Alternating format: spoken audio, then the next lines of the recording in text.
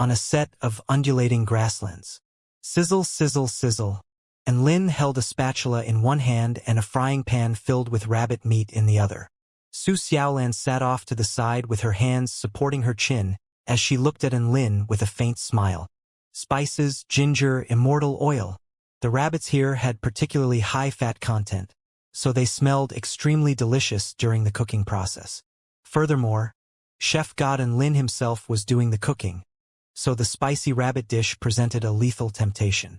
All of the others couldn't help but gather around him with expectant expressions on their faces.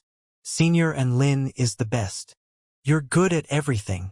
White Spirit Snake smacked her lips as she stared at the rabbit meat in the frying pan with a scorching light in her eyes.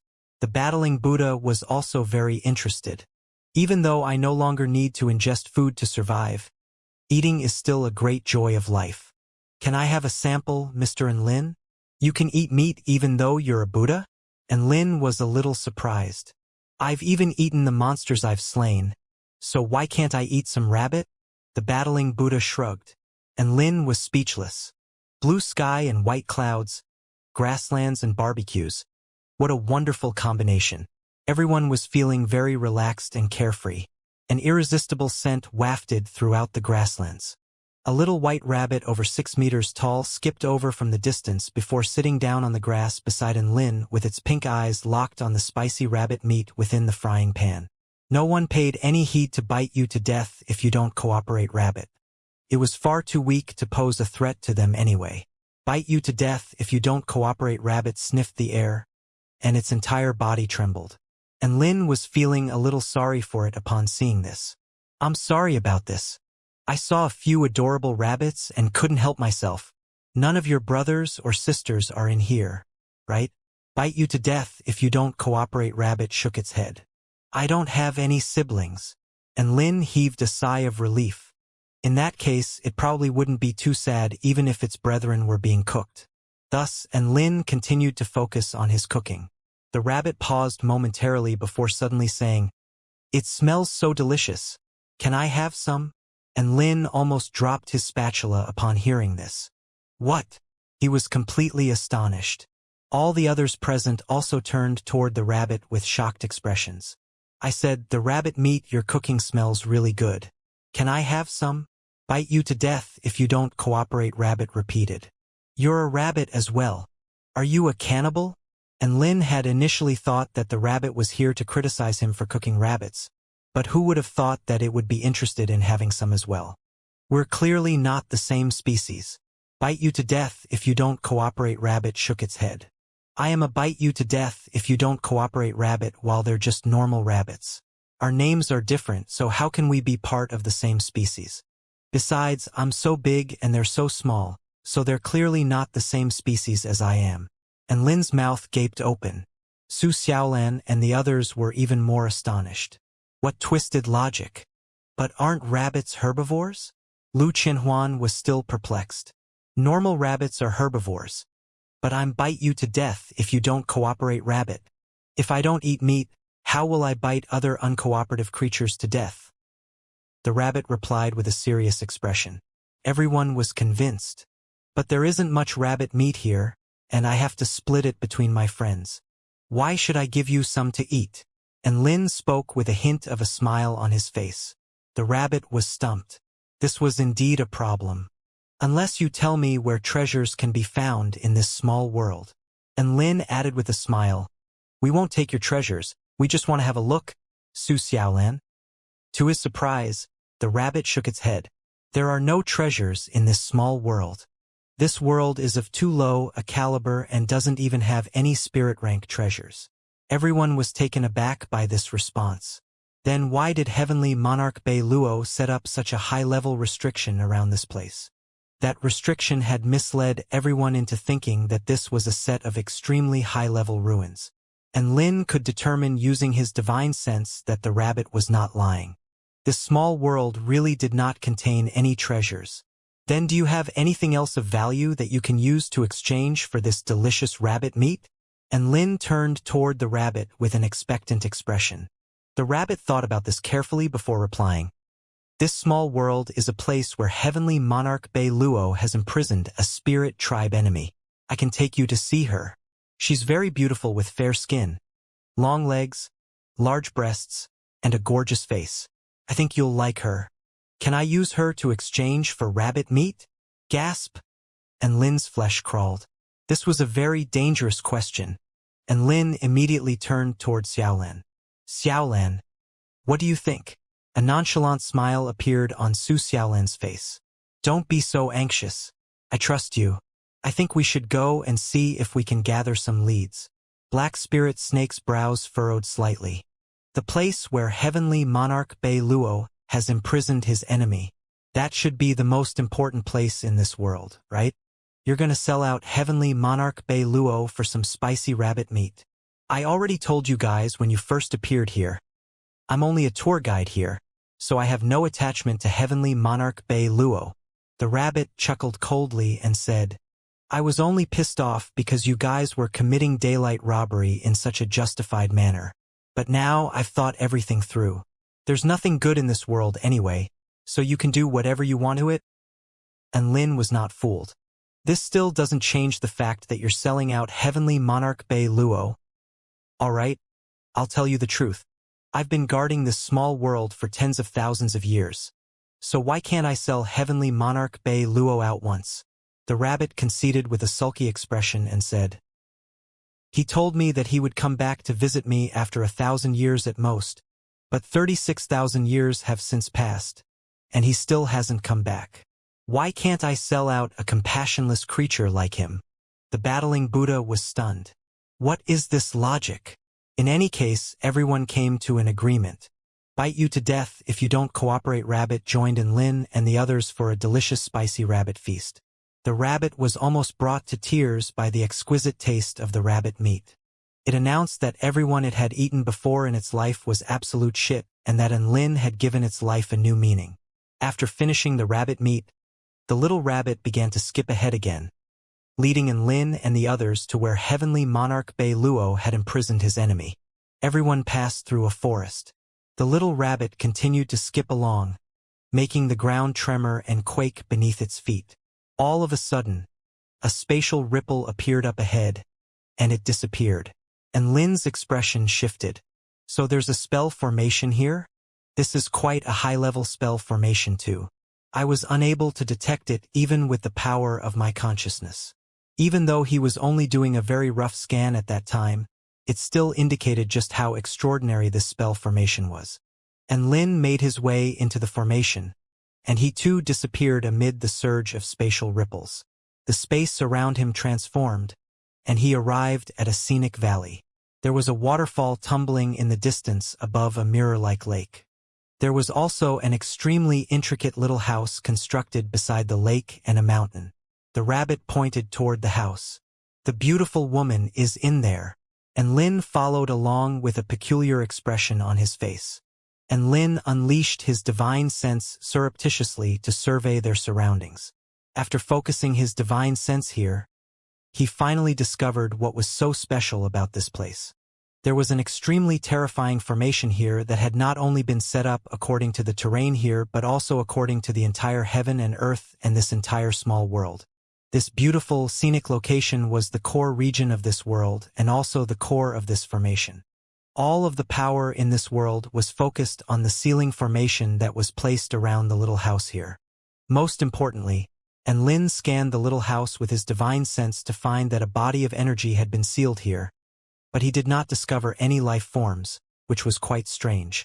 And Lin and the others approached the little house with caution and curiosity. Are you sure heavenly monarch Bei Luo's enemy is in that little house? And Lin asked. He was quite interested in this so-called spirit tribe. If he was not mistaken, this spirit tribe that heavenly monarch Bei Luo belonged to was not situated in the Taichu continent, but instead, it was in another world. Yes, she's in that room there. The rabbit nodded before shrinking to the height of a grown man, opening the door and skipping inside. Everyone also filed into the room with a curious expression. The interior of the room had antiquated, tasteful decor, and wind chimes tinkled outside from the wind. There was also a painting that was still unfinished on the table here. However, there was no one in the room, and Lin looked around with a curious expression. Where is she? I'll show you where she is. The little white rabbit skipped over to a dresser and picked up a white energy bead before swallowing it. And Lin faltered slightly before suddenly coming to the realization that that energy bead was the body of energy he had detected. The little white rabbit then began to glow with a dazzling white light. Everyone had to shield their eyes from the piercing white light. Regardless of whether it was Lu Qianhuan or the powerful battling Buddha and Black Spirit Snake, all of them were given a fright by this dazzling white light, and they all drew their weapons. However, Lin was able to instantly switch to the perspective of his spiritual form and was greeted by an astonishing sight. The little white rabbit was glowing with a dazzling light, and its body began to transform as a curvaceous woman appeared before his eyes. This was a woman with eyes so supple that it appeared to be saturated with water. Her long, well-proportioned legs were pressed tightly together, and two enticing, cherry-like spots appeared on the ends of her voluptuous breasts. And Lin was dumbstruck. However, a white dress soon draped itself over her body. The light disappeared, and everyone regained their vision, upon which they were all stunned as well. They were greeted by the sight of an extremely gorgeous woman with a tight-fitting white dress, perfectly accentuating the curves of her slender waist, voluptuous breasts, curvaceous backside, and long legs. Her hair fell to her waist like a black waterfall, and there was a red mole on the corner of her eye. A smile that was both pure and seductive at the same time appeared on her face. Hi there. I am Heavenly Monarch Bei Luo's enemy. You can call me Cut You Down if you don't cooperate with me, Rabbit Maiden. The beautiful woman smiled. And Lin? Everyone?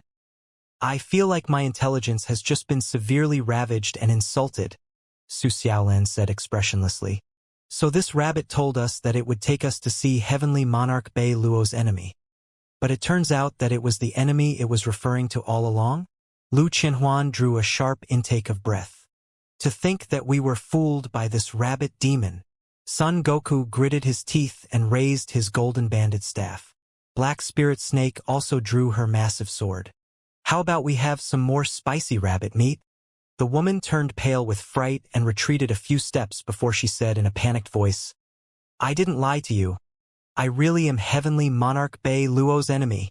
You claim to be Heavenly Monarch Bei Luo's enemy, but you probably can't even beat my pet snake.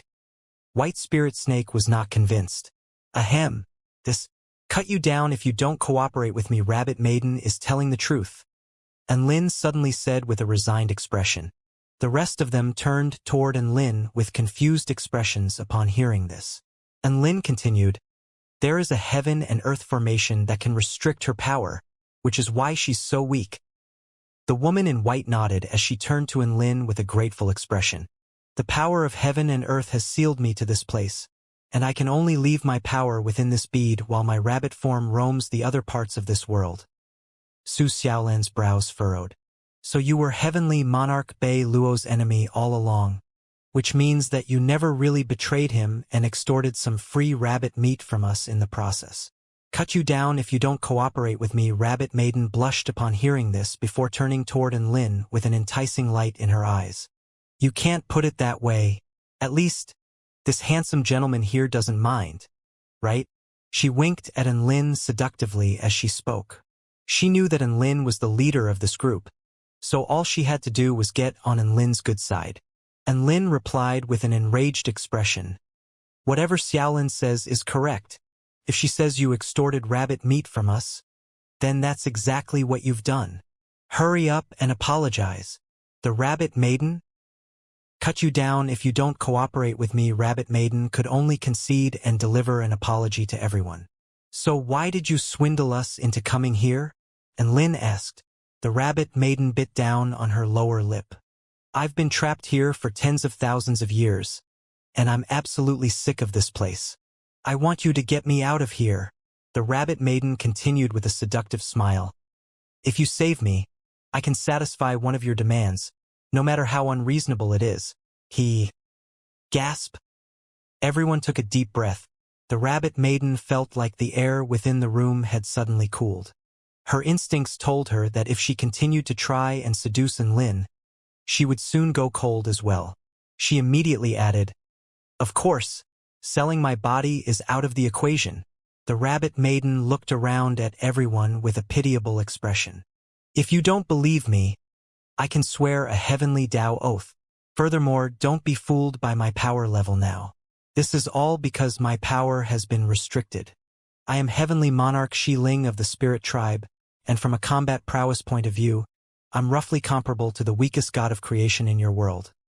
And Lin and the others finally stirred upon hearing this. Having a god of creation on their side was still quite tempting. "Are you willing to fight for the human race?" And Lin asked. Su Xiaolan and the others also turned to the rabbit maiden with anticipation in their eyes. "Of course. If you save me, I can fight whoever you want for 100 years. The rabbit maiden announced. "No matter who the enemy is, I'll cut them down for sure." Her name of "cut you down if you don't cooperate with me" rabbit maiden was not just for show. Besides, acting as a mercenary for 100 years in exchange for freedom was a far better outcome than staying here for the rest of eternity. "All right, I can help you." And Lin nodded and said, "But you have to swear your heavenly Tao oath first." The rabbit maiden was ecstatic upon hearing this, and her pink eyes immediately lit up. "Deal. Cut you down if you don't cooperate with me." Rabbit maiden swore a heavenly Tao oath that she would serve the human race and Enlin for 100 years if Enlin could help her escape from this place. Enlin unleashed his divine sense to its maximal extent and could sense a connection that transcended beyond this world, which had merged into heaven and earth of a higher caliber.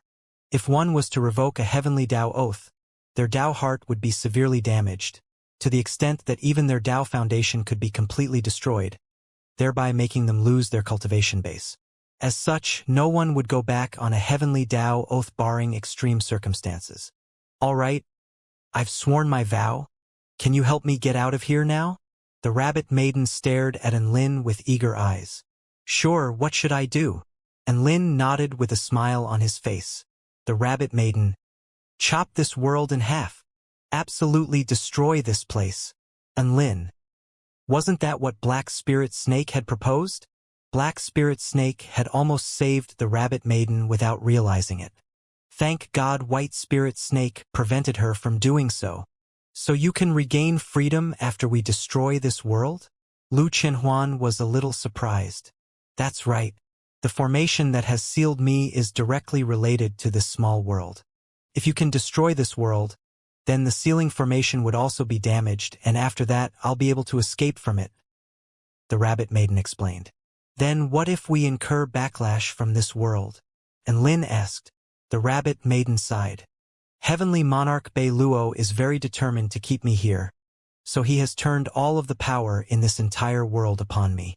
As such, the backlash from this world will only affect me, so you do not need to worry.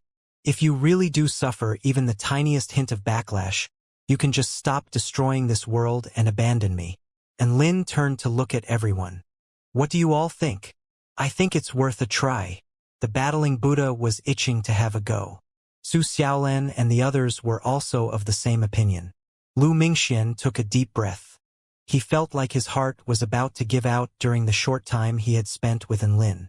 Destroying Tao integration stage super mighty figures, slaying the half-step god of creation, ancient fiend celestial, hunting void spirit tribe powerful beings, and destroying an entire world now. What a thrilling ride. Everyone made their way out of this pocket of space before distributing themselves all over different locations in this world. Black Spirit Snake, White Spirit Snake, Su Xiaolan, Lu Chenhuan, Lu Mingxian, battling Buddha, and Enlin stood at different places in this world as they looked down at the earth beneath their feet. Lu Chenhuan and Lu Mingxian summoned a torrential storm of swords, which tore through the earth and pulverized space, making even the heavens tremor violently. Black Spirit Snake drew her massive sword and slashed down upon the earth. A golden sword projection fell from the sky, extending for several hundred kilometers and tearing the earth apart as if it were cutting through tofu. White Spirit Snake wielded her yin and yang divine swords, flipping heaven and earth and causing an imbalance that in turn led to destruction. The battling Buddha extended his golden banded staff to over 1,000,000 feet, and a casual swipe of the massive staff could flatten thousands of mountains. He thrust the staff viciously into the ground over and over again, leaving gargantuan, bottomless holes and triggering doomsday-like earthquakes. Su Xiaolan's sword was like a vermilion bird in the sky, incinerating heaven and earth. And Lin was also using fire. He unleashed all 7 holy flames, transforming heaven and earth into a cauldron, as if he were trying to refine this entire world like a pill. Devastating energy quickly swept through all corners of this world. The earth was shattering, and the heavens were weeping blood. Extremely terrifying backlash power was flowing toward a certain place in a frenzy. The rabbit maiden stood at the center of the storm, and her white dress flapped wildly in the gale-force winds, revealing her long, snowy white legs. If one was to look closely, they would discover that a series of crimson lines had appeared on her pristine white legs, and they were becoming more and more prominent. She silently donned a pink rabbit mask, and blood seeped down from the edges of the mask, flowing down her chin, along her neck, and even staining her curvaceous body red. Finally, I finally succeeded. The rabbit maiden spread open her arms, and countless crimson lines quickly spread into the distance with her as the center. Those crimson lines soon covered the entire hill where she was situated before coming to an abrupt halt at an invisible barrier, as if it had encountered some kind of bottleneck. Core ceiling formation. Shatter. The rabbit maiden let loose a sharp cry, and the crimson lines flowing from her body suddenly became incredibly sharp and nothing could stand in their way. Crack. Bam! The invisible barrier shattered. Enormous power flowed violently into the rabbit maiden's body like a vortex. In the air above the small world, and Lin was just incinerating the heavens when he heard a delicate female voice. It is done. I have succeeded. And Lin immediately stopped what he was doing and flew over to where the rabbit maiden was situated. Su Xiaolan and the others also ceased their destruction of the world and flew toward the forest. Soon, they were greeted by the sight of a woman with a wide smile on her face and a pink rabbit mask in her hand. You don't look any different. Su Xiaolan's eyes flashed with curiosity. I'm clearly much more adorable. The rabbit maiden pursed her lips in an amused smile. Don't you see my ears? A pair of furry white ears wiggled on her head, as if to prove a point. Oh! Everyone was intrigued by the sight of those adorable ears. The rabbit maiden then turned around and wiggled the little pink fur ball on her bottom. Look! I also have a beautiful tail. Oh! Everyone's attention was then drawn to her tail. The battling Buddha's hand subconsciously gripped his staff tighter with excitement. And Lin could sense that the rabbit maiden's transformation did not just consist of a change in outer appearance. At the same time, he could sense a power within her body that struck fear into even his heart. The rabbit maiden bowed deeply in gratitude. Thank you, everyone. I cut you down if you don't cooperate with me, rabbit maiden. We'll never forget what you have done for me. And Lin's lips twitched. I think calling you Heavenly Monarch Xiling is better. Otherwise, it's too much of a mouthful. All right, Big Brother Enlin can call me whatever he wants. The rabbit maiden turned to Enlin with a sweet smile. Oh? Then I'll call you Little Rabbit from now on. That sounds much better. Enlin's eyes lit up with excitement. Everyone. The rabbit maiden drew a sharp intake of breath. Didn't you say Heavenly Monarch Xiling was a good name? Little Rabbit is better. And Lin responded, You just told me I could call you whatever I want. The rabbit maiden's flesh crawled. Could he not tell that she was just being polite? She forced herself to maintain her smile and nodded as she spoke in a gentle voice. Little Rabbit isn't bad. Then, from now on, I'll be called Little Rabbit. Lu Qinhuan heaved a forlorn sigh. From bite you to death if you don't cooperate rabbit to Little Rabbit. What a saddening transformation. There's no need to be sad. This is just a story of a bad rabbit being disciplined into a good one. And Lin interrupted. The rabbit maiden almost cracked her teeth from how hard she was gritting on them. The rabbit maiden forced herself to maintain her smile. Big Brother and Lin, this world has become unstable. We need to get out of here as quickly as possible. All right, and Lin nodded. Son Goku was still holding onto a shred of hope. Are there really no other treasures here? He had guarded this set of ruins for over 10 days. But there was nothing in here? This was quite a heavy blow to Son Goku. Aren't I the biggest treasure here? The rabbit maiden skipped over to Son Goku and gave him an extremely sweet and enticing smile. Are you still not satisfied with a treasure like me? Her adorable display could woo countless living beings and make them completely intoxicated. Son Goku gripped his golden bandit staff even more tightly to calm himself down before heaving a faint sigh. And Lin spoke with a serious expression. No, little rabbit belongs to the human race and even the entire Taichu continent. Not just myself. Su Xiaolan gave him a gentle smile. Well said. Little rabbit scratched her ear with a perplexed expression. How did she belong to the Taichu continent? She was only a mercenary for Enlin. Even though she was fighting for the human race, what enemies could the human race have? And what enemies could Enlin have? Even though Enlin possessed the Tao integration stage power level, she was a god of creation stage living being, so it would be a piece of cake for her to take care of his enemies. The rabbit maiden was much more assured with this in mind, and a genuine smile appeared on her face. I'm finally free. My life is going to be wonderful from this day forth. Whoosh! One figure after another flew out from the gate of light. Are you finally back? The demonic frost star twirled with glee upon seeing everyone return safely. Look, these are the enemies I held off for you guys. There were a few dozen void spirit tribe powerful beings outside the ruins that had been frozen into ice sculptures. And Lin smiled. Well done, little star. It was all thanks to Master's clear instructions. The demonic frost star chuckled. It had completely grown accustomed to its new role now. It then noticed that there seemed to be a new addition to their party, and it exclaimed, Who's that? Oh, let me introduce to you, little rabbit. This is my slave, little star. And Lin introduced the two of them to one another. Hello, I'm little star. Hello, I'm little rabbit. The demonic frost star and heavenly monarch Shi Ling looked at each other with tears in their eyes, creating a very touching scene. For some reason, and Lin felt like they had become comrades who suffered from the same cruel fate. Little star, what was your original name? Demonic frost star. Great name. Little rabbit, what was your original name? Heavenly monarch Shi Ling. Badass. That's a great name too. For some reason, the demonic frost star and the rabbit maiden got along very well from the get-go. And Lin was very elated to see this. They could converse freely with one another due to the names he had given them. This showed that he was right to give them these names, and that they did serve a function after all. In the next few days, and Lin and the others continued to hunt down Void Spirit Tribe powerful beings. Due to the inclusion of the Battling Buddha and the Rabbit Maiden, their lineup had become even more insanely terrifying.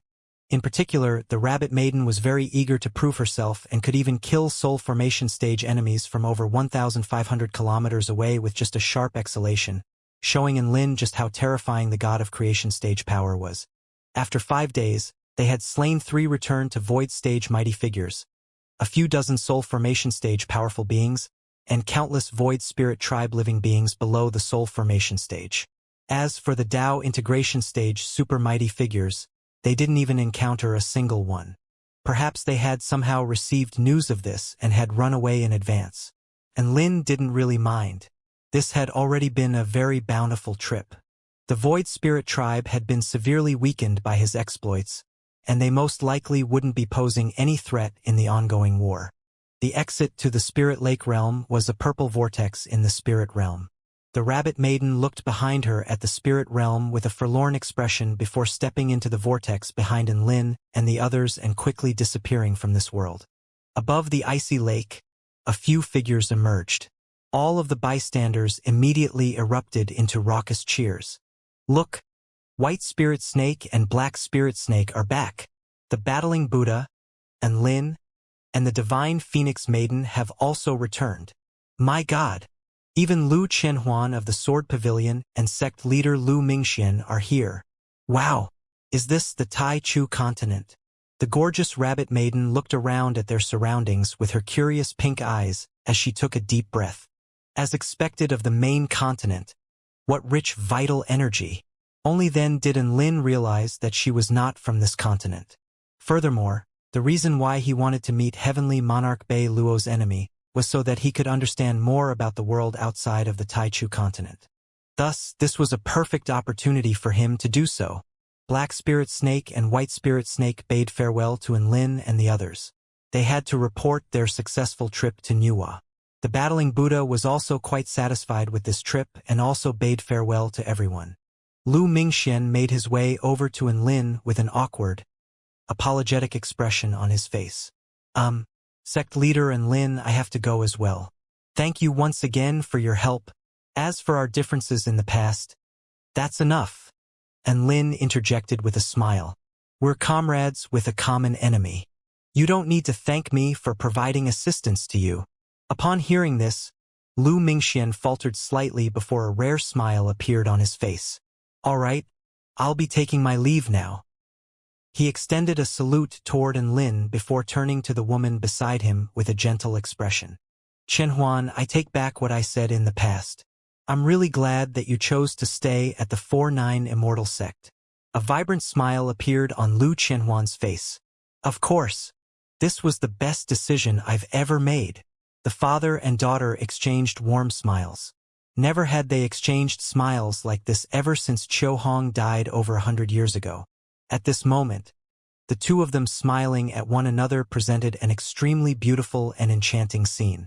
Lin and the others all walked away to give the two of them some alone time. They caught a few succulent-looking fish from the ice lake and cooked some fish soup using the frying pan.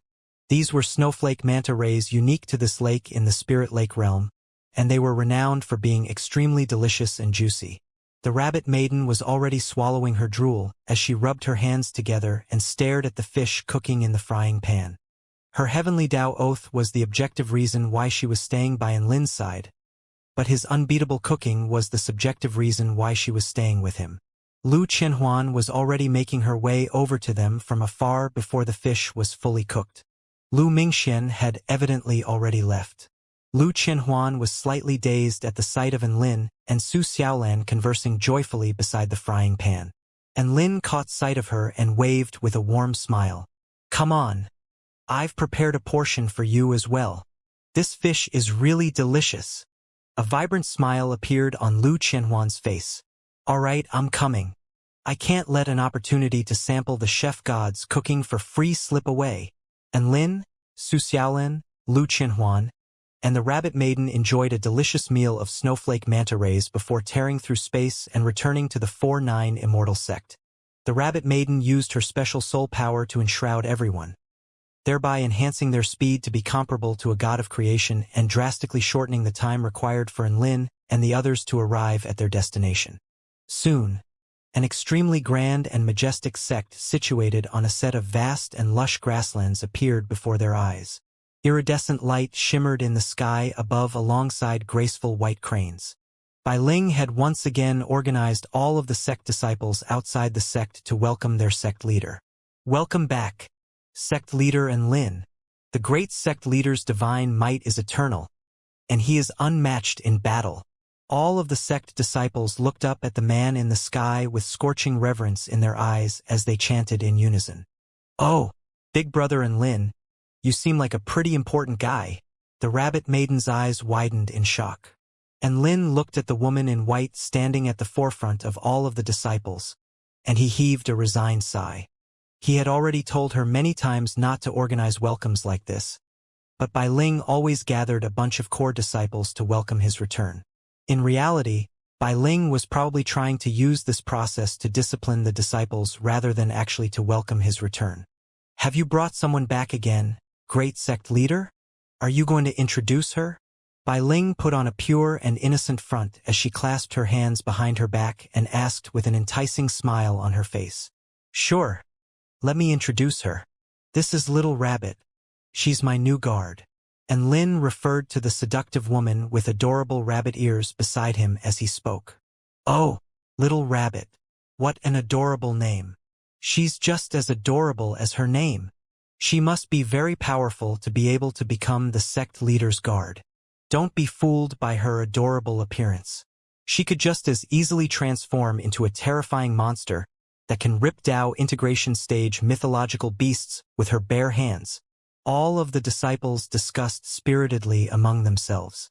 The rabbit maiden came to a realization upon discovering that the disciples did not find her name laughable or ridiculous. There were probably many names like hers in this sect. This is my new slave, little star. It was once the demonic frost star of the void spirit realm. And Lin pointed to the star beside him as he spoke. The demonic frost star was now in its super miniature form, which was only about the size of a basketball, as Lin felt like it was too big and bulky and forced it to adopt this form. All of the disciples let loose cries of surprise upon hearing this. The demonic frost star was an extremely renowned being across the entire continent and was considered to be a potential enemy of the Kingdom of the Nine States United Army. Who would have thought that their sect leader would make it his slave after a trip to the spirit realm? How terrifying was that? All of the disciples were even more reverent as they looked at Lin now. After that, Lin took the rabbit maiden and little star on a tour of the 4-9 Immortal sect and also took them to meet all of the higher-ups in the sect, as well as all of his beast pets and slaves. Within the sect conference chamber, the rabbit maiden sat off to the side obediently, inspecting everyone present with curious eyes. She discovered that there were many different races here, and all of them were very easy to remember. There was an extraordinarily ugly monkey, a breathtakingly gorgeous white fox, an extremely handsome man, a frosty and aloof snow maiden, a sword cultivator with dark circles around his eyes, a super adorable little ball, a little flower, a little butterfly, all types of life forms gathered here under one roof, creating quite a bizarre spectacle to behold. Our sect now has a goddess of creation. She is my guard, little rabbit, Lin announced. Everyone was astonished to hear this, and they all turned to look at the rabbit woman sitting quietly off to the side. I'm only the equivalent of the weakest god of creation stage beings. The rabbit maiden stuck out her tongue with a smile, but the hint of smugness in her eyes belied her modest words. Even then, you're still a goddess of creation. You're one of the most powerful beings on the entire continent. Tang Shiman's face was flushed with excitement. Everyone else was also marveling at the rabbit maiden. At the same time, they were quite excited and glad that the power of their sect had been further bolstered by her inclusion. Su Qinyun blinked her dreamy blue eyes as she spoke in her mellow voice. Who would have thought that such an adorable rabbit woman would be so powerful too? Please keep Little Rabbit's combat prowess confidential for now. She can be one of our sect's trump cards and can deliver a vital blow to our enemies in critical junctures. Lin spoke with a serious expression. Everyone nodded upon hearing this. The rabbit maiden laid her hands on her legs and wiggled her ears with smugness and pride as she listened to everyone's praise and gasps of admiration. She was now the most powerful being in the sect and would not even need to take part in ordinary battles. Perhaps her mission to protect Lin for 100 years would be completed without her having to even do anything. Everyone was still discussing spiritedly among themselves. Haha! I'm really looking forward to the day the heavenly human tribe gets screwed over by us again. Tobias' eyes were shimmering with battle intent as he chortled with glee. I wonder if a god of creation is more powerful than a heavenly god. Shangguan mused. Little Rabbit is undoubtedly more powerful. Little Tian flapped his little wings with pride. Master's Guard must be an invincible and unstoppable being. Apparently, Little Rabbit is a powerful being from an alternate world. I wonder if God of Creation stage powerful beings from alternate worlds would suffer any backlash from the heavenly Tao when fighting the heavenly human tribe. Bai Ling was still a little concerned. The rabbit maiden was completely perplexed by everyone's discussion. Hold on. What is this heavenly human race? And what are these heavenly gods? The rabbit maiden had been trapped in heavenly monarch Bai Luo's small world for too long, and she felt like she was unable to keep up with the times. You don't know. Shen Yuancheng was quite surprised to hear this. So Lin didn't even tell you who the enemy was, and you agreed to become his guard? Bai Ling looked at the rabbit woman with a sympathetic expression. She was so powerful yet gullible. So who are these enemies you're all talking about? The rabbit maiden's ears stood up as her pink eyes widened. Su Xiaolan offered a patient explanation. The heavenly human tribe is a tribe bred by the heavenly Tao in order to exterminate the human race. The heavenly gods are representatives of the heavenly Tao or manifestations of the heavenly Tao's will. They possess the paramount powers of laws and also want to destroy the human race. Furthermore, Lin is one of their primary targets. Boom! The rabbit maiden felt like she had been struck in the head by a bolt of lightning. Her eyes lost focus before refocusing on Lin. So, your enemy is the heavens? We have to fight the heavens? Lin nodded. Holy shit! The rabbit maiden shuddered, and she took a deep breath as she pressed a hand over her chest. What the fuck have I gotten myself into? Why didn't you say so earlier? The rabbit maiden was on the verge of tears, and Lin spread his hands open. You didn't ask. The rabbit maiden slumped into her seat. She really wanted to slap herself in the face. Was there any hope for survival when her enemy was the heavens itself? She had gained freedom, but it could cost her her life. See, can I just ask if we even have a chance against this heavenly human tribe and those heavenly gods? The rabbit maiden asked with an uneasy expression. Of course. And Lin replied in a firm voice. At your power level, you can crush all spirit refining stage, arcane body stage, soul piercing stage, and heaven pioneer stage heavenly human tribe powerful beings with ease. Only divine heaven stage heavenly gods will pose a threat to you if they unleash their full power. As for the representatives of the heavenly Tao, their powers will be greatly restricted in the Taichu continent. At your power level, you should be able to deal with the normal heavenly gods. The biggest threat is posed by the paramount heavenly gods, but no one knows just how powerful they truly are. The rabbit maiden's smugness and pride had been completely wiped from her face upon hearing this. She sat slouched in her seat with a sour expression, offering condolences to herself. You don't need to be too pessimistic. Our sect leader is really powerful, and he has already slain many divine heaven stage heavenly gods and representatives of the heavenly Tao. Lu Chenhuan offered words of consolation. The rabbit maiden's droopy ears perked up. Really? A thoughtful expression appeared on Lin's face.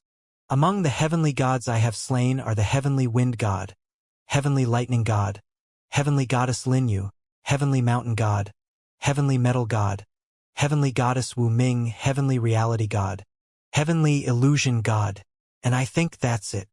Not only was the rabbit maiden shocked to hear this, but everyone else also drew a sharp intake of breath. Before they even knew it, Lin had already slain so many heavenly gods. The rabbit maiden stared at Lin in shock and wonder, clearly not expecting him to be so powerful. Was she underestimating the heavenly gods? Or was Lin simply too powerful? In any case, the rabbit maiden was now slightly less concerned. She had already accepted her cruel fate. The conference concluded there, and Lin and Little Rabbit arrived at the summit of the full moon mountain and looked out across the spectacular sect. Here, they could see lush mountains, beautiful rivers, vibrant explosions of spell techniques on the drill grounds, as well as a series of intricately crafted pavilions and buildings. Blue skies, white clouds, lush grasslands, and a sect abundant with vitality. Everything was so beautiful and serene here. Staying here for 100 years is actually not bad at all. The rabbit maiden sat on the edge of a cliff and swung her long, well-proportioned legs from side to side with a content expression. You can stay here forever if you like. And Lin smiled. The rabbit maiden rolled her eyes at him. No way. I'm definitely going to leave after 100 years. The heavenly human tribe and the heavenly gods are far too dangerous. I have to prioritize my life. This war won't continue for another 100 years. And Lin heaved a faint sigh as he looked up into the clear, blue sky. I have a feeling that this war will conclude in the near future. Sigh, who would have thought that I would have to battle the actual heavens one day? The rabbit maiden lay down with her hands folded behind her head as she looked up into the sky. Her white dress clung tightly to her body, revealing her sexy, seductive curves. So, Heavenly Monarch Xiling, can you tell me what the world outside the Taichu continent is like? And what's the deal with this spirit tribe? And Lin asked. The rabbit maiden turned to look at Lin. Did you bring me here just so you could ask this question? Why else would I bring you here? And Lin turned toward the rabbit maiden. She lay completely defenseless by his side. Her voluptuous chest, her slender waist, her gorgeous long legs, and her skin, which shimmered like exquisite, translucent jade under the light of the sun. Everything about her was so perfect and mesmerizing, and Lin was completely unable to tell, just from looking at her, that she was a spirit body. Instead, she looked just like a normal life form with a combination of consciousness as well as a physical body. And Lin had felt the rabbit maiden's hands. They were soft and warm, but a lot smoother and finer than normal human hands. Apparently, when one cultivated their spirit body to the extreme, they could transition from an insubstantial body to one with substance. I'm actually not supposed to tell you the answer to your question, but I can make an exception as long as you agree to keep it a secret. The rabbit maiden smiled, and Lin nodded in agreement. The rabbit maiden began in a slow voice. The world outside of the Tai Chu continent is a vast, boundless realm of stars. You may be quite curious toward the world outside of the Tai Chu continent, but outsiders like us are even more curious about the Tai Chu continent. Why is that? And Lin asked. The rabbit maiden replied, the Tai Chu continent is the center of the realm of stars. It is the most powerful and lavish place in the entire realm of stars with countless tribes and powerful beings. And Lin was shocked to hear this. Was the Tai Chu continent that badass? I only know that Pangu set up a paramount restriction around the Tai Chu continent in order to protect it and prevent almost all living beings from entering and exiting it. And Lin scratched his head. Protect the Tai Chu continent? The rabbit maiden burst into laughter as she explained. It's actually the other way around. The restriction was placed to protect all other living beings outside the Tai Chu continent. What you don't know is that any one of the Tao integration stage living beings that escape from the Tai Chu continent could bring cataclysmic disaster to the living beings in the realm of stars. Surely that's an exaggeration. Look at you, you're only one of the 4 heavenly monarchs of the spirit tribe, and you're already this powerful. And Lin was quite skeptical toward the rabbit maiden's claims.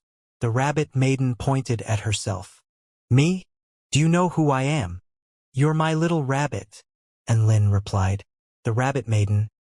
I'm only your little rabbit for 100 years. The rabbit maiden flared up with rage. Wait, why am I saying that? The rabbit maiden came to her senses and glared at Lin, who was wearing an innocent expression. The spirit tribe is one of the 3 main tribes in the boundless realm of stars, and I am one of the 4 most powerful beings in the spirit tribe. The rabbit maiden continued. It could be said that I am one of the most powerful beings in the entire realm of stars. And Lin was astonished. So his adorable little rabbit was actually an extraordinarily powerful being? The rabbit maiden's ears drooped. But I can't defeat your Tai Chu continent's Nuwa, Patriarch Zhu Yin, Tao Lord Luya, the Heavenly Lord of Tao and Virtue, the Heavenly Lord of Numinous Treasure, the Blood Patriarch, the Heavenly Lord of Primordial Beginning. Pangu. I can't even beat the Spirit Patriarch. And Lin was feeling a little sympathetic toward her. Is that why you refer to yourself as the weakest god of creation? The rabbit maiden nodded. In reality, my cultivation base, or in other words, the cultivation base of the 4 spirit tribe heavenly monarchs, is equivalent to the god of creation stage you speak of, but please don't regard me as a god of creation. And don't place high hopes in me. And Lin. The god of creation stage rabbit maiden was now wallowing in self-pity, as if she were a mere Tao body stage cultivator. The spirit tribe was one of the 3 main tribes of the realm of stars. The rabbit maiden was one of the 4 heavenly monarchs of the spirit tribe, but she was no match for any of the gods of creation on the Tai Chu continent, so it made sense that the Tai Chu continent was the center of the realm of stars. However, Lin was not going to look down on the rabbit maiden because of that. No matter how weak she was compared to the gods of creation, she could still annihilate all living beings below the god of creation stage and could most likely last a while even against gods of creation. So what's the relationship between the spirit tribe and the void spirit tribe? And Lin asked. The rabbit maiden replied, both of our tribes consist of spirit body living beings where the spirit tribe is more docile and stable, while the void spirit tribe is more insane and twisted. The Spirit Patriarch conducted many experiments to try and address this fallacy among the Void Spirit tribe, but it's quite clear that all of those experiments ended in failure. The Spirit tribe is more stable? A thoughtful expression appeared on Enlin's face as he caressed the Rabbit Maiden's rabbit ears. They were soft and furry and were very enjoyable to touch. He suddenly felt the rabbit ears stiffen before the Rabbit Maiden turned toward him with an enraged expression. My ears are very sensitive, so please remove your filthy hand. Thanks. And Lin withdrew his hand with a sheepish expression. Sure enough, the Spirit tribe really was a lot more docile than the Void Spirit tribe. If he had tried the same thing on a Void Spirit tribe living being, they would have pounced on him no matter what. I think I understand the relationship between the Taichu continent and the realm of stars now. Even though the Taichu continent is an isolated world, it is still the most powerful one. The Rabbit Maiden nodded. That is indeed the case. The Taichu continent is the embodiment of power and mystery in the eyes of the living beings in the realm of stars. And Lin was still a little perplexed. Pangu's restriction is extremely powerful, so how did you manage to enter the Taichu continent?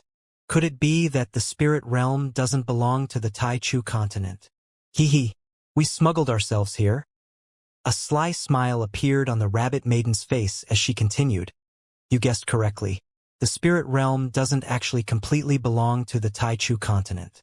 It is a place where the Taichu continent overlaps with the outside world, and as long as the right opportunity is captured, one can break through a weak point in the restriction using the God of Creation stage power in order to create a passageway. The Spirit Patriarch has also traveled through the spirit realm and into the realm of stars in the past during his quest to find a way to alleviate the volatile nature of the Void Spirit tribe. He also did many experiments on our spirit tribe living beings and also established a good, cooperative relationship with myself and Heavenly Monarch Bei Luo. Everything was progressing in a good direction, and never would I have thought Heavenly Monarch Bei Luo would trap me and kill the Spirit Patriarch. The Rabbit Maiden's fists were tightly clenched with rage. I'm going to give him a piece of my mind when I go back. And Lin immediately chimed in. Take me with you. I'll help you exact your revenge.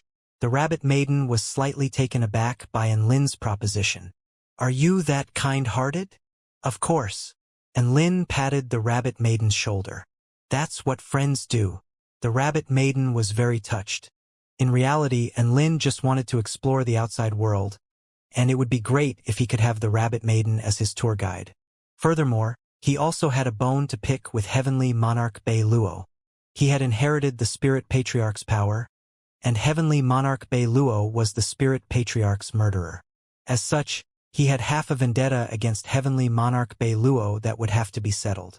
After that, Enlin and the Rabbit Maiden chatted for a while longer. He learned that there were 3 main tribes in the realm of stars, which consisted of the Spirit tribe, the Star tribe, and the Ancient tribe. The Spirit tribe represented the pinnacle of spirit body life forms. The Star tribe ruled over the starry sky, and the Ancient tribe represented the pinnacle of physical life forms. The 3 of them ruled over the realm of stars. Aside from that, there were over 100 powerful tribes constantly battling with one another and tens of thousands of different civilizations. The world was very vast, and Enlin was filled with wanderlust. However, one thing Enlin could establish was that the Taichu continent was indeed the most powerful main continent and was the most powerful place known to the Rabbit Maiden at least. The vital energy here is very, very pure. The Rabbit Maiden murmured eagerly as she lay on a rock and closed her eyes. This really is a blessed place. It makes me wonder just how powerful Pangu is to be able to create such a world. And Lin sighed with emotion. The more powerful he became, the more he could grasp just how extraordinary Pangu was. He had seen quite a few gods of creation already, but it was still quite difficult for him to imagine just how powerful Pangu was. That night, on the grasslands behind the 4-9 Immortal sect. Boom! The earth suddenly began to tremor and quake. A massive palace appeared on the grasslands, from which astonishing soul power fluctuations emanated. Is that the Spirit Patriarch Palace? How spectacular! Su Chenyun's mouth gaped open in shock. Shen Yuanchang looked up at the massive palace. Who would have thought that Enlin would be able to refine such a colossus? How incredible! The Spirit Patriarch Palace took up a massive land area equivalent to half of the 4-9 Immortal sect. One had to realize that the 4-9 Immortal sect was by no means small. After an earnest job from the Grandmaster Construction Cultivator, the sect stretched with no end in sight. It was exactly because of this that everyone within the 4-9 Immortal sect was astonished by how massive the Spirit Patriarch Palace was.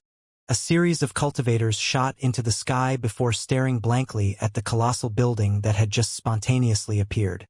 With such a huge area, I can set up a lot more trials. Bai Ling's eyes glowed with excitement. At this moment, a semi-transparent woman with gorgeous features appeared at the entrance to the Spirit Patriarch Palace. Is this the Tai Chu continent? What a reception! A gentle smile appeared on the Spirit Maiden's face at the sight of all of the sect disciples, elders, and pavilion lords who had gathered around to welcome her. Her eyes then fell upon a woman in a flowing white dress. This woman was Bai Ling, who was also wearing a gentle smile on her face. Hi there. I am the Spirit Maiden. What is your name? The Spirit Maiden had an instinctive feeling that she would get along quite well with this woman. My name is Bai Ling. Bai Ling could see a hint of excitement in the Spirit Maiden's eyes. Welcome to the 4-9 Immortal sect. I've heard that this palace was once a set of trial grounds. That's right. The Spirit Maiden hovered over to Bai Ling. I know many ways to accelerate one's growth through trials, and I also know how to strike despair into people's hearts with my trials. What a coincidence. I consider myself an expert in this field as well. Bai Ling raised her chin. The Spirit Maiden extended a hand with a warm smile. I hope we can work together to devise better trials for the sect disciples. Bai Ling shook her hand with an elated smile. That sounds great. Thus, the trial alliance of the 4-9 Immortal sect was established. The disciples spectating from afar were absolutely petrified, and some of them had even been brought to tears. Holy shit, there were 2 of them now. That was absolutely horrifying. It was quite clear that the Spirit Maiden and Bai Ling were quite fond of one another. Their alliance struck horror and despair into the hearts of all of the disciples. Bai Ling's trials often brought them to the point of howling sobs, and now, with the Spirit Maiden thrown into the mix, were they even going to be able to survive the sect trials anymore? The Rabbit Maiden skipped over to the Spirit Maiden before calling out in a friendly voice, Sister Spirit Maiden, you're... The Spirit Maiden turned toward the Rabbit Maiden, and memories of the distant past surfaced in her mind as her expression transformed into one of unadulterated fury. Your heavenly monarch Xi Ling. Boom! Suffocating soul power suddenly erupted from the Spirit Maiden's body. She rushed forward and wrapped her hands around the Rabbit Maiden's neck before picking her up from the ground. Little Rabbit! And Lin was given a fright upon seeing this, and he stepped forward to mediate. Don't come here! The Rabbit Maiden suddenly yelled. Everyone faltered in their footsteps and were at a loss for what to do. Surprisingly, the Rabbit Maiden did not resist. She allowed herself to be suspended in the air by the Spirit Maiden and looked at her with a guilt-ridden expression. Spirit Maiden, please calm down. I didn't participate in Heavenly Monarch Bei Luo's scheme to kill the Spirit Patriarch. I was trapped in a small world by him at that time. Even then, you still deserve to die. If it weren't for your invitation, why would the Spirit Patriarch decide to communicate with the Spirit Tribe and trust Heavenly Monarch Bei Luo? All Spirit Tribe beings deserve to die. The Spirit Maiden's breathing accelerated, and her spirit body shimmered with light, indicating that she was currently extremely worked up. I'm sorry. The Rabbit Maiden hung her head with shame and guilt. She knew that the Spirit Patriarch was very good to her, and it was exactly due to the fact that the Spirit Patriarch had placed too much trust in her that Heavenly Monarch Bei Luo's sinister plan was able to succeed. Heavenly Monarch Bei Luo had also been extremely genuine and warm toward the Spirit Patriarch at that time. Who would have thought that the friendly facade he had donned for tens of thousands of years would crack without warning, revealing his true self to be a cruel and merciless fiend? The Rabbit Maiden was not going to deny her fault in the matter. She was one of the most powerful beings in the realm of stars, but she chose to hang her head before a mere artifact spirit in a display of guilt and apology. You! The Spirit Maiden was filled with anger and disgust at the sight of the Rabbit Maiden's pitiful display. Boom! The earth suddenly tremored violently. The Rabbit Maiden was hurled into the ground by the Spirit Maiden, creating a massive crater in the ground. You never resist or refute me, just like before. You're so docile. You make me sick. The Spirit Maiden left these parting words before turning around and making her way back into the Spirit Patriarch Palace. And Lin helped the Rabbit Maiden up from the crater with a concerned expression on his face. Are you all right? A gentle smile appeared on the Rabbit Maiden's face as she looked at the Spirit Maiden's parting figure. Sister Spirit Maiden hasn't changed at all. She's just a softie at heart. A soft psychopath, perhaps? And Lin grumbled. The Rabbit Maiden. And Lin could still clearly recall the twisted and insane facets of the Spirit Maiden's personality during the Spirit Patriarch trials. As such, he simply couldn't think of the Spirit Maiden as a softie. Peaceful days resumed after this. The heavenly human tribe wasn't doing anything aside from instigating a few small battles here and there. And Lin didn't have anything to do aside from spending his days in a leisurely fashion in the sect. He was waiting for the sun and bone in his sea of vital energy to be fully absorbed. All he needed to do was to wait, and he would become more powerful. In the meantime, all of the 4-9 Immortal sect disciples and elders were still working hard on cultivating, completing missions, and fortifying the borders of the Kingdom of the 9 States. The Spirit Maiden and Bai Ling brought out a new line of spiritual trials in the Spirit Patriarch Palace. The spiritual trials were suitable for the Tao Body stage, the Spirit Nurturing stage, the Soul Formation stage, the Return to Void stage, and the Tao Integration stage, so they catered to all cultivation bases. The contents of the trials were also quite diversified and encompassed a myriad of different things. All 4-9 Immortal sect disciples could enter the Spirit Patriarch Palace trials for free, and apparently, those who displayed outstanding performances during the trials could receive extremely rich rewards. Most of the disciples were unable to resist the temptations and entered the Spirit Patriarch Palace trials. All of them entered with smiles and left in tears, creating quite a bizarre spectacle to behold. Those demonic trials were too much to bear even for the powerful elders, let alone all of the disciples. Xianxia had gone in, brimming with confidence, only to re-emerge as a ball of sopping wet fur from his tears. Dabai went in yelling woof woof woof, and came out yelling wah wah wah. Long Outyen went in with the intent of defying the natural order, only to re-emerge on a stretcher with a much more profound respect for the natural order. Of course, even though these trials were extremely terrifying, the potential rewards justified the risks. After enduring the trials, Shen Yuancheng was struck by inspiration and invented his soul explosion technique. Sun Yulua developed his soul power from the demonic trials and gradually began to understand the sword Dao he was going to follow in the future. Ada, Jinling, and Jin Yao were trying to experiment with spiritual resonation during the soul power trials in order to progress toward the Dao integration stage. The Spirit Patriarch Palace trials were all God of Creation stage trials, and their values were immeasurable. Soon, they had become the most renowned trials the 4-9 Immortal sect had to offer and had developed to become a main selling point for the 4-9 Immortal sect.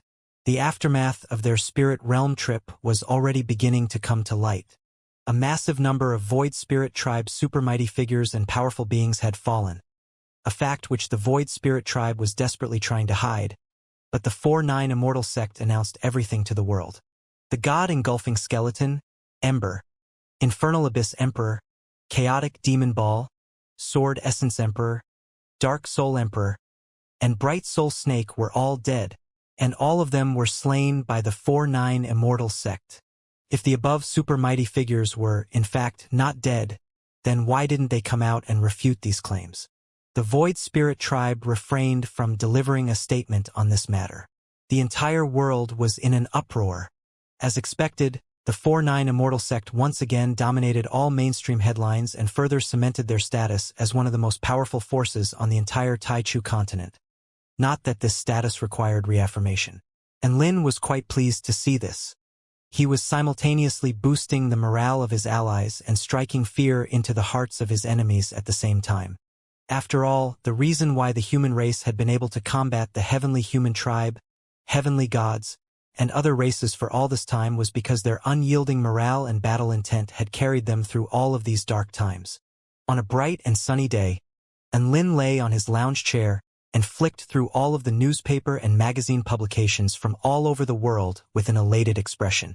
The 49 Immortal sect had dominated all of the headlines, and as the sect leader, there were naturally quite a few news articles about him as well. There were also many handsome portraits of him in white flowing robes plastered all over the article, which was something he was quite happy with. A crane's cry suddenly echoed in the sky above, and Lin looked up to see a white crane descending from the sky with a golden scroll tied around its leg. The golden scroll exuded extremely potent energy fluctuations, and he was quite familiar with these energy fluctuations as they were unique to the Celestial the Arch. Is this an invitation for battle? How official! And Lin smiled as he unfurled the golden scroll before being greeted by the sight of a single word: Earth. And Lin's heart immediately stirred upon seeing this. Was something happening on Earth? His heart jolted as he read through the contents of the scroll. The heavenly human tribe wanted to destroy the entire human race, and Earth was a major hub for human civilization, so it could not be spared. The barrier around Earth was already being infiltrated and was showing signs of cracking, so powerful beings needed to be deployed to guard Earth. Nuwa had already taken emergency measures to fortify the barrier, but the side effect from doing so was that Dao integration stage super mighty figures would not be able to travel through the barrier to arrive on Earth. And Lin knew that this was actually a good thing. Earth was far too fragile. If a Dao integration stage battle erupted on Earth, it was quite possible that the entire planet could be destroyed. After fortifying the barrier, the rate at which the crack was expanding had been drastically slowed down, thereby ensuring that high-level heavenly humans wouldn't be able to enter, but there were still some spirit refining stage, arcane body stage, and soul-piercing stage powerful beings that had snuck through and were now wreaking havoc on Earth. It was exactly because of this that the Heavenly Court decided to deploy troops to defend Earth and was wondering if the 49 Immortal sect would like to contribute to this effort. Earth, I haven't been back in a long time. A reminiscent expression appeared on Lin's face. Perhaps it was time for him to go back and have a look? On a beautiful aquaplanet, a series of massive galactic battleships were on patrol several million kilometers away from Earth. The light of the sun and the stars shone upon the battleships, making them shimmer and shine with vibrant light. This was Earth's United Extraterrestrial Army, and it consisted of 88 battleships, representing the most powerful extraterrestrial battle force Earth had to offer.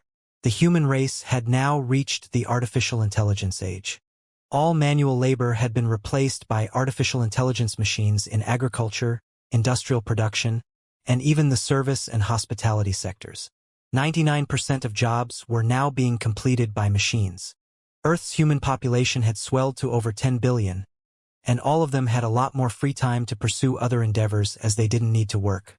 However, something that remained the same even after the passage of over 100 years was that researchers and scientists still commanded the most respect, and cultivators were still the most revered characters that people yearned to become.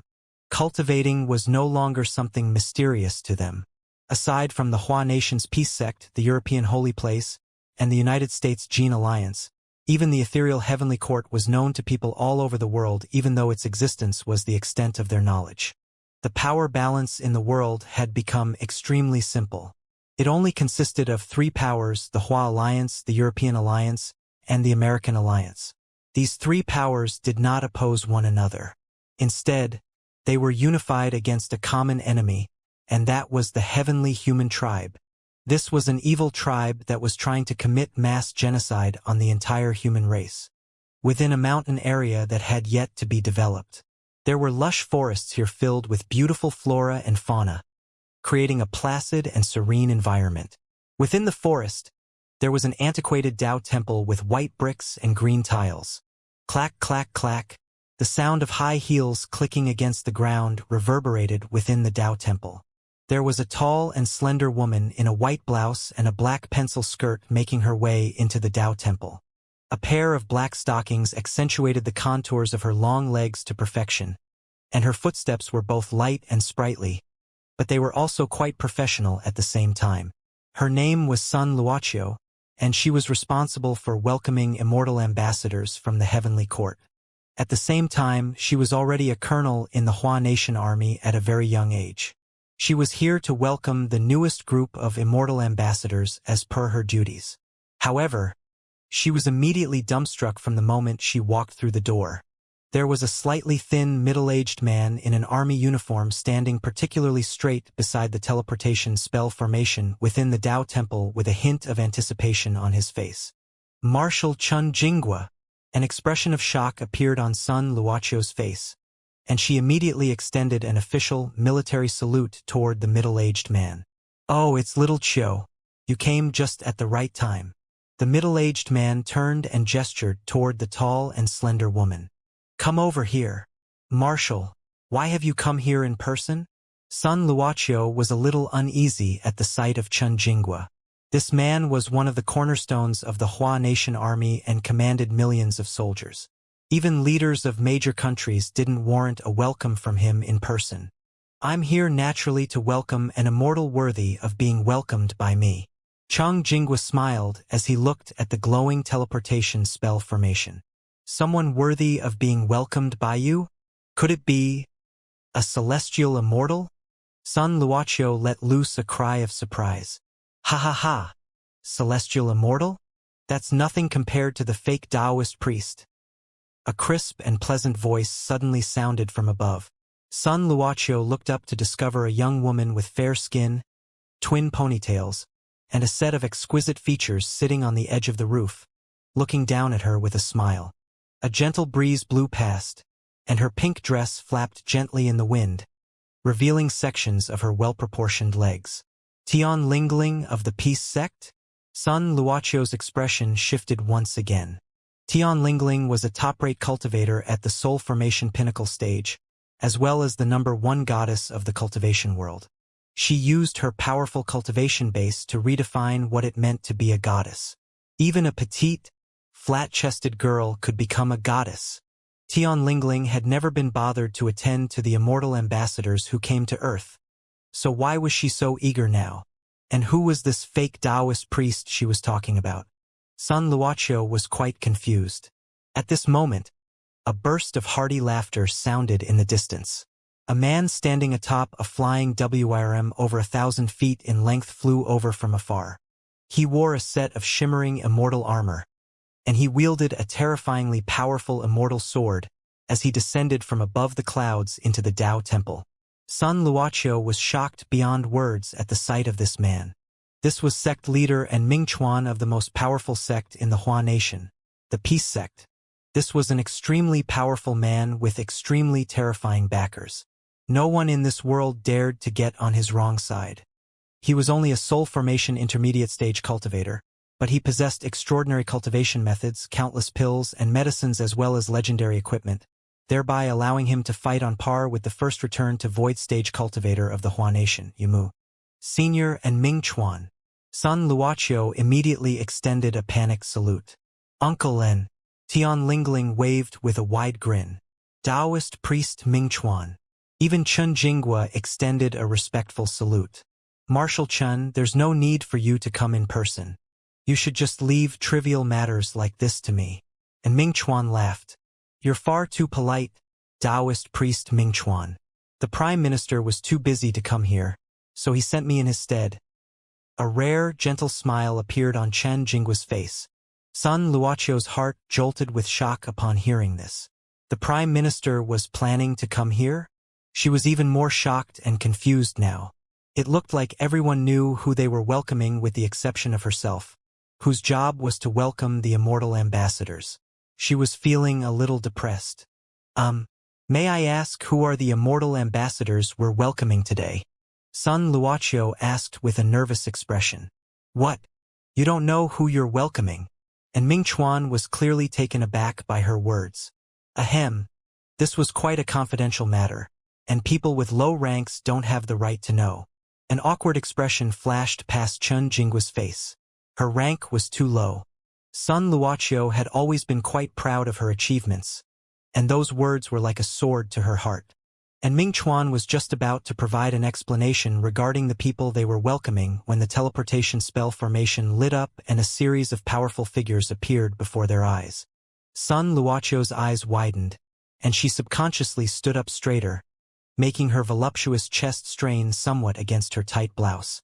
To her surprise, the woman sitting on the edge of the roof suddenly shot her a sulky and jealous glance. A series of figures began to emerge from the formation. Sun Luochio looked down at a special watch on her wrist. This watch was a combat prowess aura detection device with an extremely sensitive vital core that could gauge the energy fluctuations one was emitting with unerring accuracy. At this moment, the number on her watch was climbing rapidly. 100, 1,000, 10,000. This had already transcended beyond soul formation stage energy fluctuations. 100,000. Sun Luochio's heart rate accelerated. This was returned to void stage energy fluctuations. 1,000,000, several million. The number value was still quickly climbing and soon went beyond the maximum detection capacity of the device. Crack. The watch suddenly cracked open and began to smoke. The vital core was unable to handle energy fluctuations of this caliber and had exploded. Sun Luochio was given a huge fright. The combat prowess was off the charts. This was the first time she had encountered a situation like this. Her entire body began to tremble involuntarily. How long had it been since she last felt this? The mixture of excitement and adrenaline from meeting a powerful being was surging in her heart. Ahaha! I haven't been to the mortal world for a long time. The vital energy seems to be abundant now, and it has become more suitable for cultivating. A clear voice sounded. Sun Luochio was instantly rooted to the spot upon seeing who it was. This was a man with golden rings around his arms and golden, flaming wheels beneath his feet. Sun Luochio instantly recognized who this was. This was the top-rate celestial immortal of the heavenly court, Xianxia, who was at the return to void pinnacle stage. He was the most powerful being below the 5 heavenly court emperors. No wonder so many important figures had gathered here. They were all here to welcome this godlike being. Sun Luochio immediately made her way over to him with a respectful expression. Chun Jingua, Tian Lingling, and Ming Chuan also quickly approached the formation with smiles on their faces. Junior Sun Luochio pays her respects to celestial immortal Xianxia. Sun Luochio immediately bowed toward the handsome man who had just appeared. Fake Taoist priest. My son. I've missed you so much. Welcome, Senior Lin. The other 3 people completely ignored Xianxia to extend a warm and enthusiastic welcome toward a man riding atop a dog. Sun Luochio's smile froze on her face. What's going? Why did they all go over there? Am I greeting the wrong person? Sun Luochio suddenly felt very awkward. Hello there. Xianxia spoke with an elated smile. I thought Brother Lin was going to steal all of the attention from me during my first trip to Earth, but it looks like I'm still quite popular with the ladies after all. Sun Luochio muttered to herself. Lin. The image of the dog-riding man began to overlap with an image in her mind. Ah, you mean he's the man who was born in our Hua nation and possesses the title of the Heavenly Court War God, as well as combat prowess comparable to the 5 Heavenly Court Emperors. Lin? Sun Luochio screamed and immediately gave Xianxia the cold shoulder as she rushed toward Lin with flushed cheeks and a scorching light in her eyes. Xianxia. One couldn't blame Sun Luochio for having such a vehement reaction. All those on Earth who knew about the Heavenly Court had heard about the legend of Lin, who had come from the Hua nation before climbing all the way to the pinnacle of the Heavenly Court. Lin was just conversing joyfully with his father when a woman who appeared to be another retarded superfan of his popped up all of a sudden and stared at him with scorching eyes. He was slightly taken aback by this, but he still extended a friendly greeting. Hi. Lin spoke to me.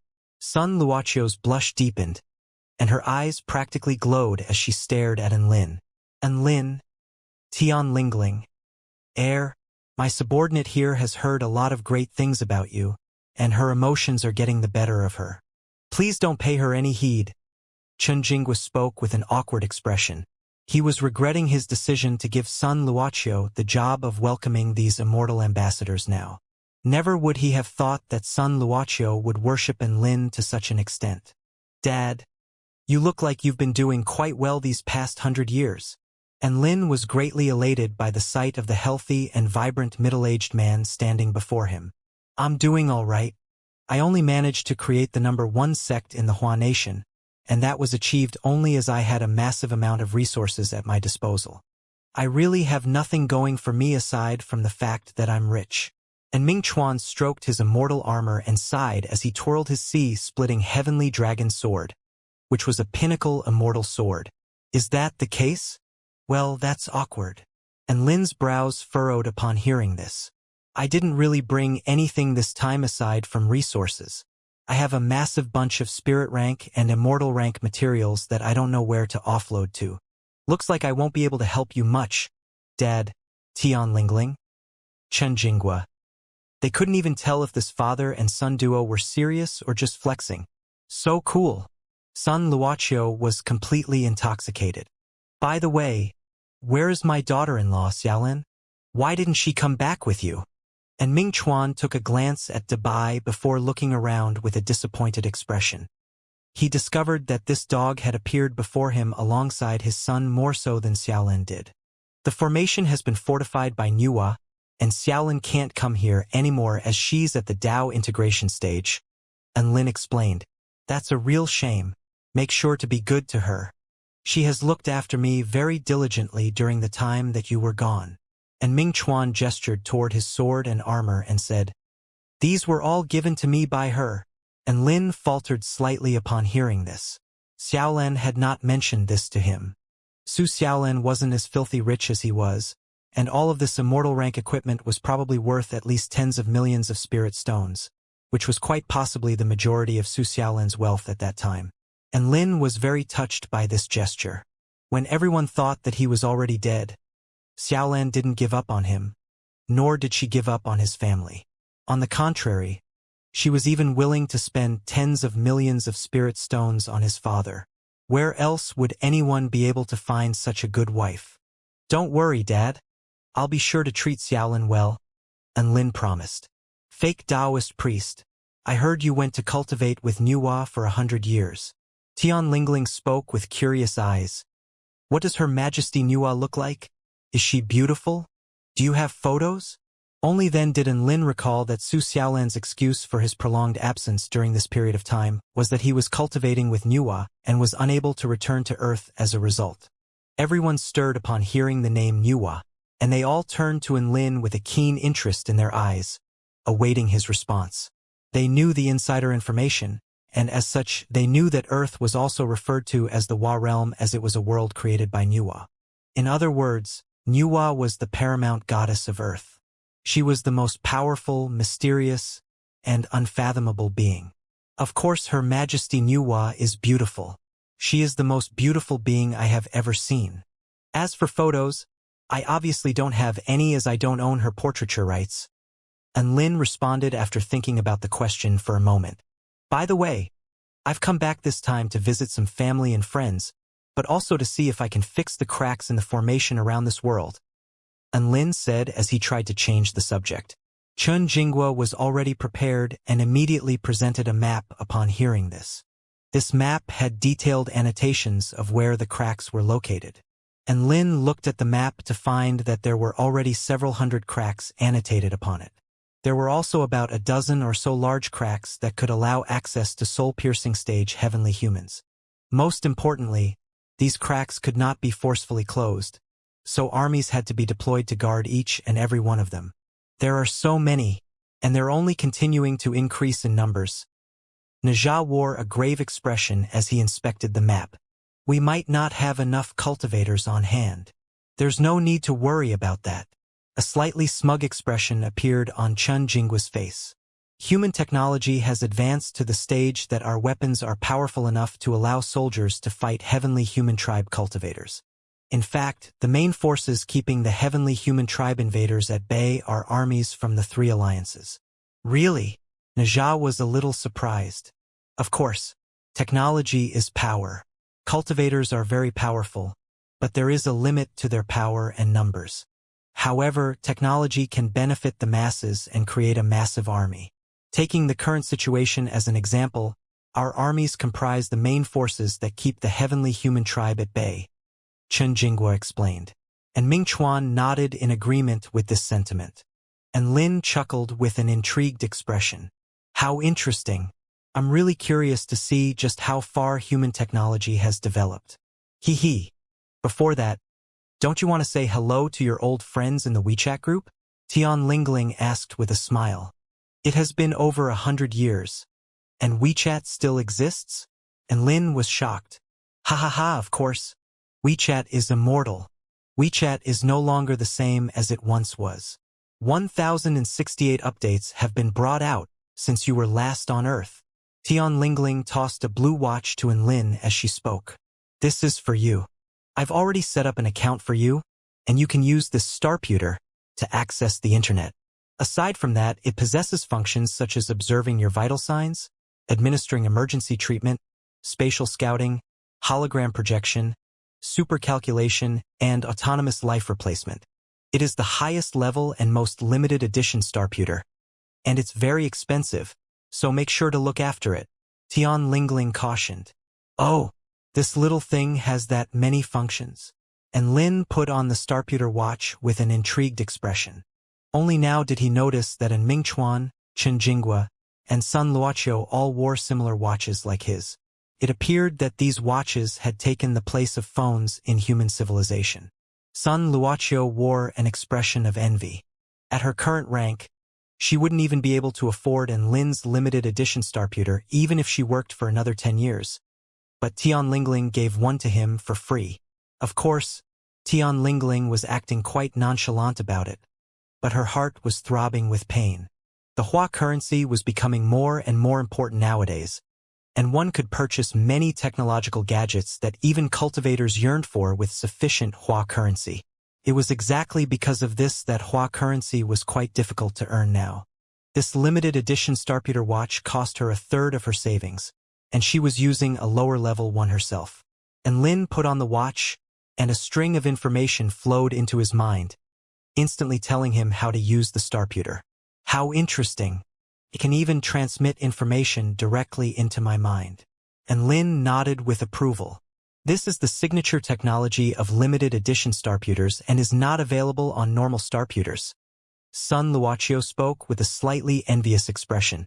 And Lin flipped his wrist, and a rectangular screen materialized from particles of light appeared directly above the watch. He pressed 2 fingers to the screen and was able to adjust its position, as well as its level of zoom, creating a very personalized user experience. Ding dong! A notification arrived. Tian Lingling has invited fake Taoist priest Little N to join the All Cultivators of the World Unite Together to Protect Earth group. A very simplistic yet refined interface appeared on the screen of light. Messages were flashing one after the other on the interface. Springing Dragon Scholar, my arm has been dismembered by a heavenly human, and I'm in desperate need of an immortal adept in the art of healing. Genetic Ghost King, I can do that.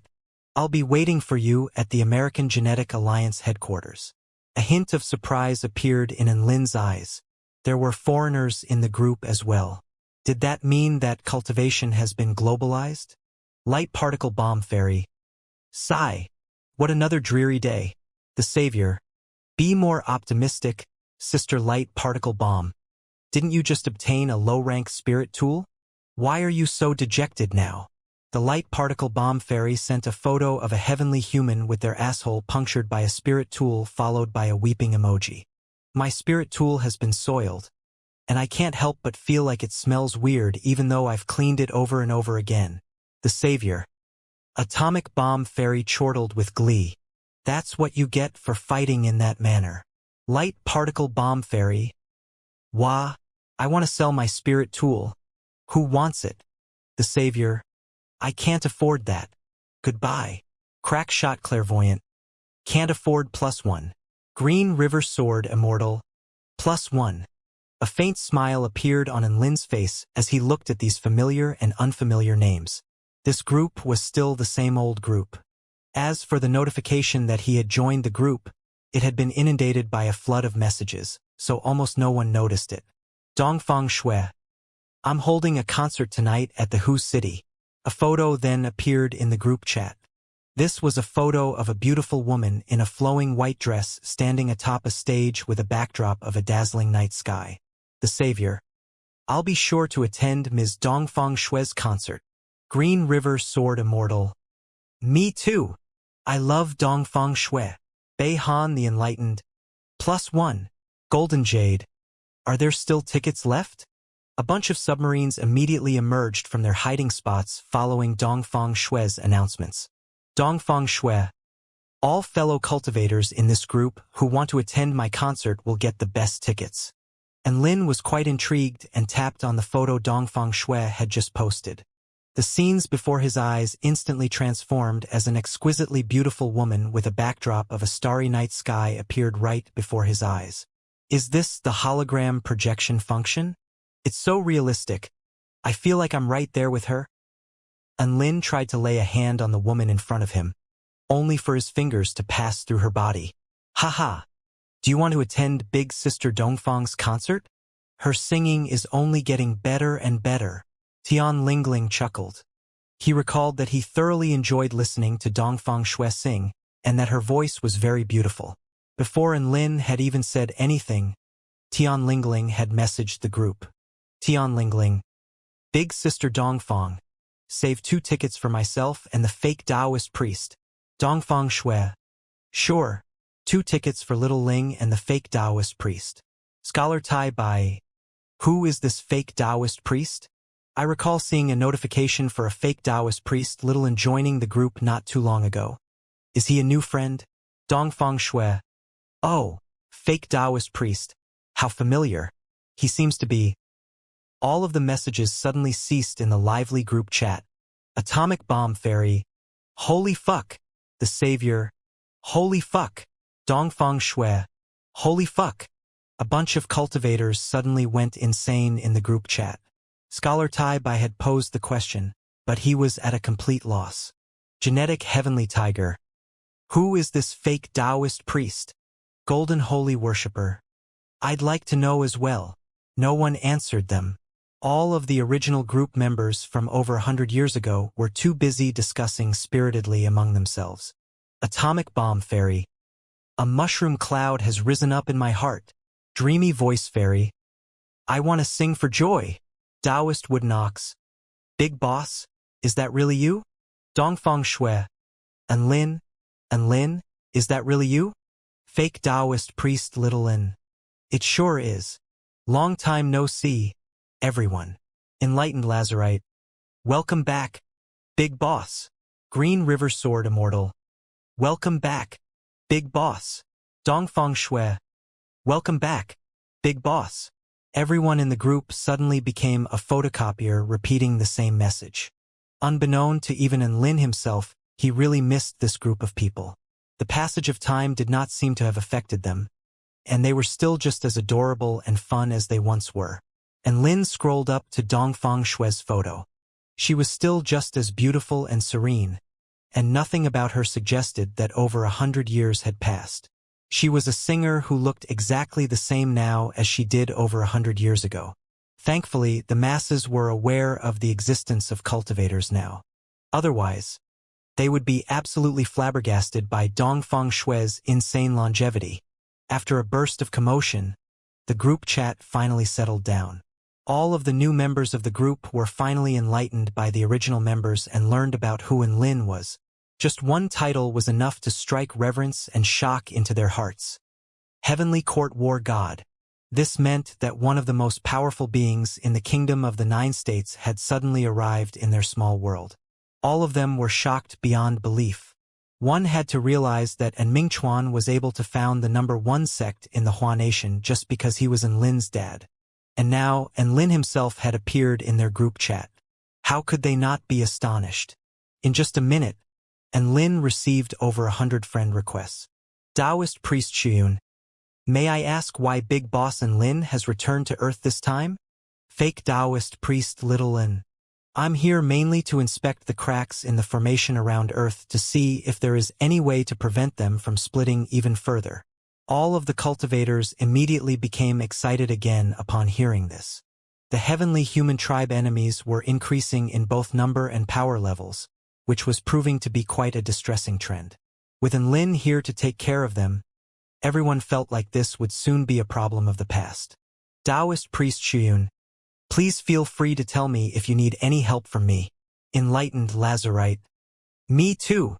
I'm willing to provide my full assistance. Dongfang Shui, count me in. I'll help you even if I miss all my concerts. Atomic Bomb Fairy, I provide free explosive services. Light Particle Bomb Fairy, I provide heat and light particle explosion services and am willing to help even if it means bankruptcy.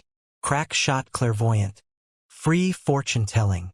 All of the cultivators were very enthusiastic. Tears welled up in Lin's eyes upon seeing this.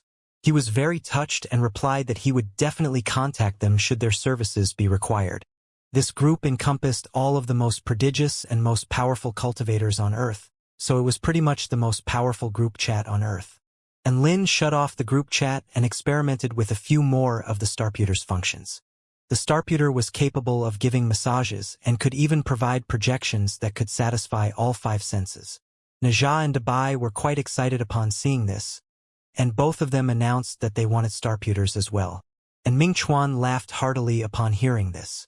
He had clearly anticipated this would happen, and he pulled out 2 more Starputers from his storage ring, both of which were also high-level ones. However, these were not limited edition models. These weren't his sons, so there was no need to spend that much money on them. And Lin chatted with Chen Jinghua about how to take care of the cracks before deciding that he was going to gather some people tomorrow to familiarize himself with Earth's environment first. Sun Luochio's cheeks were still quite flushed, and she immediately volunteered to be Lin's tour guide. And Lin rejected her offer in a stern manner. He was genuinely afraid that a frenetic, retarded superfan like her would try to reverse rape him. Boys had to learn to protect themselves. Thus, lowly Tian Lingling was assigned with the duty of showing him around Earth. After bidding farewell to Chen Jinghua and Sun Luochio, and Lin and the others rose into the sky and traveled toward the Peace Sect. And Lin rode his dog, and Ming Chuan traveled atop his sword. Naja stood atop his wind flame wheels, and Tian Lingling stood atop her lightning darts as the 4 of them flew through the air extremely quickly. Tian Lingling was still her petite self.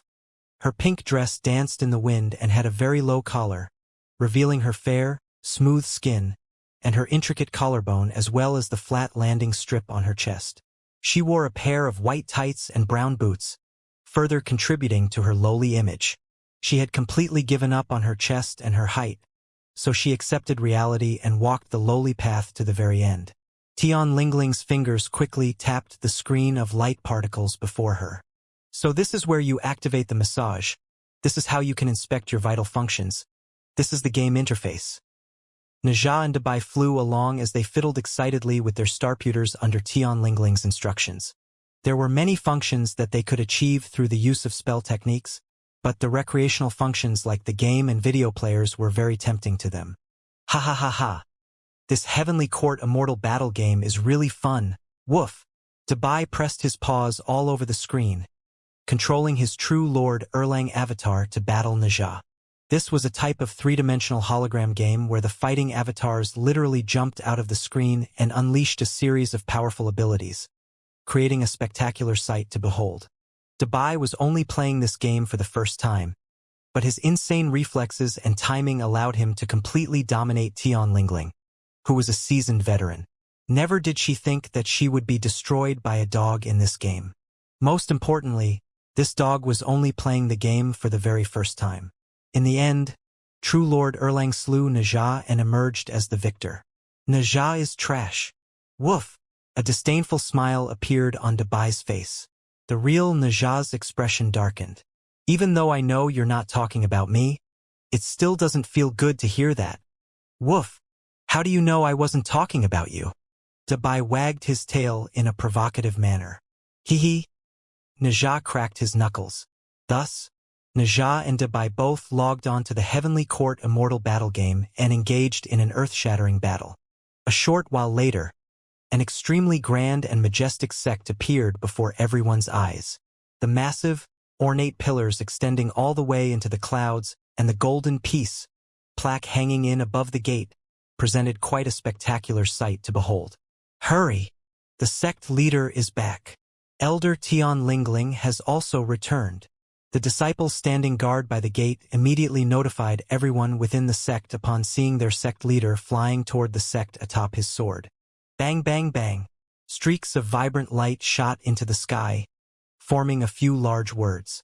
Welcome back, sect leader. At the same time, beautiful immortal music reverberated through the mountains. Our gates are always open, and we await you with open arms.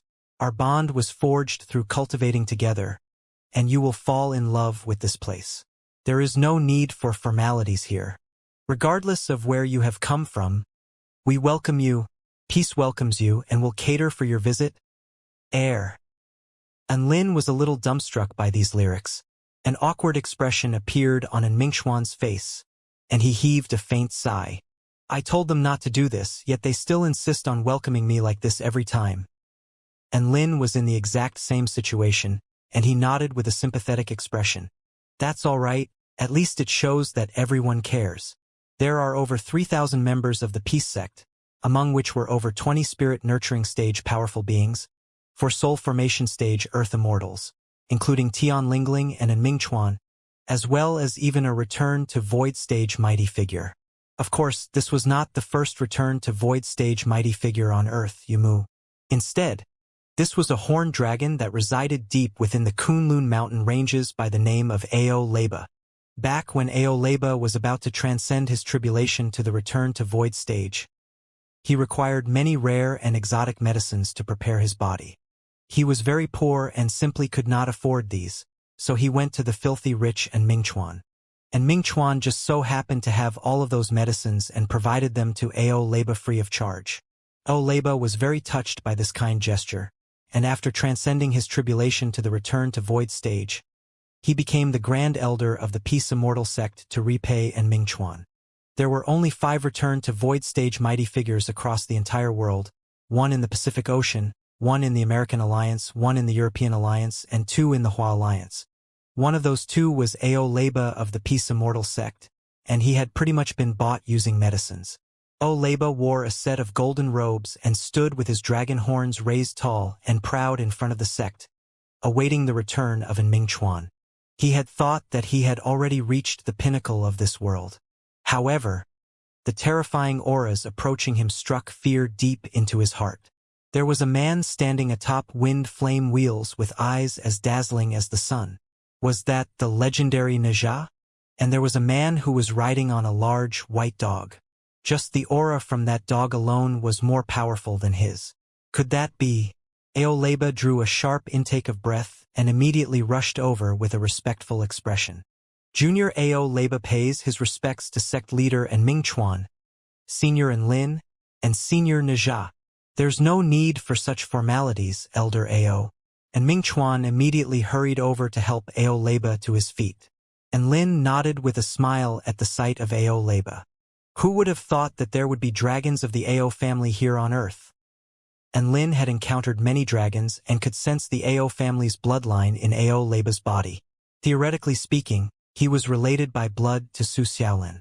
I've actually been living in and cultivating in the Kunlun mountain ranges ever since I can recall. I have no ties with the Ao family dragon tribe of the Kingdom of the 9 States, and I have no interest in them either, Ao Leba replied. And Lin appreciated Ao Leba's honesty and felt like this was quite a good dragon.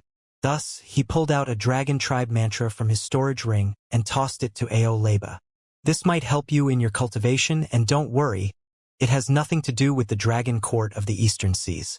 My disciple wrote this, and if you cultivate according to it, it can present a path of progression for you to the Tao integration stage. This? Ao Leba caught the mundane-looking book An Lin had thrown at him, and his body trembled as if he had been struck by lightning. This was essentially an inheritance, and a Tao integration stage inheritance at that. This was most definitely a supreme-grade inheritance on Earth. But now, An Lin was giving something so important to him for free.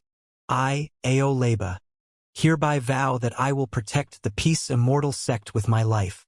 Aoleba half knelt to the ground and bowed to Mingchuan and Enlin. Enlin nodded with a satisfied expression. It was always a pleasure to deal with smart people. Tian Lingling was practically drooling. Dao integration stage inheritance. How about I try and cultivate that dragon tribe cultivation method and renounce my humanity? Enlin pinched her soft cheeks with a smile. Jumping between cultivation methods is a cardinal sin in cultivation. If you end up falling into chi deviation as a result, even I won't be able to save you. Tian Lingling glared at Enlin and was just about to resist when Enlin's next sentence had her smiling like a sweet, obedient little girl. When the time comes, I can give you a cultivation method that's suitable for you. How about that? Enlin proposed. Fake Taoist priest is the best. Tian Lingling smiled sweetly and was completely unbothered by the fact that her cheeks were still being pinched. Najah buried his face into his palm upon seeing this. What a materialistic woman.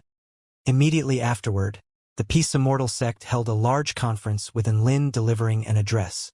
This created a massive stir across the entire sect. Everyone arrived on the scene and stared up at the white-robed man on stage with scorching light in their eyes. They knew exactly who this man was. He was the biggest backer the Peace Immortal sect had. This was a legendary man who had reached the pinnacle of cultivation at an extremely young age. And Lin was quite accustomed to being scrutinized by scorching, frenetic eyes and delivered a smooth, flowing speech. In any case, everything he said was correct as they were coming out of his mouth. The disciples applauded with all their might following his address, and all of them had the same thought in their hearts. Holy shit, I've finally seen Enlin. After a stirring speech, the sun was gradually beginning to set below the horizon. The moon and stars appeared in the sky. Enlin, Dabai, Tian Lingling, and Najah set off for Dongfang Shui's concert. At the concert venue, this was the most prestigious stage in the Hua Nation. The venue could house over 300,000 spectators. The venue was known as the Starlight Stadium, and it was suspended in the sky and shaped like a rainbow. The circular stage at the most core position was like a bright jewel emanating a faint light and entrancing the audience. There was still an hour until the commencement of the concert, but the Starlight Stadium was already packed to the rafters. Dongfang Shui's singing voice had allowed her to retain her position as the #1 singer globally for over 100 years, and her popularity was only rising.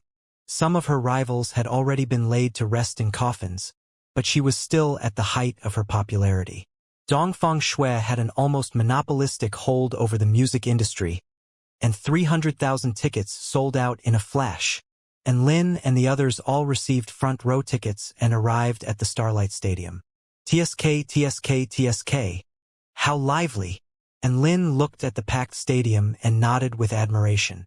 There were over 300,000 people gathered here, holding balls of light that were constantly changing color. These things were like glow sticks, but the light was softer and purer. Hee. I wonder how many times Big Sister Dongfang will change her clothes tonight. Woof! Dabai had transformed into his miniature form and was trotting along behind Enlin. In order to avoid attracting too much attention, Najah put away his wind flame wheels and donned a crisp, white shirt with light blue jeans. His heavenly red silk scarf was still wrapped around his neck, proving a hint of vibrant color to his outfit and attracting the attention of many women passing by. However, these women were obviously completely oblivious to the fact that this handsome man was none other than the legendary Najah. And Lin made his way over to the front row of the concert venue, where all of the VIPs gathered. These front row tickets could not be bought with money alone. Among the people that were in the front row, there were many super celebrities as well as very important figures in the political and business sectors. Of course, there were also some people there that Enlin was very familiar with. Hey, Big Boss Enlin, over here. A fatso with a round stomach waved at him from afar. The savior. Enlin waved back with a friendly smile. Wow, he's where God Enlin? He's so handsome. A few celestial maidens discussed spiritedly among themselves at the sight of Enlin. A woman in a blue and white Lolita costume with golden, shoulder-length curls and a golden symbol on her forehead made her way over Enlin before shaking his hand with a faint smile on her face. Hello? Immortal Ambassador and Lin, I am the light particle bomb fairy. And Lin nodded upon hearing this. Oh, so you're the light particle bomb fairy. Very nice to meet you. And Lin was not expecting the light particle bomb fairy to be a foreigner. Yes, very nice to meet you indeed. The light particle bomb fairy was shaking right hands with Lin, but her left hand also snuck out and stroked the back of Lin's hand as a faint blush appeared on her face. And Lin? Was she hitting on him? And Lin immediately released the light particle bomb fairy's hand. The light particle bomb fairy was unperturbed and continued to try and get closer to Lin with a wide grin on her face as her sapphire eyes shimmered with excitement. And Lin recalled that this was the woman in the group chat who had stuck her spirit tool up a heavenly human's asshole and was now trying to sell it as she was convinced that it smelled weird. Meeting her in person now, she was indeed a really weird woman. The Green River Sword Immortal and Crack Shot Clairvoyant also arrived soon. They then extended enthusiastic greetings toward Lin and Naja. And Lin was soon conversing freely with everyone. He listened to the stories of his friends in the past 100 years and felt very welcomed. Soon, the lights in the concert venue suddenly dimmed. The Starlight Stadium suddenly descended into darkness. Dong Feng Shui, Dong Feng Shui, Dong Feng Shui. Over 300,000 people chanted the same name at the same time. Even Lin's blood was starting to surge a little upon hearing the unified chanting of such a massive crowd. An exquisitely beautiful woman in a pristine, white dress descended elegantly from the sky while holding an ornate oil paper umbrella. She was like a celestial maiden descending under the light of the moon. Her beautiful, enticing voice sounded, and she transported everyone to a strange, new world with her voice. And Lin was stunned right when the performance began. After the song, deathly silence ensued for about a dozen seconds before everyone came to their senses, upon which raucous applause and cheers erupted. Dong Feng Shui waved at her enthusiastic fans before making an announcement. I'm very happy today as a friend I have not seen for a long time has suddenly come back. As such, I have prepared a song that I would like to sing to him. Everyone instantly became excited upon hearing this. A new song. Dong Feng Shui finally has a new song. I'm super looking forward to this. I wonder who that friend is. Wah! I'm so jealous. Dong Feng Shui. Dong Feng Shui. Dong Feng Shui. The entire venue erupted due to Dong Feng Shui's announcement. However, Dong Feng Shui's eyes rested on a certain man in the crowd, and a serene smile appeared on her face. I call this song Passing Dream. The lights dimmed once again.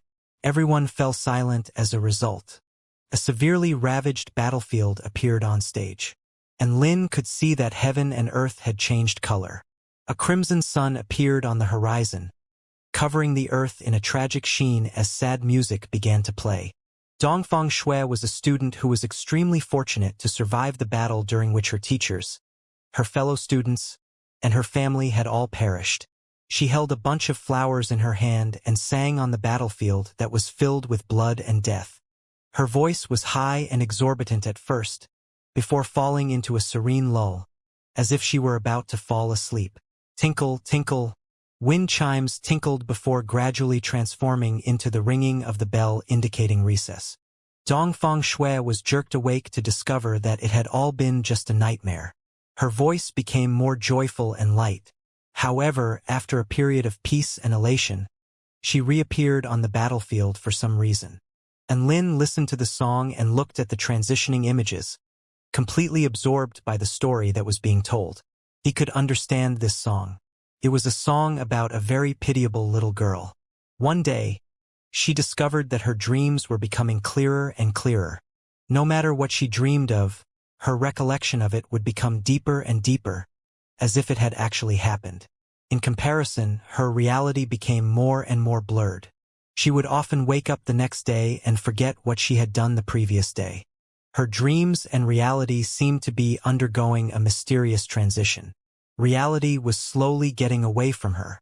Even though everything was real and everything felt so realistic, it would always become blurry after the event. Her dreams were slowly forcing themselves upon her. Even though she knew they weren't real, they were becoming more and more realistic. All of her five senses were becoming more and more realistic and clear during those dreams. She struggled between reality and her dreams, and gradually, she forgot which one was the reality and which one was a dream. At the conclusion of the song, Dongfang Shui stood upon a pile of rubble, singing a song of grief and sorrow. I had a dream where there was no war, my mother cooked delicious food, and all of my friends and classmates smiled at me. What a beautiful dream. I don't want to forget. I really don't want to forget. However, that dream finally disappeared from her memories. Ironically, what she thought to be a wonderful dream was actually her reality. The world that she was situated in was actually her dream. Passing dream. What actually passed was her reality. This was a very sad song. At the same time, it was a song imbued with an extremely profound Tao realm. Dongfang Shui had told a captivating story through the use of her clear, flawless voice. The audience was moved by her song, and many people were even brought to the point of tears. The cultivators in the front row were also in the same boat. Tian Lingling was already sobbing uncontrollably, but there were some cultivators who incorporated this story into their Tao intent and were in deep thought. Wah! Big brother, and she was saying that she was very happy to see you back on Earth. But she's dedicating a song like this to you? Woof! Dabai wiped away his tears with his paw as he spoke. And Lin heaved a resigned sigh and offered comforting words. Actually, when you think about it, if you reverse the story in the song, wouldn't it actually be quite a beautiful and joyful one? Reverse it. Naja's eyes suddenly lit up upon hearing this. You're right. How profound. This song is truly out of the ordinary. No. Ms. Dongfang Shui is the one who is out of the ordinary. If the story within the song was reversed, then the reality of the girl within the song would be a terrifying battlefield. But in her dreams, she would be attending school and surrounded by those she loved. In the end, the dream became clearer and clearer while the reality was slowly forgotten. When she woke up, she would find herself in a serene and placid classroom. Her friend would surreptitiously ask her why she was sleeping in class. She would reply with a smile that she had just had a nightmare. But thankfully, that was all forgotten now. She was no longer scared and no longer grief-stricken. Her days would continue like this, without any stress nor pain. Thinking about it that way, this was a song that could heal one's heart. Of course, if one was to delve deeper, there would be many more worthwhile topics to explore, such as the difference between dreams and reality and even the meaning and origin of life. It was exactly because of this that Naja was full of praise and admiration for Dongfang Shui. Soon, Dongfang Shui began to sing other songs. Some were joyful, some were sweet. There were love songs, motivational songs, and songs that provoked deep thoughts. She could sing all different styles and all manners of different pitches. And Lin could now understand how Dongfang Shui was able to rule over the earthly music industry for over 100 years. She truly loved to sing, and her singing ability was unmatched. Dongfang Shui's aptitude was also quite exemplary. According to Tian Lingling, Dongfang Shui was already at the half-step soul formation stage, and her domain was also related to her voice and was named the Shui voice domain. It could hypnotize, it could heal, it could add buffs to allies, it could kill enemies. And Lin was quite envious of Dongfang Shui. Her concerts were essentially cultivation for her, during which she brought joy to everyone and herself, earned money, and also improved her cultivation base. She was truly killing many birds with one stone. 10:30 p.m. The concert drew to a conclusion. Over 300,000 spectators left the venue. And Lin and the others also planned to return to the Peace Immortal sect. However, his starputer suddenly lit up at this moment, and a new WeChat notification popped up. A familiar, gorgeous face appeared on the screen. Dongfang Shui. Come on, let's grab something to eat. Air. And Lin faltered upon seeing this. At this moment, Tian Lingling had already wrapped her arm around his. Let's go. Tian Lingling dragged Lin over to the backstage area of the Starlight Stadium. And Lin didn't have anything to do tonight anyway, so he went along with Tian Lingling. There was a Star Ball restaurant in the Starlight Stadium. It hovered high in the sky like a bubble, orbiting around the entire Hu city, and gave diners a view of the best night scenery in the city. After over 100 years of development, whose city had already become the largest city in the world. Its night scenery was extremely spectacular, especially when viewed from the Star Ball restaurant. And Lin looked down at the city through the clear glass and was greeted by the sight of countless skyscrapers ranging from several hundred meters tall to even 2,000 or 3,000 meters tall. All of them glowed with vibrant light and illuminated the entire city. All types of glowing aircraft and electronic flying vehicles flew in an orderly fashion along set paths in the air, and from above, it looked like fluorescent blood vessels riddled throughout Hu City. This was a dazzling and captivating place. And Lin, Dubai, and Najah were all entranced by the night scenery of Hu City. At this moment, a warm and enticing voice sounded. "Long time no see, and Lin. I hope my singing was all right." Dongfang Shui wore a light green dress, and her hair fell all the way to her waist. She wore a set of crescent moon earrings that shimmered with pristine white lights as she made her way over to him with a warm smile on her face before extending a hand. And Lin shook her hand with a smile. "All right." It was spectacular. A hint of smugness flashed past Dongfang Shui's eyes, but she adopted a humble expression. "You're too kind. You're going to make me complacent if you keep saying that. I still have many improvements that need to be made." She stroked Dubai's head with a doting expression as she spoke. "Dubai, you're just as adorable as ever. Big sister Dongfang, I've missed you so much. Woof." Miniature Dubai dove toward Dongfang Shui's chest with the intention of burying his face into her bosom, only to be slapped aside by Tian Lingling.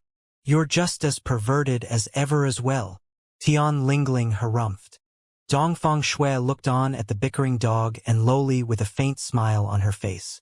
She really had not changed at all in the past 100 years, aside from the fact that her singing had improved from her already lofty standards. And Lin, Tian Lingling, Dubai, Dongfang Shui, and Najah sat around a table as they chatted joyfully with one another, sampled delicious food, and looked out at the beautiful night scenery. And Lin brought out some flower wine brewed by Little Gu and shared it with everyone.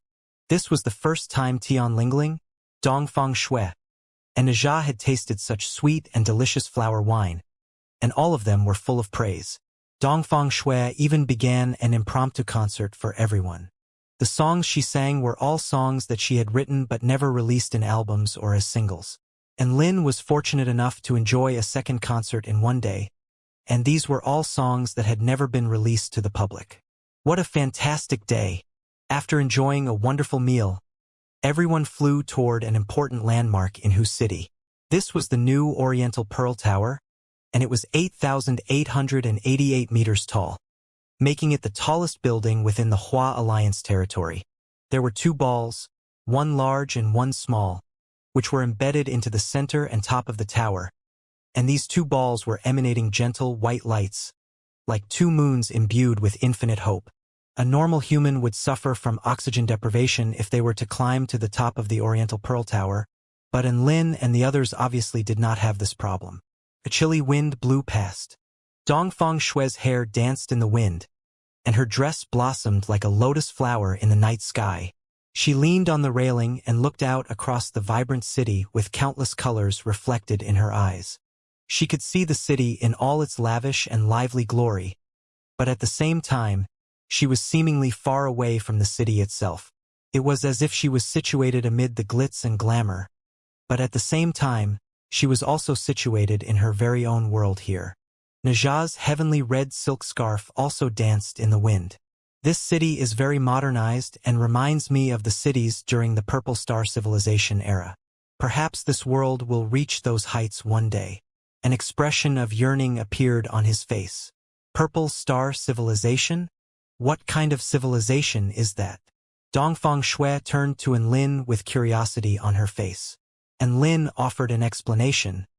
This was a civilization that developed technology to extreme heights. It was once an extremely grand and mighty civilization with extreme exploits in life technology, spatial technology, and even Dao technology. They could alter and fuse bloodlines, shatter space, allow all of its citizens to cultivate, artificially create Dao integration stage creatures. At that time, the Purple Star Civilization represented the human race. Unfortunately, it incurred the wrath of the heavens, and the entire civilization was destroyed, our war against the heavenly human tribe is actually also a result of this fallout. Dongfang Shui's face paled slightly upon hearing this.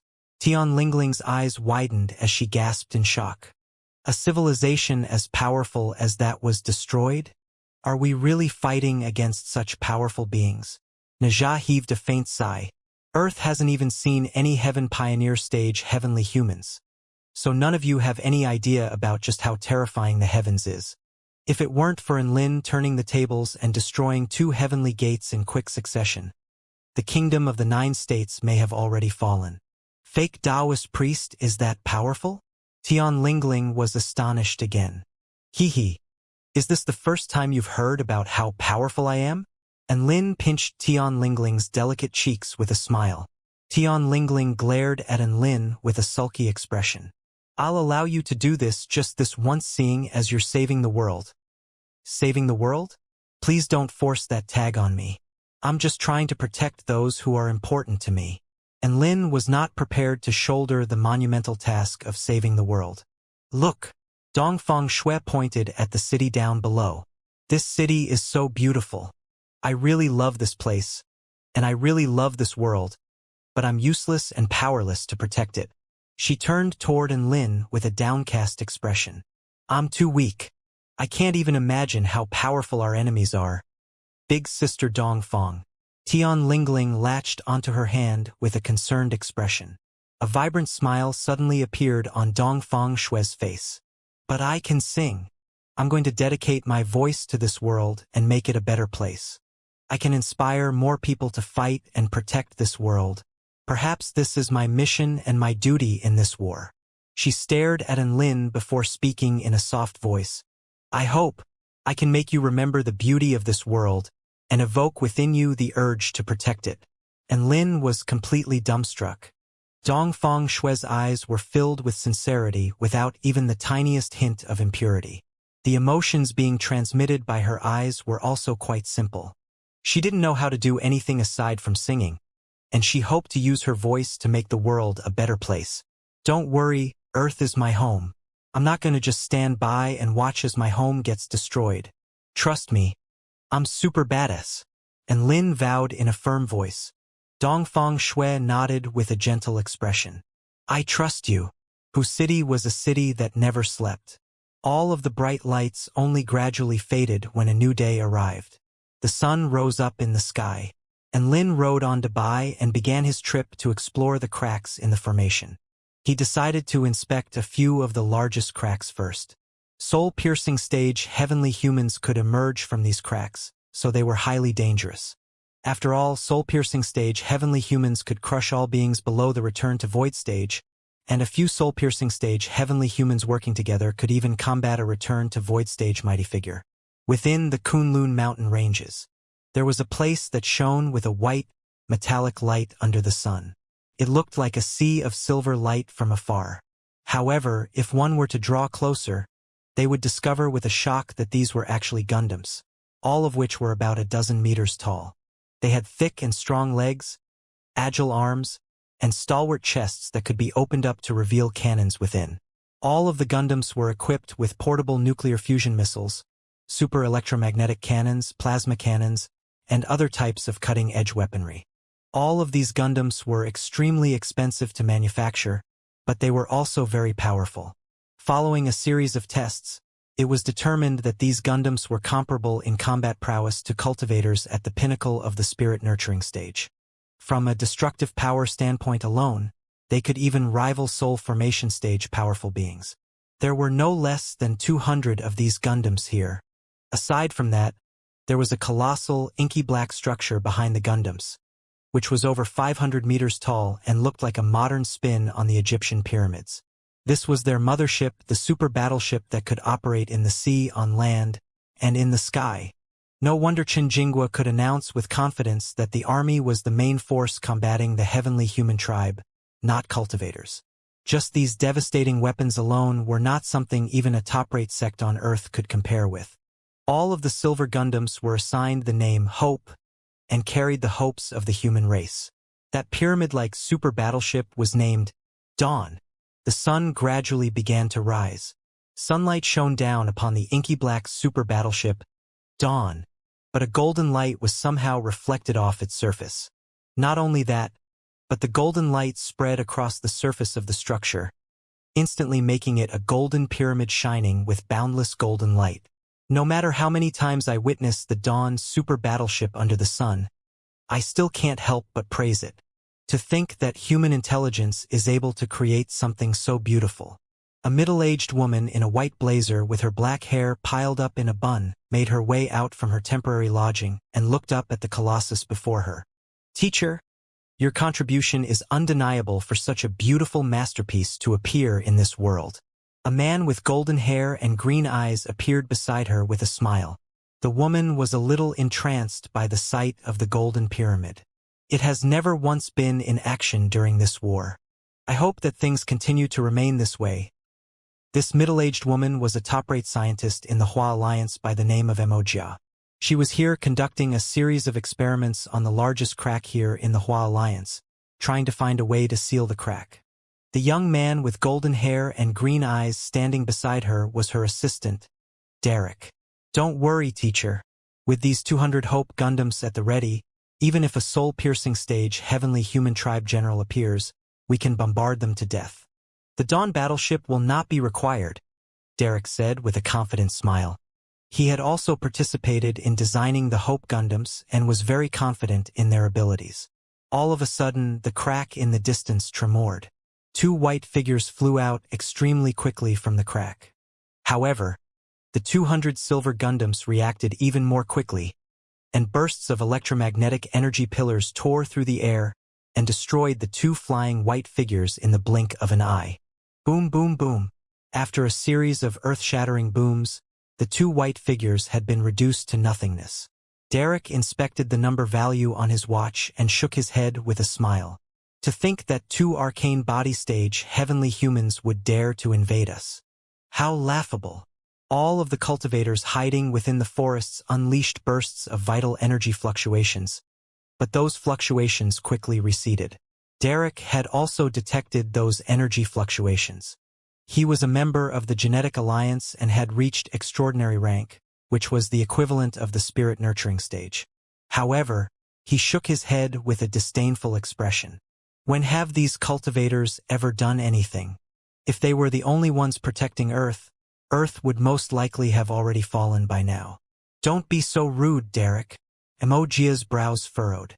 "Everyone is trying to protect Earth here, so you must pay them their due respect." Derek immediately lowered his head. "I just think that science and technology is the only way forward for the human race. In comparison to the entire human race, cultivators are pitifully weak." "You, Sai?" Wuxia shook her head with a resigned expression. She didn't really know what to say anymore. Derek was a very intelligent and powerful student, but he was very proud and arrogant.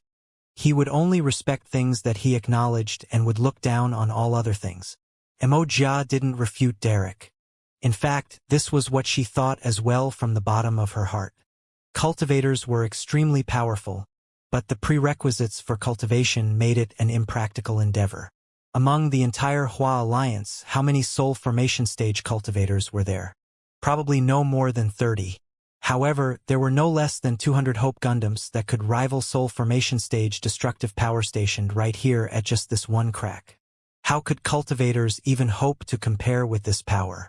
Apparently, there was a return to void stage mighty figure among the cultivators. She didn't know how powerful return to void stage mighty figures were in battle, but she didn't think they would be more powerful than her Dawn battleship. "Let's continue our research of the heavenly human tribe remains. Hopefully, we can discover something worthy of note." Wuxia heaved a faint sigh before turning and walking toward the research institute. "Yes, teacher." Derek bowed slightly before following along behind Wuxia. Many scientists were doing all sorts of experiments on the heavenly human tribe remains they could get their hands on, trying to figure out a way to combat them. Whoosh, whoosh, whoosh.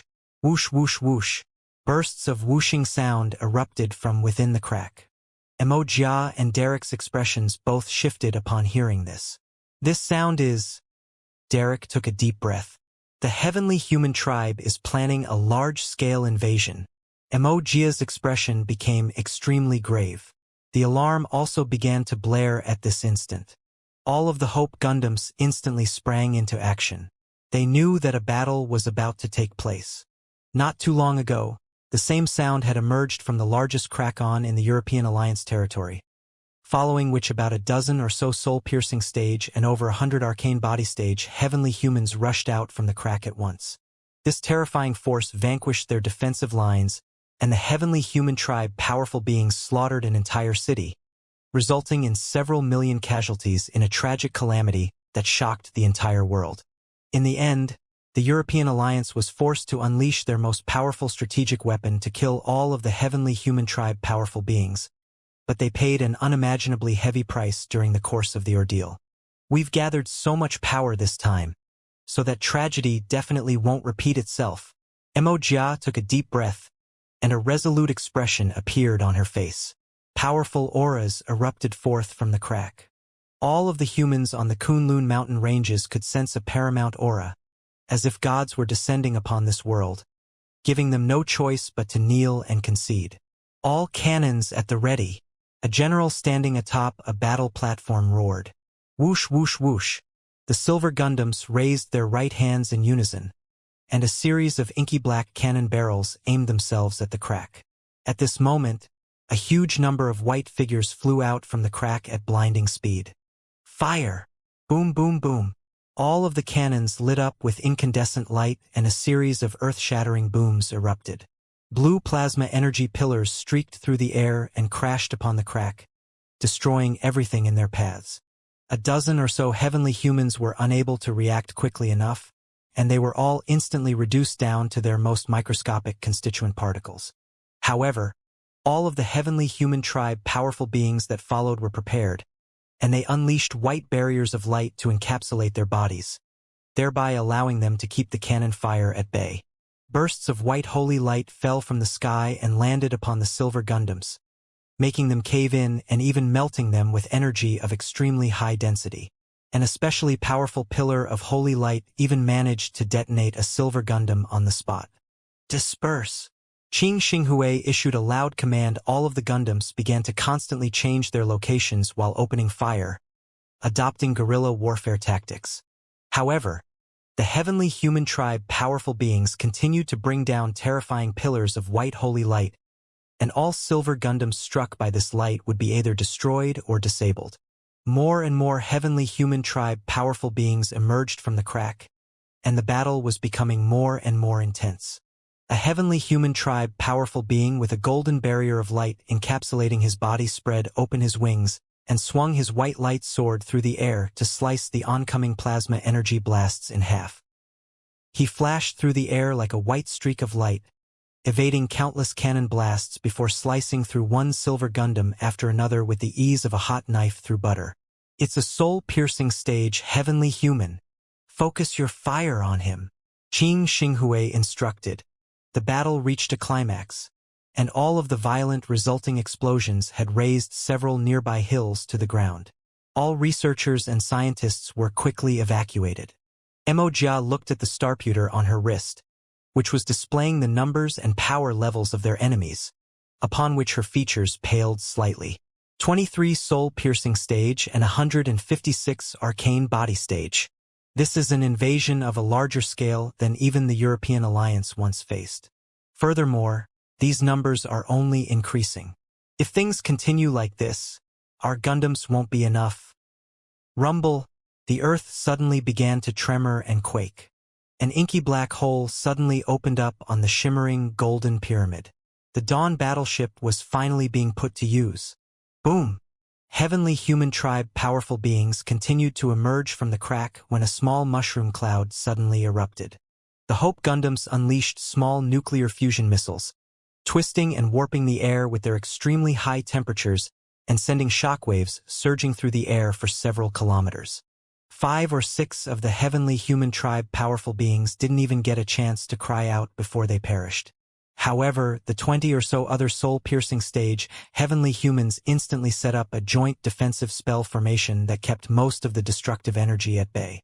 This is a joint spell formation unique to the heavenly human tribe, Direct all fire toward one spot. Qing Xinghui instructed. Whoosh! A bolt of white light instantly speared through Qing Xinghui's body. You're too noisy, a soul-piercing stage heavenly human tribe general said in a cold voice. Prepare the extreme light vein blast. Qing Xinghui was still shouting instructions in a loud voice. The soul-piercing stage man narrowed his eyes to discover that the Qing Xinghui standing atop the platform was actually just a hologram. All of a sudden, gale force winds began to surge violently. Energy converged like a vortex toward a certain point at the center of the golden pyramid. The dazzling golden light was as bright as a star, and high-density energy surged through the air. Stop that thing! The soul-piercing stage heavenly humans materialized a pure white celestial sword over a kilometer in length outside their joint formation, which then shot forth toward the pyramid like a bolt of lightning. Bam!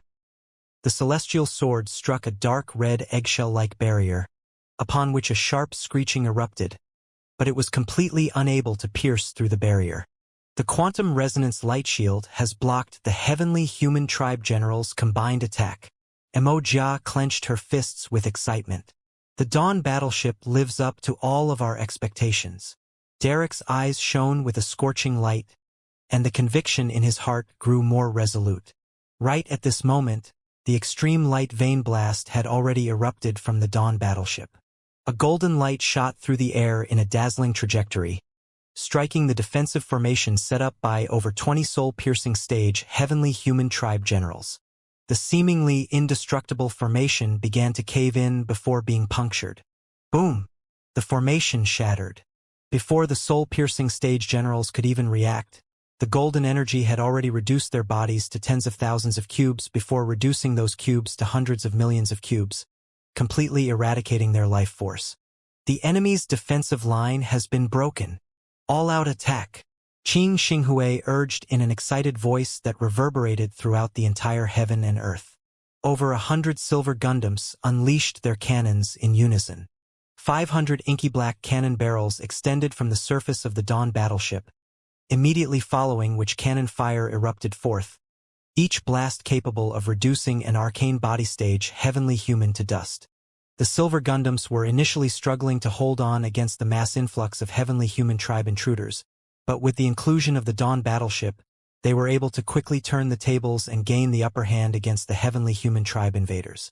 The heavenly human tribe powerful beings spread their wings and flew into the sky in an attempt to evade the enemy fire. Blue energy burst forth from behind the silver Gundams, propelling them into the air so that they could battle the heavenly human tribe powerful beings in the sky. Cannon fire boomed, and superalloy energy swords slashed through the air in a series of dazzling trajectories. In a direct confrontation against the arcane body stage powerful beings, the Gundams were not being forced back whatsoever. At this moment, the Gundams appeared to be more like armor-clad cultivators.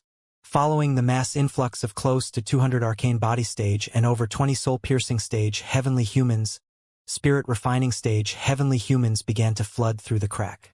They were only small fry and didn't really pose much of a threat to the Hope Gundams. Even if several thousand of them appeared, they still wouldn't present much of an issue. The cultivators distributed throughout Kunlun Mountain, of which there were over 100, also sprang into action. All of them unleashed powerful spell techniques against the heavenly human tribe powerful beings. With the exception of the 6 soul formation stage Earth Immortals among them, the rest were actually inferior in terms of overall power to the Silver Gundams and could only act as a secondary force. Ever since the Earth upgraded, more and more Soul Formation Stage Earth Immortals began to appear. These 6 Soul Formation Stage Earth Immortals were able to slaughter Arcane Body Stage heavenly humans with ease, and after unleashing their domains, they could even fight Soul-Piercing Stage heavenly humans, thereby making them quite an important force for the human race. Whoosh whoosh whoosh. All of the heavenly humans who had unwittingly stumbled into an invisible domain were instantly decapitated. Die, die, die. All those who encroach upon my domain must die. The Green River Sword Immortal flashed through the air, harvesting enemy heads with his sword, as if he were harvesting grain with a sickle.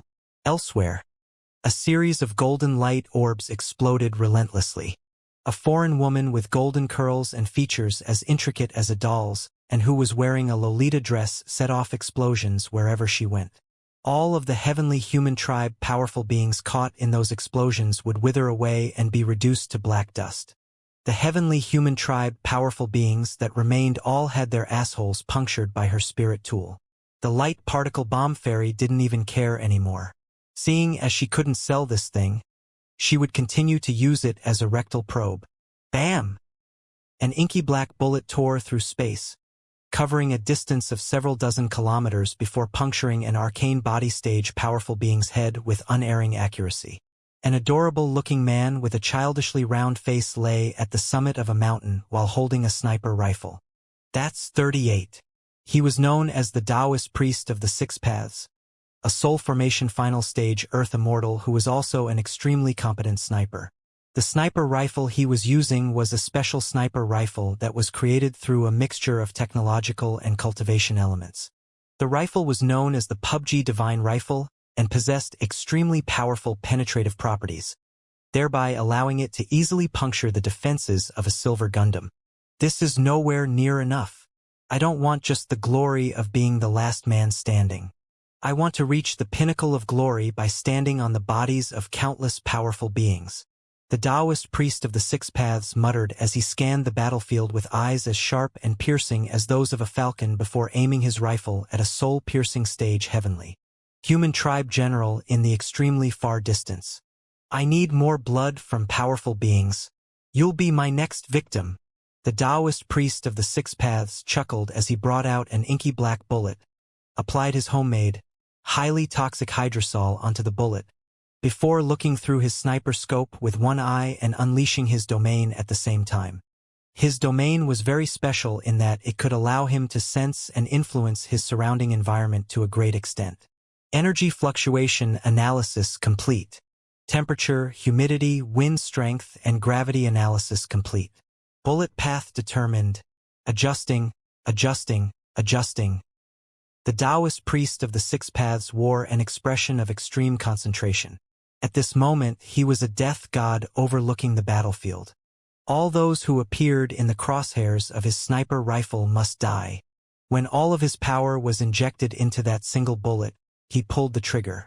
Boom! The inky black bullet tore through the air, leaving a lethal trajectory in its wake. It was even able to adjust its own flight course according to the movement of the heavenly human tribe general as he flew through the air. Die! The saber-wielding soul-piercing stage heavenly human tribe general dismembered a silver Gundam's arm and was just about to land the killing blow when he suddenly sensed something approaching him at an extremely terrifying speed. He had only just turned around when he was greeted by the sight of a black spot hurtling toward his face. Bam! White blood exploded forth.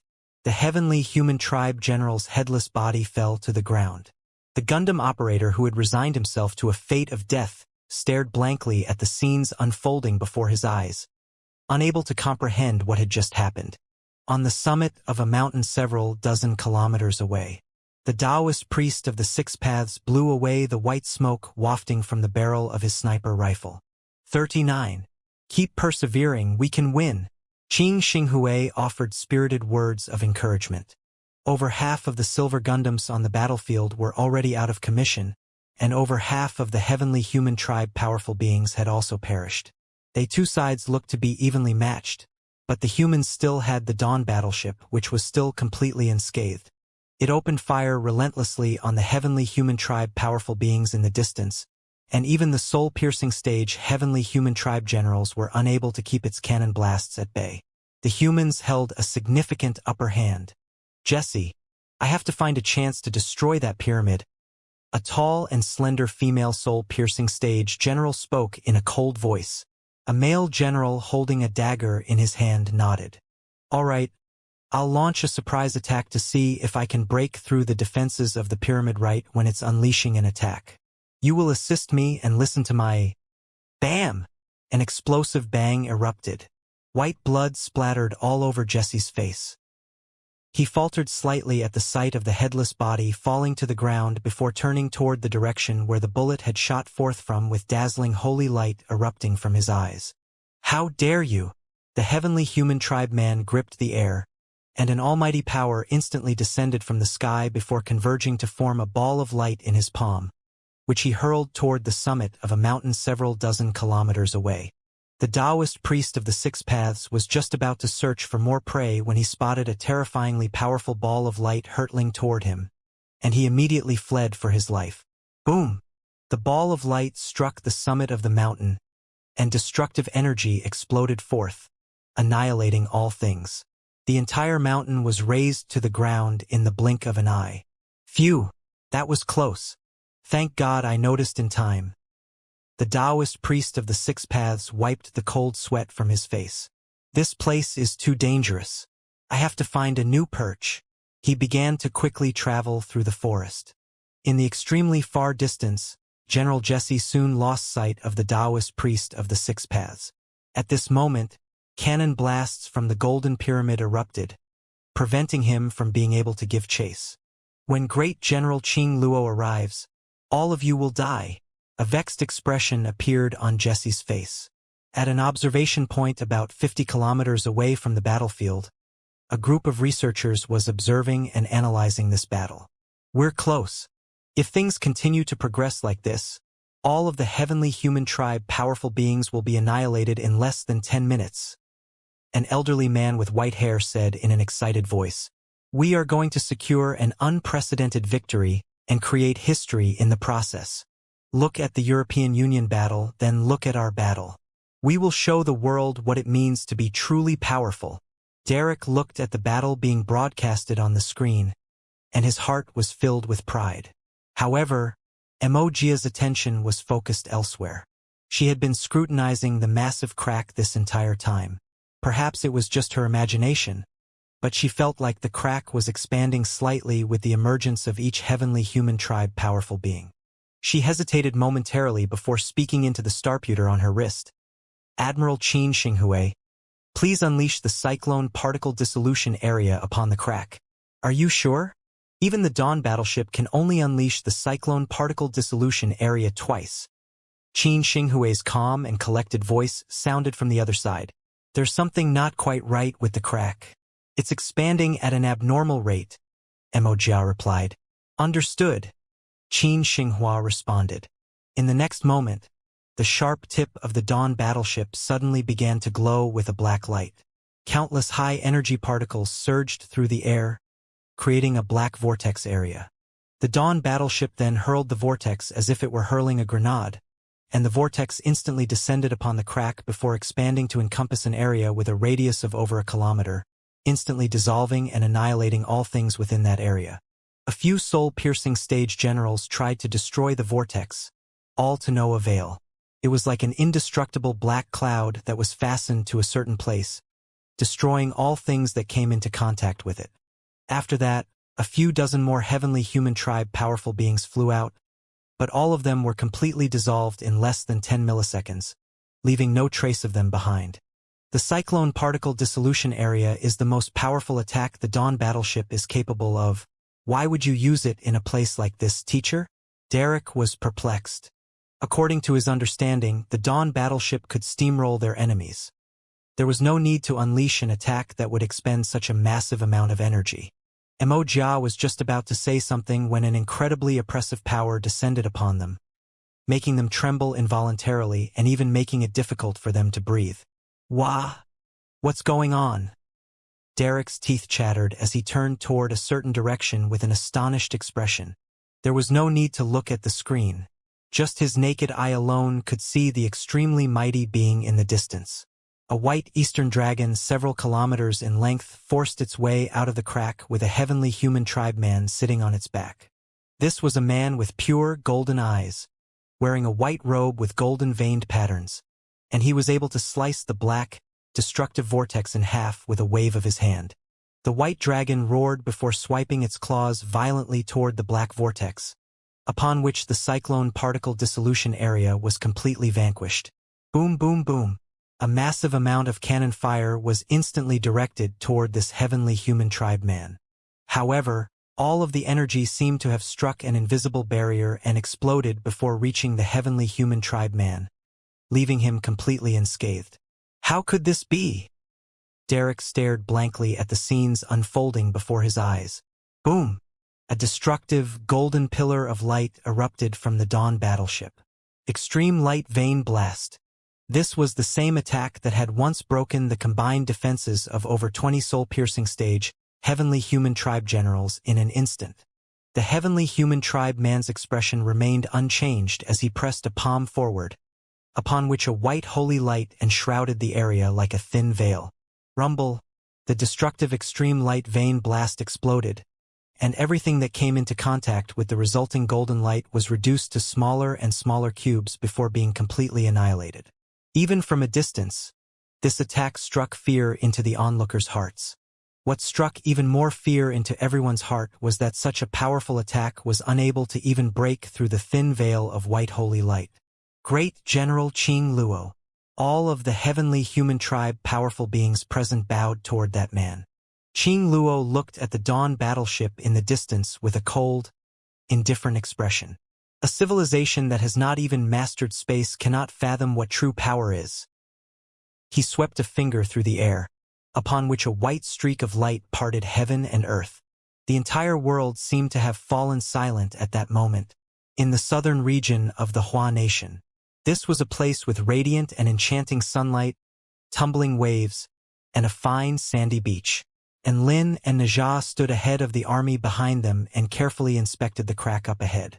It was about 12 meters in width and over 100 meters in length, within which was a vast expanse of inky darkness. And Lin wanted to reach his hand into it, only to be impeded by a special barrier. This was clearly a passageway exclusively for the Heavenly Human Tribe, and it rejected all other types of living beings. Can we break it through brute force? And if we do, will we achieve the opposite of the desired effect and further exacerbate the situation?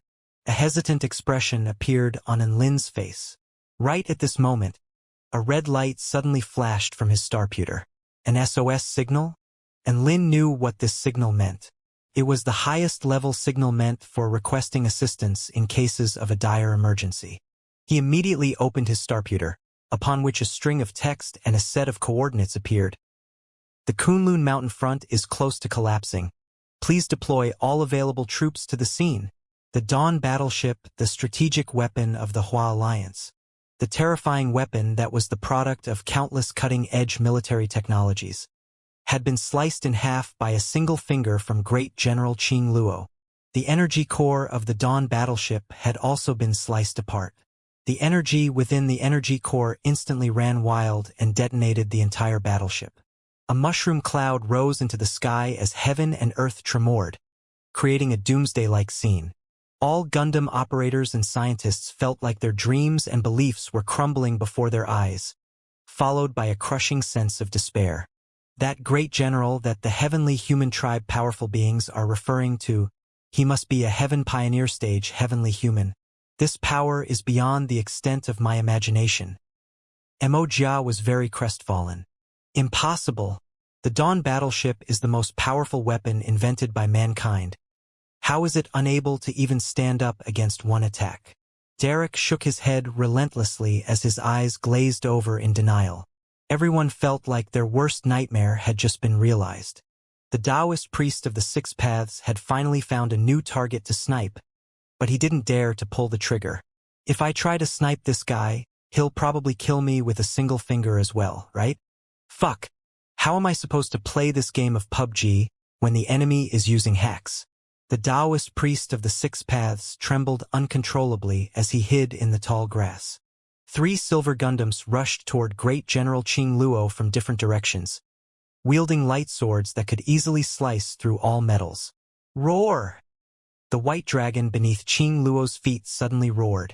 Just the sound waves from its roar alone were enough to instantly shatter the 3 Gundams. The operators within these Gundams all perished as blood flowed from their orifices. There was no direct confrontation, only a one-sided mauling. It's over. It's completely over. No one can stop him. Derek shook his head with despair in his eyes. No, we still have the cultivators. The Hua Nation's return to Void Stage Cultivator has not attacked yet. Perhaps he has a way to combat this great general. Mo Jia was unwilling to give up. Even though he didn't think much of the power of cultivators, she could only place her hope in the mysterious and unfathomable cultivation world now.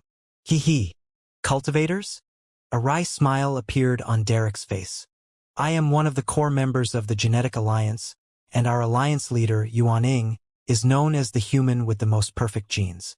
He is a powerful being of the same caliber as Yumu, and even he has conceded that he would not be able to destroy our Dawn battleship in a direct confrontation. Meanwhile, this great General Qing Luo was able to destroy our Dawn battleship with a swipe of his finger. Do I need to say any more? This is an invincible being. Derek looked on with a broken and dejected expression as he looked on at Qing Luo, who was destroying Gundams with ease in the distance. No, how could a Heaven Pioneer stage great general be invincible? Even if a return to Void stage cultivator is unable to stop him, Earth has other backers. Emoja pursed her lips. All of a sudden, the wind and clouds surged. White celestial swords began to appear in the sky. Creatures of this inferior race, repent before this divine retribution. Great General Qing Luo raised his hands to the sky, and over 10,000 terrifying white celestial swords emerged from the clouds, pointing directly at the countless living beings down below. Even Emoja and all of the other researchers who were over 50 kilometers away were being targeted. This was a truly devastating attack. Is this the power of the heavens? A bitter expression appeared on Emojia's face.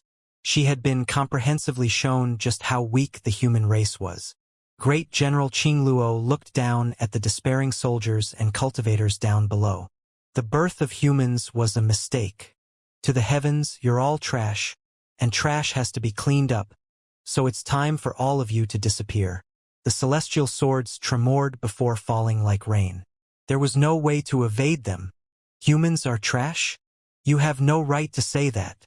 A voice suddenly reverberated throughout heaven and earth. A white light flashed, and before everyone had a chance to react, all of the celestial swords in the sky were annihilated into nothingness. A handsome man in a flowing white robe descended from the sky atop his giant white dog, attracting almost everyone's attention. Papa and Lin. The light particle bomb fairy wept tears of joy upon seeing Enlin. Enlin. The Green River Sword Immortal collapsed to the ground in relief. I thought I was dead for sure. Thank God, we're saved. Who's Enlin? Derek had been living overseas for most of his life and wasn't very familiar with Enlin. However, hope was suddenly reignited in Emojia's eyes. It's him. He might just be able to. One heavenly human tribe powerful being after another pounced toward the dog rider. All of a sudden, scorching flames fell from the sky, instantly incinerating all of the surrounding heavenly human tribe powerful beings to dust. Naja broke through the clouds atop his wind flame wheels, and flames were still revolving around the tip of his spear. Great General Qing Luo was beginning to recall who this dog-riding man was, and an expression of shock and horror appeared on his face. You're... Bam!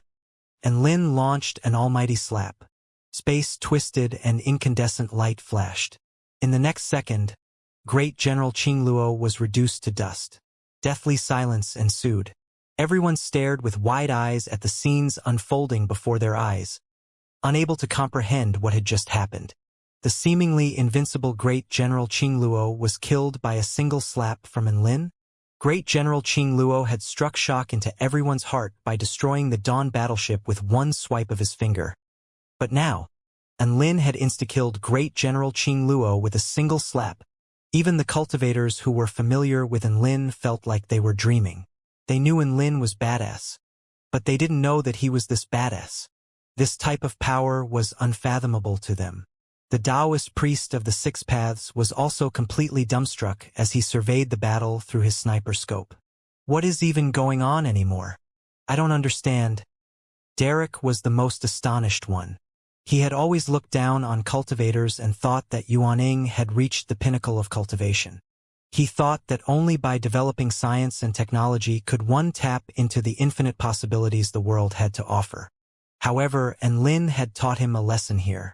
Even a human could tap into limitless possibilities and rise to unimaginable heights. At this moment, The image of the man in a flowing white robe riding atop a giant dog had ingrained itself deeply into everyone's mind. And Lin focused his gaze, and just a single glare was enough to detonate all of the remaining heavenly human tribe powerful beings. His looks could literally kill. Everyone drew a sharp intake of breath. Badass. Sigh, I still came too late. A disappointed expression appeared on Lin's face. He could see the bodies of cultivators, broken Gundams, and the destroyed Dawn battleship down below, all of which were beyond saving. Don't be too hard on yourself. And Lin, we've already done our best. We've taken less than a minute to get here from the moment we received the emergency signal for help. Najah flew over to Lin before looking at the massive crack-in on the ground with furrowed brows. Didn't our information state that Heaven Pioneer Stage heavenly humans wouldn't be able to access Earth? How has one suddenly appeared? And Lin was also quite concerned. A Heaven Pioneer Stage Great General is comparable to a mighty figure at the Return to Void Pinnacle stage. Nothing on Earth can stand against power of this caliber. Looks like we have to find an opportunity to raise this issue with Nuwa. Dabai descended onto the ground, and Lin set up a powerful healing formation to facilitate recovery for all those injured during this battle. Some injured Gundam operators walked into the healing formation to discover that their injuries were healing at a rate perceptible to the naked eye. All of them were back to full health after a few seconds, and their eyes were filled with even more awe and veneration when they looked at Lin now. This was a truly powerful being. Even though Earth's technology had developed to this extent, it was still completely unable to match the powers displayed by Lin here. The Green River Sword Immortal and all of the other cultivators all rushed over to express their gratitude. A young man with golden hair and green eyes also made his way over to Lin with a respectful expression. Senior Lin, may I please ask you what cultivation base you are at right now? And Lin blinked before giving an honest reply. Return to Void Intermediate Stage. Boom. Derek was rooted to the spot. How? How could this be? He felt like his entire world was crumbling around him. Great General Qing Luo was able to destroy the Dawn battleship with a swipe of his finger, but Lin was able to kill him with a single slap. Didn't that mean that Return to Void Intermediate Stage cultivators were infinitely more powerful than the Dawn battleship? And Lin was a little perplexed by the sight of the dejected Derek. What's wrong? Are you all right? I'm fine. Derek nodded with soulless eyes before stumbling away into the distance, as if his life had lost all meaning. And Lin didn't really know what was going on. After cleaning up the battlefield with everyone, he turned his attention to the crack again. The heavenly human tribe invaders had been destroyed, and no other heavenly human tribe powerful beings rushed out from the crack to replace them. Following this battle, the Hua Alliance was alerted to just how terrifying the heavenly human tribe was, and they mobilized even more forces to be stationed at the Kunlun mountain front. There were now 500 Hope Gundams and 2 Dawn battleships positioned at the scene. This was the extent of what the Hua Alliance army was capable of deploying on such short notice. There was also an aircraft that looked like a huge fish hovering in the sky above. It was deep blue in color and over 700 meters in length, like a gargantuan blue whale. There were golden energy ripples radiating outward from its underside as it hung silently in the air. This was the Japanese strategic battleship that had also been deployed here as an emergency measure. Marshal Chen Jinghua also arrived in person to express his gratitude to Lin. Sigh. If only they had requested for your assistance as soon as the heavenly human tribe invasion began. Chen Jinghua's expression was filled with guilt and rage. They were far too arrogant.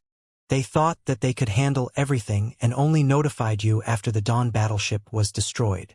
They can't be blamed for this matter. No one could have predicted that a Heaven Pioneer Stage Great General would appear here. And Lin consoled.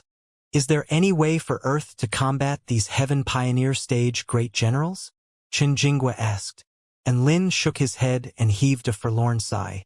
Heaven Pioneer Stage Great Generals are extremely proficient in using spatial power and the power of the heavens. As far as I know, there is nothing on Earth that can hurt them. Chen Jinghua was very concerned upon hearing this. Sigh. We humans are still too weak. The only way is to immediately summon Big Brother, and after encountering a Heaven Pioneer stage Great General, woof, Dabai suggested. And Lin? Well? Chun Jingwa turned toward Lin with a slightly embarrassed expression. Don't worry. I'll be here until the issue on Earth is resolved. And Lin smiled. Chun Jingwa immediately extended a grateful bow to Lin upon hearing this. Thank you for your support, Wargod Lin. I thank you on behalf of all of the humans on Earth. And Lin immediately waved his hands. You're far too kind, Admiral Chen. Don't forget that Earth is my home. A petite figure descended from the blue whale aircraft in the sky. This was a woman with extremely intricate features with a well-proportioned body clothed in a red and white witch costume. Her long, black hair was braided with red string, and she held an inky black katana in her hand. Junior Ing Luoqing pays her respects to Senior Lin. The witch spoke in a mellow voice as she curtsied respectfully and carefully. Chun Jingwa immediately made an introduction. Ing Luoqing possesses a psychic constitution and is a once-in-a-millennium prodigy among the Japanese witches. At the same time, she is also the representative of the Japanese cultivation world. And Lin's expression remained unchanged as he nodded upon hearing this. Hello. He hadn't heard of anything called a physic constitution. So what if she was a once-in-a-millennium prodigy? She was only a soul formation final stage cultivator and was not worthy of interest. Ing Luoqing was not displeased by Lin's cold demeanor. Instead, her bright, black eyes roamed over his body and shimmered with curiosity. She had heard that this was a man who could insta-kill a terrifying great general that was, in turn, able to destroy a Dawn battleship in the blink of an eye. What kind of power was this? The Japanese was a race that revered strength, and insanely powerful men like Lin presented an irresistible temptation to her. Senior Lin, I am the representative of the Japanese cultivation world. If you would like to borrow our power, please feel free to inform me. Ing Luoqing spoke in fluent Mandarin. She forced herself to maintain an indifferent tone of voice as she repressed the impulses within her heart. And Lin was a little intrigued to hear this. Oh? How many cultivators do you have in Jaban, Little Ing? Little Ing? Ing Luoqing was taken aback by Lin's pet name for her, and a blush appeared on her face as she reminded herself internally to remain calm. At the moment, I can deploy 5 soul formation stage, 22 spirit nurturing stage, and over 700 Dao body stage cultivators. And Lin nodded with a thoughtful expression. To be frank, he could kill all of those with a single slap. All right, thanks for informing me of that. I'll notify you if I need anything from you. You can go now, and Lin said with a warm smile. Yes. Ing Luoqing bowed respectfully once again as a hint of loss flashed through her eyes. And Lin reported his exploits on Earth to the Heavenly Court. At the same time, he notified White Spirit Snake and Black Spirit Snake about what had happened on Earth. Black Spirit Snake immediately relayed this information to Nuwa and told him to stay put on Earth for now. And Lin's father and many of his friends were on Earth, so he was naturally not going to abandon them. If things continued to worsen on Earth, he would just have to take them to the 4-9 Immortal sect. Peace and quiet resumed. Of course, that only applied to him. The higher-ups in the Earth United Army were all in panic and disarray in the aftermath of the recent incident. They suddenly discovered that they had lost the ability to defend themselves. The technological weaponry they had taken pride in was nothing in the face of the heavenly human tribe great generals, and their morale was at an all-time low. This battle did not result in consequences as tragic as the European Alliance battle, but its negative influence rivaled the consequences from the fallout of that battle. At the Kunlun mountain front, white searchlights hung high in the sky, illuminating heaven and earth. An electromagnetic defensive net enshrouded an area over 1,000 kilometers in radius, preventing even a single mosquito from trespassing on this restricted area. And Lin, Dabai, and Najah were squatting beside the crack with extremely solemn expressions. And Lin, hurry up and help me kill this Najah. He's too strong, we have to kill him first. Woof! Dabai's paws left afterimages in the air as he frantically pressed on the screen before him while his true Lord Erlang avatar was getting bashed. I'm coming! And Lin manipulated his Chang'e avatar, which was countless times uglier than the actual Xianxia, and he too began to attack the nimble Najia. You think you two are a match for me? How delusional! Najia chuckled coldly as his agile fingers pressed the keyboard, upon which the Najia avatar on the screen unleashed a combo of powerful spear thrusts. Splat! True Lord Erlang and Xianxia were both killed. The words failure appeared on Dubai and in Lin's screens in bold text. In contrast, the words Heavenly Court War God appeared on Naja's screen. Ha ha ha! I'm the Heavenly Court War God now. Naja chortled with glee. This was the free-for-all battle mode in the Heavenly Court Immortal battle game, where the final player standing would win the title of Heavenly Court War God. Naja was simply too powerful, and even Dubai and Lin combined were unable to defeat him. And Lin closed the game with a dark expression. I'm not playing anymore. What a trash game. Naja, let's continue. I'll get you this time, woof. Dubai was unwilling to give up. He was the one who had started playing the game first, so why was Naja beating him now? Naja had achieved 46 consecutive victories in just one day with his Naja avatar. He had climbed to number 1 on the global leaderboards and was brimming with confidence. All right, come at me. Those playing the Heavenly Court Immortal battle game would never imagine that a true Heavenly Court Immortal was playing the game with them. Senior and Lin, if you find that game too boring, I can show you something fun. A mellow voice sounded from behind him, and Lin turned around to discovering Luo Qing in a crisp white blouse, a red skirt, and a pair of clogs. She had her hands clasped behind her back and was smiling at him with a gentle and soft expression. Luo Qing was dressed in a very simple fashion, but it was an elegant and refined look. Show me something fun? What is it? And Lin was a little curious. Luo Qing looked around before latching onto Lin's hand and speaking in a quiet voice. This is not a good place to talk. Let's go over there. She dragged Lin toward her private residential quarters as she spoke. Dubai and Naja looked at their starputer watches and fell into silence. I suddenly don't feel so good. Naja broke the silence first. Why was it that they were playing games here like a couple of geeks, while Lin could go on a date with a beautiful woman? Dubai pulled out a shiny, golden rice ball from his storage ring. This is the dog food I made. Eat one, and you'll feel better, woof. Naja was a little skeptical, but he still gave it a try, upon which his heart was immediately filled with joy, and he forgot all of his worries. Ha! Women ain't shit. Let's keep playing. Naja chortled with glee. My thoughts exactly, woof. Dubai smiled. Within a candlelit tent, some simple supplies were strewn around, and there was a cute bed to the left of the entrance, upon which a pink blanket lay in casual disorder. A faint, enticing scent wafted throughout the tent.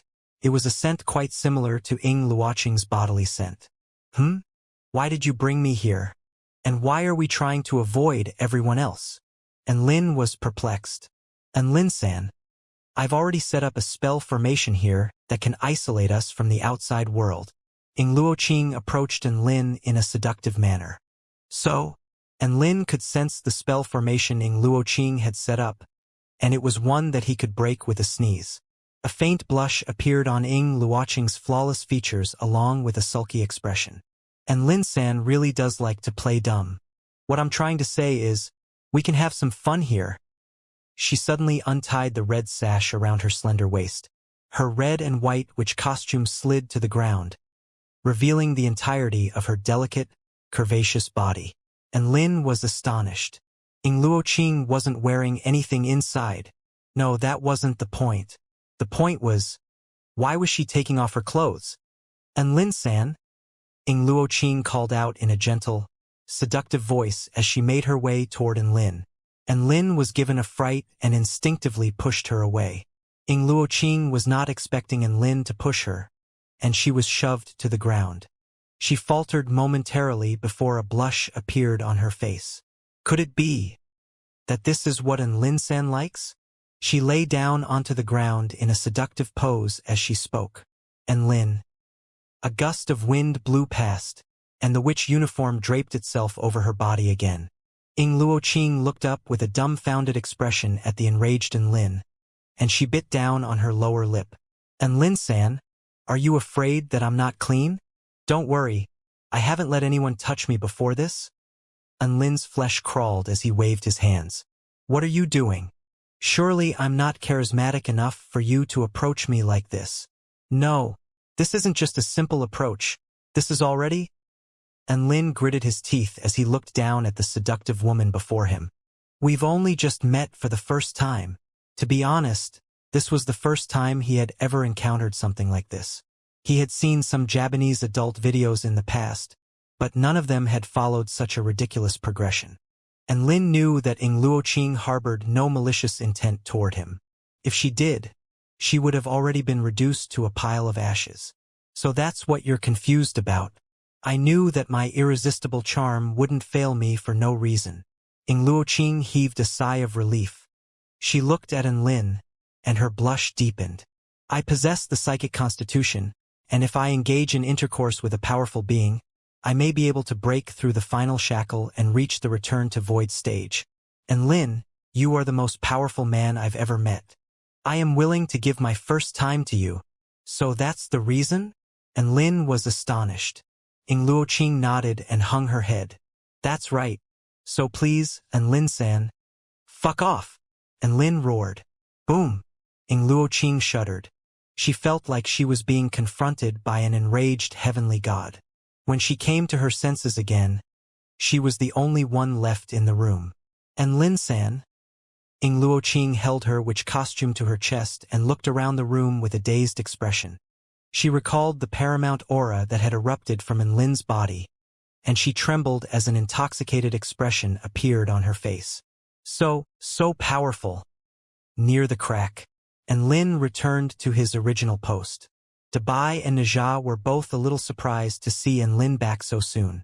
Big brother, and isn't that too fast?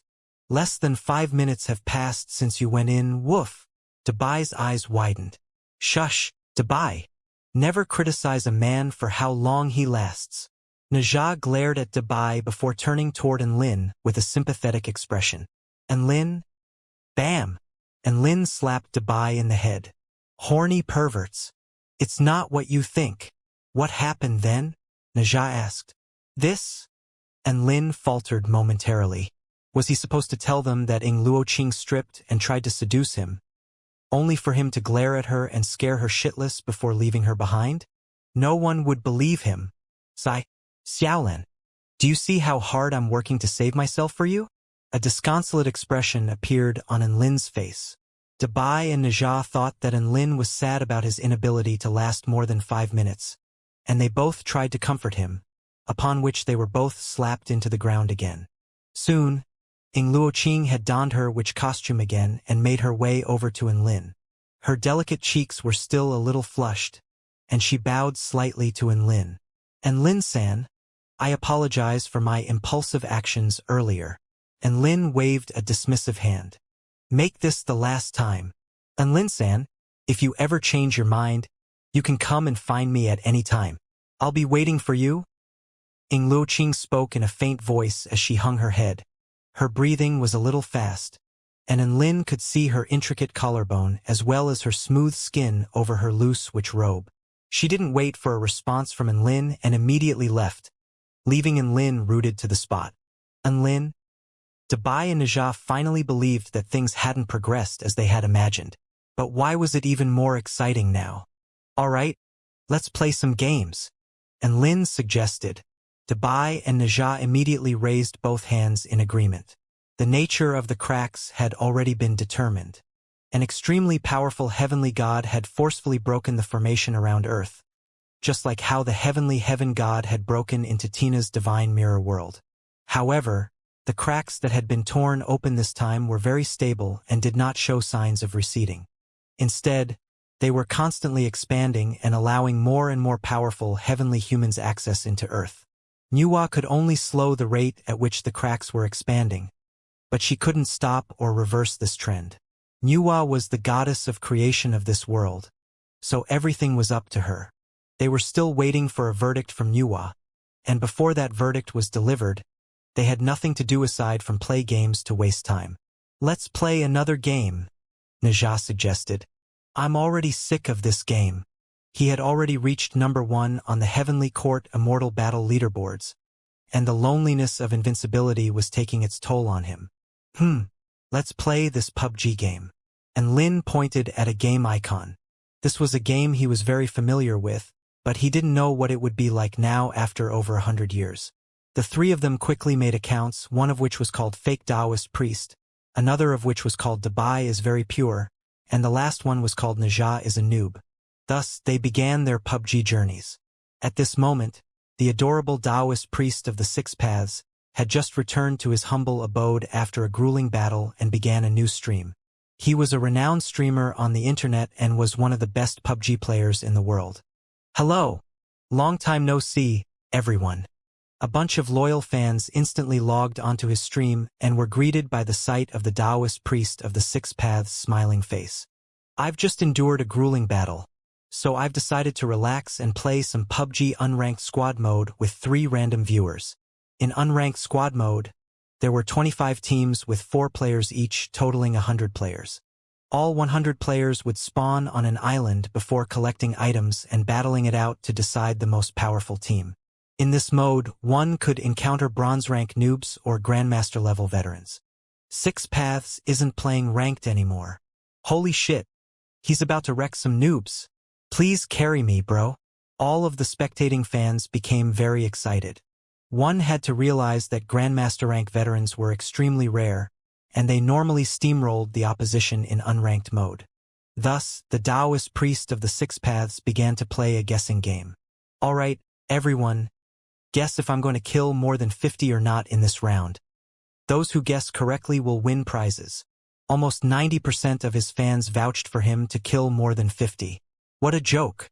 The Taoist priest of the Six Paths could rack up more than 30 kills even against other grandmasters. Killing 50 in unranked mode was a piece of cake. A team of 4 was soon established, and the game began. The environment began to transform, and an extremely three-dimensional image appeared before everyone.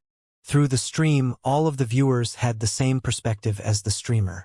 They could experience the game from a first-person perspective and transform into gods that ruled over the battlefield.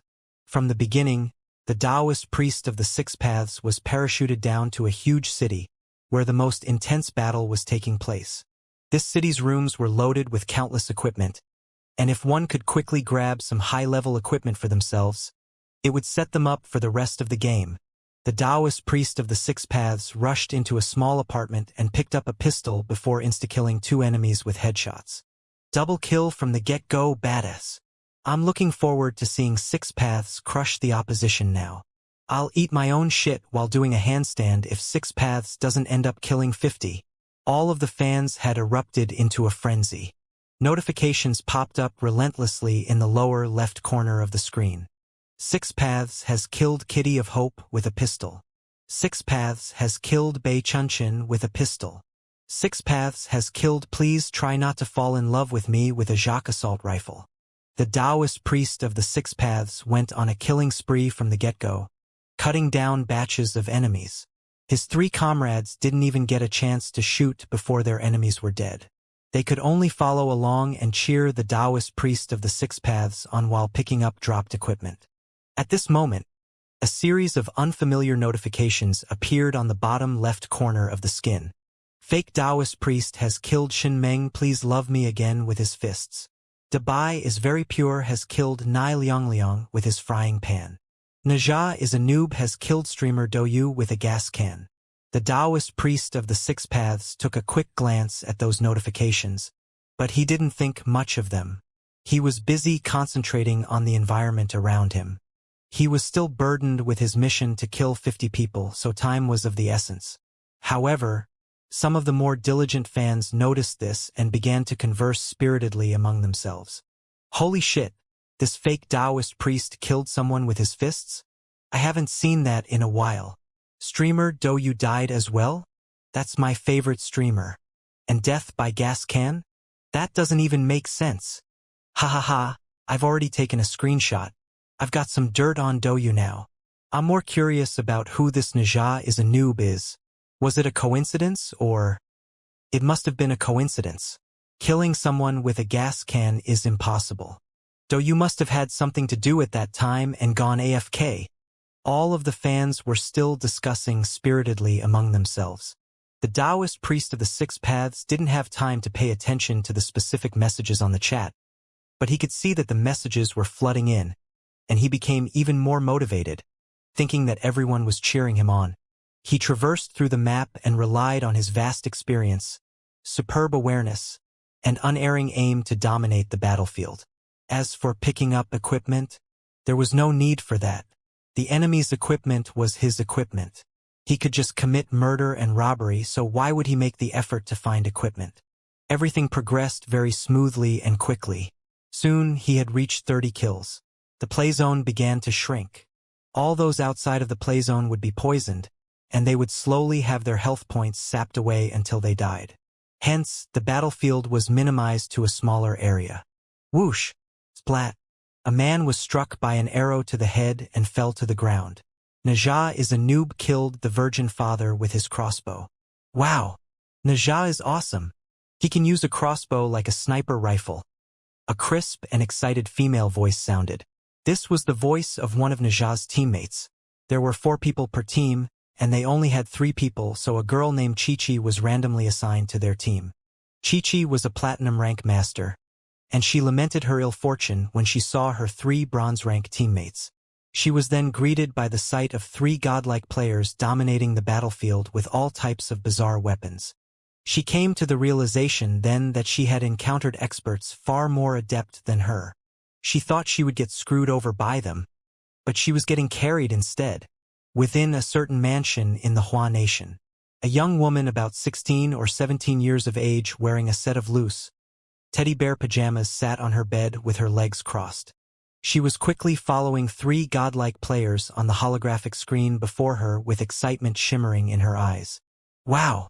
Big Boss Fake Taoist Priest is so awesome as well. You've already racked up 12 kills. You're only behind 6 paths on kill counts. The young girl cheered in her crisp voice. She was none other than Chi-Chi, who had been assigned to the same team as Lin and the others. That's nothing. Watch Dabai outstrip this fake Taoist priest. Woof! A sly and slightly hoarse voice sounded. Dabai? Why do you always like to say woof? Your voice is so attractive. You should be a calm and mature man. It feels weird when you always say woof. Chi-Chi giggled. I'm a dog, so why can't I say woof? Woof! Dabai is very pure, responded. Chi-Chi laughed. Is this a new trend? Meow. Thus, there was a dog and a cat on the team. Before they knew it, there were only about a dozen people left on the battlefield. The Taoist priest of the Six Paths expression became a little grave as he looked at his kill count of 41. There are some really good players in this round, and they've stolen a lot of kills. I have to hurry up. He relinquished his plan to play it safe and began taking more risks. His 3 teammates covered him as he sped up in his killing spree. Whoosh! At this moment, an arrow suddenly hurtled through the air. One of the teammates didn't even get a chance to react before the arrow punctured his head. Holy fuck! The other 3 members of the team were given a massive fright. The Taoist priest of the Six Paths reacted most quickly and instantly used his sense of hearing to determine the location of the enemy. He immediately turned and captured a black shadow in the distance with his sniper scope before pulling the trigger. His motions were extremely smooth and rehearsed, to the point that it took him less than a second to track down his enemy, aim, then fire off the shot. Bam! Bam! Bam! Blood gushed forth from his enemy, but they managed to hide behind a large lorry and were not killed. Damn! The Taoist priest of the Six Paths gritted his teeth and hid behind a wall as he looked at his fallen comrade. How the hell can they snipe someone with a crossbow from such a huge distance? He was feeling very depressed that his enemy was able to kill one of his teammates using a crossbow, but he was unable to kill the enemy in retaliation. At this moment, more messages flooded in. This was all because of the shocking notification that stated that Naja is a noob had killed little Luoluo with a crossbow. Fake Taoist priest, Dabai is very pure, and Naja is a noob had become extremely familiar to the audience of the stream, for no reason other than the fact that they were extremely proficient players and were always killing enemies with a series of bizarre weapons. This is definitely a team with 3 gods.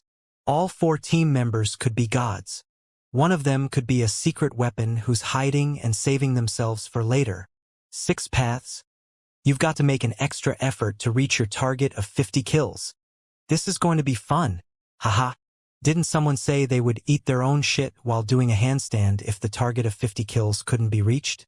You've got a chance to fulfill your shit-eating fantasies now. Thus, the battle between the two premier teams on the battlefield ensued. Chi-Chi was getting very excited. My god, we're fighting the 6 paths sniper god. How exciting! Chi-Chi was squealing with delight. Is the 6 paths sniper god good? Fake Taoist priest asked. What the fuck? You don't know who the 6 paths sniper god is. Chi-Chi was shocked, but she still offered an explanation. He's the best PUBG player in the world and is a master of all guns. I watch his streams sometimes, and he's an absolute god. How could you not know of him? Heh, only a big fish can hurt me. Naja is a noob smiled. Fake Taoist priest. I'm getting excited. Let me teach him a lesson, woof. Dabai is very pure put on a sly smile before throwing a smoke grenade toward where the Taoist priest of the 6 paths was hiding. Boom! White smoke erupted forth, obscuring the enemy's view. Charge! Chi-Chi yelled as she rushed out from behind the lorry. Bam! A gunshot sounded. Chi-Chi fell back onto the ground. A notification popped up on the lower left corner. 6 paths has killed Chi-Chi with a Dragon Falcon sniper rifle. Within a warm and inviting mansion. A young girl's eyes widened as she stared blankly at the dark screen before her, unable to come to her senses. My god! How did I just die? She didn't even see how she had died. Fake Taoist priest. The enemy has already shifted locations and was not affected by the smoke grenade. From the sound of the gunshot, it appears that he's on the 3rd level of that building. You were too impulsive, Chi-Chi. Chi-Chi pouted. Alright, I'll leave it to you guys to turn the tables then. If you can kill 6 paths, perhaps you'll all become famous overnight in the gaming world. Fake Taoist priest. Hee. Failure is not a word that can be found in my dictionary. Naja is a noob. The name of Naja will be renowned throughout the entire PUBG game. Chi-Chi chortled with mirth. Haha. You guys are hilarious. After she was killed, she began to spectate the 3 other godlike members of her team. At this moment, the Taoist priest of the 6 paths stream was in an uproar once again. It's here, 6 paths Dragon Falcon sniper rifle. This is the weapon he's the most proficient at using. With the Dragon Falcon sniper rifle in hand, 6 paths is invincible. This round is in the bag. 6 paths is a sniping god even among grandmasters. Under normal circumstances, he wouldn't even be bothered to bring out this rifle. Looks like he's getting serious now. The trajectories of the bullets fired from sniper rifles during this game were influenced by various factors that required judgment and adjustment. Normal players wouldn't be able to control a weapon like this, but 6 paths used the rifle as if it were an extension of his own body. The Taoist priest of the 6 paths smiled as he looked down from the window of a room on the 3rd floor. Experience horror and despair, mortals. The playzone was shrinking with this city at its center. His 2 teammates were standing guard just inside the front entrance to the house while he sniped from within the room. This was an ideal setup. At this moment, behind the lorry, and Lin, Naja, and Dabai were discussing tactics. There's a sniper among the enemy team who can kill us as soon as we reveal ourselves. What do we do? Woof! Dabai is very pure was a little distressed. We wait. We'll wait until they get impatient. Naja is a noob responded. We can't kill them, but they can't hurt us either. We need to make sure to keep our cool at times like this. Fake Taoist priest waved his frying pan in the air. I feel like we should just get out there and fight them. Don't do that. Are you insane? I know your frying pan is really badass and can block bullets, but bullets from the Dragon Falcon sniper rifle have insane penetrative power. You won't be able to block them. Chi-Chi yelled in a panicked voice. Oh? The noob is still around. Fake Taoist priest was a little surprised. Chi-Chi almost stripped off her teddy bear pajamas in rage. That's going too far, fake Taoist priest. I'm no noob. I'm a platinum rank powerful being. Platinum rank powerful being? I don't think you even racked up a single kill. You've just been following us this entire time, fake Taoist priest remarked. Chi-Chi was on the verge of tears. That's all because you guys are way too fast. The enemies are all dead before I could even react. Alright, let's not waste time on this topic. I just want to ask you why you're so adamant that my frying pan won't be able to block his sniper rifle bullets. Fake Taoist priest was supremely confident in his frying pan. Chi-Chi's eyes widened. Isn't that common knowledge?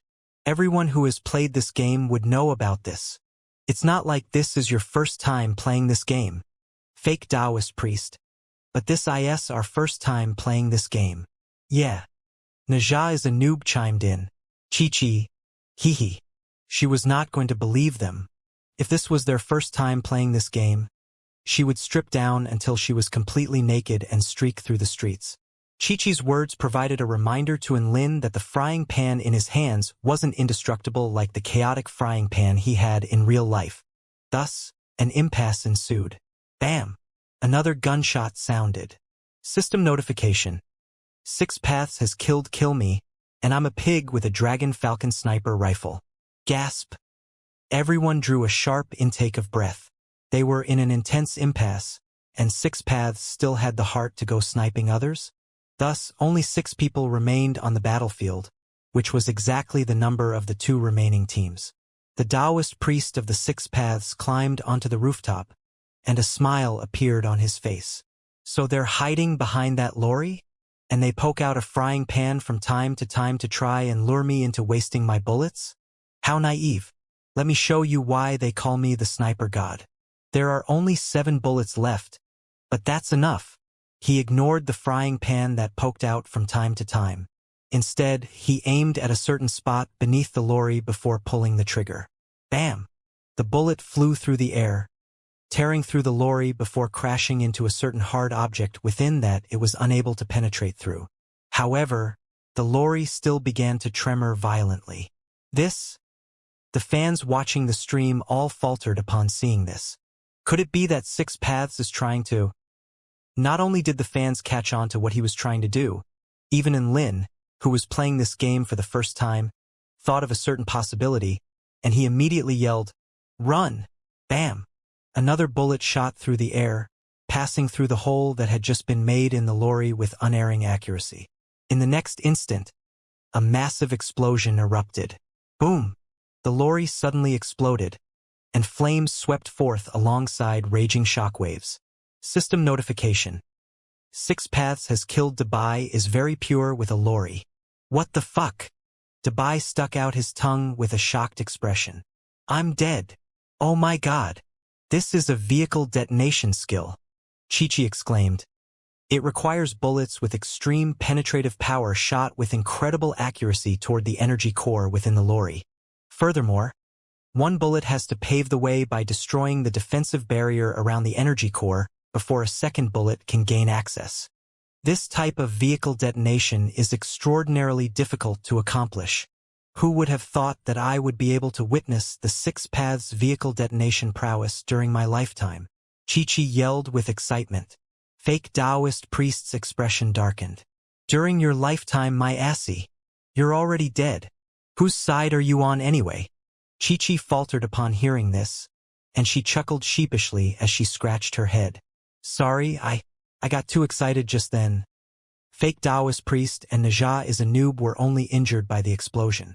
They managed to run away quickly enough, and the explosion provided cover for them as they quickly ran into another building, creating a straight line between themselves and where the 6 Paths was located. The 6 Paths ignored all of the fans cheering him on in the stream and concentrated solely on the movements of his enemies. Thus, he naturally also noticed that fake Taoist priest and Naja had run into that building. Very good reaction speed. However, I still have 5 bullets, and it's more than enough to take care of you too. I'm going to be the last man standing. The 6 Paths had exerted his dominance over the battlefield with his Dragon Falcon sniper rifle. Each and every bullet was utilized to perfection.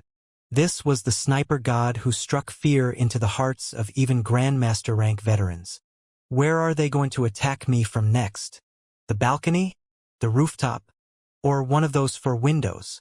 Six Paths scanned for the enemy's locations with his eagle eyes. All of a sudden, a black shadow suddenly popped up from the door leading to the roof. The Taoist priest of the Six Paths reacted extremely quickly and aimed before pulling the trigger, all in an insanely short split-second of time. Bam! The bullet shot forth and struck the black shadow, upon which sparks flew everywhere. The Taoist priest of the Six Paths' pupils contracted. That black shadow was no enemy. It was a frying pan. Right at this moment, two figures sprinted onto the roof before leaping through the air onto the rooftop of a nearer building. They wanted to get closer by taking advantage of the reload time for the sniper rifle. "Cover me!" The Taoist priest of the Six Paths roared. His two teammates had already run onto the roof, and one of them rattled off shots with his automatic rifle, while the other hurled a grenade. However, fake Taoist priest and Najah were moving in an extremely unpredictable manner, and the two teammates were completely unable to keep up. And Lin was still wielding his frying pan, which already had a bullet hole in it, and he was even able to block some bullets with it. This was completely unbelievable to the viewers of the stream as well as the two teammates. Whoosh! Najah is a noob unleashed a crossbow shot while moving at high speed, upon which the arrow shot through a teammate's head. System notification. Najah is a noob has killed Xianxia with a crossbow. What the fuck? Getting a headshot with a crossbow mid-jump? What kind of godlike maneuver is this? Who the hell is this guy? None of the Grandmaster rank streamers I've seen are capable of this. All of the viewers of the stream were completely dumbstruck. They didn't even know what to say anymore.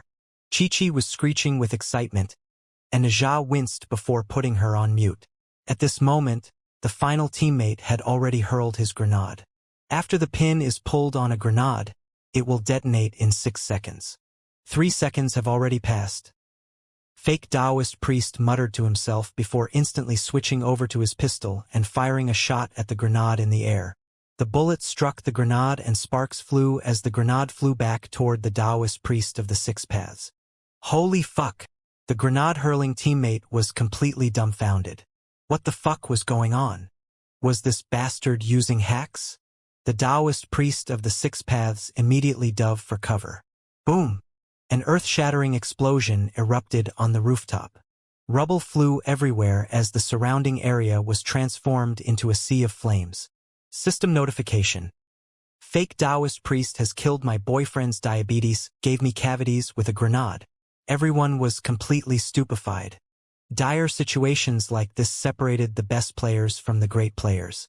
The Taoist priest of the Six Paths remained unfazed by the explosion and immediately sprang to his feet before his line of sight pierced through the flames and smoke, and he fired a shot at Najah, who was springing into the air. From the moment he sprang to his feet to the moment he fired the shot, less than half a second had elapsed. Najah leaped into the sky, and he too unleashed a crimson arrow from his crossbow. Bam! Whoosh! The inky black bullet and the crimson arrow tore through the air at the same time, both of them leaving lethal trajectories in their wake. They then clashed, and black and crimson light erupted forth. This was something the game had never seen since its inception. The Taoist priest of the Six Paths and all of the fans watching the stream were completely stunned. A cracking sound erupted. The arrow was destroyed by the sniper bullet. Fuck! Najah is a noob only had time to yell a single profanity before a hole appeared in his head. A system notification appeared.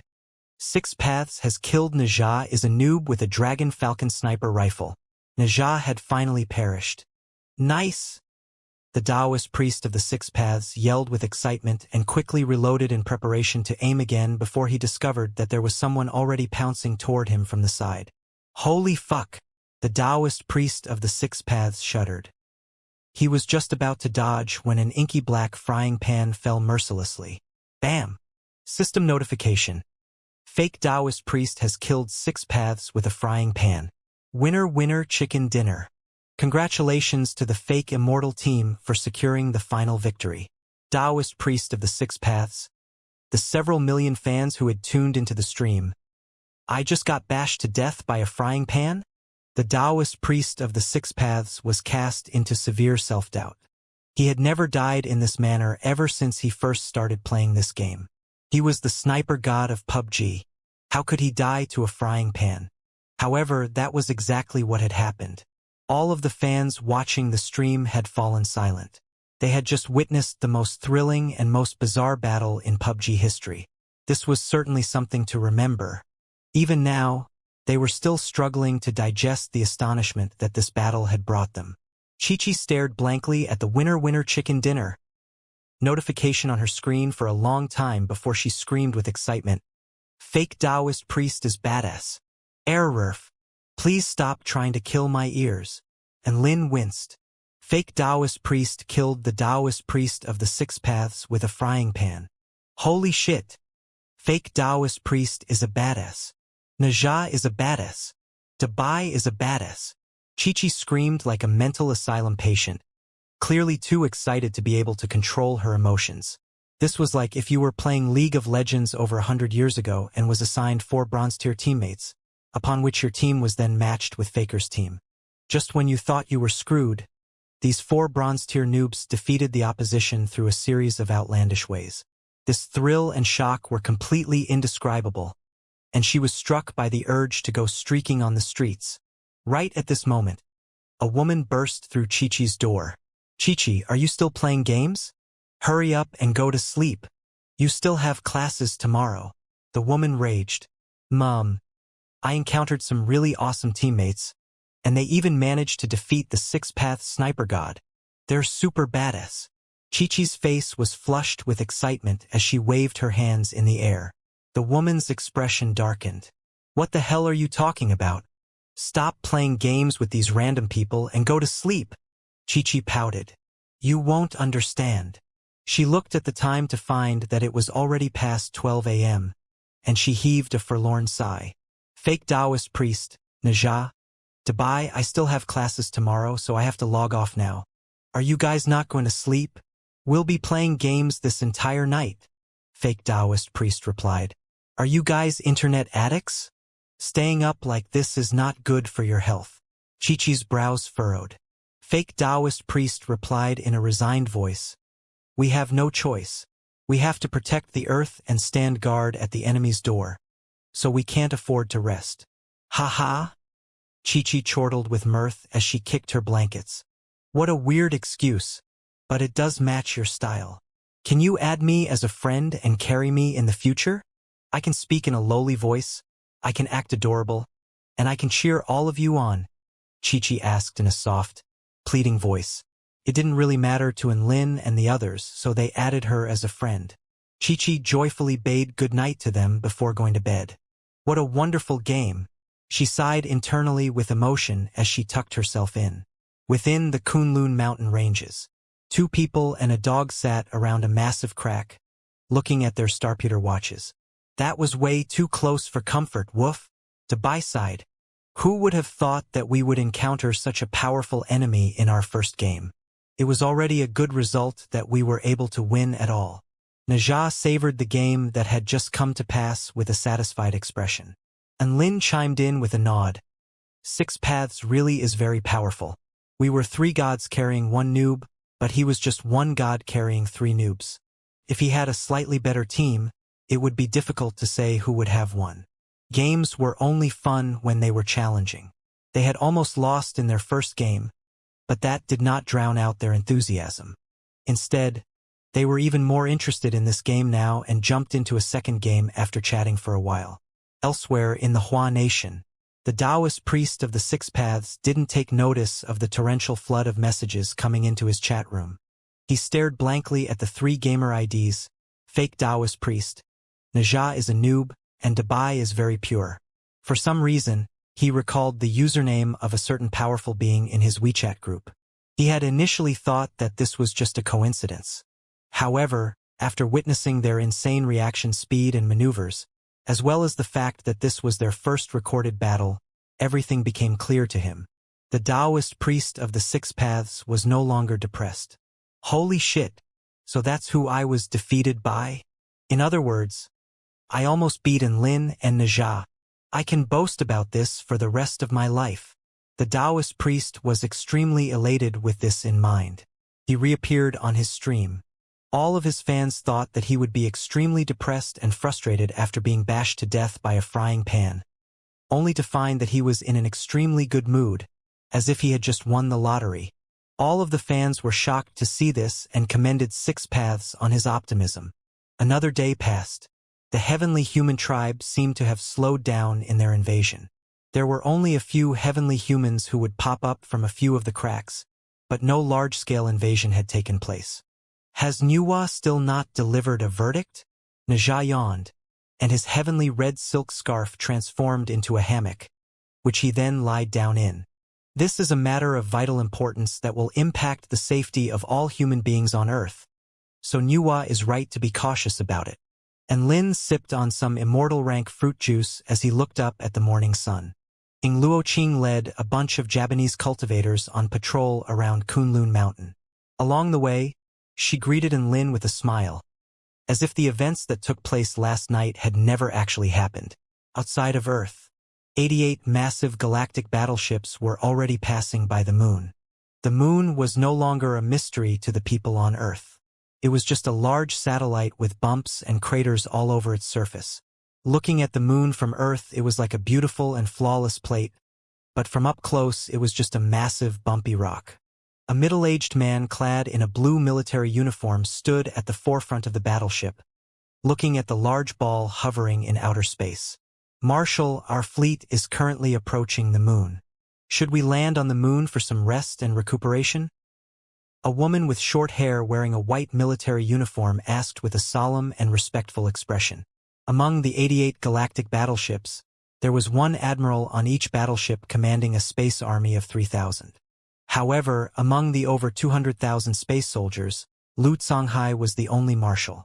Lu Songhai looked at the approaching moon with furrowed brows. He had a special ability, which was a certain sense that could allow him to predict his fortune. This ability was actually one of the reasons why he was able to become Marshal of the Space Army. Marshal Lu. The woman was a little perplexed by Lu Songhai's silence. Lu Songhai spoke in a slow voice. Major General Xianxia, what do you think our chance of winning would be if our battleships encountered a Heaven Pioneer Stage heavenly human? They were all in very high positions, so they knew about the Kunlun Mountain battle. Xianxia replied with a calm expression. With the advancement of Earth's military technology, man-made weapons cannot even be used on Earth in case irreversible damage is inflicted upon the planet. On our galactic battleships, we even have cutting-edge weapons that the Dawn battleships do not have. The combined power of the 88 galactic battleships far exceeds what people can imagine.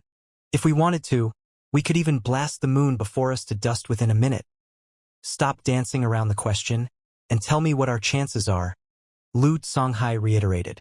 Xianxia, 0%. Lu Songhai. So what was the point of all that bragging? Lu Songhai heaved a forlorn sigh. Confidence is extremely important in wars. If an army has no confidence, then even if you give them the best weapons and the power to turn the tables, there is still a very high chance that they would become deserters. You're right, Marshal.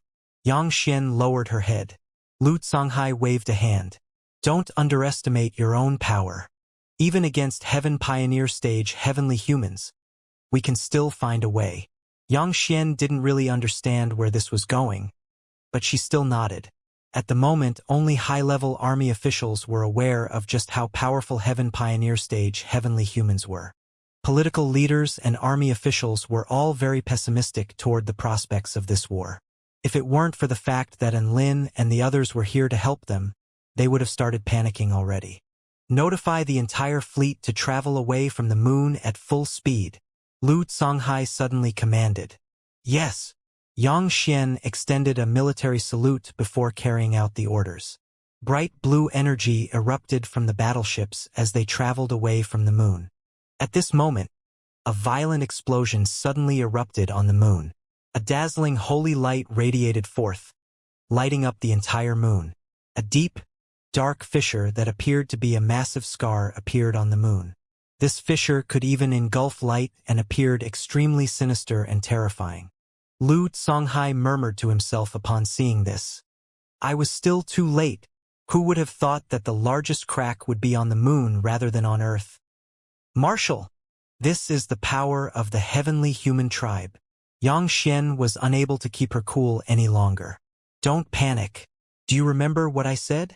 There are many things that we can do, so don't underestimate yourself, Lu Songhai said in a calm voice. The red emergency warning lights were already flaring within all of the battleships. Then what do we do? Xianxia asked. Lu Songhai waved a hand. Call for Enlin and Nejia as quickly as possible.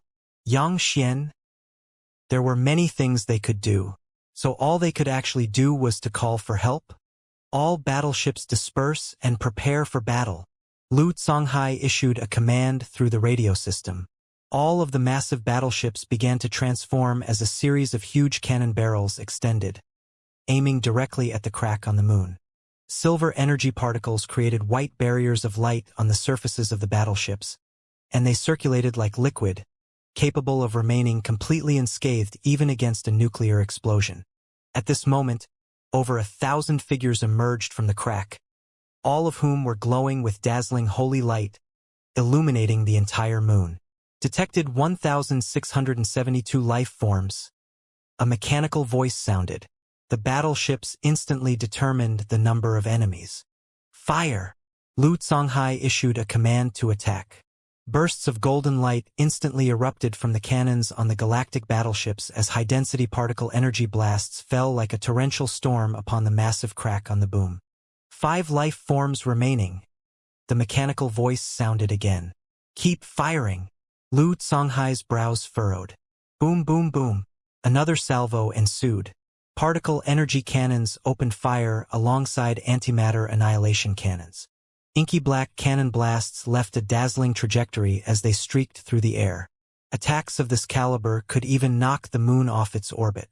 Dark green life destruction cannon blasts also erupted from the main cannons. Particle energy, antimatter, physical kinetic energy, life force destruction. All types of devastatingly powerful cannons opened fire at once. The 88 galactic battleships unleashed all of their most powerful attacks without any hesitation. The massive crack on the moon was about to crumble after that terrifying burst. 5 life forms remaining. 5 life forms remaining. The mechanical voice continued to repeat the same sentence. This sentence struck despair into everyone's heart. Haven't Lin and Nejia been notified? Lu Songhai's expression remained calm and collected.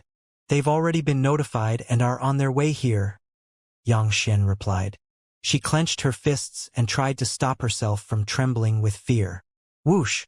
A white spear of light pierced through the cannon blasts before hurtling toward a galactic battleship at an extremely fast speed, leaving a dazzling trajectory in its wake.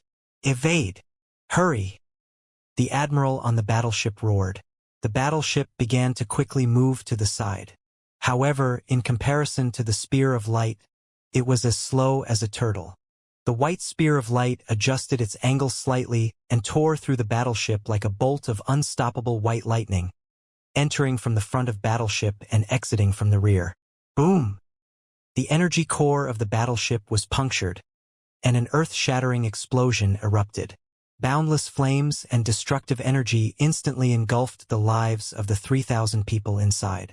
The rest of the space army were either in shock, in despair, or infuriated upon seeing this. Foolish and weak humans, your resistance is futile. The voice of a paramount god pierced through the vacuum and reverberated in everyone's mind, striking fear into everyone's heart. The 5 heavenly humans tore through the massive amount of cannon blasts directed at them before pouncing toward the remaining 87 battleships at an extremely fast speed. Lu Songhai's voice sounded within all of the battleships. Keep firing. Persevere. We are the most important defensive line in this war, so we absolutely cannot afford to be broken by the enemy. His voice had only just faded when a spear of light destroyed another battleship. The explosion of flames was like a new sun appearing in the sky. Another heavenly human tribe great general materialized a holy sword over a kilometer in length and quickly brought it crashing down upon another battleship, slicing it cleanly in half. The other 3 heavenly human tribe great generals also sprang upon the battleships like wolves attacking a herd of sheep, bringing down one battleship after another with their devastating attacks. One massive battleship exploded after another, creating a series of miniature suns in the sky that were extremely dazzling to behold. The countries on Earth that were still enshrouded by the veil of the night could see the balls of light flashing incessantly beside the moon, and they were struck by a sense of sorrow. "Look, Mommy! Are those fireworks?" A little girl pointed up at the night sky with her tender little hand, and an excited expression appeared on her face. "No, child. Those are our heroes shining brightly for one last time." The woman looked up at the sky as tears slid down her face. "Mommy, why are you crying?" The little girl was confused. "Silly girl, your father is up there. Look." The woman caressed the little girl's head, and the two of them silently looked up at the tragic yet beautiful fireworks display in the sky. Near the moon, one battleship after another was vanquished by the heavenly human tribe great generals. The 5 great generals were simply unstoppable, and this had become a one-sided slaughter. At this rate, the heavenly human tribe great generals would be able to annihilate all of their enemies without sustaining any wounds. "Marshal, our attacks and defenses are completely ineffective. Let's retreat." Some of the admirals couldn't hold on any longer. Lu Songhai responded in an indifferent voice. "Retreat? The Earth is right behind us. If we retreat, who is going to protect the people of Earth? All of us must be constantly prepared to lay down our lives at a moment's notice, even if we can only stall our enemies for 1 second longer." All of the admirals fell silent upon hearing this. "Fuck it. Let's kill these bastards. Even if we can't win, we have to show them that the human race is not a race that can be pushed around. Death before surrender. Death before surrender." All of the army officials and soldiers roared in unison. Boom, boom, boom. The flames from the battleships exploding around them mirrored the flames burning in their hearts. The heavenly human tribe great generals continued to destroy the battleships, but none of them retreated, and they continued to rain down cannon blasts upon the great generals. Even if they couldn't vanquish the heavens or reach the heavens, they would still raise their blood-stained fists to the sky. The 88 galactic battleships had been constructed after expending countless resources, and all of the soldiers here were carefully chosen from countless peers. This was their first ever battle. However, at the same time, this seemed destined to be their final battle. The battle was much more disastrous than any of them had anticipated. The explosions of the battleships were the most dazzling moment signaling the conclusion of their lives. A female heavenly human tribe great general wielded a light wheel and sliced a galactic battleship into 3 sections. Its superalloy shell was as weak as butter in her eyes. Boom! Another explosion lit up the starry sky. The female great general raised her chin and looked down at the wailing humans with an arrogant expression. "Space Army? How laughable! You're just a bunch of ants outside of your designated environment." After slicing through one battleship, she turned toward another battleship.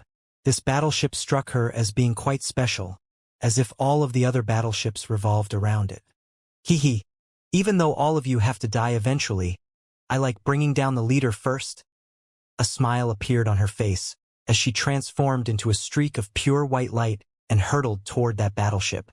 Intense cannon blasts rained down upon her relentlessly, but they were unable to break through the protective holy light around her body. Lu Songhai heaved a faint sigh as he looked at the oncoming heavenly human tribe great general. "It looks like my time is up." The light wheel in the female great general's hand crashed down upon the battleship in which Lu Songhai was situated, slicing through its protective barrier with ease before continuing downward. Ding! A crisp sound reverberated through the air. Everything fell silent and still during that moment. The light wheel and the female great general were both brought to an abrupt halt.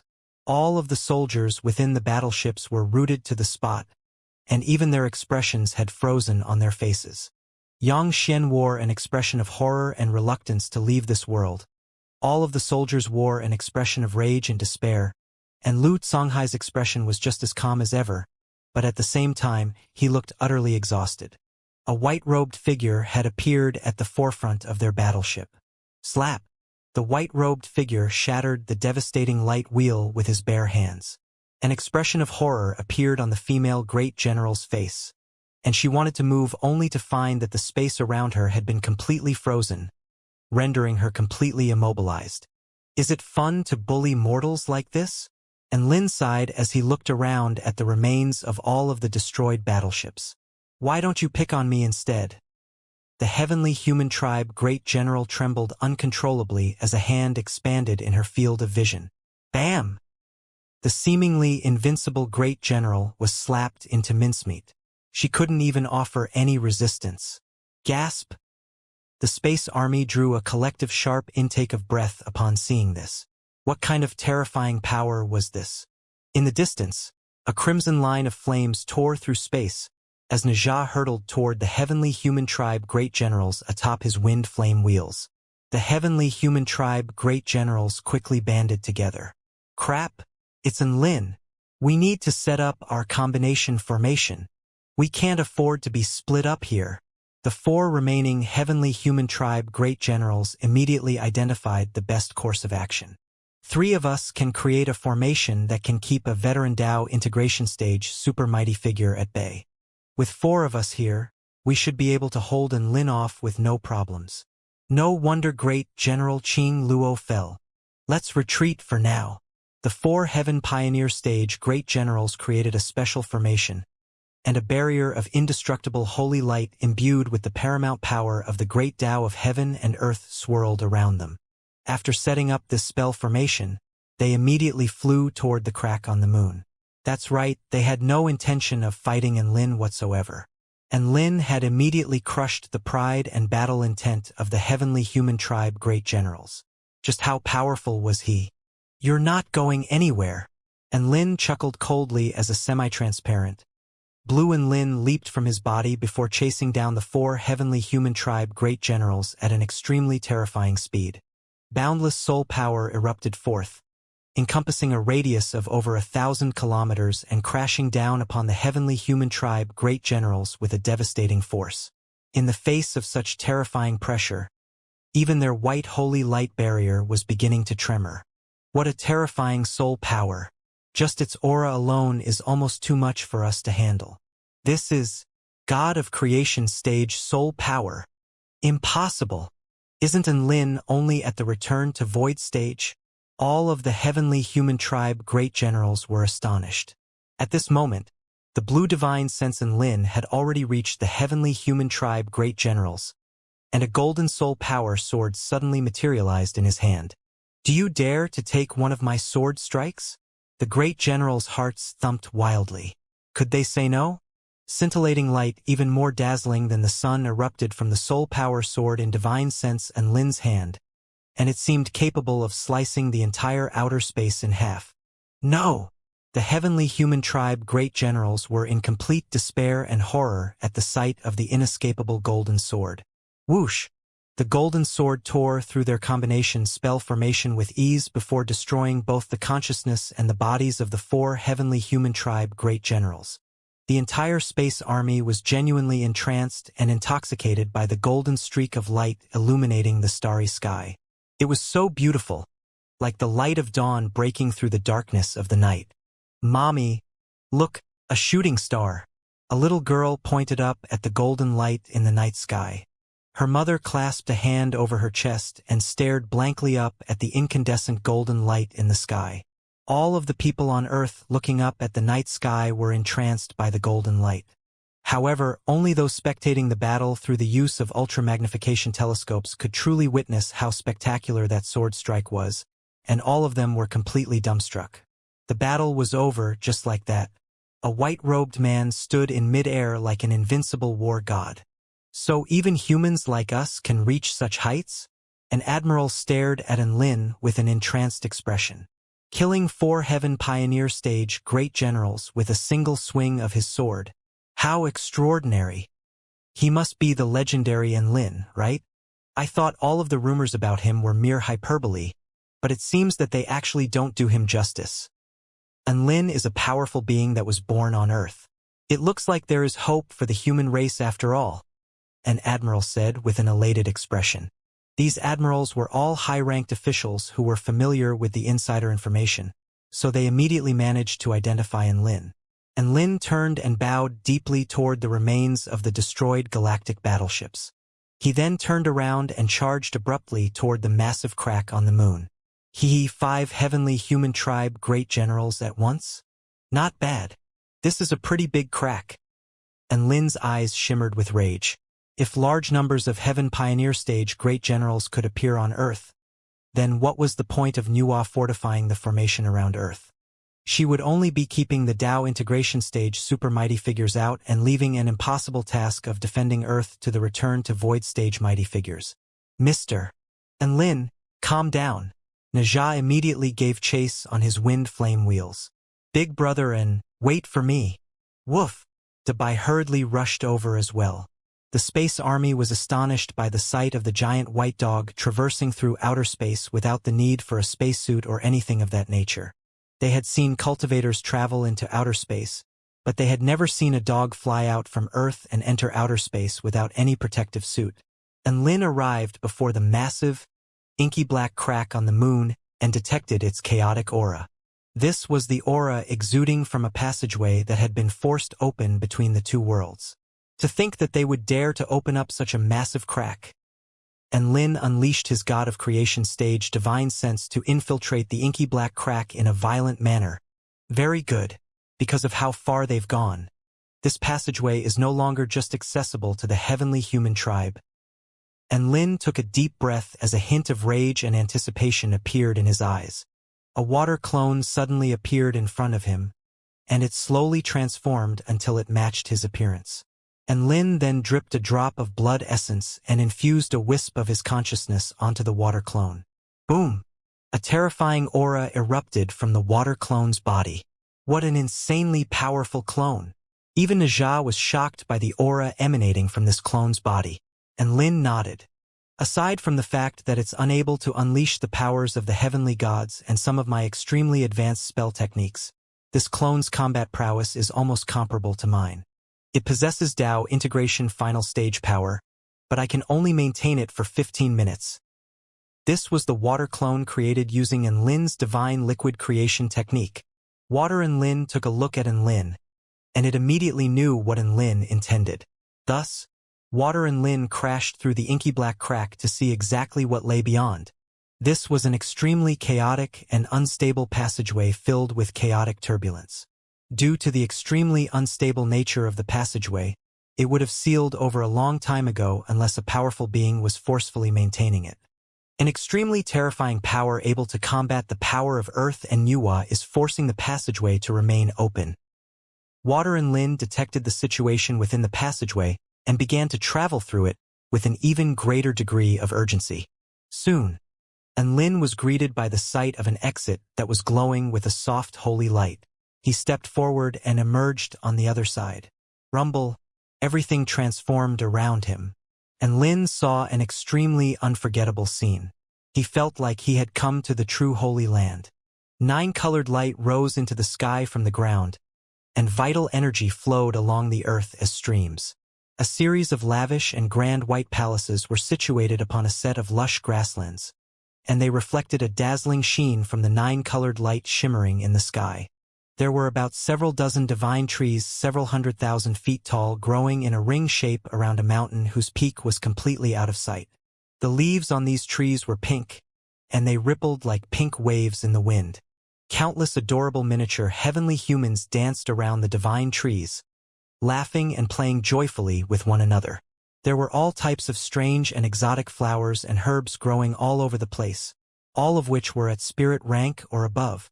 There were even a few peculiar plants that could move on their own and would eat some of the plants around them from time to time. These divine rank plants had their own sentient will.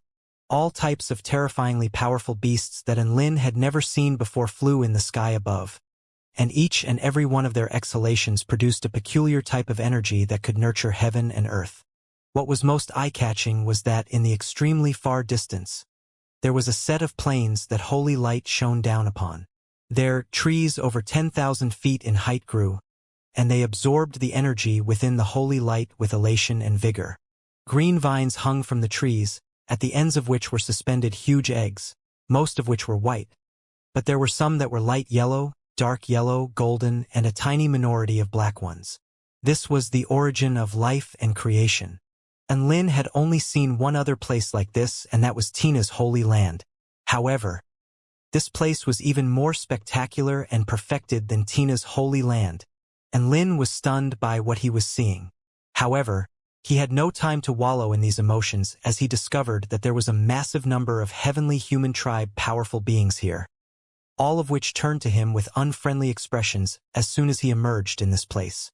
There were over 100,000 spirit refining stage, over 3,000 arcane body stage, over 200 soul piercing stage, and 3 heaven pioneer stage heavenly humans here.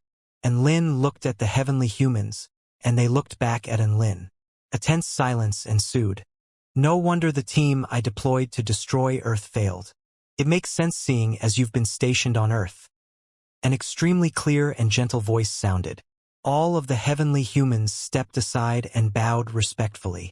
A woman so beautiful that it was difficult to believe that she was real made her way over to Lin in a light green dress with her green hair dancing behind her. She seemed to be a part of this world, and she was the epitome of beauty and nature. Lin knew that this was an enemy, but he couldn't bring himself to muster up any animosity toward her. Lin, you should have told me in advance if you were going to visit. A faint smile appeared on her face as she extended a beautiful hand toward him as a gesture of friendliness. Lin ignored her outstretched hand and spoke in a cold voice. You didn't tell me in advance either when you sent your goons to visit Earth. The woman was a little stunned by his response, and her pointy ears wiggled gently. It was quite clear that she was not expecting Lin's reaction. You really are just as the rumors say. You're scared of no one, not even me. The woman stared at Lin with intrigue shimmering in her orange eyes. I'm not even scared of the heavens, so why would I be scared of you? Lin harumphed coldly. He had already seen the green divine halo above her head. But so what? This only indicated that she was a heavenly god, of which he had already killed many. So you're not even scared of the heavenly life goddess. The woman stroked her chin with a thoughtful expression. Just what gives you that courage? Lin's heart shuddered upon hearing this. Holy fuck. This woman is the heavenly life goddess. I thought that the heavenly human tribe was created by light, sea, and earth. But who would have thought that even the heavenly life goddess has participated in this process? Lin spoke with a grave expression. In the creation of living beings, the most important aspect was life. The heavenly life goddess spread open her hand, and a ball of energy imbued with boundless vitality appeared over her palm. Life is actually the energy of true origin. It is born from me, but it transcends beyond me, and it represents infinite possibilities. The woman spoke in a gentle voice as her outstretched hand carried the ball of light toward Lin. Lin looked at the transparent ball of energy and was struck by an involuntary sense of awe and veneration. The energy hadn't taken shape yet, but it was still extremely mighty in his eyes. Lin was revering life. Is it beautiful? The heavenly life goddess smiled. Lin couldn't help but nod. He saw the true substance of life, and it was indeed very beautiful. The heavenly life goddess heaved a forlorn sigh. I've always been regarded as the weakest paramount heavenly god. But that's not actually because I'm weak. Instead, it's because I can't truly control life. Life is the most wonderful thing in this world. Life can replace the heavens, life can create all things, and it can also transcend beyond all things, reaching a level unimaginable even to me. Hence, I'm not a very worthy heavenly life goddess. A hint of disappointment and frustration appeared on her face as she spoke. Her pitiable state evoked within Lin the urge to protect and cherish her. Lin thought about it and realized that this was indeed the case. Life was the most powerful element in this world. For example, he was this badass, but he was still a part of life. Furthermore, even though he was a part of life, the heavenly life goddess couldn't do anything to him. The heavenly life goddess hung her head and murmured like a stubborn little girl. Even though I'm very useless, I still want to do my job to the best of my abilities. She outstretched another hand, and another ball of energy appeared over her palm, from which an aura imbued with boundless mysteries emanated. These balls of energy are the origin of life, and they are very beautiful. The living beings on the Tai Chu continent are also balls of energy to me. However, Those balls of energy are sick, and they are going to contaminate the entire world.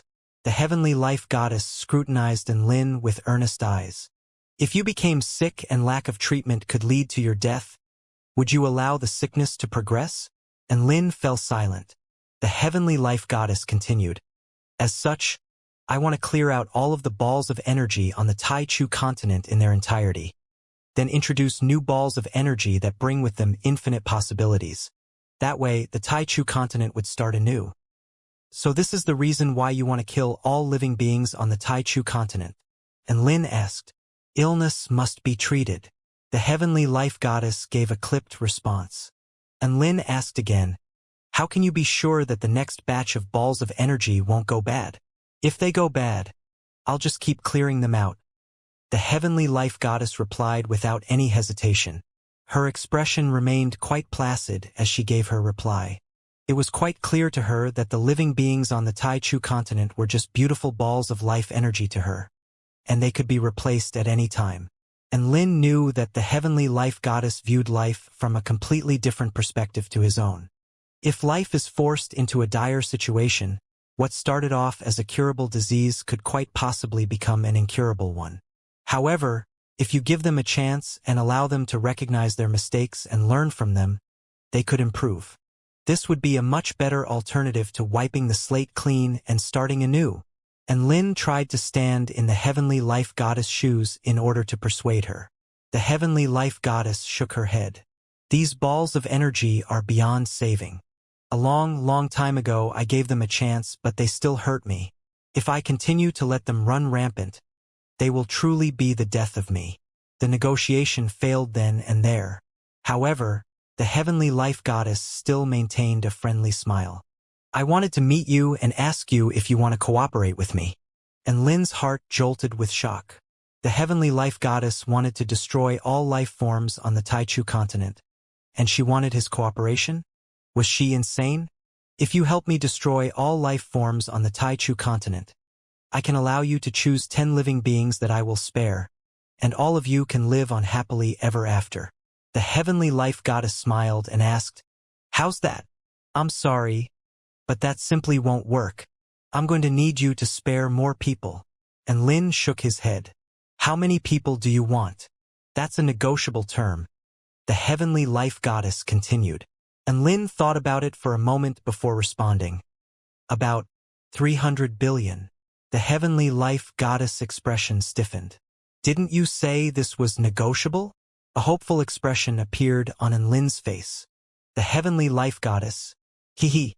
This bastard was encompassing the entire human race in his negotiation. Was he dreaming, or was he simply playing with her? A green dagger suddenly materialized in her hand, and Lin's eyelids twitched. Is that how you want to play? All right, then let me see just how powerful a paramount heavenly god is. Boom! Terrifying power erupted from his body. Tao integration stage aura erupted forth, sending gale force winds sweeping into the distance. However, before he could even attack, the green dagger had already pierced through his body. The heavenly life goddess had already appeared before him in the blink of an eye, and her green dagger pierced through his heart as crimson blood stained her hand. And Lin looked at the exquisitely beautiful woman before him, and they were situated so close to one another that the tips of their noses had almost come into contact with one another. A gentle smile appeared on her face. I welcome you to challenge me at any time, but please actually come in person next time. Her lips parted slightly as she inhaled deeply. Bert, and Lin's body quickly began to atrophy as if he were a burst balloon. In less than a second, his entire body was completely depleted. He was then transformed into energy and absorbed into the heavenly life goddess body. An intoxicated expression appeared on the heavenly life goddess features as she licked her lips with relish. Delicious! Outside of the crack on the moon, and Lin shuddered as a massive amount of information flowed into his mind. He was extremely astonished by what his clone had seen within the crack. The heavenly life goddess is in there? What is that place? And why is the heavenly life goddess there? At this moment, within the cabin of life. Bam! A rainbow ball shattered with a loud crash. An enraged female voice erupted within the cabin. I've already made so many concessions, yet you are still pressing on further. Black spirit snake, white spirit snake. The woman's voice flowed like a spring within the cabin of life. Black spirit snake and white spirit snake entered the cabin with respectful expressions after heeding her call. We pay our respects to your majesty. Your majesty, what are your orders? Go and unseal the heavenly Tao fragment. We're going to officially commence our mending of the heavens. But we haven't gathered all of the power of the heavenly Tao. Forget about that. We need to do this right now. On that day, rainbow light covered the entire sky of the Tai Chu continent. White light shot straight into the sky from the rubble of the Purple Star civilization. Life began to return to the bleak and desolate land that had been dead for over 10,000 years. Heaven and earth began to undergo a drastic transformation. The battle between the gods of creation and the heavens had officially commenced. With the heavenly Tao repaired even further, the heavenly human tribe within the Tai Chu continent were restricted even more severely, and all-powerful beings from the spirit refining stage to the heaven pioneer stage and above were debilitated even further. The Kingdom of the Nine States, Buddhist Kingdom, West Sea Alliance, Holy Paradise, Spirit Lake Realm, Demonic Realm, and North Song Mountain Realm all seemed to have become aware of this at the same time, and they launched a full frontal assault against the heavenly human tribe. A war that swept through the entire continent erupted once again.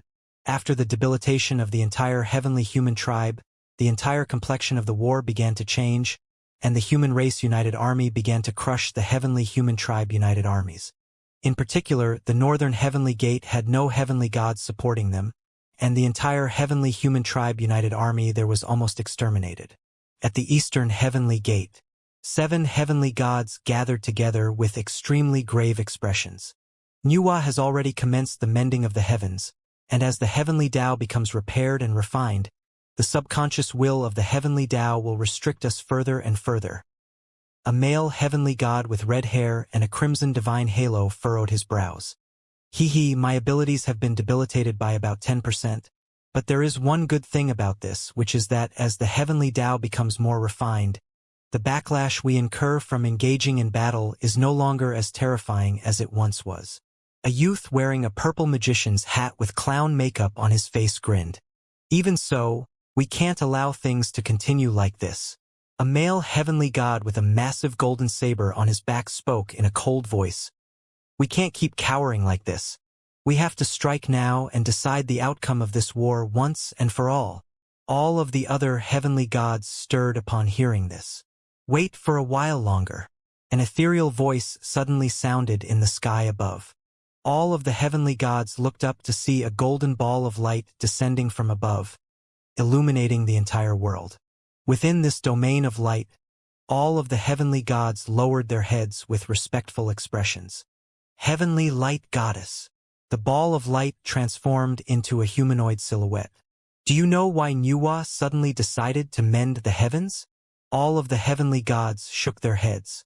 The Heavenly Light Goddess elaborated. It's all because of the Heavenly Life Goddess. She combined forces with the Heavenly Heaven God and forcefully broke down Nuwa's formation in an extremely violent manner in an attempt to destroy Earth in one fell swoop. In the process, she has greatly enraged Nuwa, which has prompted her decision to begin the mending of the heavens right away. All of the heavenly gods finally knew what was going on now. How sinister of the Heavenly Life Goddess. She's even screwing us over now. All she's trying to do is to instigate more animosity between us and the human race united army. Is she trying to get rid of us as well before cleansing the entire continent? Such arrogance. A heavenly god chuckled coldly. Light is paramount and eternal. With the Heavenly Light Goddess here, everything the Heavenly Life Goddess does will be in vain. A heavenly goddess sitting on a massive, pink foldable fan remarked in an indifferent voice. What are your instructions, Heavenly Light Goddess? A lark with a divine halo from which white smoke wafted asked. The humanoid light silhouette replied, Keep waiting. How long do we have to wait for? They're just a bunch of ants that we can crush whenever we want to. The heavenly god with the massive golden saber on his back was itching for action. When the heavenly sea god descends upon the Tai Chu continent, we will launch our attack. The heavenly light goddess left this parting sentence before dissipating into specks of light. None of the heavenly gods dared to go against the heavenly light goddess instructions. All of them lowered their heads in a respectful farewell to the heavenly light goddess. When will the heavenly sea god arrive? Last time, he was too hasty and sent out a living being he created to destroy the human race, only for it to be destroyed before it even managed to make it out of the West Sea. Since then, he has been blacklisted by the heavenly Tao and will naturally have to expend more effort to try and break through the formation around Earth. The youth with clown makeup chuckled. Soon, the heavenly sea god will be able to arrive within a year. A heavenly god hidden in the shadows spoke in a faint voice. 1 year. We'll allow these pitiful humans to survive for another year. The lark chuckled. As for Nuwa's mending of the heavens, don't worry, Nuwa won't be able to mend the heavens in a day or two. Just let her be. Beside the moon, and Lin was stationed before the massive crack on the moon. His inter-realm voice transmission talisman lit up with a call from White Spirit Snake. And Lin immediately picked up the voice transmission. Hey, little Bai. Tell Nuwa about what's happening on Earth. There's a massive crack on the moon, and a bunch of Heaven Pioneer Stage Great Generals is coming out of it. What the fuck is the point of fortifying the formation? I'm Nuwa. A warm and gentle voice sounded on the other side, and Lin shuddered and immediately softened his tone. Greetings, Your Majesty Nuwa. Long time no talk. How have you been lately? I've been well.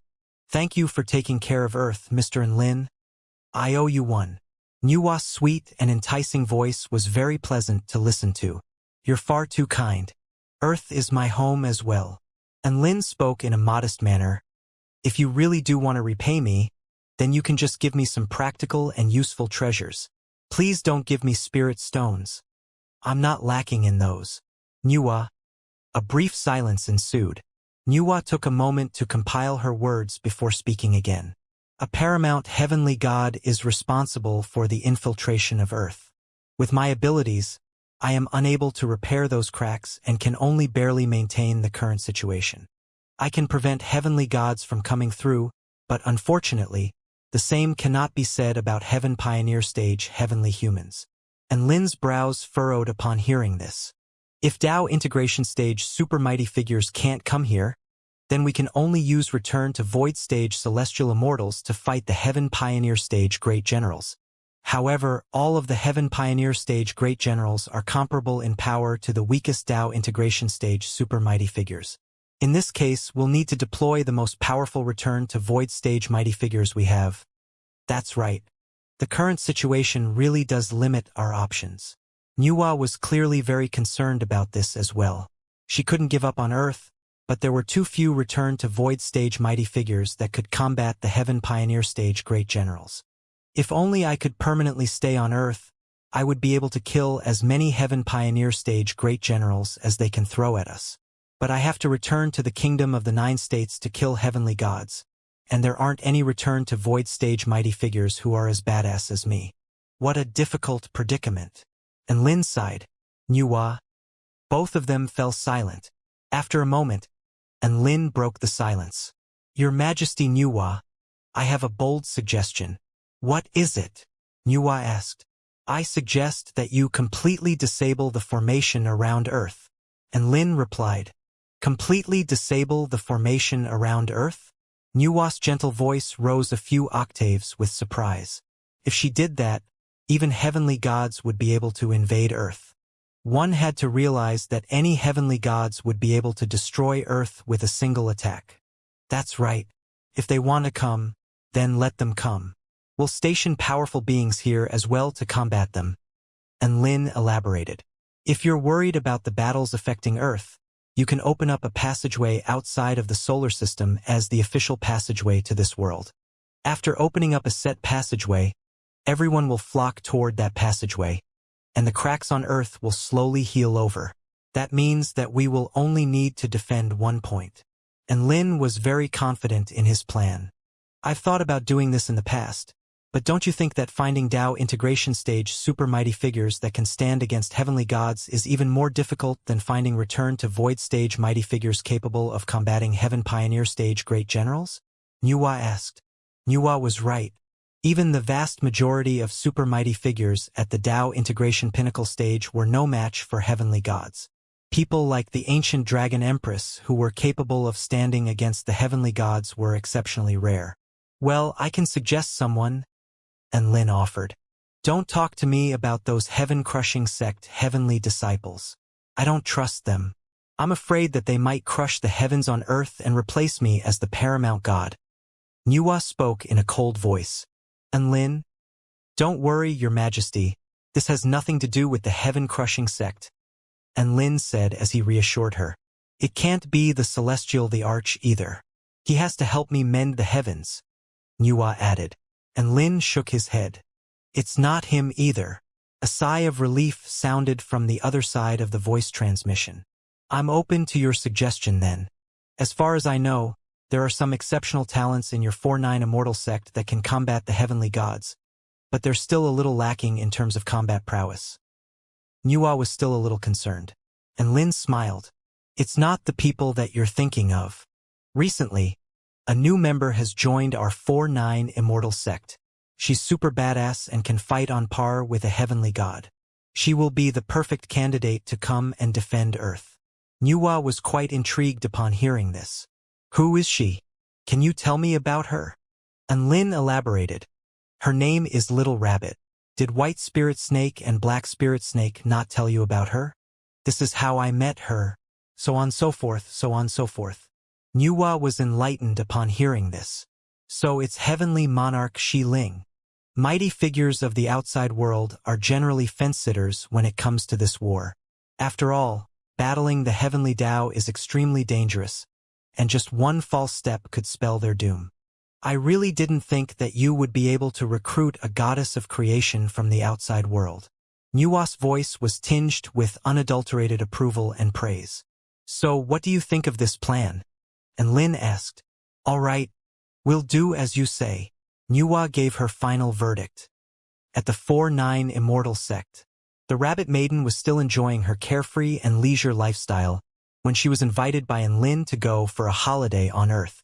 She was very excited and arrived on Earth in high spirits only to discover when she got there that she was there to be a gate guardian rather than to take a holiday.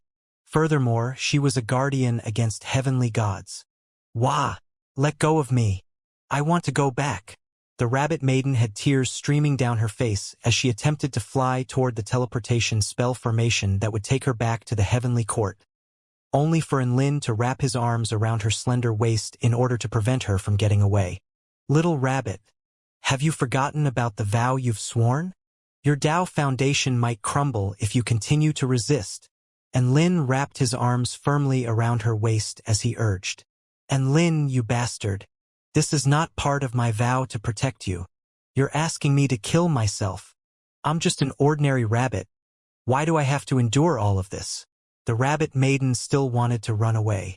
The two of them bickered with one another in outer space. Nuwa was a little speechless. I've already opened up the passageway between the two worlds, and the gate is right here. Can you two please focus on the task at hand? Nuwa, you have to stand up for me. The Rabbit Maiden had tears in her eyes. I vowed to protect him, not to protect Earth. How is it fair that he's asking me to protect Earth now? I think it's fair enough. Nuwa shrugged. See, I knew that it was unfa. Ha! The Rabbit Maiden faltered momentarily as she looked back and forth between Nuwa and Enlin, upon which she was racked with sobs. You two are on the same team. You're too cruel. How could you do this to such an adorable rabbit? The Rabbit Maiden fumed. That's not what you said when you were eating the spicy rabbit meat. Enlin retorted expressionlessly. The Rabbit Maiden. How about this? I'll cook you a frying pan dish once every week as compensation. What do you think? Enlin made a slight concession. Gulp. The Rabbit Maiden swallowed. She recalled back to the impossibly delicious spicy rabbit meat, and it took everything she had not to salivate. Enlin urged, yes or no? If you don't want to, then hurry up and tell me so that I can find someone else. If you choose to take on this job, you'll have to prepare yourself to fight all kinds of powerful enemies, including perhaps even paramount heavenly gods. 2 dishes a week. The rabbit maiden negotiated in a feeble voice. And Lin blinked with surprise. Sure. Deal. The rabbit maiden shook Lin's hand. Nuwa was completely dumbstruck by this sequence of events. 2 frying pan dishes a week was enough to make a goddess of creation risk her life? Was the rabbit too gullible, or was Lin's cooking really that good? Lin, can you cook a dish for me as well next time? An eager, curious smile appeared on Nuwa's face, and it was like the most beautiful scenery in this world. I would be more than happy to be of service. Lin replied with poise and grace. A gargantuan gate of light appeared outside the solar system. From this place, one could see a beautiful aqua planet revolving in the extremely far distance. Come on out, Xiao Fu, Xiao Pang. Lin also unleashed his Karma Star Protection Divine Disc and Starless Sky of Slaughter Formation Disc. 2 devastatingly powerful formations were set up and encompassed an area several hundred kilometers in radius. They could absorb the power of stars here and accumulate energy on their own. Even without anyone supplying them with energy, they could hold off a heavenly god for a period of time. Thus, the rabbit maiden's combat prowess was further boosted. It could be said that as long as no paramount heavenly god descended, the rabbit maiden would have no cause for panic and could perhaps even kill her assailant. Thus, the crisis on Earth was averted. The rabbit maiden defended the gate, while Lin returned to Earth with elation. Su Xiaolan rode atop her phoenix and returned to Earth. In this world, where return to void stage mighty figures were at the pinnacle of power, 2 Dao integration stage super mighty figures suddenly appeared, creating a massive stir. The cultivators group chat was absolutely buzzing. Green River Sword Immortal? Have you guys heard? Su Xiaolan is coming back to Earth. The savior. Insolence. How could you refer to her by her name? We must respect her by referring to her by her title of Divine Phoenix Maiden. Tianlingling. No way. Big Sister Lanlan is always our Big Sister Lanlan. Taoist priest Yuan Mu sent through a curious kitty emoji. Seniors. Who is this senior Su Xiaolan that all of you are talking about? Cloud Exploring Taoist. She is the #1 goddess in the Kingdom of the 9 States. Taoist priest Yuan Mu. Oh my god! Celestial Maiden Arowana. Holy fuck! All of the newbies in the group were all shocked. The savior, from a cultivation-based standpoint, she is at the Dao integration stage, which lies beyond return to void stage. She is someone who has perfected her divine Dao and has been acknowledged by the great Dao of heaven and earth. She is infinitely approaching a being who is truly immortal. Taoist Yumu. Not only that, but the Divine Phoenix Maiden is also the only one in the Kingdom of the 9 States to have successfully integrated 2 divine Daos at the same time. She is a freak among freaks. Taoist priest Yuan Mu. Ho! Holy Mother of God. She's absolutely legendary then. Celestial Maiden Arowana. My God! It's so bright. I'm about to be blinded by her halo. Truth-seeking little monk. I feel like I can see the light of a protagonist, and this is the only light a protagonist should possess at the end of the story. Little Brother 6 Paths. Why is a legendary figure like her coming to Earth? Tian Lingling. She's here to find her Dao partner. Of course. Little Brother 6 Paths. No way. This is a woman even a god does not deserve. How does she have a Dao partner already? Tian Lingling. Well, she does. And I'm happy to inform you that her Dao partner is none other than our Lin. Little Brother 6 Paths. What the fuck? Light Particle Bomb Fairy. Holy Mother of God. Celestial Maiden Arowana. I need a defibrillator. My heart has stopped. Taoist priest Yuan Mu. I'm kneeling for Big Boss and Lin. All of the newbies in the group were excited beyond belief. In their hearts, Lin was the most powerful being to have come from Earth. Hence, they were naturally genuinely elated and proud that he had such a powerful Dao partner too. Yellowwood Taoist. Lingling, you're pretty close with Lin, right? Have you seen Su Xiaolan? Tian Lingling. Xiaolan is at the Peace Immortal sect. You guys can come and meet her as well. A flood of messages instantly rushed into the chat. Everyone wanted to see what this legendary woman looked like. At the Peace Immortal sect, Tian Lingling wore a pink dress and led several dozen group members toward an intricate pavilion. All of the group members were a little nervous and uneasy. There, a woman in a jade dress sat with a radiant and enchanting smile while holding a series of strange objects that she was now patiently introducing to Mingchuan.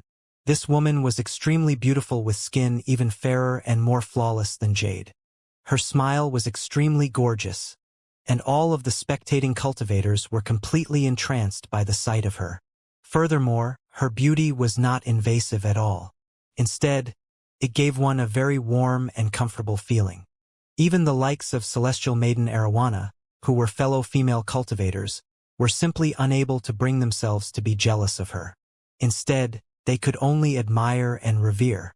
A handsome, white-robed man sat beside this woman as she introduced the items that she had brought with her to Mingchuan. He supported his chin in his hand and was nibbling on a spirit fruit, looking as if he were bored out of his mind. That is our divine phoenix maiden. Tian Lingling pointed at the extremely gorgeous woman with a smile. Everyone nodded upon hearing this. With those goddess-like looks, they could guess who she was even without the introduction. The light particle bomb fairy sighed with emotion as she stroked her wavy, golden curls with a dejected expression. Sigh, I thought I had a chance with Senior and Lin. Now I don't even want to try and compete. The savior chuckled. Don't give up too soon. You think I have a chance? The light particle bomb fairy's eyes lit up. Could it be that, in everyone else's eyes, her looks rivaled Su Xiaolan's? The savior nodded. Perhaps Lin has a fetish for ugly girls? Light particle bomb fairy. Boom! Ow! An explosion erupted, followed by an anguished wail. Su Xiaolan and Lin and Mingchuan all turned toward a certain direction at the same time. Tian Lingling made her way over with a dainty smile on her face. Fake Taoist priest, Big Sister Xiaolan. I've brought some cultivators here to visit you guys. And Lin and Su Xiaolan welcomed the visitors with warm smiles. Su Xiaolan even commanded little Huang to dance for everyone. All of the cultivators were extremely overwhelmed. This was the first time they had seen an actual phoenix dance for them. The dance wasn't very beautiful as the phoenix was extremely reluctant and depressed as it wiggled its miniature body with a suicidal expression. But all of the cultivators were excited beyond belief. How many people could say that they had witnessed a mythological beast dance for them? This was completely unimaginable to them. Little Huang was in complete despair. To think that a regal phoenix would be reduced to a court jester for a bunch of Dao body stage and spirit nurturing stage cultivators. What sheer and utter humiliation. What a disgrace to all phoenixes. And Lin and Su Xiaolan found this to be quite funny and used a photographic crystal to record little Huang's adorable yet stiff dance moves. Soon, the visiting cultivators left after that unforgettable experience. They still had missions that they had to complete. Even though the cracks on Earth had disappeared, there were still other areas that they needed to attend to and patrol. And Lin and Su Xiaolan didn't really have anything to do. Earth was tiny in their eyes, and they could travel to any corners of the globe in an extremely short time via spatial travel, so there was no need for them to be stationed anywhere. Xiaolan, when are you going to hold your wedding and take my and Lin? My life would be complete when that day comes. And Mingchuan sighed. Su Xiaolan glanced at Lin with a faint smile on her face. I want that as well, but Lin doesn't. Look at him. All he's concerned about nowadays is destroying the heavenly human tribe. And Lin was very hurt. Xiaolan, when did you get on the same team as Dad? Do you think I want to keep this up? I've been a virgin for over 100 years. And Mingchuan's eyes lit up. How about this? We can delay the wedding until after the heavenly human tribe crisis is over. But you two can make a grandchild for me first. And Lin, Su Xiaolan. And Lin and Su Xiaolan both blushed upon hearing this. They were both powerful beings standing at the pinnacle of the Taichu continent, but they were like shy teenagers when it came to this subject. I don't know. Su Xiaolan tucked her chin into her chest with a blush on her face. And Lin looked at the shy woman beside him, and he almost couldn't resist the urge to give her succulent, flushed cheeks a quick peck. I think that's not a bad idea. And Ming Chuan was extremely excited to hear this. Let me pick a date. The dynamics of power balances worked in rather peculiar ways sometimes. Su Xiaolan and Ming Chuan were initially on the same team, but all of a sudden, Lin and Ming Chuan were on the same team. This was probably the tacit understanding a father and son had with one another. And Lin turned toward the exquisitely beautiful woman beside him and suggested with a slightly nervous expression, "What better day than today? Great!" And Ming Chuan was overjoyed. He was going to be a grandfather soon. Su Xiaolan? She inched her lips closer to Lin's ear and spoke in a low voice. "If you really want to, I can give my first time to you?" And Lin shuddered, and he too became a little excited. "You've already helped me exact my revenge, and I am now entirely yours in both body and heart. There's nothing I can't give to you." Su Xiaolan's voice was very gentle and enticing, and Lin could sense that both their body temperatures seemed to be rising. "However, I still want to hold a wedding first before doing something like that. If you can't bear it any longer, we could speed things up by holding the wedding on Earth." Su Xiaolan's eyes shimmered, and her breathing was accelerating slightly as she spoke. And Lin fell silent for a moment before heaving a faint sigh. He caressed her silky hair and gave her a quick peck on the lips. "Let's do this another time. I don't want our wedding to be crashed by anyone or anything. Let's destroy the heavenly human tribe first." A vibrant smile appeared on Su Xiaolan's face. "All right, well, don't say I didn't give you an opportunity. There's no hurry. Let's go do some shopping, and I'll show you around Earth." And Lin grabbed Su Xiaolan's hand with a smile. "Sure. I was just thinking about buying some clothes too." Su Xiaolan nodded with a smile. Thus, the two of them traveled toward the nearby city. "Oi! How could you just leave it at that?" And Ming Chuan yelled with a stunned expression. His dream of holding his grandchild in his arms was flying away from him. Wrong city. There was a massive construction called the Corkscrew Heavenly Street on a lavish street. The entire street progressed upward in a corkscrew shape with shops lining either side of the street. It was like a massive tower that extended over a kilometer into the sky. Due to the fact that the construction was very wide and huge, it was actually not very steep. There was also a winding staircase off to the side that one could take if they were tired. And Lin wore a set of casual white clothes, and he held Su Xiaolan's hand as they strolled their way up the corkscrew heavenly street. Su Xiaolan was clothed in very simple attire.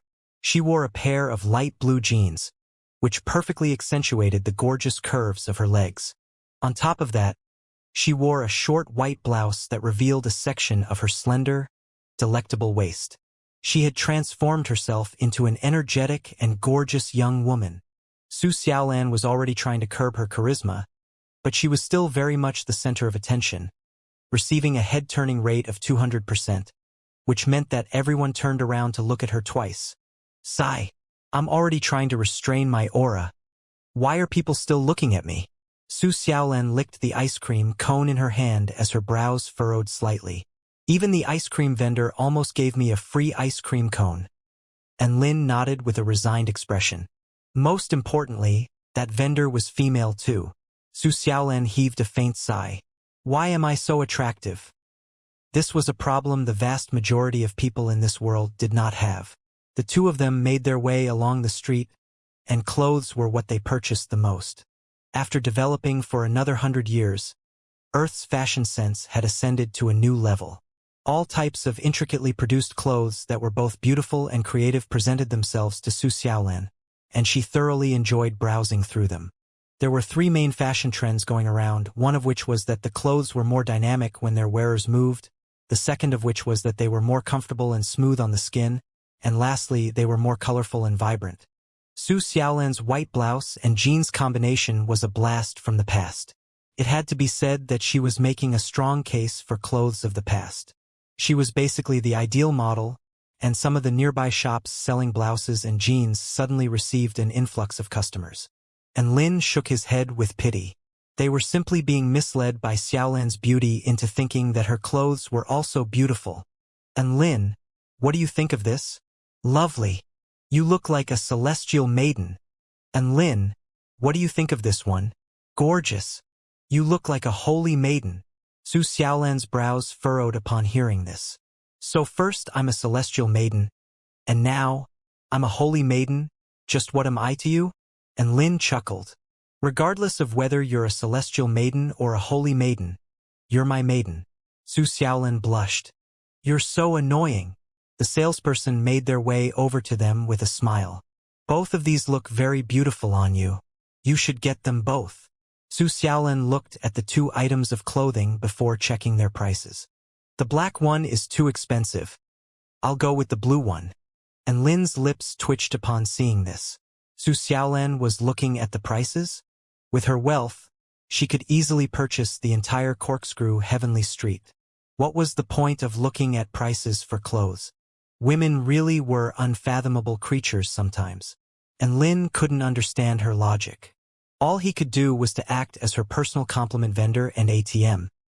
Seeing Su Xiaolan change into a series of clothes with different styles was actually quite an enjoyable expression.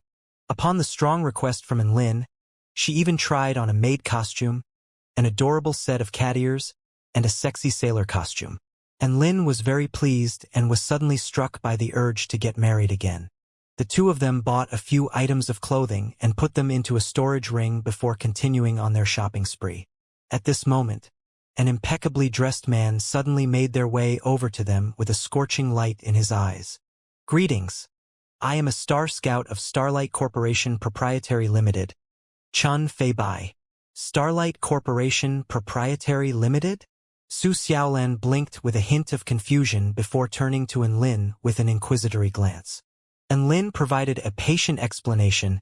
Starlight Corporation Proprietary Limited is one of the three main entertainment companies in our Hua Nation. They dabble in things like cinematics, games, animation, music. Oh! Su Xiaolan nodded upon hearing this. The two of them didn't really react to his announcement that he was from Starlight Corporation Proprietary Limited, and his heart jolted as a result. His expression became even more earnest. Madam, would you like to become a star? I have a very good discerning eye for talent, and I can guarantee through a contract that you will become a first-rate star in the Hua Nation within 5 years if you join our Starlight Corporation Proprietary Limited. Su Xiaolan was a little intrigued. Really? I don't have any talents, though. I can't sing and dance, so how am I going to become a star? Chun Fei Bai was a little entranced by her exquisite beauty, and he only came to his senses after a short while. You don't have to have any talents. All you have to do is stand in front of the camera and smile, and you'll be a first-rate star the next day. Trust me. Su Xiaolan. And Lin was very angry. How can you do that? Think about the artists who wake up at the crack of dawn every single day and work their asses off for a chance at becoming a star. What are they going to think if they hear this? Chun Fei Bai shot a glance at Lin. Don't be naive. This is reality. Even though those who work hard can also succeed, those with exquisite beauty will succeed much more easily. And Lin? Chun Fei Bai sized up Lin with a careful glance. Did you save the earth in your previous life or something? How did you end up with such a beautiful girlfriend? If you really love your girlfriend, you should encourage her to try and become a star. With her looks, it would a massive shame if she didn't pursue the path of stardom. Su Xiaolan burst into laughter upon hearing this. I don't know if he saved the earth in his previous life, but he most certainly has saved the earth in this life, and not too long ago either at that. What? Chun Fei Bai was at a complete loss. He's right. No wonder Celestial Maiden Xiaolan wants to marry me right after I saved the earth. And Lin tapped Su Xiaolan on the nose. Su Xiaolan leaned her head on Lin's shoulder with a sweet smile on her face. You are the best present the world has given me, Xiaolan and Lin. The two of them began to flirt with one another. Chun Fei Bai was completely dumbstruck. What were they talking about? Why couldn't he understand a single word? Have you forgotten that I'm here? I am a star scout from one of the 3 largest entertainment companies in the Hua Nation. I can help you become a star. Are you interested? Chun Fei Bai was not interested in hearing their fantasies about saving the earth and decided to get back on track. All right, then tell me, if I was to join your company, what kind of star could I become? And Lin asked with an intrigued smile. Chun Feibai repressed the disdain in his heart and sized up in Lin's appearance before nodding slightly. You're not bad. If you work hard for a few years, even without any acting skills, you should be able to become a third-rate star. If your girlfriend is willing to help you, maybe you could even make it as a second-rate star. And Lin uffed. Ha ha ha. Su Xiaolan doubled over with laughter. And Lin's expression darkened. He felt like he had been insulted. He was so handsome. Even in the 4-9 Immortal sect, he was the undisputed #1 most handsome sword immortal. How was it that, in Chun Feibai's eyes, he could only become a second-rate star after relying on his girlfriend to carry him? How about it? Do you want to try? Chun Feibai stood up straight with a proud expression. In this era, celebrities and stars were extremely revered. Second-rate stars were situated at dizzying heights to many, and they would die for a chance to scale to those heights. He had the confidence that there was almost no one who could resist this temptation. However, to his surprise, An Lin's expression remained unchanged, as if he didn't really care. If anything, he appeared to be a little enraged. What he didn't know was that An Lin had already scaled to unimaginable heights, not in the entertainment industry, but in a much more worthwhile field. The only reason why An Lin was expressing any interest at all to his offer was just to humor himself and Xiaolan. Su Xiaolan finally recovered from her fit of laughter. So how long will it take for me to become a star like Dongfang Shui? What? Chun Feibai was given a massive fright. Are you insane? Dongfang Shui is a global megastar. Her influence is unmatched.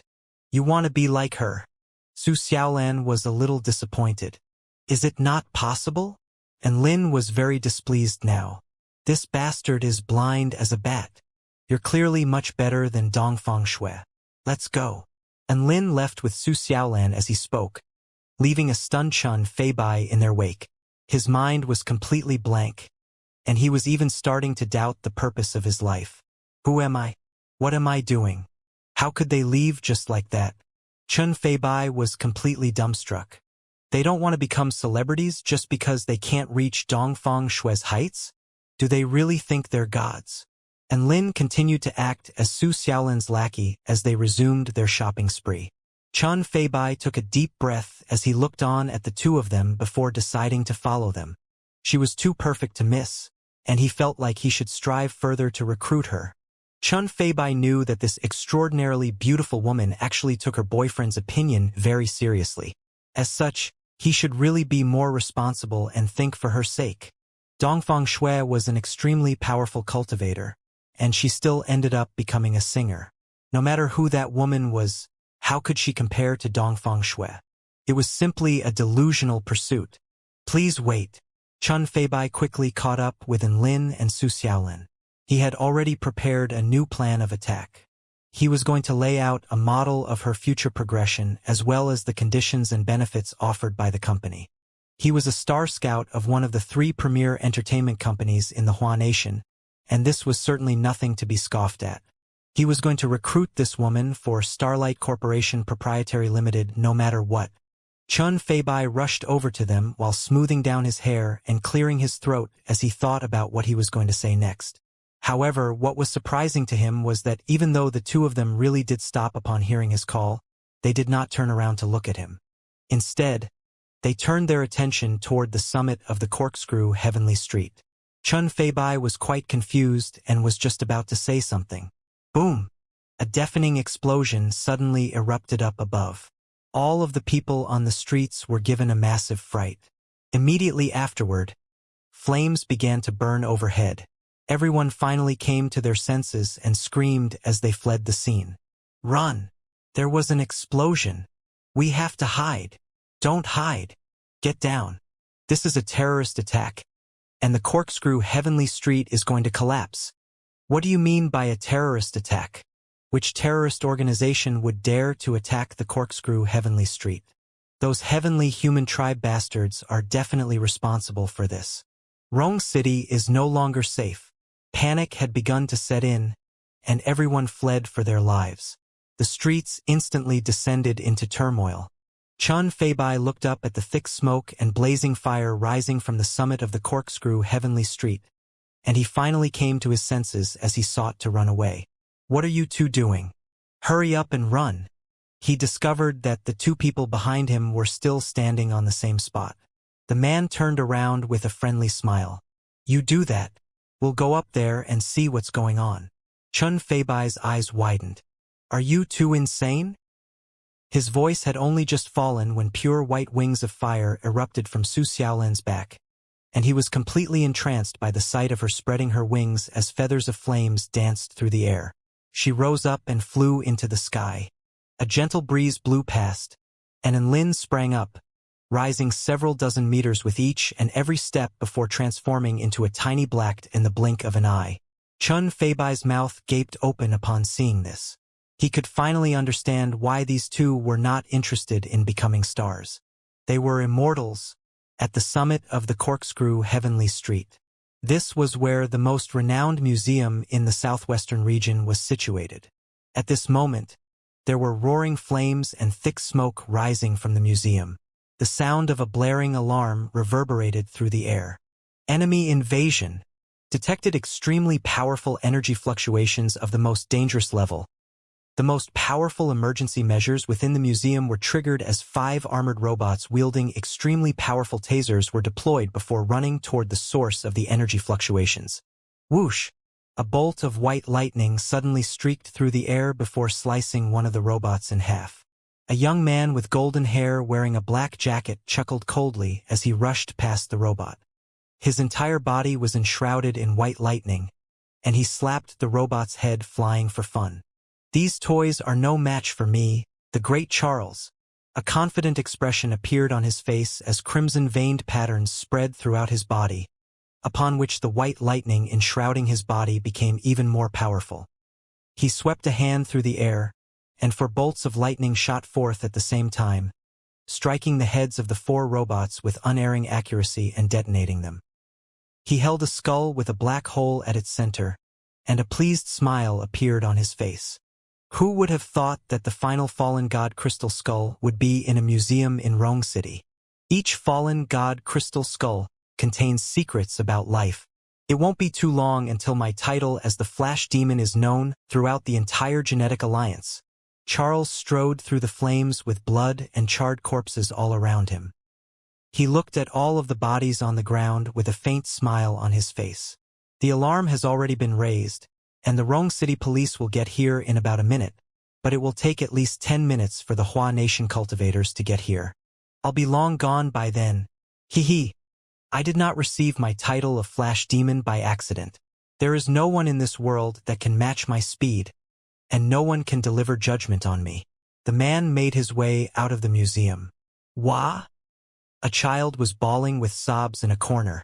The child's mother instantly clamped a hand over the child's mouth and urged her not to cry. However, the sound of her sobs still managed to escape. Oh, there are still survivors who haven't run away. Charles's footsteps faltered as he turned toward the mother and daughter in the corner. An expression of despair appeared on the woman's face as she trembled. "I beg of you, please don't kill us. I won't tell anyone about what happened here. Please? Your daughter sure is adorable." A warm smile appeared on Charles's face. Hope was ignited in the woman's heart upon seeing this. "It would be a pity if your adorable daughter is not fried by lightning." A sadistic light flashed in Charles's eyes. "No!" The woman was in complete despair upon hearing this. At this moment, a bolt of white lightning tore through space and crashed down upon the mother and daughter. Boom!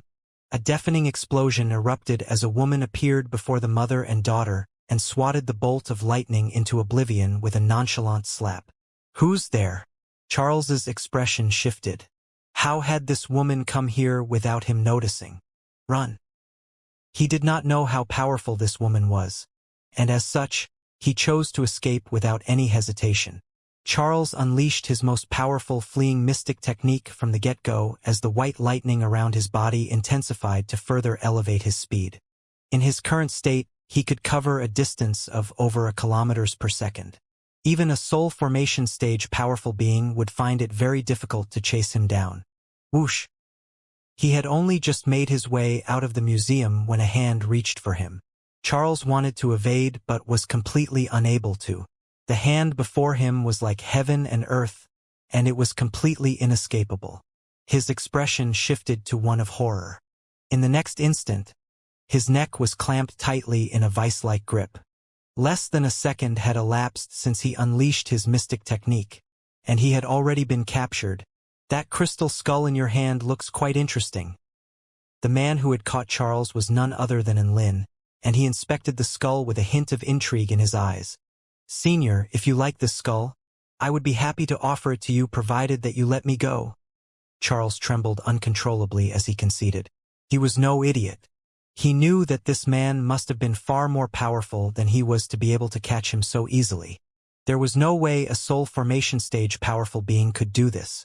This man was most likely a legendary return to void stage mighty figure. What a beautiful, delusional world you live in. You killed citizens of our Hua nation, and you still want to escape with your life. And Lin's hand became inky black as the extreme power of evil manifested onto Charles's neck. You'll be subjected to the most horrific torture for what you've done. Perfected heavenly ghost palm. Boom! Arg! Charles's blood-curdling cries rang out throughout heaven and earth. The Flash Demon, who was one of the most powerful beings in the Genetic Alliance, was tortured to death on the corkscrew heavenly street. Charles was reduced to a puddle of blood, and the crystal skull clattered to the ground. Su Xiaolan exhaled gently, and the flames raging within the museum were all completely snuffed out. She possessed the vermilion bird divine Tao, which gave her command over all flames, so snuffing out these flames was even simpler than breathing for her. She then waved a hand, and all of the injured people within the museum were transferred outside. She then cast a healing spell technique, and all those who were not dead, even if they were on the brink of death, were soon recovered to full health. Thank you, Immortal. Thank you for saving our lives. The woman with the little girl in her arms had tears in her eyes as she bowed to Su Xiaolan over and over again. She had never seen an immortal, but she had certainly heard about them, and she knew that this ridiculously beautiful woman was a cultivator and an extremely powerful one at that. No need to thank me. I'm just doing something that I should be doing, Su Xiaolan said with a warm smile. She then made her way over to Lin and also began to inspect the crystal skull with a curious expression. What's the deal with this skull? Let's talk elsewhere. And Lin could sense that the police force was quickly approaching. Su Xiaolan nodded, and the two of them instantly disappeared on the spot. Within a secluded forest, and Lin and Su Xiaolan gathered together and carefully inspected this fallen god crystal skull.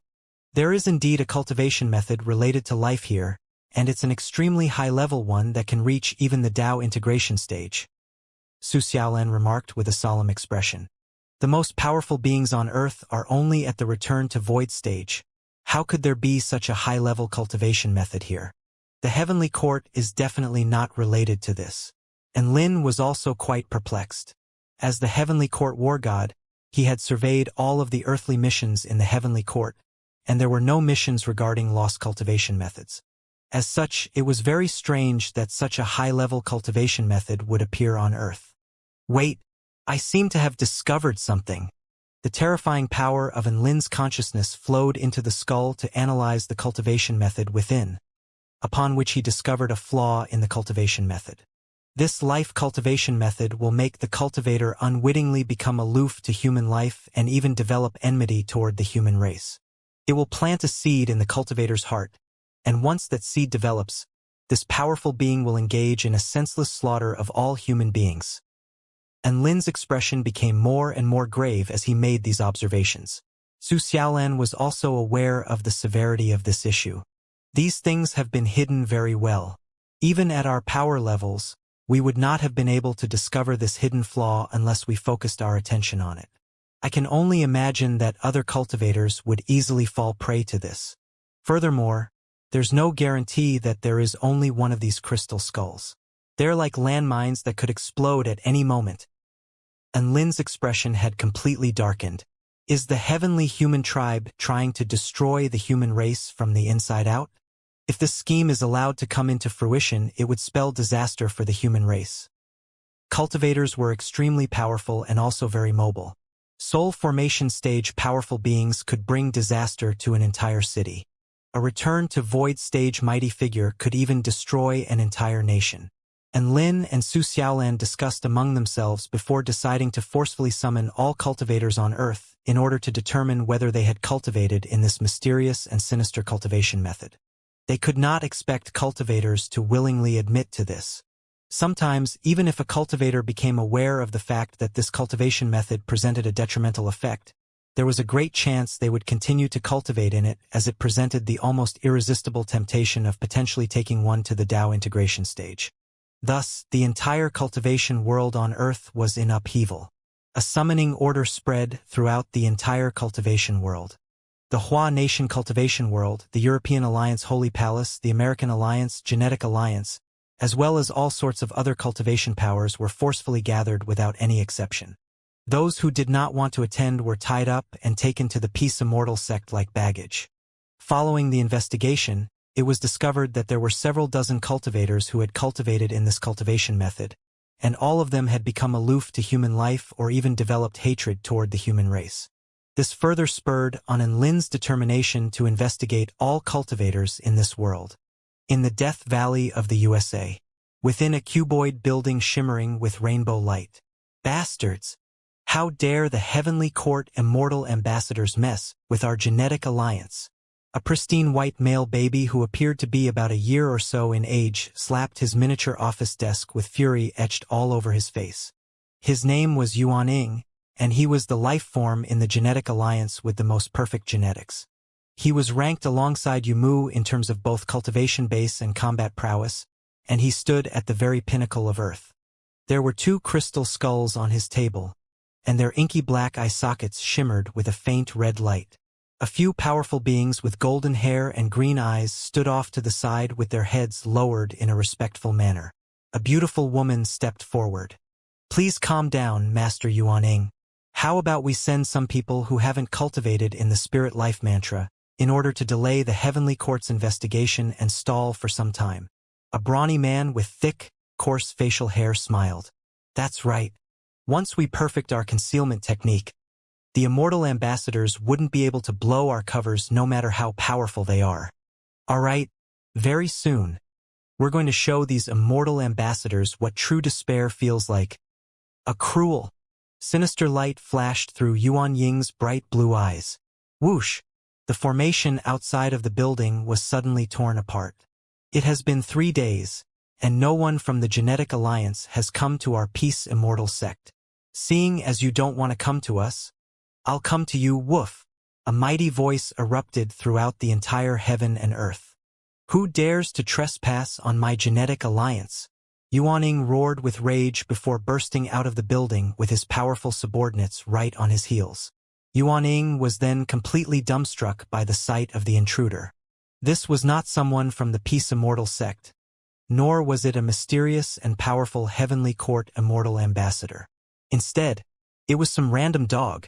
This was a white and furry dog with his long tongue sticking out as his eyes roamed over the sexy female subordinates behind Yuan. I'm here on behalf of the Heavenly Court, so you better surrender, woof. Otherwise, I'm going to destroy the entire Genetic Alliance headquarters. The white dog grinned. Yuan was extremely enraged by the fact that he was being threatened by a dog. A dog can destroy my Genetic Alliance headquarters?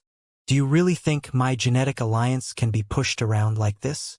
If you want a fight, then a fight is what you shall have. Everyone, let's feast on dog meat tonight. There were over 100 powerful beings gathered outside of the Genetic Alliance. Some of them were completely green with muscular statures. Some of them were completely crimson and burning with flames, and some of them were enshrouded in the power of wind and hovered in the air. Aside from that, there were also cultivators with scales all over their bodies, some with sinister claws for hands, some with lizard tails, and some that looked like a Frankenstein mishmash of body parts from all types of creatures. This was the specialty of the Genetic Alliance. All of them had been genetically modified in order to grant them supernatural powers. "We feast on dog meat tonight." All of the powerful beings roared in unison. All of them were extremely proud individuals who were revered by the public wherever they went. However, this dog was now threatening to destroy their headquarters. This was an utter humiliation for them. At this moment, a few powerful elders pounced toward Dubai. "Ha ha ha! You little puppy! You think you're imposing at your pathetic size? Watch Daddy show you how it's done." A brawny man with green eyes cackled as his muscles quickly bulged, and he began to grow fur before he transformed into a vicious wolf over 100 meters in length. "Howl! Do you see now? You're just a little puppy in my eyes. I'm going to tear you apart." The wolf roared before leaping into the air and slashing his sharp claws down upon Dubai. Dubai waved a nonchalant paw, and an invisible power of wind crashed into the wolf's body like a truck, crushing all of his bones and ligaments and sending him hurtling into the distance for over 1,000 meters as he threw up blood amid an anguished wail. "Are you retarded?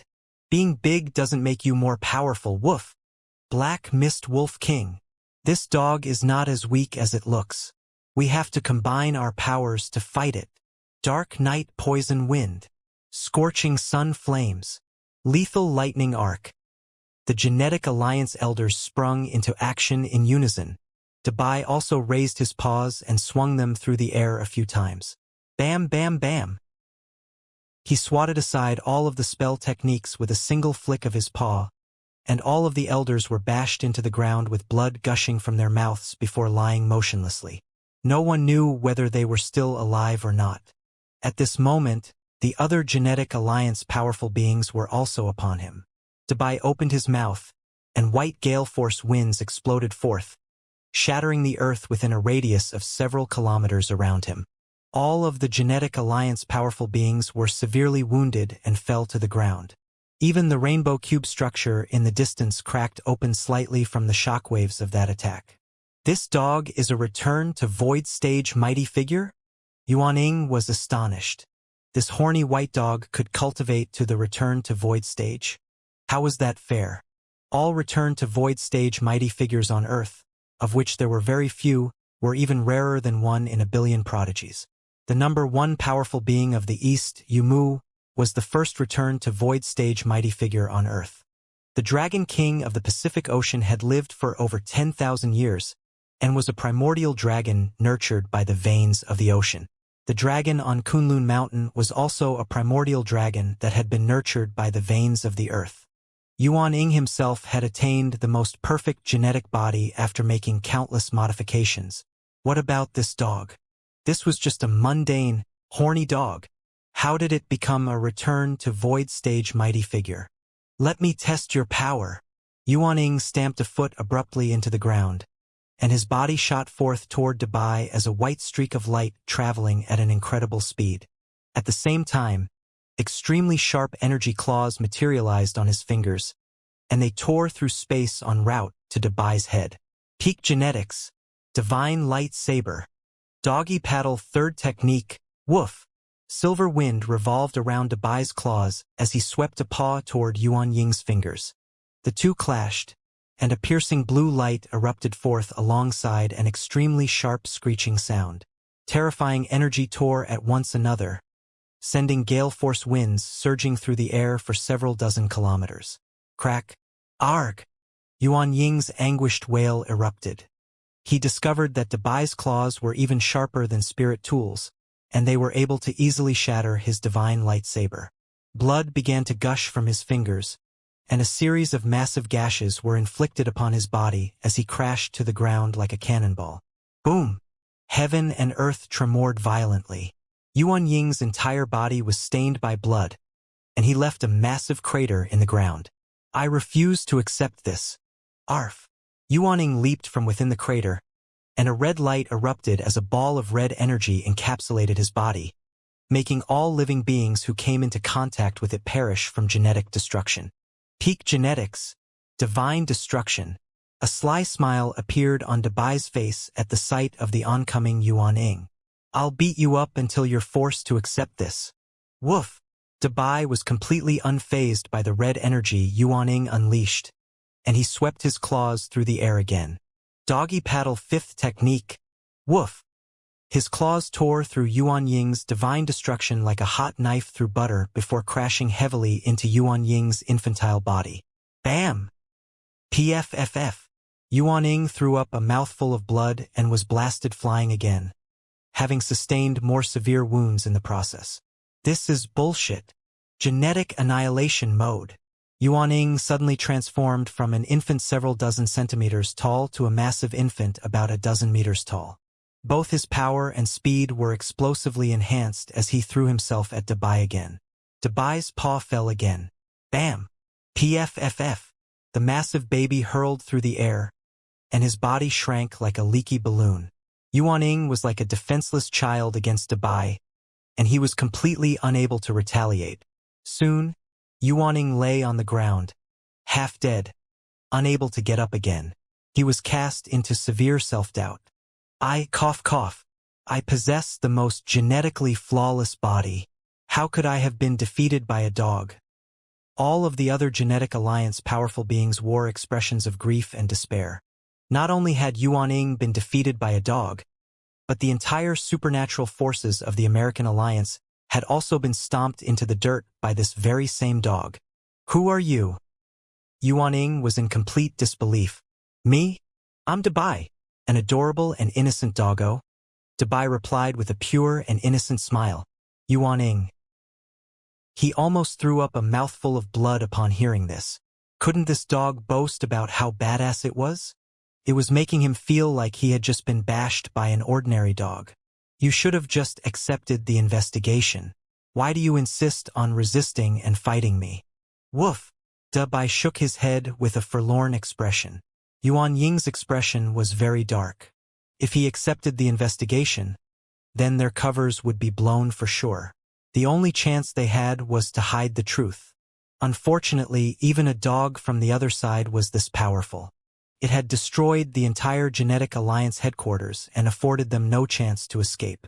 Dabai swaggered through the battlefield, binding all of the Genetic Alliance powerful beings with chains of wind before dialing a phone call. Soon, a man and woman descended from above. Yuan Ying finally witnessed the two people behind all this. There was a handsome man in white sportswear who appeared to be at the age of a university student. Beside him was an exquisitely beautiful woman in a short white blouse and light blue jeans. They both appeared in the air at the same time before making their way toward Yuan Ying. Big brother and I tied all of them up, woof! Dabai ran over with his tongue out and his tail wagging. Well done. And Lin stroked Dabai's head with a smile. Yuan Ying was in complete despair upon seeing this. He really had just lost to a dog. Even a heavenly court immortal ambassador can't be this unreasonable. You have no evidence, and yet, you're destroying our Genetic Alliance headquarters. Yuan Ying put on an enraged front, and Lin unleashed his ridiculously powerful divine sense, and nothing within a radius of 100 kilometers could escape his detection. He waved a hand through the air, and the rainbow building collapsed before two crystal skulls, and a stone plaque with mysterious numbers carved upon it flew out from within the rubble. How about now? And Lin asked. Yuan Ying, tell me everything you know. The more you tell me, the less severe your punishment will be. And Lin could already sense that over half of the people here had cultivated in that mysterious cultivation method. As such, it was impossible for them to know nothing. Tui, you think you're top shit just because you're from the heavenly court? What gives you the right to meddle with our lives? I have committed murder or arson. Why do I have to listen to you when it comes to what cultivation methods I use? A woman with an explosive figure flared up with rage. And Lin gripped the air in the direction of the woman, and an anguished wail escaped from her lips as a ball of invisible energy flowed out from her body before settling in Lin's hand. I'm sorry, but you really have actually committed murder and arson before. The woman's expression was completely blank, and there was even drool dripping down the corners of her slack-jawed mouth. I can see from her memories that Yuan Ying was the one responsible for distributing the cultivation methods, and all of you acquire the cultivation methods by accumulating achievement points. And Lin scanned through the woman's memories before crushing the invisible ball of energy and turning to look at everyone else. Are you all more inclined to speak now? I can do some soul-searching as well, but you might end up like her. Everyone else was petrified upon seeing the fate the woman had suffered, and they immediately revealed what they knew. And Lin was not afraid that they would lie to him. The fluctuations emanating from one's consciousness was different when they were lying compared to when they were telling the truth. As such, he was able to easily discern through those fluctuations whether they were lying or not. After killing a few people who had lied to him, everyone else was a lot more cooperative. Yuaning knew that he wouldn't be able to get away, so he told Enlin everything he knew in order to continue to survive. Soon, Enlin obtained a lot of information and secrets. He learned that a few heavenly human tribe generals had snuck into this place and spread what they proclaimed to be God's decree. All those who accepted this decree would be granted with eternal life and vast glory when the heavenly gods descended upon this world.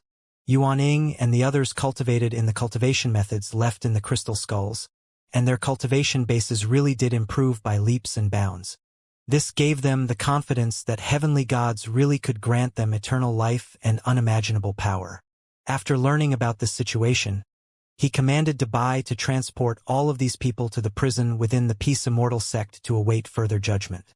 And Lin and Su Xiaolan used the leads provided to them by the Genetic Alliance members and began to search through the area.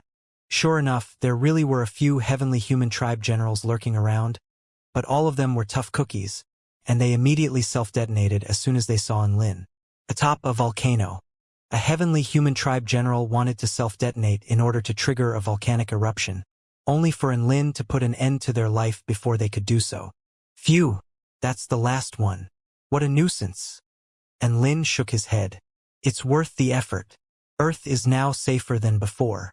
I'm just really concerned now about how many more of these potential threats lie on Earth. Su Xiaolan's brows furrowed. I collected a total of 8 types of top-rate cultivation methods, all of which are related to life. Thinking back to that strange world I saw on the moon, we can pretty much ascertain that the heavenly life goddess is behind all this. And Lin was a little angry. He was going to teach the heavenly life goddess a lesson sooner or later for messing with Earth like this. Su Xiaolan looked at all of the strange objects within the storage ring, and a smile appeared on her face. However, if we get rid of the hidden flaw in the cultivation methods she invented, they're actually not bad. In particular, her observations on life have even provided inspiration to me. That's the only good thing to come out of this, I guess. We can refine these cultivation methods and make our 4-9 Immortal sect cultivation methods more diversified. And Lin smiled. After that, the two of them searched the entire Earth, paying particular attention to where vital energy density was highest, including locations such as the North and South Poles, the Bermuda Triangle, the Death Valley, the Egyptian Pyramids, the Lop Nur, and the Kunlun mountain ranges. They did manage to reap some bountiful rewards as they slew a few heavenly humans and destroyed a few strange spell formations. But unfortunately, they still couldn't figure out what the heavenly life goddess was up to. However, they had done their best. After cleaning up all of these potential threats and ascertaining that the Earth was indeed safe, they moved on to other things. Dongfang Shui's World Concert Tour is on its Japanese leg. We should go and witness the glory of a global megastar. Su Xiaolan pointed to the 2 electronic concert tickets with a pout. And Lin found this to be quite funny. Could it be that the Star Scout's words had gotten to her? That's a good idea. It's April at the moment, so we can go to Hokkaido and do some cherry blossom viewing. And Lin nodded with a smile. Thus, their couple's journey around Earth continued. Beneath Mount Fuji in Japan, Ing Luoqing knelt on a tatami mat while looking at the screen before her with bright eyes. The screen was playing footage from a satellite that belonged to the witch tribe. Within the footage, there was an extremely dazzling white-robed man who slew 5 Heaven Pioneer Stage great generals in rapid succession with unmatched power and peerless poise and grace. So powerful, so cool. And Lin-san is a dream for which I yearn but can never reach. The woman supported her chin in her hand, and her body shuddered involuntarily as she looked at the screen with dazed eyes. This was the 666th time she had watched this footage. The more she watched it, the more she fell in love. The official announcement was that the Space Army had sacrificed over half of their battleships in an extremely fierce battle in order to secure victory on the moon. Thus, no one knew that Enlin was actually the true hero. Luoqing loved men like him, mysterious and powerful yet understated and modest. Sigh, if only I could have successfully seduced him that night. Luoqing sighed internally. Which leader? Which leader? At this moment, a witch rushed over with an excited expression on her face. We've just received news that An Mingchuan and a group of other people will come to our country to watch a concert. Senior Enlin is very likely to be among them. Luoqing abruptly stood up as a blush appeared on her face, and her chest rose and fell violently.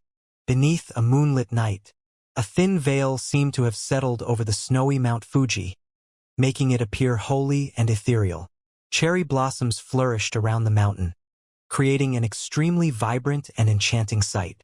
Enlin and Su Xiaolan strolled hand in hand along the mountain path. This place was yet to be developed and was also an isolation zone, so normal people could not access it.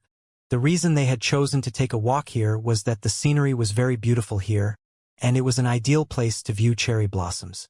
A cool and refreshing breeze blew past, and the cherry blossom trees rustled. Beautiful cherry blossoms detached themselves from the tree branches and fell like rain, creating an extremely enchanting sight under the light of the moon. The flower petals fell upon their heads, shoulders, and faces, but they didn't try to evade it. Instead, they were basking in the beauty and serenity of this moment. Su Xiaolan caught a cherry blossom in her hand, and a smile appeared on her face. Cherry blossoms flower for a very short period of time. Its most beautiful and vibrant moment is when it detaches itself from the tree. Its most vibrant moment signifies its passing, kind of like fireworks. My Xiaolan is different. She's always just as stunning and beautiful as ever, for all of eternity. Enlin smiled. Su Xiaolan knew that Enlin was trying to flatter her, but she still smiled with elation. Well spoken. You get a kiss as a reward. The two of them flirted for a while before continuing onward. They continued down this path, and before they knew it, they had arrived at a place with beautiful lanterns and an intricately crafted building. This was a 3-story building with a soft, warm glow emanating from within. There were also many white cherry blossom trees here that presented a different, holy beauty. This place isn't bad. Su Xiaolan was a little impressed, and Lin nodded. This is indeed a very beautiful place. I wonder if they take guests. Only one way to find out. Su Xiaolan wore a bright smile with a mischievous glint in her eyes. The two of them had only just made it past the gate when 2 petite witches with killing intent surging from their bodies appeared in their way. Stop! This is private property. No trespassing. One of the witches warned in a stern voice, and Lin and Su Xiaolan both faltered upon hearing this, and awkward expressions appeared on their faces. How about this? I'll pay you if you allow us to go in and have a look around, and Lin suggested. The other witch chuckled coldly upon hearing this. You can take your filthy cash and piss off, you ignorant swine. This is not a place mere mortals like you can encroach upon. You should be thanking me for not taking you two into custody. And Lin and Su Xiaolan were both a little disappointed. They were both quite interested in this place, but they couldn't trespass on private property, so they had no choice but to go back. So be it. I had a look at the time earlier, and Dongfang Shui's concert is about to begin soon. Let's go to the concert. And Lin sighed. But I only want to view cherry blossoms now. Su Xiaolan wrapped her arms around Lin's as she wheedled. And Lin caressed her silky, long hair with a doting smile. All right, let's go view some cherry blossoms then. The two of them turned to leave. At this moment, one of the witches suddenly changed her mind. Stop! What is it? And Lin asked. This place is prohibited to tourists, yet you two have suddenly arrived here. You're very suspicious and may not be mortals. The witch analyzed. So? And Lin asked. The witch raised her chin with a cold expression. So, I'm going to take you into custody and interrogate you before I let you leave. And Lin, Su Xiaolan, you think you can take me into custody? And Lin couldn't help but burst into laughter. A disdainful smile appeared on the witch's face. So you two are cultivators as well, huh? Don't you know what this place is? This is the territory of the witch tribe. You won't be getting away tonight. The other witch had already pulled out a beautiful wooden carving of a woman, and she chanted under her breath, "Thousandfold cherry slaughter formation, activate." Whoosh, whoosh, whoosh. All of the surrounding cherry blossom trees began to rustle. Countless white cherry blossoms detached themselves from their branches before dancing in the sky, encompassing a radius of several hundred kilometers and creating a powerful cherry blossom formation. All of the cherry blossom petals were extremely beautiful, but they were also imbued with extremely terrifying killing intent. This is a very good way to view cherry blossoms as well. Su Xiaolan nodded with appreciation. The witch maintaining the formation made her way over toward Lin and Su Xiaolan with a cold expression. "Do not resist, or we will kill you." At this moment, a second-story window on the nearby building opened. A beautiful woman in a red kimono looked out the window with a cold expression. "Chun, if they resist, make sure to not spill any blood when you kill them." She was the caretaker of this place. Seeing as Luoqing had run off to Tokyo to watch some concert, she was now in charge here. "As you wish," the witch named Chun replied with a respectful bow. There were many cultivators who were actually spies that pretended to stumble upon the witch tribe territory, so she did not mind killing two more. "Surrender now or prepare to die." The witch with the wooden carving made her way toward Lin and Su Xiaolan with killing intent shimmering in her eyes. "Sai Xiaolan, I look like a good and kind-hearted man, don't I? Why am I being mistaken for a bad guy here?" And Lin turned toward Su Xiaolan with a glum expression. "Have you seen enough? If you have, let's go somewhere else." He wasn't going to take any notice of this rude little witch. He just wanted to go somewhere else with Xiaolan to view cherry blossoms. Su Xiaolan shook her head as her eyes lit up. "And Lin, I instinctively unleashed my divine sense when this formation was activated, and guess what I discovered?" "What is it?" And Lin asked. Su Xiaolan turned toward the intricately crafted building. "I can sense a familiar aura within one of the rooms here." "It's your aura?" And Lin shuddered upon hearing this. "Impossible. I've never been here. Should we have a look?" Su Xiaolan was a little intrigued. "Of course." And Lin was desperate to try and prove himself, so he immediately agreed. "What nonsense are you two spouting? Do you think I wouldn't dare to kill you?" The witch was greatly enraged by the fact that Lin and Su Xiaolan were still holding a casual conversation, and she swept a hand through the air, upon which cherry blossoms hurtled toward Lin and Su Xiaolan like blades. "That's not the way to use spell formations, little girl," a voice abruptly sounded beside her. The witch discovered that the man was suddenly standing right in front of her. "You!" Her expression shifted drastically. Before she could even react, the wooden carving in her hand had ended up in the man's hand. "Spell formations should be used like this?" Lin held the wooden carving and injected his vital energy into it, upon which the massive spell formation suddenly transformed. Boundless energy fluctuations coursed through an infinitely vast distance. Boom! A burst of violent tremors erupted. All of the cherry blossom trees on Mount Fuji lit up at the same time as flower petals fell like rain from the sky. A boundless light suddenly erupted from the spell formation around Lin before materializing to form a semi-transparent woman in a witch costume. Primordial power emanated from her body. This was the power of her bloodline, and all of the witches present were forced to their knees as they trembled uncontrollably. Thump! The sound of a cup falling to the ground erupted from the second story. The caretaker in the red kimono stared at the scenes unfolding before her eyes with astonishment. "This is the witch matriarch?" Any spell formation that was perfectly activated would be able to unleash a part of the creator's power. The thousandfold cherry slaughter formation was no exception to this. The thousandfold cherry slaughter formation was the most powerful spell formation created by the witch matriarch. When perfectly activated, the thousandfold cherry slaughter formation could even summon the spirit of the witch matriarch. "Do you see now? This is how you correctly use a formation." And Lin held the wooden carving with a calm expression. The two witches knelt onto the ground, trembling uncontrollably, and they didn't even dare to speak. Yes, sir, whatever you say is correct, sir. They were in too much awe and veneration to do anything. Little Cherry, keep an eye on them and make sure they don't go around yelling like idiots again, and Lin commanded. The witch matriarch bowed and nodded obediently. The two witches almost threw up a mouthful of blood upon seeing this. The high and mighty witch matriarch was being referred to as Little Cherry, and she accepted the name? Who the hell was this man? At the same time, Su Xiaolan released a little white bird that fluttered over to the woman in the kimono on the second story. Don't go anywhere, or you might get burned. The caretaker had cold sweat pouring down her face, and her heart was filled with horror. Her instincts told her that if she was to move without permission, she would definitely be reduced to a plume of smoke in the blink of an eye. She was extremely remorseful. These two weren't some enemy spies, they were unfathomably powerful beings. To think that she was talking about ridiculous things like killing them without spilling blood.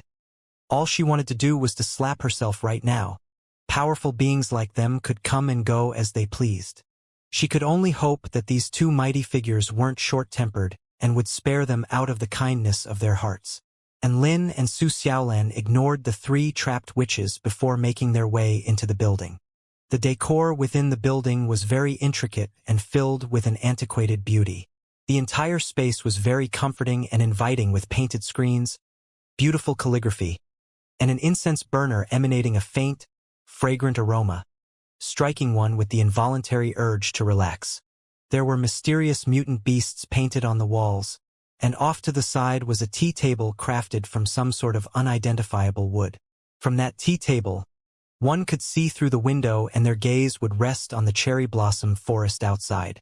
And Lin and Su Xiaolan were both admiring the decor within the building.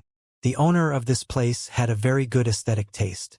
Soon, the two of them arrived on the third floor. I detected your aura from this room. Su Xiaolan pointed at the extremely intricate wooden door before her. Impossible, I've never been here. And Lin slapped his chest. He was absolutely confident that he had never been here before. An amused smile appeared on Su Xiaolan's face. I believe you. I'm just curious. I can definitely sense your aura coming from this room, and I just want to see what's inside. The two of them carefully pushed the door open. They were then both completely dumbstruck by the sight that they were greeted by. Their minds went blank momentarily. Su Xiaolan was feeling a little dizzy. Holy shit, Xiaolan, this has nothing to do with me. And Lin's voice was trembling. Within the room was a series of shocking images. High-definition photos of Lin were plastered all over the walls.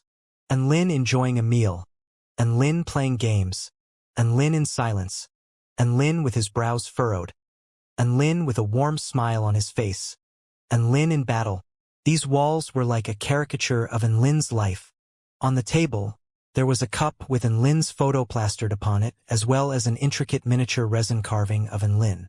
Most shocking of all was the bed in the room. There was an Lin body pillow made completely to scale sitting on the bed. Furthermore, there was even an extremely realistic blow-up Lin doll. Most importantly and most damning of all was that on the patch of the wall near the bed, there were all types of images of two people embracing one another or engaging in all types of intimate poses. These photos took up almost an entire wall. Both the people in the photos wore extremely content and joyful expressions, as if they were completely head over heels for one another. What almost sent Lin into cardiac arrest was that the man in the photos was none other than himself. He was completely dumbstruck and offered an urgent explanation. Xiaolan, let me explain. I've never done anything like this before. Su Xiaolan looked at the high-definition photos, and a burst of pure white flames flashed past her eyes before she nodded. These photos are fake. And Lin looked at all of the images of himself in the room, and he was struck by the urge to throw up blood. In particular, when he saw that massive collection of photos near the bed, his soul almost escaped from his body. After seeing the woman in those photos, he finally began to understand what was going on. This room was Ying Luoqing's room, and Lin recalled that night when Ying Luoqing had dragged him away to have some fun. Even though Lin had rejected her, It looked like her obsession over him was not curbed in the slightest. If anything, it appeared to have become even more severe. "I can tell that this girl really likes you." Su Xiaolan made her way around the room and surveyed the photos on the walls with an indifferent expression on his face. And Lin's lips twitched, and he was wondering if he should just kneel on the lava jackfruit right now as a sign of repentance. Su Xiaolan walked over to the table to discover that there was a crudely drawn image of a man and a woman holding hands, upon which was inscribed the names in Luoqing and in Lin. "Sigh, my in Lin is too exceptional. To think that you can make someone admire you to such an extent." Su Xiaolan heaved a forlorn sigh, and Lin immediately chimed in an urgent voice. "Exactly. I have so many fans, so there's bound to be a few really fanatical ones. I'm actually quite bothered about this as well. Just to make this clear though, none of this has anything to do with me." A faint smile appeared on Su Xiaolan's face. "I get it. Don't be so tense. Am I that scary to you?" And Lin swallowed before shaking his head. Su Xiaolan made her over to a wooden chair before pointing at it. "I can sense that your aura is coming from this chair." And Lin turned to look at the chair, upon which he came to a sudden realization. "This is the chair I sat on when playing games with Najah and Dabai at the Kunlun mountain crack. So it makes sense that it contains traces of my aura." Both of them fell silent. Just how much of an obsessive fixation did Ing Luoqing have over An Lin to prompt her to bring back this chair that An Lin had sat on all the way from the Hua Nation before revering it like a precious treasure? At the Tokyo Sky Tree stage, a beautiful singing voice was drifting through the air. Dongfang Shui's concert had already begun, and the venue had transformed into a sea of joy. A gorgeous woman with skin as fair as jade wearing a white and red witch costume was making her way through the throngs of people while looking around for something.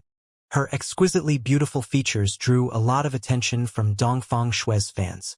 Dongfang Shui was as distant as the moon to them, whereas this stunning beauty was well within reach and entranced all of her onlookers. She became a major attraction aside from the concert itself. There were many audience members who even inquired what she was looking for, but she completely ignored them and continued to search through the crowd. "And Lin, where are you?" the woman murmured to herself. She was none other than Ing Luoqing, who had come all the way from Mount Fuji to this concert venue. Ing Luoqing unleashed her divine sense and made her way around the concert venue, but was still unable to find him. She had even discovered An Mingchuan and some members of the Peace Immortal sect, but An Lin was nowhere to be seen. Even though there were more than 200,000 people gathered here, Ing Luoqing was still confident that she would be able to find An Lin if he was here. Did he not come to watch the concert? Ing Luoqing looked at the divine wood vine talisman she had made. "Am I not going to be able to give this to him in person?" She then brought out a small vial of alcohol, and a faint blush appeared on her face. "And this is chewed wine infused with my saliva that I have fermented for over 10 years. Looks like I won't have a chance to give this to him either." She heaved a forlorn sigh. Amid the lively commotion and beautiful music, Ing Luoqing held these two items to her chest and looked up at the moon in the sky, her dejected expression creating quite a stark contrast with the elated fans around her. "He really is too far away for me to reach." Ing Luoqing returned to the witch tribe territory. "Mistress! Welcome back, mistress." Two witches immediately rushed over to greet her. What happened? Ing Luoqing could see from their expressions that something had happened during her absence. The witches immediately provided a recount of what had just happened. "Impossible! Unless we were invaded by a return to void stage mighty figure. There's no way that the thousandfold cherry slaughter formation could have been broken." Ing Luoqing shook her head relentlessly. "As for summoning the spirit of the witch matriarch, that's even more unimaginable. No one on earth is capable of this, unless—" A thought then suddenly occurred to Ing Luoqing, and her eyes abruptly lit up. "Tell me what that man looked like. Was he super handsome?" Not really super handsome, only a little handsome, I guess." The witches were startled by Ing Luoqing's vehement reaction. "That's because you're blind." A blush appeared on Ing Luoqing's face as she confirmed some more details with the two witches before verifying that it really was An Lin who had come here. She rushed into her room, and her smile gradually faded as she looked at the empty room. Sigh. Why didn't you tell me if you were going to visit? And that beautiful woman with you, is she your Dao partner? Luoqing murmured to herself as a hint of dejection appeared on her face.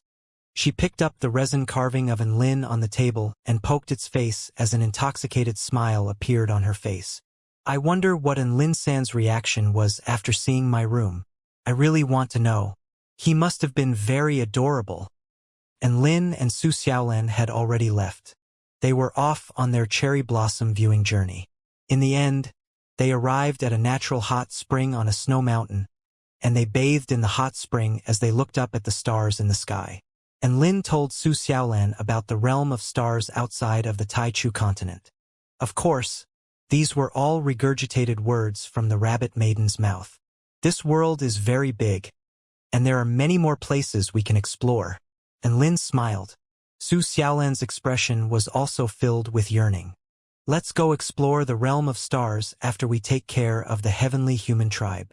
And Lin nodded. Sure. Both of them had a feeling that this war would not last much longer. Perhaps the final battle would erupt in the near future. He had to hurry up and become more powerful, and Lin turned his attention toward his sea of vital energy. Within it, there was Kirin, the holy flame vermilion bird, the little whale, 3 round eggs, a blazing sun, and a bone spike that was wreaking havoc everywhere. He had absorbed roughly 50% of the sun. As for his absorption of the essential remains of the heavenly true immortal, that was progressing even more quickly. He had already absorbed 60% of it, and the dark immortal transformation mission should be completed within half a month. Hopefully, the final battle wouldn't commence too soon. And Lin was confident that if the heavenly gods gave him some time, he would be able to give them a surprise. Time flew by. The days were uneventful yet busy. And Lin and Su Xiaolan made a tour of Earth. 5 days later, they decided to return to the 4-9 Immortal sect. Nothing else had happened on Earth, and the rabbit maiden alone would be sufficient to guard the gate. No matter what she said about herself, she was still a goddess of creation, and if she couldn't do the job, then there wasn't really anyone who could. And Lin had even contacted the ancient dragon empress and asked her to teach the rabbit maiden the heaven-crushing techniques. These techniques were going to be vital against the heavenly human tribe and the heavenly gods, so they had to be learned. The rabbit maiden was very nervous upon hearing this. She stated that her aptitude was very mediocre, so she could not be blamed if she couldn't learn the techniques. A few days later, the ancient dragon empress tested what the rabbit maiden had learned and proceeded to have the crap bashed out of her.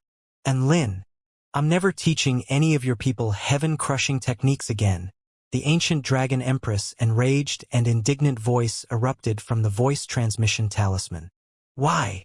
And Lin was shocked. The voice transmission fell silent for a few seconds. I'm afraid of pain, the ancient dragon empress finally replied. And Lin, in any case, you can do the teaching yourself. You possess the power of a heavenly disciple anyway, so don't contact me about something like this ever again. Perhaps it was just his imagination, but he felt like he could hear an indistinct sobbing tone in the ancient dragon empress voice. What the hell had she experienced? At this moment, in the northeastern region of the Taichu continent, at the land of eternal light, a young dragon tribe woman was carefully applying medicine to a woman's back, upon which there was a series of massive rabbit claw gashes that were still emanating terrifying soul power fluctuations. The poor woman receiving treatment was none other than the ancient dragon empress. She had engaged in a sparring match with the rabbit maiden to try and gauge what she had learned. She told the rabbit maiden that there was no need to hold back, and she almost immediately regretted those words. In terms of heaven-crushing true intent, the ancient dragon empress was still superior. However, the rabbit maiden crushed her in terms of cultivation base. Who the fuck would have thought that this adorable rabbit with low self-esteem would be a fucking goddess of creation? The rabbit maiden's heaven-crushing claws had the ancient dragon empress doubting the purpose of her existence. And Lin, where did you get this goddess of creation from? So little time has passed, and yet, you've already got such an unfathomably powerful being offering her services to you. I really don't understand you anymore. The ancient dragon empress lay on her bed and heaved a forlorn sigh, and Lin rode on Dabai and Su Xiaolin rode on Little Huang as they returned to the 4-9 Immortal sect together. And Lin had also asked whether his father wanted to come to the 4-9 Immortal sect, but An Mingchuan stated that he still had his Peace Immortal sect to attend to, and he wanted to stay with the members of his sect until the heavenly human tribe disaster was averted. And Lin was very touched and gave a few more immortal pills to An Mingchuan. He also used the power of his consciousness as well as his blood essence to materialize a few spiritual bombs for An Mingchuan to use during emergencies. These bombs should have no problem dealing with Heaven Pioneer Stage great generals. Tian Lingling and the others also wanted to stay on Earth. They all said that they wanted to visit the Taichu continent only after this crisis on Earth was averted. Dongfang Shui announced that when the time came, she was going to travel to the Taichu continent and hold a concert tour throughout the entire Taichu continent. And Lin chuckled upon hearing this and told her that it would probably take her a few centuries to tour the entire Taichu continent. And Lin didn't force them to come with him. He vowed that he would destroy the heavenly human tribe and make Earth a safe place once again before departing. At the 4-9 Immortal sect, a group of disciples stood up. "Welcome back, sect leader and Lin. The great sect leader's divine mighty is eternal, and he is unmatched in battle." Genuine words of welcome shook heaven and earth. And Lin shook his head with a resigned sigh. "Can you stop making them do this? This was really getting a little bothersome." "I'm not making them do anything. They wanted to welcome you." Bai Ling stood at the forefront of the group of disciples with a smile on her face. She was also holding a ball in her hand, which appeared to be like a disco ball. A boundless dazzling light refracted from the ball, illuminating the sky and making it seem like an extremely joyful occasion. And Lin couldn't do anything about this strange habit Bai Ling had, so he could only let her be. "By the way, has anything noteworthy happened on the Taichu continent recently?" And Lin asked. Not only was Bai Ling the sect's dark technology developer and trial caretaker, but she was also responsible for gathering and processing information from all over the world. There was no need to be concerned about overworking her.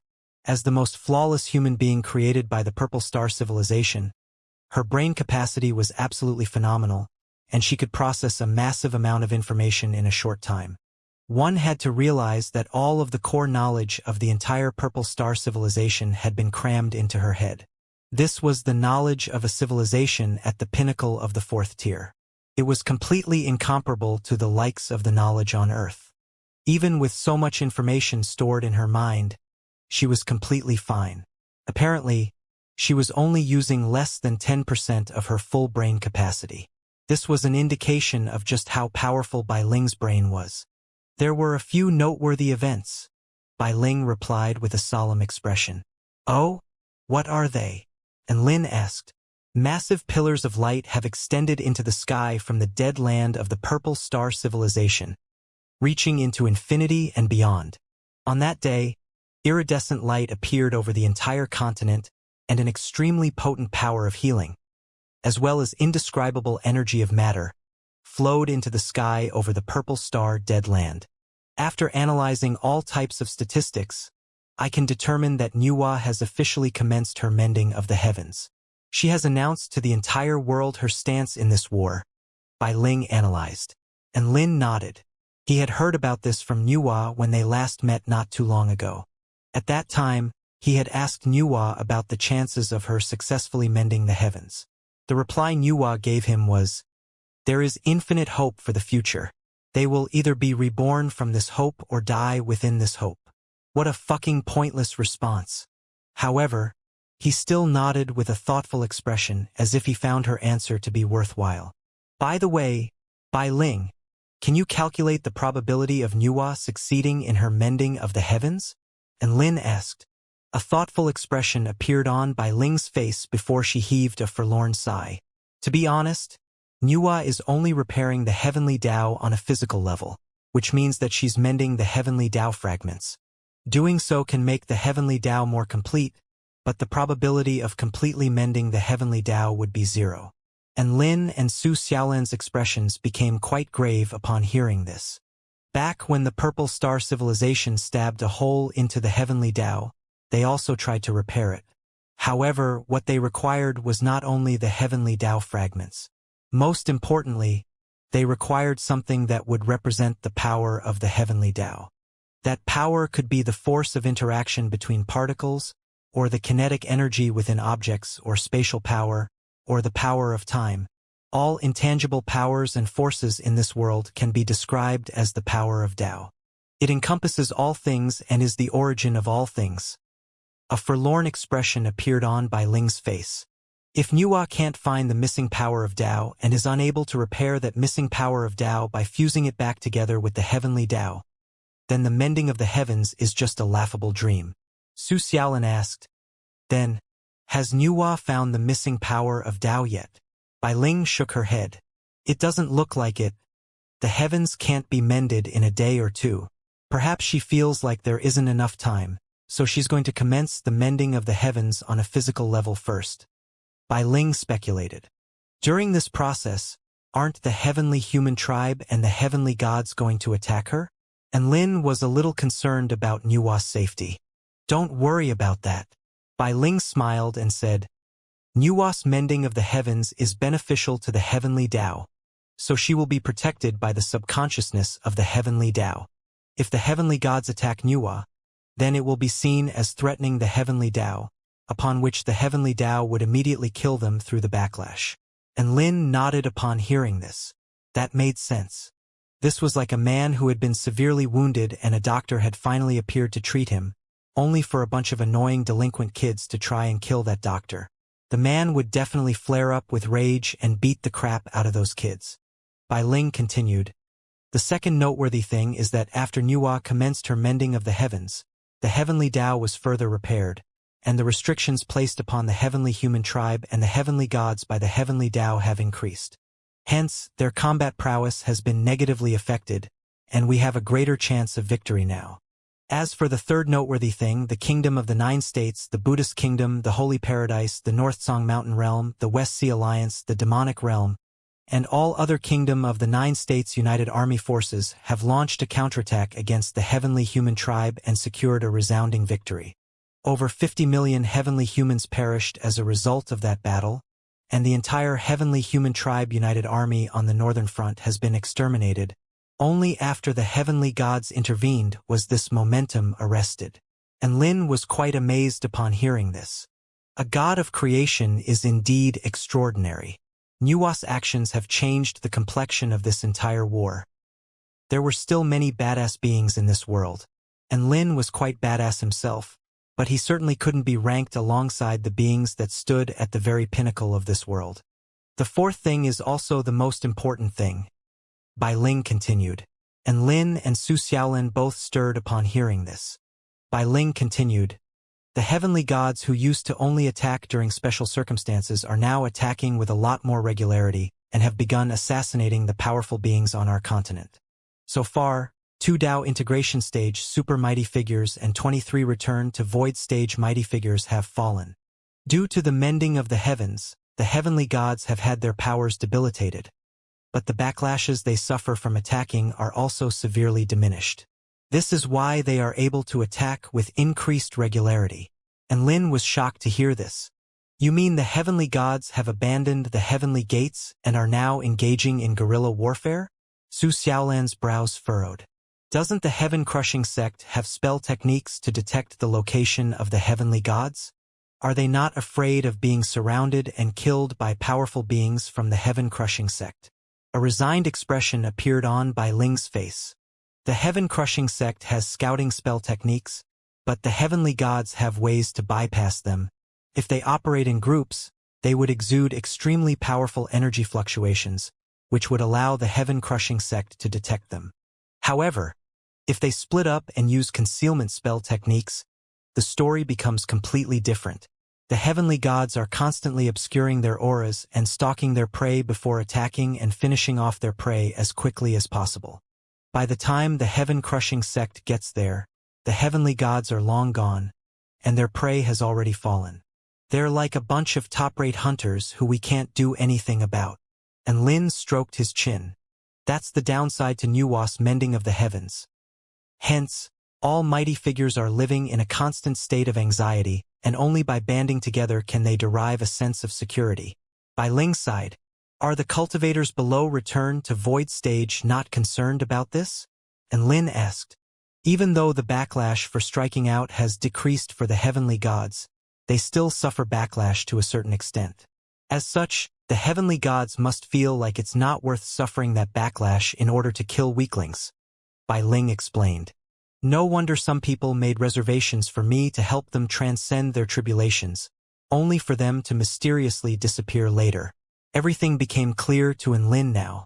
All 4 pieces of news delivered to him by Bai Ling were extremely important and could affect the entire Taichu continent. Aside from that, there were a few other things that she reported to Lin. For example, Xiao Tu died once again during a battle against the heavenly human tribe. Or for example, the 4-9 immortal sect's income for this year had swelled to 130 million spirit stones. Or for example, a liquid heavenly god appeared in the West Sea and engaged in a battle with Lan Xiaoni. And Lin was quite surprised to hear all of these things. He had only been on Earth for less than a month, yet so many things had happened on the Taichu continent. Where is Xiao Tu right now? And Lin felt like he should visit this disciple of his. He's currently in the sect setting up a resurrection formation. Bai Ling was a little exasperated at the thought of Xiao Tuesday. What's wrong with that? And hasn't he already set one up in the sect already?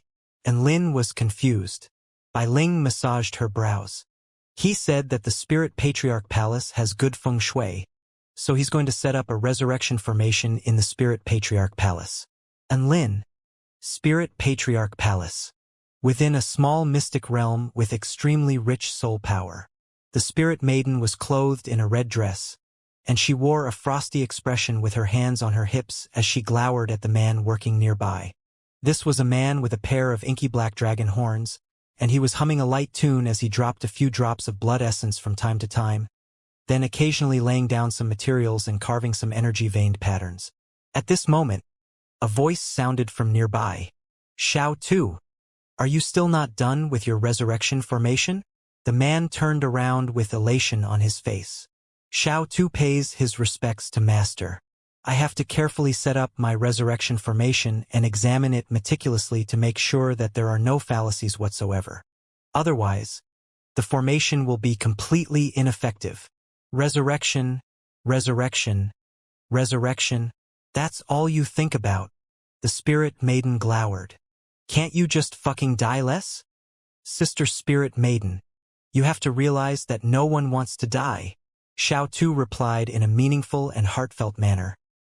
I have an incurable condition where I like to squander my lives since I have so many of them, so you have to place yourself in my shoes. The Spirit Maiden was about to explode with rage. This is the first time I've seen anyone look so justified while talking about how they're squandering their lives. And Lin was a little curious. How did you die this time? Sigh? A resigned expression appeared on Xiao Tu's face as if he was recalling some painful events. After Nuwa commenced her mending of the heavens, we launched an all-out assault against the heavenly human tribe. I was at the Eastern Front, and we had just secured a crushing victory. However, the heavenly gods intervened in the end, and we were unable to press home our advantage. And Lin nodded upon hearing this. He knew exactly how powerful the heavenly gods were. Xiao Tu clenched his fists. But I didn't want to give up. How could we just retreat after such a resounding victory? Hence, I snuck around the armies as they were facing off. I headed straight for the eastern heavenly gate, intending to destroy it. Gasp! And Lin's flesh crawled as he stared at Xiao Tuesday. You went by yourself? That's right. Xiao Tu nodded, and Lin's lips twitched. Saying that he squandered his lives was a fucking understatement. This is a heavenly gate we're talking about here. It's a place teeming with heaven pioneer stage great generals and heavenly gods. A Dao integration stage true dragon wanted to smash the eastern heavenly gate. And Lin was completely astonished. Master, you must think that what I did was very illogical, right? Xiao Tu asked. And Lin rolled his eyes to make his feelings known. Xiao Tu continued. Master, You don't understand the pent-up emotions and fixation that brews during a battle that has lasted over a century. During this long battle, countless comrades have fallen, and blood has stained the Eastern Front red. Countless bodies have been laid to rest with the battlefield as their final refuge. We've tried so hard and fought with our heads on our sleeves, but we were still pushed back over and over again. It felt like despair was closing in on us, making it difficult for us to even breathe.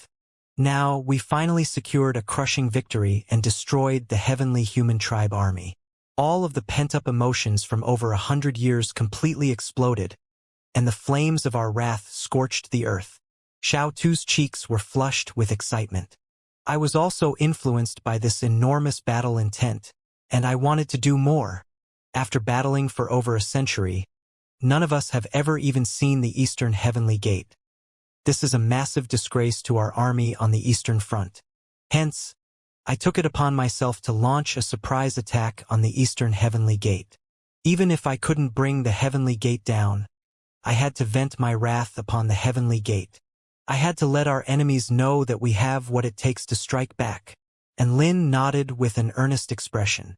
That's enough, I understand. Xiao Tu had tears in his eyes. Thank you, Master. And Lin continued. So what you're saying is, you let the heat of battle get to you and decided to relinquish your life, right? Xiao Tu. The Spirit Maiden gave him a thumbs up. What a brilliant summary. Xiao Tu clasped a hand over his chest with a grief-stricken expression. Master, please be more gentle with your words. So what happened? Did you smash the Eastern Heavenly Gate? And Lin asked. An awkward expression appeared on Xiao Tu's face. I was almost there. How close is almost? And Lin asked. Xiao Tu. The Eastern Heavenly Gate was less than 5,000 kilometers away when I fell. And Lin. You fucking call that almost there? Xiao Tu hurriedly added. However, something good did come out of this. And Lin didn't even want to get his hopes up anymore. What is it? Xiao Tu replied. I obtained some valuable information at the expense of one of my lives.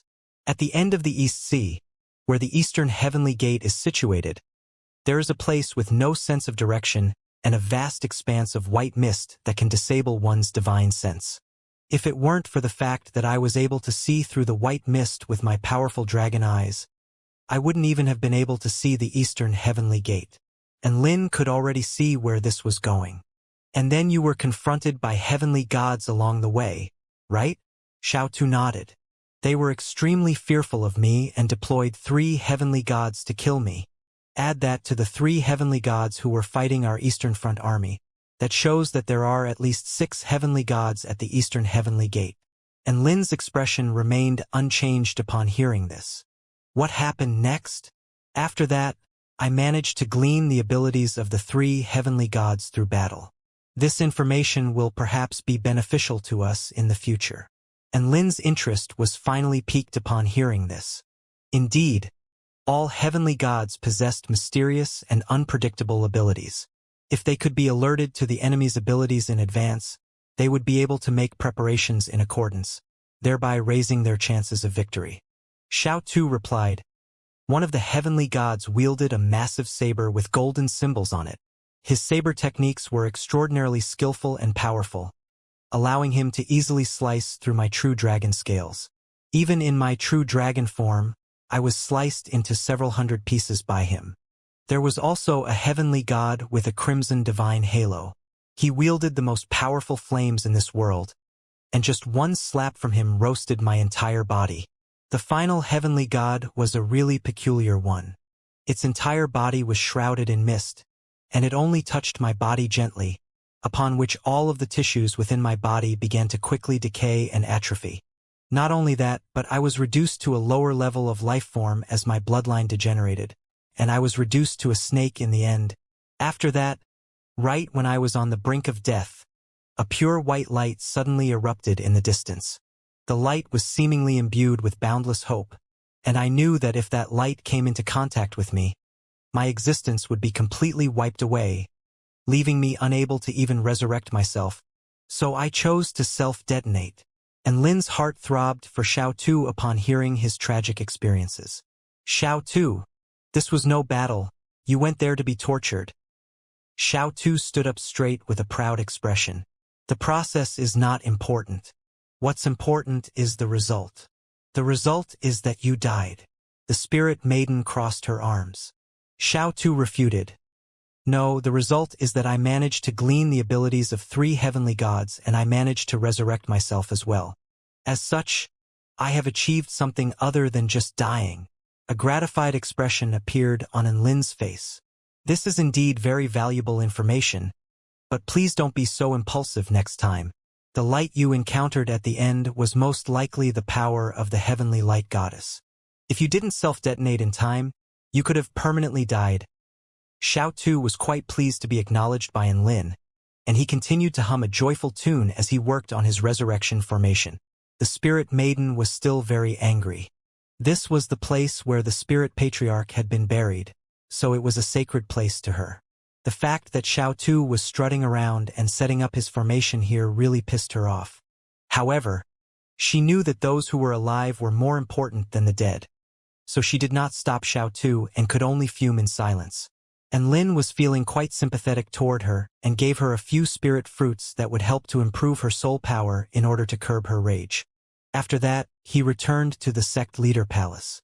There was one piece of information that Xiao Tu had provided that he found very important. The heavenly god with the crimson divine halo was most likely the heavenly fire god. And Lin had a phenomenal success stage body of the war god mission that required him to cultivate his cultivation methods of the 5 elements to the 9th stage. Now that he had perfected his metal and earth-type cultivation methods, he was still missing wood, water, and fire. He looked at the information laid out on the table before him. These were images of the locations where the 2 Dao integration stage super mighty figures and 23 return to void stage mighty figures had fallen in the past few days. The killing spree the heavenly gods were going on placed all powerful beings on the Taichu continent into a state of anxiety. There are 3 types of scenarios.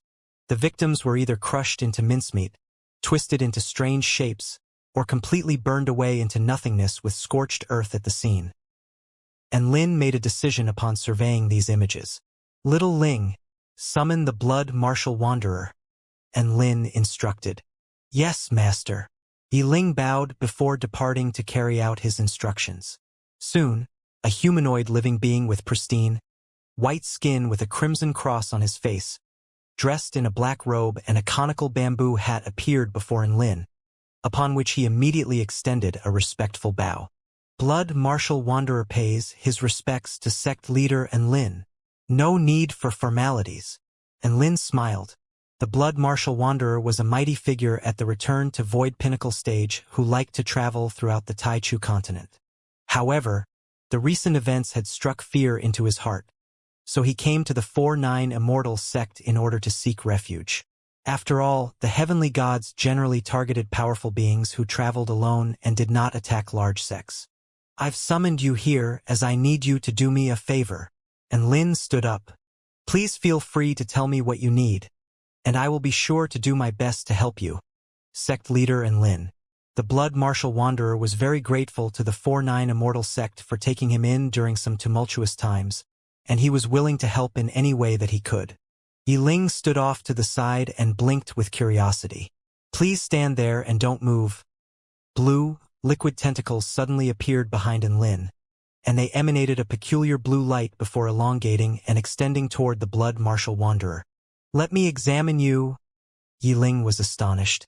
The blood martial wanderer hurtled back in a frantic retreat. No, sect leader Lin? What are you doing? However, it was already too late. And Lin's tentacles quickly wrapped themselves around his legs, waist, chest, arms, neck, face. No! The blood martial wanderer let loose an anguished wail. Yiling's eyes widened even further as she clamped a hand over her mouth. 15 minutes later, the blood martial wanderer made his way out of the sect leader palace on unsteady feet. He looked at the sun in the sky and heaved a forlorn sigh. Yiling stood behind him with sympathy in her eyes. Little Ling, what do you think? A deep, male voice sounded from behind her. Yiling turned to discover a humanoid living being with pristine, white skin and a crimson cross on his face. This humanoid living being was dressed in a black robe and a conical bamboo hat and was looking at her with a smile. 2 dimples appeared on Yiling's cheeks as she smiled. Master is so awesome. You're exactly identical to the blood martial wanderer both in outward appearance and even aura. And Lin nodded with a content expression. Tell Xiaolan that I'm going on a trip. What are you going to do? Yiling asked. And Lin? I'm going to kill some heavenly gods. Yiling's expression shifted slightly. Master, you've only just come back. Don't you need to rest? And Lin shook his head. I can't afford to rest. The heaven-crushing sect is most likely going to be able to find a way to bypass the heavenly gods' concealment spell techniques very soon. Hence, the heavenly gods are very likely going to go into hiding again soon. Please look after yourself, Master. Yiling wore an earnest expression of concern. And Lin patted Yiling's head. Don't worry so much. You know how powerful your master is. The heavenly gods think they're the hunters. But I'm going to show them that they're just pitiful prey for me to slaughter. Yiling nodded obediently with reverence in her eyes. Master is the best. Little Ling will wait for your triumphant return. And Lin nodded before departing from the 4-9 Immortal sect. The fact that the blood martial wanderer had come to seek refuge in the 4-9 Immortal sect was not something known to the outside world. And Lin only needed to disguise himself as the blood martial wanderer and travel along his originally planned course. Passing through the kingdom of the 9 states, then through the southern region of the Purple Star ruins, before coming to the herd beast territory that has not been affected by the war. To the east, there are boundless rainbow grasslands with many renowned places, as well as spirit lakes and spirit mountains. This is indeed a perfect place for the herd beast tribe who love peace and harmony. Among the herd beasts, there were no Dao integration stage super mighty figures. The most powerful beings among them were only at the return to void pinnacle stage. Their peace-loving nature meant that they did not participate in the war between the heavenly human tribe and the kingdom of the 9 states, so the heavenly gods' killing spree did not extend to them. And Lin imitated the blood martial wanderer's method of movement, shrinking the ground before him, thereby allowing him to travel a distance of several dozen kilometers with each and every step taken. Due to the ongoing war, many places had been reduced to desolate ruins, but this place was an exception. The blood martial wanderer liked to survey the scenery, so Lin naturally had to pretend that he was admiring the scenery too as he traveled toward the herd beast territory in the winter sheep plains. Before he knew it, he had made his way out of the kingdom of the 9 states. The rest of the kingdom of the 9 states was in turmoil from the war, but the winter sheep plains in the east presented a scene of peace and serenity. And Lin strolled along on his journey and looked up in the northern direction. There, he could see a white pillar of light rising straight into the sky, as if it were supporting this entire world. Nuwa Shore was making a huge commotion with her mending of the heavens. He traveled for an entire day. The next day, Lin arrived at the winter sheep plains. What he saw first was not a boundless set of grasslands. Instead, he was greeted by the sight of undulating lawns that were green, yellow, and even light blue. Wow! How beautiful!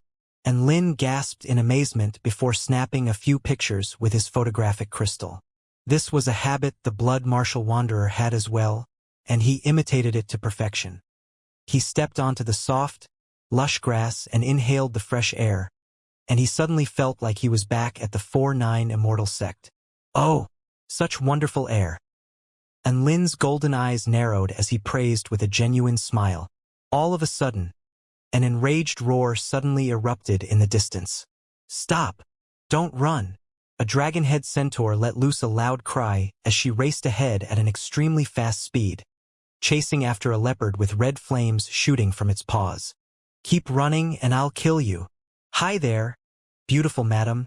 Do you require assistance? The blood martial wanderer was a very kind-hearted person with a strong sense of justice. As such, Lin immediately rushed over to keep up appearances. Whoosh! Lin rushed over to the leopard before lashing out with a vicious kick. Bam! The leopard's body was contorted into the shape of a horseshoe from the force of his kick. The leopard wailed in anguish before being split in half. The two halves of its body spasmed a few times before falling completely still. That beautiful madam has already told you not to run, yet you still insist on running away. What an insolent creature! And Lin turned around with a smug expression to discover that the dragon-head centaur was completely stunned. Her voice trembled. You? And Lin immediately saluted her in a gentlemanly fashion. No need to thank me, beautiful madam. It's what I do. The dragon-head centaur rushed over to the dead leopard as tears flowed from her eyes. I was only saying that to scare my leopard. Why did you kill it? And Lin's expression faltered upon hearing this. Well, that's fucking awkward. Beautiful madam. How could you say something that could so easily cause a misunderstanding? And Lin still felt like he wasn't at fault. The dragon-head centaur retorted with a resentful expression. This is like if a mother were chasing after her naughty child and telling her child that she would kill them if they kept running away, only for a passerby to turn up out of the blue and actually kill the child. Who is at fault here? And Lin replied without any hesitation, the mother is at fault, the dragon-head centaur. If it weren't for the fact that she knew that she was no match for Lin, she would have already pounced on him. So be it, I have a few thousand more of them anyway. The dragon-head centaur accepted her fate and sighed as she put the body of the leopard into her storage ring. And Lin could tell that this was no ordinary creature. From her bone structure, he could tell that she was only about 20 years of age, but she was already at the spirit nurturing stage. She would be considered a top-rate prodigy anywhere on the entire continent. Even though he was aware of all this, he was still shocked upon hearing about how she owned several thousand of these leopards. These leopards have fire bursting out from their feet. Aren't they going to set the grasslands on fire? And Lin was astonished. Any of them who dares to do that will become dinner for the day, so they wouldn't dare to do that. The dragon-head centaur harumphed coldly. Don't underestimate the ability of the herd beasts to discipline mutant beasts. And Lin nodded with a smile. Beautiful madam, would you allow me to visit your tribe? The blood martial wanderer was a living being who enjoyed communicating with others and experiencing all types of different cultures. The dragon-head centaur became quite cautious upon hearing this request. Why would you want to do that? And Lin pointed at the blood on the ground. Well, I've just helped you, so why don't you help me in return? I'm very interested in the different cultures of different tribes. The veins on the dragon-head centaur's forehead bulged. You call that helping me? You killed my leopard to help me? Oh, right. Let me introduce myself. I am the blood martial wanderer. And Lin continued. Ah, you're the blood martial wanderer of the holy martial clan. The dragon-head centaur's body shuddered as she stared at Lin in shock before lowering her head with a respectful expression, especially after seeing the red cross on his face. I welcome you with all my heart. Please forgive me for my rudeness. The blood martial wanderer was actually quite renowned across the continent and had a very good reputation, so his name commanded a lot of respect. No worries, Lin said with a polite and gentle smile. The dragon-head centaur blushed slightly before wagging her sexy bum at Lin. Please ride me, senior. Wah? And Lin was stunned by her offer. The dragon-head centaur blinked. Come on. I'll carry you to the herd beast tribe territory. And Lin heaved a sigh of relief. Oh. My name is Ma Ying, which means daughter of light. I'm the daughter to the chief of the Immortal grass clan, which is one of the 10 largest clans of the herd beast tribe. The clan that I'm taking you to right now is none other than my Immortal grass clan. Ah, so you're the daughter of light. I've heard about you for a long time. And Lin sped through the grassland on Ma Ying's back. He acted as if he had come to a sudden realization. Blood martial wanderer. There's no need for you to refer to me so formally. Ma Ying's hips shook back and forth as she galloped through the grassland. My father, Xianbo, actually has over 100 daughters. Moreover, he's given all of us extremely exaggerated titles. For example, Daughter of Earth, Daughter of the Sea, Daughter of Radiance, Daughter of Hope, and so on. These aren't special titles by any means. So, it's okay if you just refer to me as Little Ma. This was very much to Lin's taste. Thus, he immediately started referring to her as Little Ma. Before long, a vast expanse of spectacular tents appeared in their sights. No, rather than calling them tents, it would be better to call them exquisite and beautiful fabric-made structures. The tents on this grassland weren't simple, single-story structures. There were double-story tents, triple-story tents, and there were even some tents that resembled soaring pagodas. However, all of these structures were constructed from light fabrics that could be quickly taken apart and transported. This convenient feature was extremely suited to clans of the herd beast tribe as they were always on the move. Meanwhile, thousands of fire leopards grazed on a small mountain range that was located to the west of the grassland. However, this place didn't only raise fire leopards. Further to the north, the herd beast tribe was also raising sturdily built lightning rhinos, metal-feathered black eagles, poisonous beast ants, extremely docile wooden pile beasts, and many other beasts. After roughly sensing his surroundings, Lin detected that there were a whopping 68 beast tribes contained within the several thousand kilometers around him. Moreover, their total population numbered in excess of 20 million. These beasts were all under the management of the 3 million or so herd beasts. The herd beasts who resided here all had similar appearances to Ma Ying. In other words, they all had dragon heads and horse bodies. However, although they had dragon heads, they were in fact completely unrelated to dragons. Ying, why did you bring a male here? And you're even letting him ride you? A slightly hostile voice traveled over from nearby. Clip-clop, clip-clop, clip-clop. A male herd beast, which had raised dragon whiskers and was significantly larger than Ma Ying, looked at Lin threateningly. Manda, have you gone mad? You're even expressing jealousy toward a being of the holy martial clan. It was clear that Ma Ying disliked this male holy beast. This is the well-renowned blood martial wanderer of the holy martial clan. Open your eyes and be careful not to offend this senior.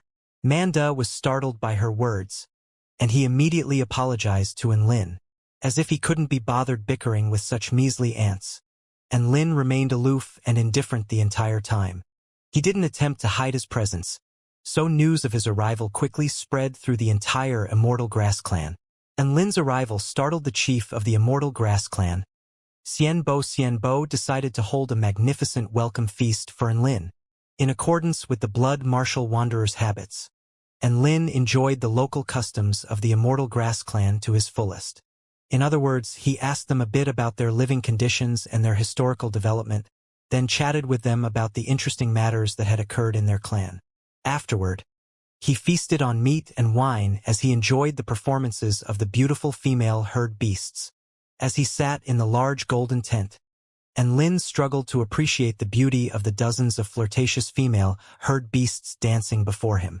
However, he couldn't let his true emotions show, and he had to force himself to act as if he were intoxicated by their performance. After all, the blood martial wanderer was an individual who loved all species equally. As such, he was able to appreciate the unique beauty of every tribe. At this moment, a female herd beast shook her supple horse rear and shuffled over to Lin's side. Lin chuckled softly as he reached over and slapped the female's rear. Scoundrel, the female humphed seductively as her face flushed red. Ha ha ha, fellow cultivator blood marshal, you're indeed as what the rumors said. A herd beast who was sitting at the head of the feast table said and chuckled. You're an open-minded individual who's capable of appreciating the beauties of all tribes. The herd beast who spoke was white-colored and sturdily built. He was none other than Ma Ying's father, Xianbo. At the same time, he was also the chief of the Immortal Grass clan, one of the 10 largest clans in the Winter Sheep Plains. Moreover, his cultivation base was also impressive, and he had a rank of the Return to Void Pinnacle stage. You flatter me. Xianbo, beauty exists in all aspects of life. All matter is created by heaven and earth, and each tribe that exists is special and unique. As long as one is willing to accept them with an open mind, one will naturally be able to experience their beauty. Lin imitated the blood martial wanderer's habits as he spoke. The feast continued. Although the female who had been slapped in the rear by Lin had called him a scoundrel, she still continued to twist her body seductively as she danced before him. Moreover, she would occasionally wink at him, and it was as if she was trying to seduce him. However, Lin had a very strict bottom line. He rejected any and all sexual interactions. In fact, Lin was already starting to regret his decisions now. Trying to impersonate the blood martial wanderer was a truly difficult task. For example, even if a sow were put in front of him, he would still have to act as if he was intoxicated and extremely turned on.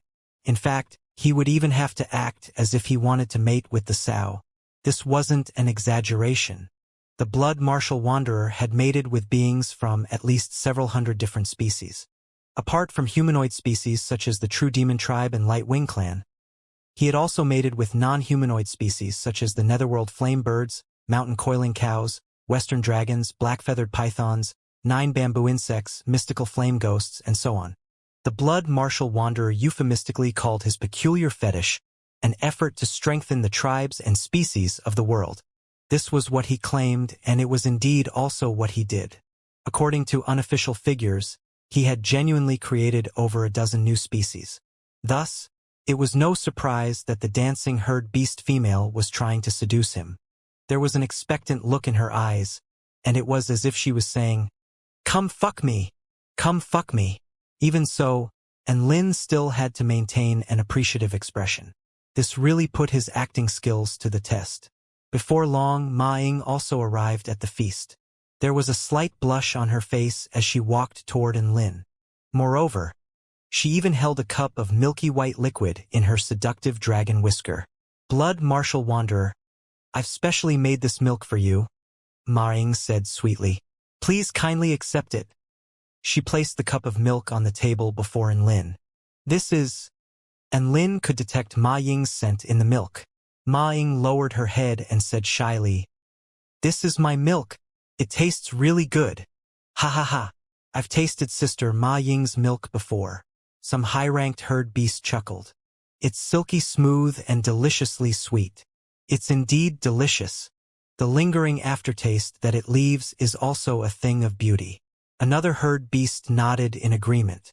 "Blood martial wanderer, you're a lucky man," a herd beast exclaimed in envy. "I've only ever tasted one small cup of Ma Ying's milk. Even until now, I still haven't had a chance to taste a second cup. And now, you're actually receiving one large cup. It looks like Ma Ying also tried very hard. Ha ha ha." The herd beasts all burst into teasing laughter. Ma Ying's face flushed red in embarrassment. She gazed at Lin with a nervous yet expectant look in her eyes. Lin was stupefied. Looking at everyone's expression right now, there was no way that he could refuse this cup of milk. If he refused such a valuable cup of milk, then wouldn't that be viewed as an act of scorn and disdain? Ma Ying would also be caught between a rock and a hard place.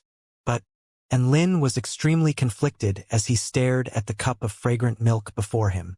Lin had never regretted impersonating the blood martial wanderer as much as he did now. A simple cup of milk had put him in a huge bind. A fragrant scent wafted from the creamy white milk before him, and he knew that its taste would probably be very delicious. However, he was unable to overcome the obstacle in his mind. Admittedly, drinking cow milk or horse milk were both very normal behaviors. However, this dragon horse milk was different. After all, it had been produced by a highly intelligent life form. Moreover, the producer of this milk was currently gazing at him affectionately. As such, the hidden significance behind this cup of milk was quite different from ordinary cow or horse milk.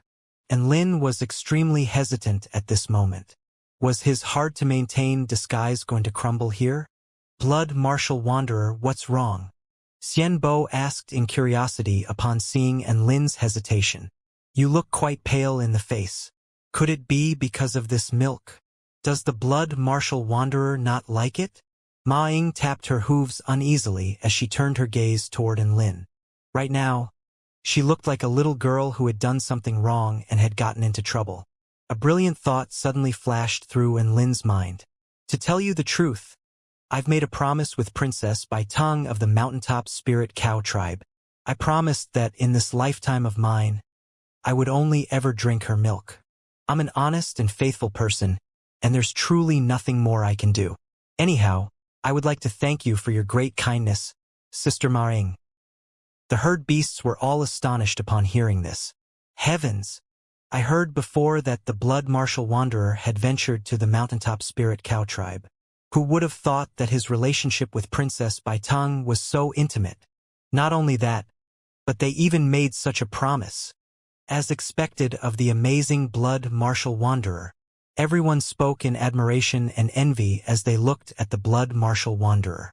Meanwhile, a look of dejection flashed across Ma Ying's eyes.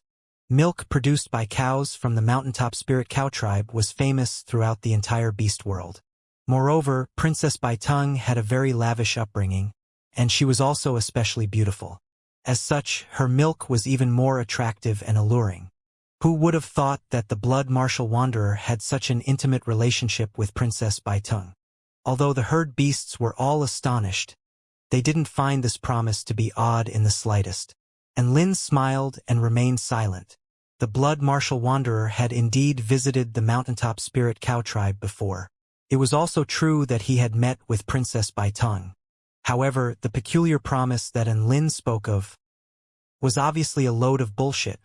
In any case, the herd beasts that were present wouldn't be able to verify his claim anytime soon. In addition, he was simply borrowing this identity to disguise himself for a while. The blood martial wanderer could deal with any problems that arose by himself. In reality, if the real blood martial wanderer was present, he would probably drink this fragrant milk even if he had genuinely made a promise with Princess Bai Tung. In fact, he would perhaps even ask for a second cup. And Lin sighed with emotion in his mind. Everyone had their own way of living. As for this blood martial wanderer, his life was truly unique and full of spectacular peculiarities. There was even a short instant wherein Lin became envious of his lifestyle. Ma Ying cut a dejected figure as she took her cup of milk away. Since a promise already existed between the blood martial wanderer and Princess Bai Tung, there was naturally nothing more she could say. Thanks to his quick-wittedness, and Lin successfully navigated his way out of the tricky situation. He continued to drink and chatter with the herd beasts. Before they knew it, the sun had already set. After rejecting a beautiful herd beast female's invitation to spend a passionate night together, and Lin walked to the fluorescent grassland, which was located to the east of the Immortal grass clan. There, he enjoyed the beautiful nightscape of the winter sheep plains by himself. This stretch of grassland was brimming with spiritual energy. During the day, it would absorb the energy of the sun. During the night, it would release a portion of this absorbed energy through the formation of countless specks of green light. These specks of green light had the effects of gathering spiritual energy and also driving away mosquitoes. Oink! Oink! Zzz! Zzz! In the distance, there were thousands of red-winged pigs snoring in a pig shed. There was a red glow on each of their bellies, and every time they snored, this red glow was like a lantern that flickered brighter or dimmer. Gazing over from afar, this scene was dazzling and beautiful. How spectacular! And Lin sighed. He suddenly felt like eating pork. After hesitating for a moment, he eventually abandoned his bold thoughts. Right now, he was the blood martial wanderer, not some impulsive glutton. And Lin spent the entire night enjoying the beautiful sceneries of the winter sheep plains. He witnessed the splendid illusory lights of the seven-colored grassland. He witnessed the eccentric and bewildering behaviors of bizarre nocturnal grassland animals. And he also witnessed the beauty and calm of the dual moon grassland. Wow! What beautiful scenery! And Lin spread his hands as he praised the beauty of nature. Right now, all I want to do is recite a poem. And Lin was in extremely high spirits. Below the purple star, the winter sheep plains do lie. Like a big dome is the sky, covering the prairie nigh. The lofty sky is deeply blue, the vast wildness not seen through. The wind lowering grass and green, sheep and cattle are easily seen. Brilliant poem. Absolutely brilliant. As expected, fellow cultivator Blood Marshal is a refined and tasteful individual. At some point in time, Xianbo had already arrived by Lin's side, and Lin chuckled and remained silent. He felt fairly refreshed after plagiarizing someone else's work. Fellow cultivator Xianbo, are you not going to rest yet? And Lin asked. Xianbo extended a hand and waved it lightly. The grass in the surroundings suddenly started to sway back and forth. Fellow cultivator Blood Marshal, are you going to continue on your journey? Xianbo asked. Huh? Why do you ask? And Lin was slightly bewildered. News of your journey has definitely spread already. They probably know about it as well. There's absolutely no need for you to continue. You can pretend that you're scared of them, then turn around and head back the same way that you came. They'll definitely follow you. There was a profound look in Xianbo's eyes, and Lin's heart jolted. Xianbo's utterances, and Lin knew that his disguise had been seen through. At least Xianbo had already seen through it. When was my disguise seen through? Is my acting truly that bad? Not only that, but Xianbo even managed to guess my objective, and Lin couldn't help but fall into a state of extreme self-doubt. At the same time, he felt that Xianbo was far more impressive than he appeared. I was only able to see through your disguise because the herd beast cultivation method that I've been practicing has already reached the pinnacle stage. I'm extremely sensitive towards small expression changes, auras, and biological characteristics of living beings. It was thanks to these skills that I was able to detect some subtle oddities in your behavior. Xianbo smiled warmly before continuing. Don't worry. The others have never seen you before, so they definitely won't be able to see through your disguise. And Lin was still mystified. Why are you telling me this? Xianbo plucked a blade of grass and chuckled. We detest war and we're also afraid of war. However, this doesn't mean that we're absolutely neutral. If it's possible, I also hope that they can disappear from this world forever. They're whimsically interfering in the life and death of countless beings, and this in itself is great treason. Their actions will only accelerate the decline of this world. And Lin nodded. Then, he bowed and said, Thank you for the reminder, fellow cultivator Xianbo. Ha ha ha. We'll drink and chat merrily when peace returns to the world. Xianbo squinted his eyes and chuckled cheerily. The next day, the roars of various beasts sounded around the winter sheep plains. A new day had arrived, and Lin farewelled Ma Ying and Xianbo, as well as the higher-ups of the Immortal Grass clan.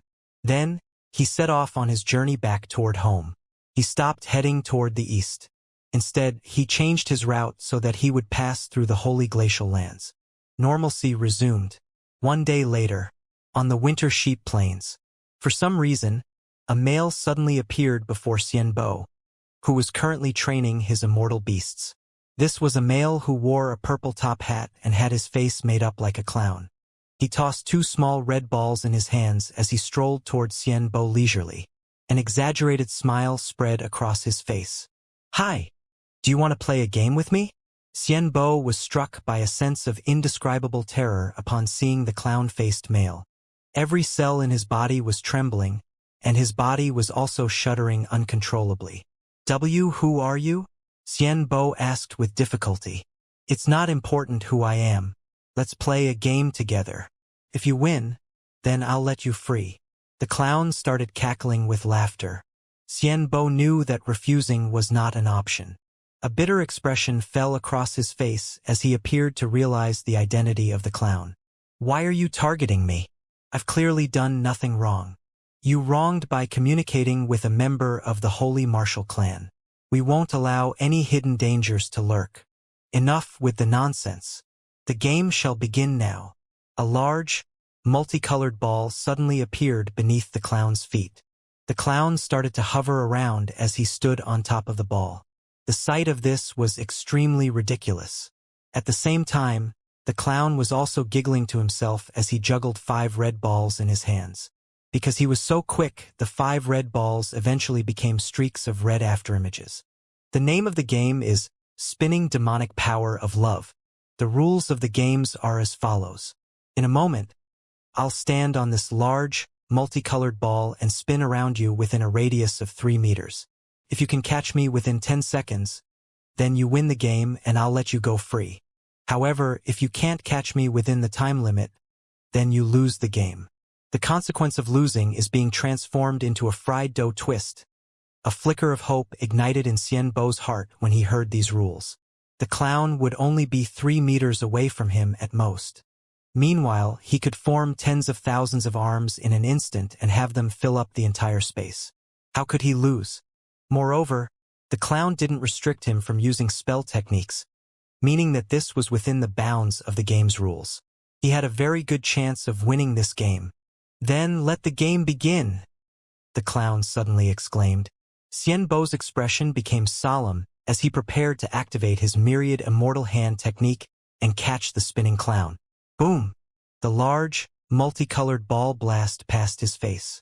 A strange pressure oozed from the ball and instantly caused the grasslands within a radius of 500 kilometers to cave in. How can this be? Xianbo's body was flattened by the large, multicolored ball. His eyes were unfocused as he lay in the center of the crater, and his pulverized flesh and bones leaked out of his broken skin and painted the earth bright red. La la la, la la la. The clown hummed cheerfully as he circled around the flattened Xianbo. 10, 9, 8, 7, 6, 5, 4, 3, 2, 1. Time's up. How unfortunate you've failed to catch me. You've lost the game. The clown cracked a smile at the crippled Xianbo. Since you've lost, you have to suffer the punishment. Transform into a mahua. Right after the clown finished speaking, Xianbo's tormented wail started to reverberate through the grasslands. At the holy glacial lands, where the snow maidens once thrived, after being lashed by several terrifying cold fronts, this place had already transformed into a realm of death. Apart from a tiny number of ice element creatures, no other living beings resided in this realm. After trekking through the howling winds and blustery snow for a short while, Lin finally arrived at a magnificent yet dilapidated city. This place is the Spirit Frost City, one of the Snow Maiden's 4 largest cities. Lin gazed at the rows of abandoned houses that were covered in thick layers of snow. What a sorrowful sight. Right now, all I want to do is recite a poem. Hi there. Let's play a game together. A crisp voice suddenly sounded from behind Lin. Lin turned around and found a clown standing not far behind him. This clown was dressed in colorful clothes, and it was also wearing a purple top hat on its head. Right now, there was a wide and exaggerated grin on its face as it juggled several red balls in its hands. Lin tightened his cloak. The large red cross on his face scrunched up in nervousness, and his pure white body stiffened in apprehension. Who on earth are you? It's not important who I am. What's important is, if you win, then I'll let you free. If you lose, however, then you have to accept the punishment. The clown continued to juggle his red balls as he spoke. A large, multicolored ball started to appear beneath the clown's feet. The sight of the clown flying around on this ball was extremely ridiculous. The name of the game is Spinning Demonic Power of Love. The rules of the games are as follows. In a moment, I'll stand on this large, multicolored ball and spin around you within a radius of 3 meters. If you can catch me within 10 seconds, then you win the game and I'll let you go free. However, if you can't catch me within the time limit, then you lose the game. The consequence of losing is being transformed into a fried dough twist, sure enough. An expression of anticipation and hope surfaced on Lin's face when he heard these rules. The clown chuckled. Then, let the game begin. Boom! An earth-shattering boom erupted. The land within a radius of several hundred kilometers was suddenly melted by a devastating flame. A smile was still plastered to the clown's face, yet a bloody hole had already been punctured through his chest. The clown stared at the blood-martial wanderer with a look of astonishment and confusion. No, to be more precise, the blood-martial wanderer had already become a human who was bathed in a sea of holy flames. You? Who the hell are you? Before the clown could even finish speaking, his body had already slammed into the floor. Fist after fist rained down onto his body like heavy hammers. Boom! Boom! Boom! This is for interrupting my poem recitation. Take this, and this, fuck you and your games. Lin's fists punctured the multicolored ball beneath the clown's feet. Then, the clown's purple top hat was also blasted into smithereens, revealing the purple divine halo that was hidden within it. The divine halo looked as though it was formed from numerous small and intricate blocks. Immediately afterward, Lin's fists pulverized the clown's extremely solid body. It seemed as if the heaven-crushing true intent contained within Lin's fist wanted to completely annihilate the clown's body. Lin's actions were lightning quick. Under the effects of his 7 holy flames, his fire sage mode also caused his aura to climb to a supreme level. Moreover, each of his strikes was infused with the paramount power of the heaven-crushing true intent. It was as if a flurry of mini fists of the heavenly Tao were relentlessly raining down on the clown's body. The clown was caught off guard by Lin's sudden and violent attack. In no time, he had already become severely wounded. In the past, it was always he who toyed with others through his game. Since when had anyone pummeled him before the game had even begun? You've broken the rules of the game. Accept your punishment. Life Eraser. A beam of purple light suddenly erupted from the clown's distorted and broken body, and Lin felt an extremely strong nomological power hammer into his chest. As though it wanted to erase his existence, this power rapidly spread through his entire body. So that's how it is. You're combining your own heavenly god power with the power of the backlash triggered by my breaching of the game's rules. By combining these powers together, you can launch an even more powerful attack. And Lin felt a hint of danger, and an earthen yellow divine halo instantly appeared above his head. An extremely thick layer of armor enveloped his entire body and blocked out the clown's powerful attacks. Like a slippery eel, the clown took this chance to escape from Lin's grasp. Then, he flew into the sky and sped toward the distance as if his life depended on it. And Lin, you're Lin!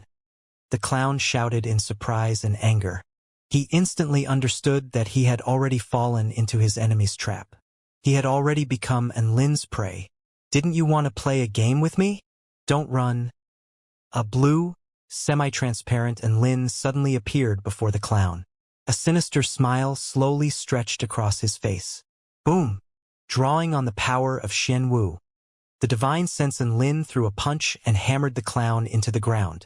The clown was completely shell-shocked. He had clearly broken away from Lin already, yet another divine sense Lin had appeared before his eyes. Not only that, but he was also unreasonably powerful. What the hell was going on? Lin certainly wouldn't provide answers to the clown's question. The physical Lin and divine sense Lin pounced toward the severely wounded clown at the same time. A crushing might instantly bore down upon the clown. So powerful. How is this possible? How did Lin become so powerful? The clown knew that his enemy possessed the powers of the heavenly gods.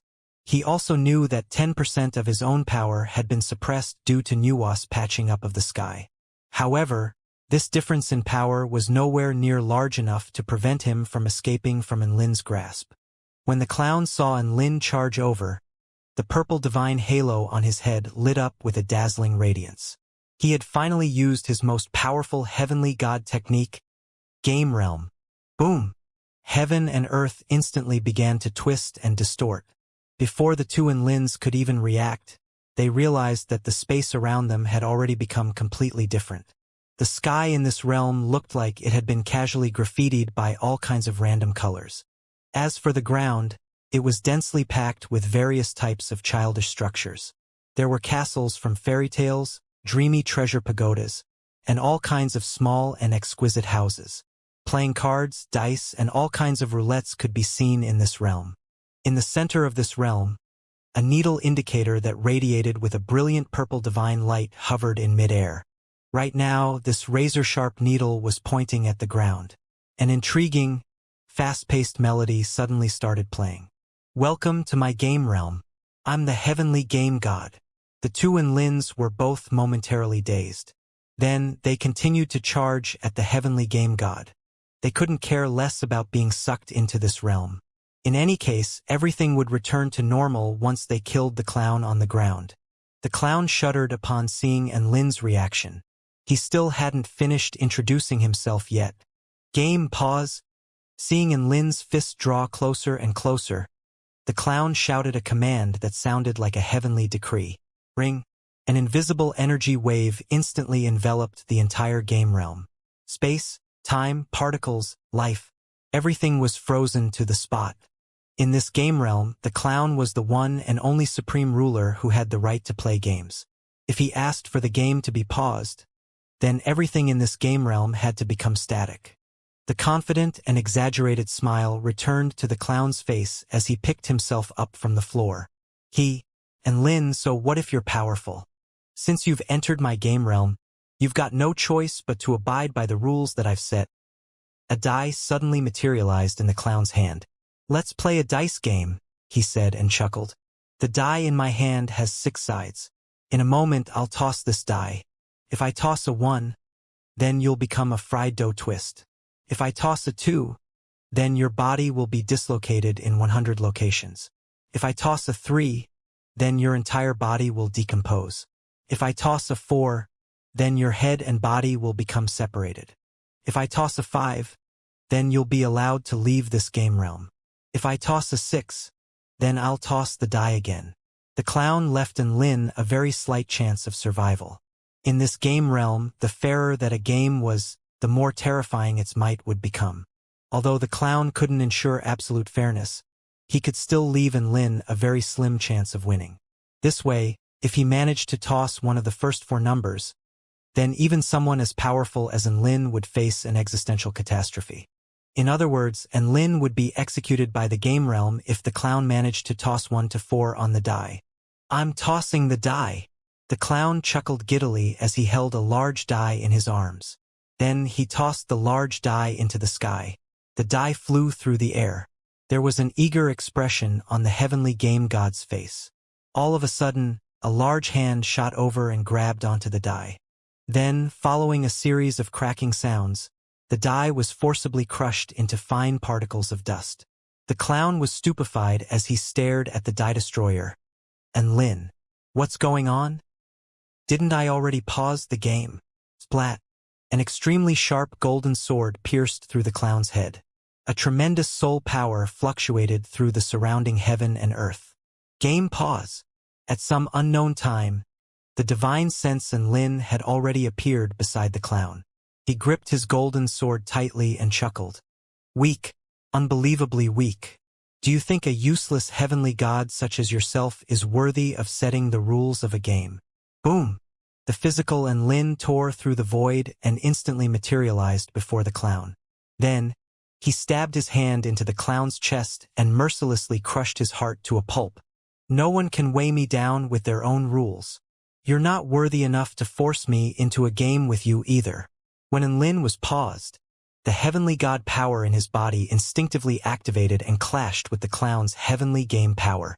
In this game realm, the heavenly game god's abilities were slightly more powerful. However, this didn't matter. Even if one heavenly god power wasn't enough to deal with the heavenly game power, Lin still had another 3 heavenly god powers that he could activate. The clown's heavenly game power was instantly shattered once Lin activated all 4 of his heavenly god powers. You're cheating. The clown glared at Lin with a look of hatred. Hey, you still have the cheek to say that? As the heavenly game god, you tossed the most important quality of fairness out the window. What right do you have to criticize me? There was a look of disdain on Lin's face. Perhaps Lin was too powerful, or perhaps the heavenly game god was too weak. Anyhow, Lin had a nagging feeling that this heavenly god was much easier to bully now compared to before. Bam! The clown's body suddenly exploded without warning. Player, revive! A system-like voice suddenly boomed through the game realm. Then, the heavenly game god suddenly materialized beside the purple indicator needle. His body was in perfect condition, but an extremely evident crack had appeared on his divine halo. It was as though a fatal blemish had appeared on an object of perfection. Lin knew that this was a sign of the heavenly game god suffering a backlash from the heavenly Tao due to overexerting his body. You want fairness? Very well. I shall give you fairness then. There was a manic look on the clown's face as he suddenly drew a giant playing card from the void. The clown's image was printed on the front of the card, and an image of blue flowers was printed on the back of the card. The clown grinned wickedly as he threw the playing card into the air. Absolute fairness means that my heavenly game power will unleash its full strength. In fact, it might even perform beyond its full strength. If you lose, you'll definitely die. Now, accept your death. The name of this game is Death Poker. The rules are as follows. After the throne playing card lands, if the image of the clown is facing up, then you and Lin will die. On the other hand, if the image of the blue flowers is facing up, then I, the heavenly game god, will die. And Lin's expression darkened upon hearing this. You're the one throwing the playing card. How do I know that you're not cheating? After saying this, he was about to charge over to pummel the heavenly game god. At this moment, the playing card had already spun through the air and crashed back onto the ground. The image of the blue flowers silently stared up at them. The back of the card was lying face up. And Lin, heavenly game god, ring, there was a supreme energy fluctuation. An extremely devastating nomological power instantly crashed into the clown's body. No! The clown wailed in anguish as his body was obliterated by the boundless nomological power of the game realm. And Lin felt like he had been forced to swallow his own words.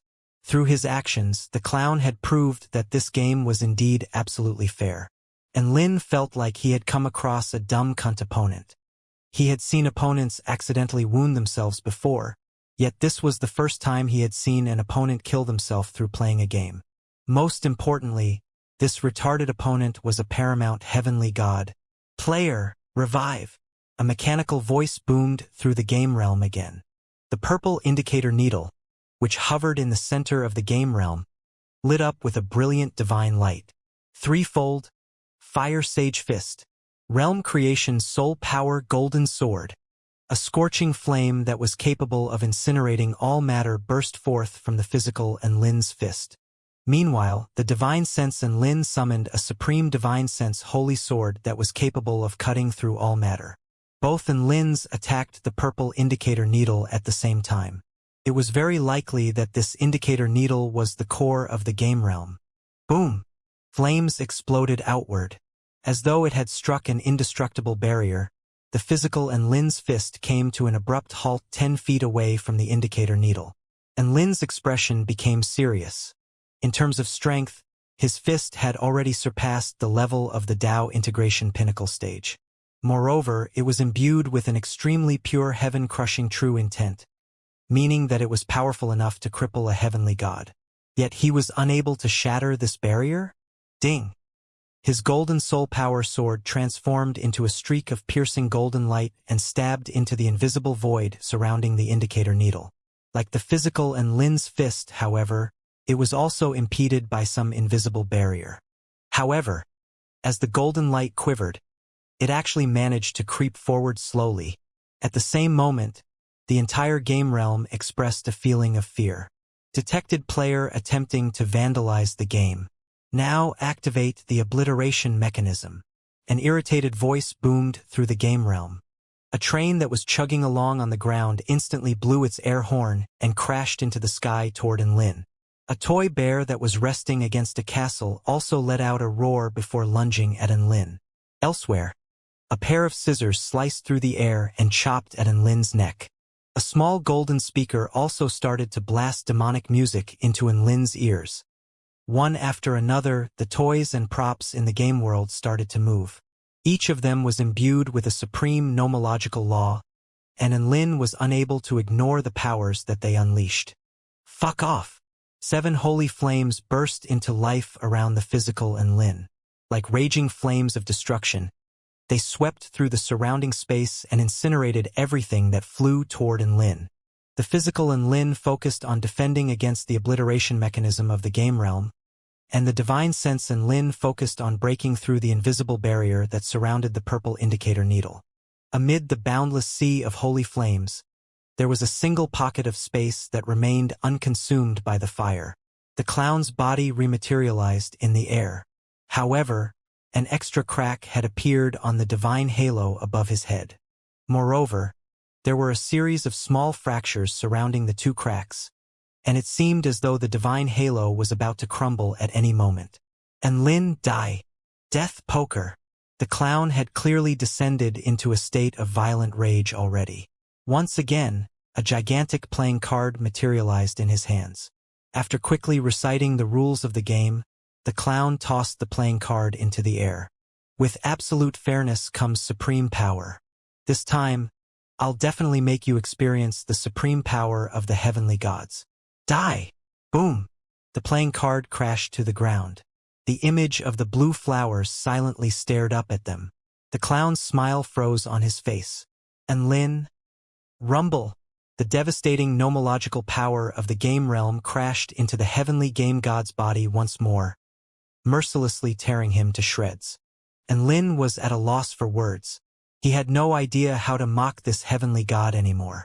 Let's continue vandalizing this game realm, the physical and Lin suggested. A dazzling radiance erupted from the divine sense and Lin's golden soul power soared. The sword projection inched closer and closer to the purple indicator needle as it slowly tore through the invisible defense of the game realm. Player, revive! An extremely mechanical voice boomed through the air. The clown's body rematerialized again. Crack! Another glaring crack appeared on the divine halo above his head. The clown panted heavily, and even the gigantic painted smile on his face was unable to hide his current vexation and anger. Impossible! How can this be? How can my luck be so horrible? As he spoke, another gigantic playing card appeared in his hands. I don't believe this. Just once. If the front of the card lands face up just once, then I'll definitely be able to kill you. The heavenly game god howled in vexation as he recited the rules of the game again. He knew that he was no match for the current and Lin.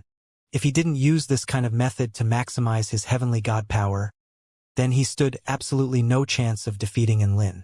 He couldn't turn back now. He could only gamble with his life. The two Enlins exchanged a glance. The divine sense Enlin continued to stab toward the core of the game realm. Meanwhile, the physical Enlin dashed toward the clown. The wind divine halo had materialized above his head, and a barrier of wind had also enveloped his entire body. The nomological power of the game realm smashed into him, yet it would still be quite a while before it could breach the wind barrier that surrounded his body. Heavenly wind power. Heavenly blade. And Lin unsheathed his evil-slaying sword and infused his heavenly god power onto its blade. Then, he slashed out a dazzling white sword projection that could slice through all matter. You can't stop me. The heavenly game god had already finished reciting the rules of the game. He laughed maniacally as he tossed another playing card into the air. At the same time, a shield that was formed from tens of thousands of playing cards materialized before his body. I'm immune to damage when the game is active. Armor. Infinite superposition. There was an earth-shattering collision. When the evil-slaying sword cut into the playing card shield, it was as though it had hit an extremely solid barrier. Layer after layer of playing cards was sliced apart, yet the speed at which the sword advanced was painfully slow. The gigantic playing card thudded to the ground with a loud boom. And Lin and the clown were both extremely nervous as they glanced toward the card. Immediately afterward, the clown almost fainted in anger. It's the backside again. And Lin couldn't help but burst into a fit of laughter. Brother, you're fairly lucky today, aren't you? Why? The clown was about to have a mental breakdown. And Lin continued to tease him. Why don't you change the rules? If you reverse the rules, then I would have died 3 times already. At this moment, the nomological power of the game realm had already gathered together and surged toward the heavenly game god like a raging torrent. The nomological power was so fearsome that even Enlin felt slightly apprehensive. He had to admit, if this power was targeted at him, it would indeed pose a serious threat. Game realm, deactivate. The heavenly game god roared. Hurry up and deactivate. I don't want to play anymore. A mechanical voice suddenly boomed through the game realm. If you play the game, then you have to follow its rules. Losers cannot escape punishment. This is the law. And Lin, heavenly game god. The heavenly game god was chided by his own heavenly god power. Boom! The clown's body was once again blasted into smithereens by the nomological power of the game realm. Sigh, what a retard! And Lin shook his head. At this moment, a voice boomed through the game realm again. Player, revive. Warning. Heavenly God power has suffered severe damage. Energy insufficient. Player revival failed. And Lin, reattempting player revival. Injecting all energy. At this moment, the purple indicator needle suddenly started to disintegrate by itself. The game realm also started to shatter and fall apart. And Lin felt a rush of dizziness. Then, he found that he had reappeared back in his original spot. Frosty winds screamed past and snowflakes swirled through the sky.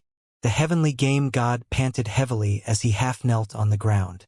His aura was weak, and the divine halo above his head was already filled with a dense network of cracks and fractures. It was clear that he was on death's door. How could Lin let go of this opportunity to land a killing blow? Trash! Eat my fist! As the two Lins fused back together, the mountain divine halo materialized above his head and unleashed a tremendous divine light.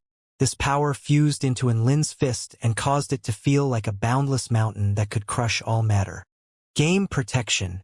The clown used his heavenly god power to quickly summon a light barrier. This protective barrier enveloped his entire body, and it could allow his body to pass through dimensions, escape from reality, and teleport into some other virtual realm. However, how could the greatly debilitated heavenly game god block Lin's formidable heavenly god power? For example, if the heavenly game god teleported himself into a computer game, then Lin's fist would be able to obliterate the computer and then pulverize the character within the computer game. Boom! Bursts of golden light shot into the surroundings. The protective light barrier was shattered by Lin's overwhelming fist. The heavenly game god's chest was also shattered by this punch. He flew through the air like a cannonball, leaving a trail of cloudy white air behind him. Only after crashing through several gigantic snow mountains did he collapse onto the ground and start vomiting blood. Cough! Cough! If it weren't for my terrible luck, how would I— Whoosh! A ripple surged through the air. Before the heavenly game god could even finish speaking, Lin had already arrived before him and thrown another punch. This time, he aimed his punch at the clown's head. The clown's head exploded with a deafening boom. As if reaching some sort of limit, more and more cracks started appearing on the divine halo above the heavenly game god's obliterated head. In the end, it was finally unable to withstand the severe damage. It exploded into tens of thousands of purple cubes before transforming into specks of light, which eventually vanished into the air. No. After uttering this one final word, the heavenly game god's body also disintegrated into specks of light. Lin could vaguely sense some peculiar thing fusing back into heaven and earth. It caused heaven and earth to become more harmonious and more complete. This was the first time Lin experienced such a feeling.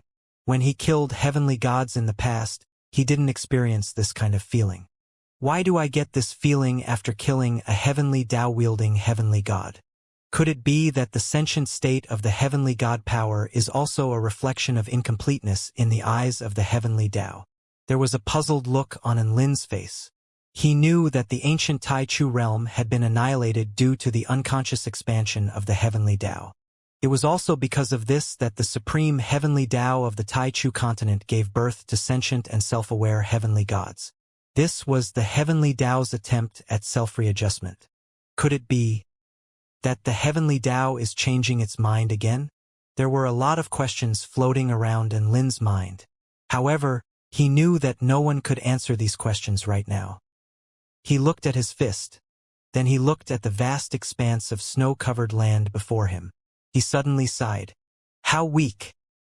This was perhaps the most effortless battle that he had ever fought against a heavenly god. In the past, his battles against heavenly gods had always been full of life-threatening dangers. Their overwhelming powers always gave Lin the sense that he was about to die. As for his battle against the heavenly game god, he didn't even shed a drop of blood. No, to be more precise, he didn't even break a sweat. What kind of shitty heavenly god is this? He's definitely an embarrassment to all heavenly gods. Perhaps I'm too strong? Lin mulled over this for a moment. His cultivation base was at the return to void intermediate stage, and his divine sense was also unreasonably powerful. Perhaps him refining his Tao Jade to the state of phenomenal success was also a major reason behind him becoming more powerful. Or perhaps the power of the heavenly game god was suppressed? Nuwa had patched up the heavens, and this caused the heavenly Tao to further suppress the powers of the heavenly gods. This was most likely another major reason for the battle being so effortless. After racking his brain for a while, and Lin finally discovered the most important reason for his easy victory. The real reason behind the heavenly game god being so pitifully weak was his IQ. In more euphemistic terms, it was his terrible luck. After a small altercation, the heavenly game god had immediately dragged Lin into his game realm. Then, he proceeded to commit suicide before Lin 3 times. Before Lin could even unleash his true powers, the heavenly game god had already turned himself into a cripple. This was the critical reason for his pitiable downfall. It's been a while since I've come across such a mentally retarded opponent. I feel fantastic. And Lin was extremely pleased with himself, and he continued to disguise himself as the Blood Martial Wanderer as he wandered around the holy glacial lands. In any case, he had achieved a resounding victory in this heavenly god hunting operation. After all, killing a heavenly god was equivalent to eliminating a supremely powerful enemy of the humans. Even if he received nothing for his efforts, this battle was still a huge win for both him and the human tribe. It was a shame that it wasn't the heavenly fire god who had come. However, Lin was a very open-minded person. How could everything in the world go according to his wishes?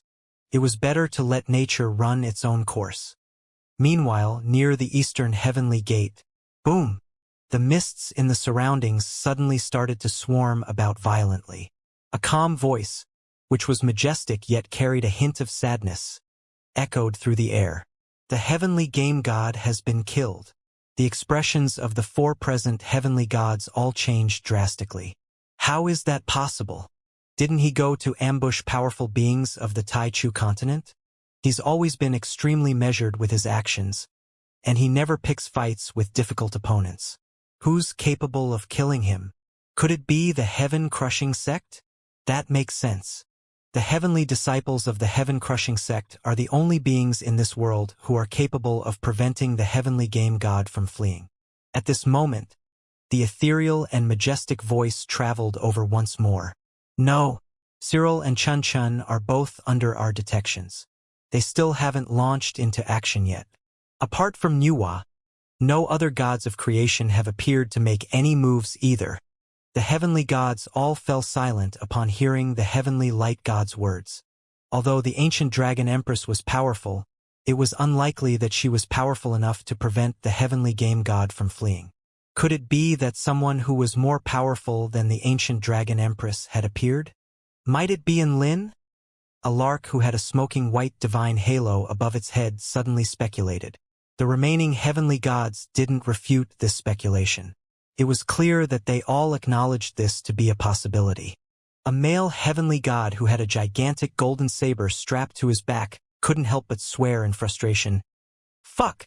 How many of our heavenly gods have this bastard killed? The number of heavenly gods who have been directly or indirectly killed by him definitely exceeds 10. A heavenly god who was shrouded within dark shadows answered.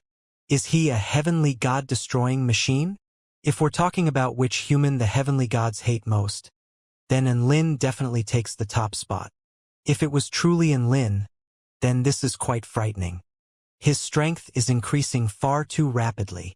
We definitely need to find an opportunity to kill him. His potential is truly terrifying.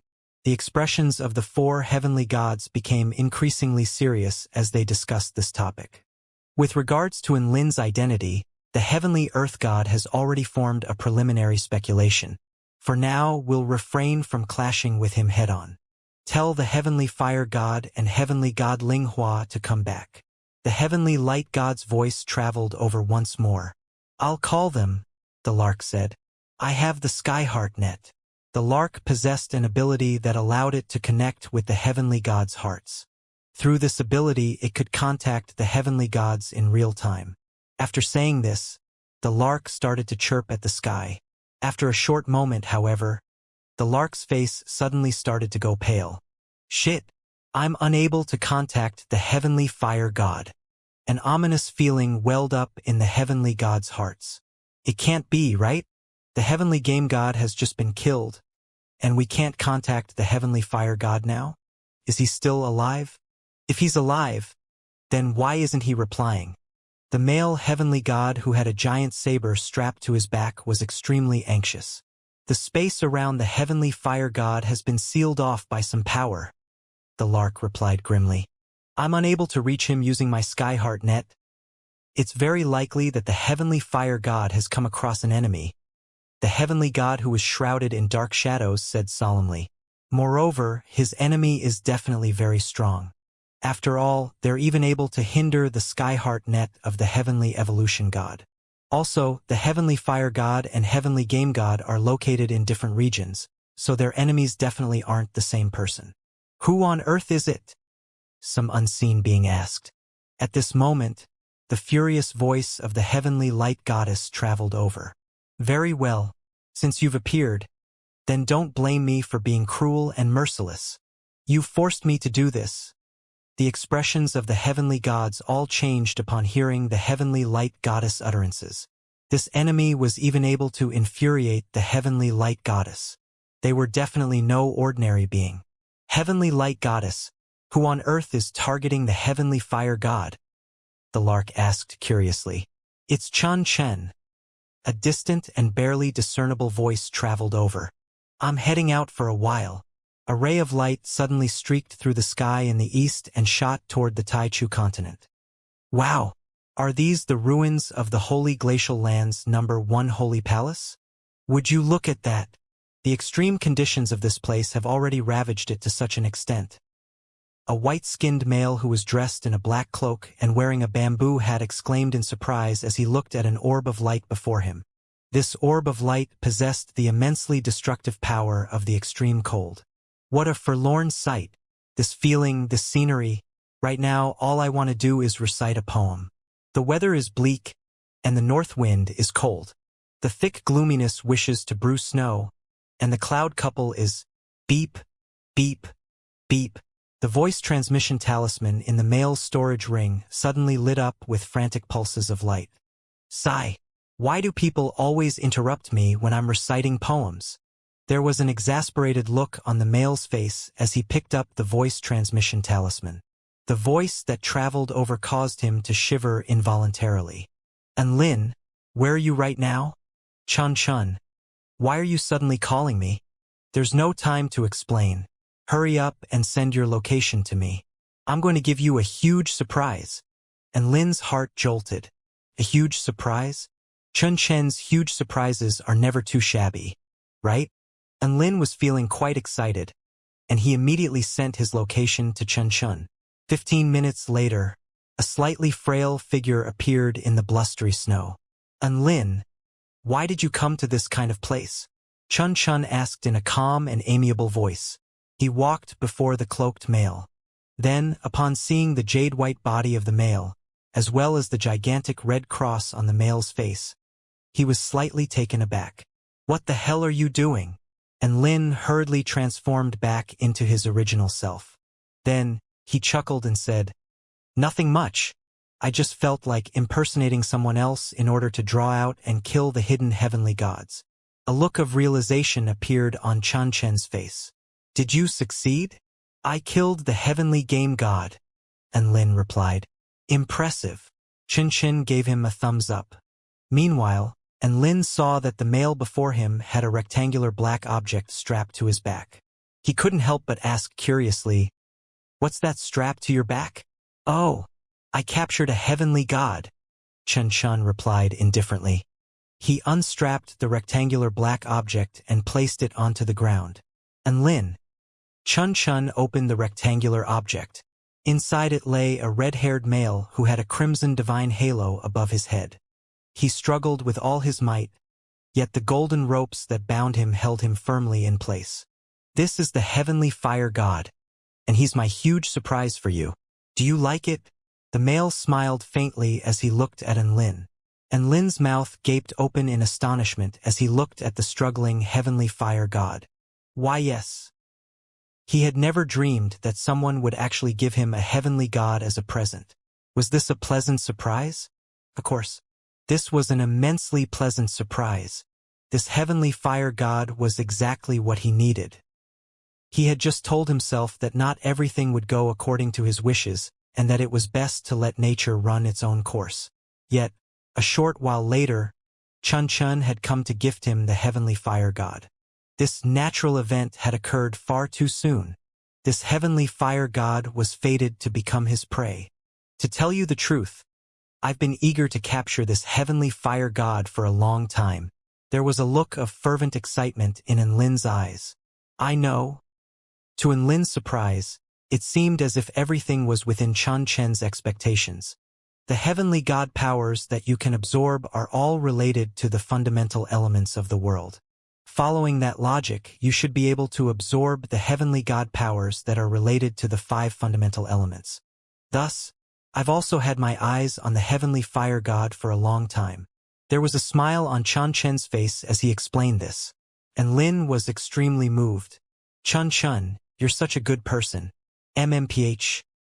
The heavenly fire god struggled in vain inside the rectangular black object. There was a look of fury and terror in his eyes. There was an extremely powerful seal on him, and even his ability to speak had been stripped away from him. Don't waste any more time, Chun urged. My activities have definitely alarmed the paramount heavenly gods. Hurry up and kill the heavenly fire god.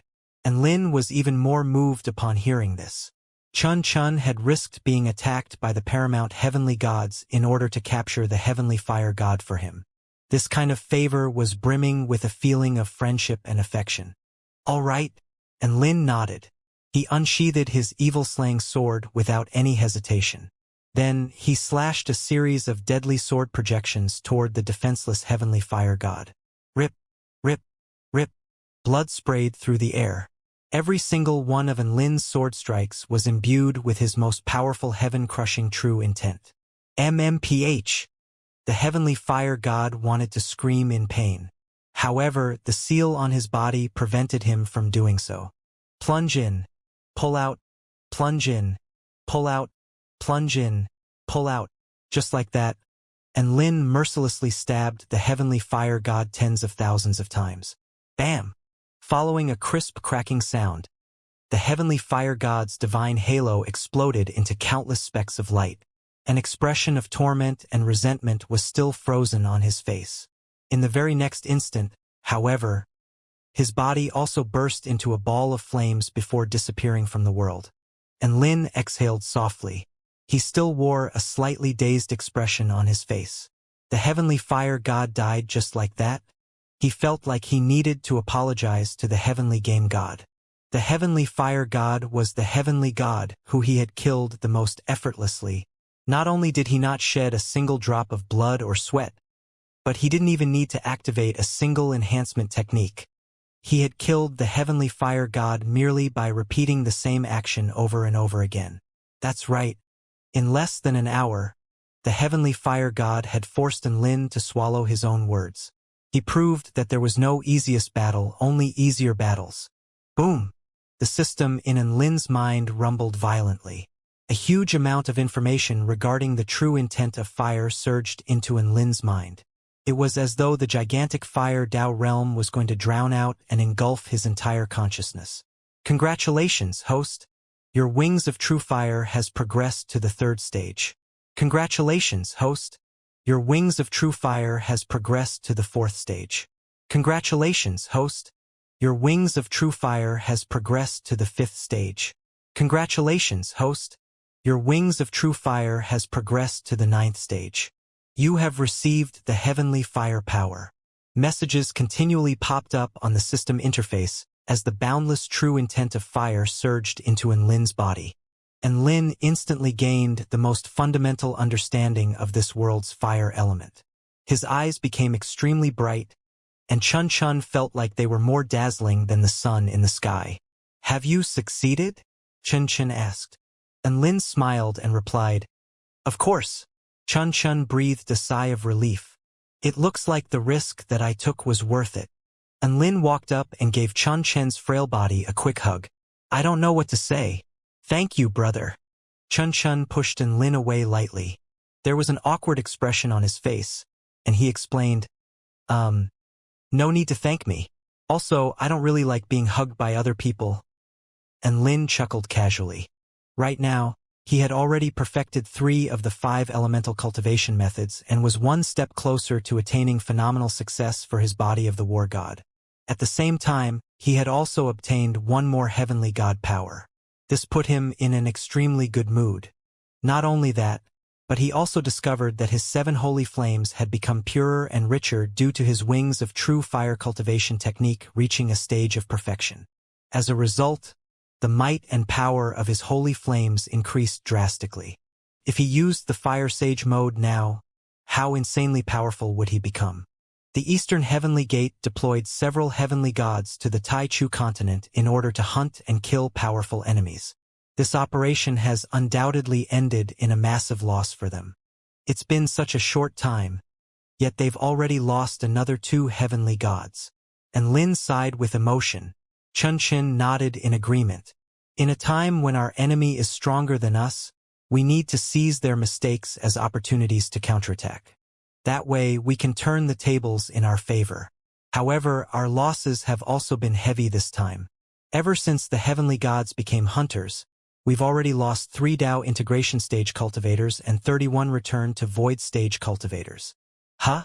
That many people have died. And Lin's expression changed slightly. He recalled that only 2 Dao integration stage cultivators and 23 return to void stage cultivators had been killed when he left the 4-9 Immortal sect. Chun Chin nodded. I only managed to capture the heavenly fire god out of pure luck. He triggered the morning of heaven and earth after killing a Dao integration stage cultivator, and I just so happened to be within a radius of 500,000 kilometers. It was thanks to my close proximity to him that I managed to capture him. And Lin's lips twitched. Close proximity? What the fuck do you mean? With such a distance, you can already circle around Earth over a dozen times. However, how could a mere mortal comprehend the outlook of such a supreme being? And Lin quickly accepted Chun Chen's explanation. Beep, beep, beep. The voice transmission talisman in Chun Chen's sleeve suddenly started to ring. He picked up the voice transmission talisman without attempting to hide his conversation from Lin. Shui Yen, what's up? A pleasant yet panicked voice traveled over from the voice transmission talisman. Chan Chan, we're in trouble. Hurry up and return to the heaven-crushing sex encampment. The heavenly light goddess and heavenly earth god have suddenly launched a surprise attack. Chun Chen's expression became grave upon hearing this. It was clear that while he had been away dealing with the heavenly fire god, their enemy had seized the opportunity to launch an assault on the heaven-crushing sect. Moreover, the assailants were 2 paramount heavenly gods. Rumble, the earth suddenly started to tremor. This wasn't the vibration of some tectonic plates. Instead, it felt like an entire tectonic plate was shifting.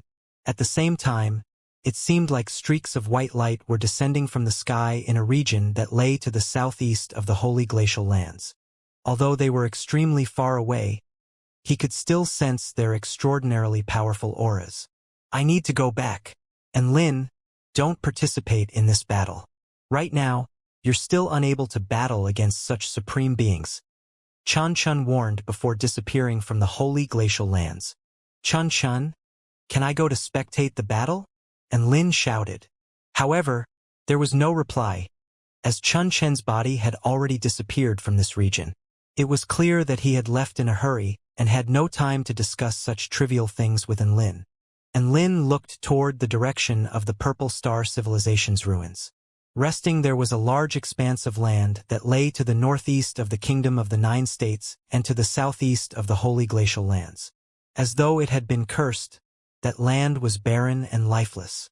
In fact, a dim layer of purple light covered the surface of that land, and living beings who weren't powerful enough would rot to death upon coming into contact with it. Should I go? Or should I not go? And Lin was itching to head over to the heaven-crushing sex encampment. He wanted to witness just how powerful the paramount heavenly gods of the Taichu continent were. I'll just have a peek. I'll have a peek from far, far away. That should be fine, right? and Lin really wanted to measure his power against the paramount heavenly gods. He wanted to see just how large the gulf between their powers was. After all, he felt like he was already slightly more powerful than ordinary heavenly gods. With this in mind, he also started hurrying toward the heaven-crushing sex encampment, the land of eternal light. At the ruins of the Purple Star civilization, amid a barren land of death, a region that was radiating with holy light was currently facing the most terrifying assault in its history. The Earth, within a radius of 50,000 kilometers, had become white gold and boiling hot. Distorted geothermal energy surged over the Earth, and it was as if they were going to scorch and melt everything that they came into contact with. At the same time, the Earth was quaking and fracturing. Like erupting geysers, red-hot lava ripped open the Earth and burst into the sky.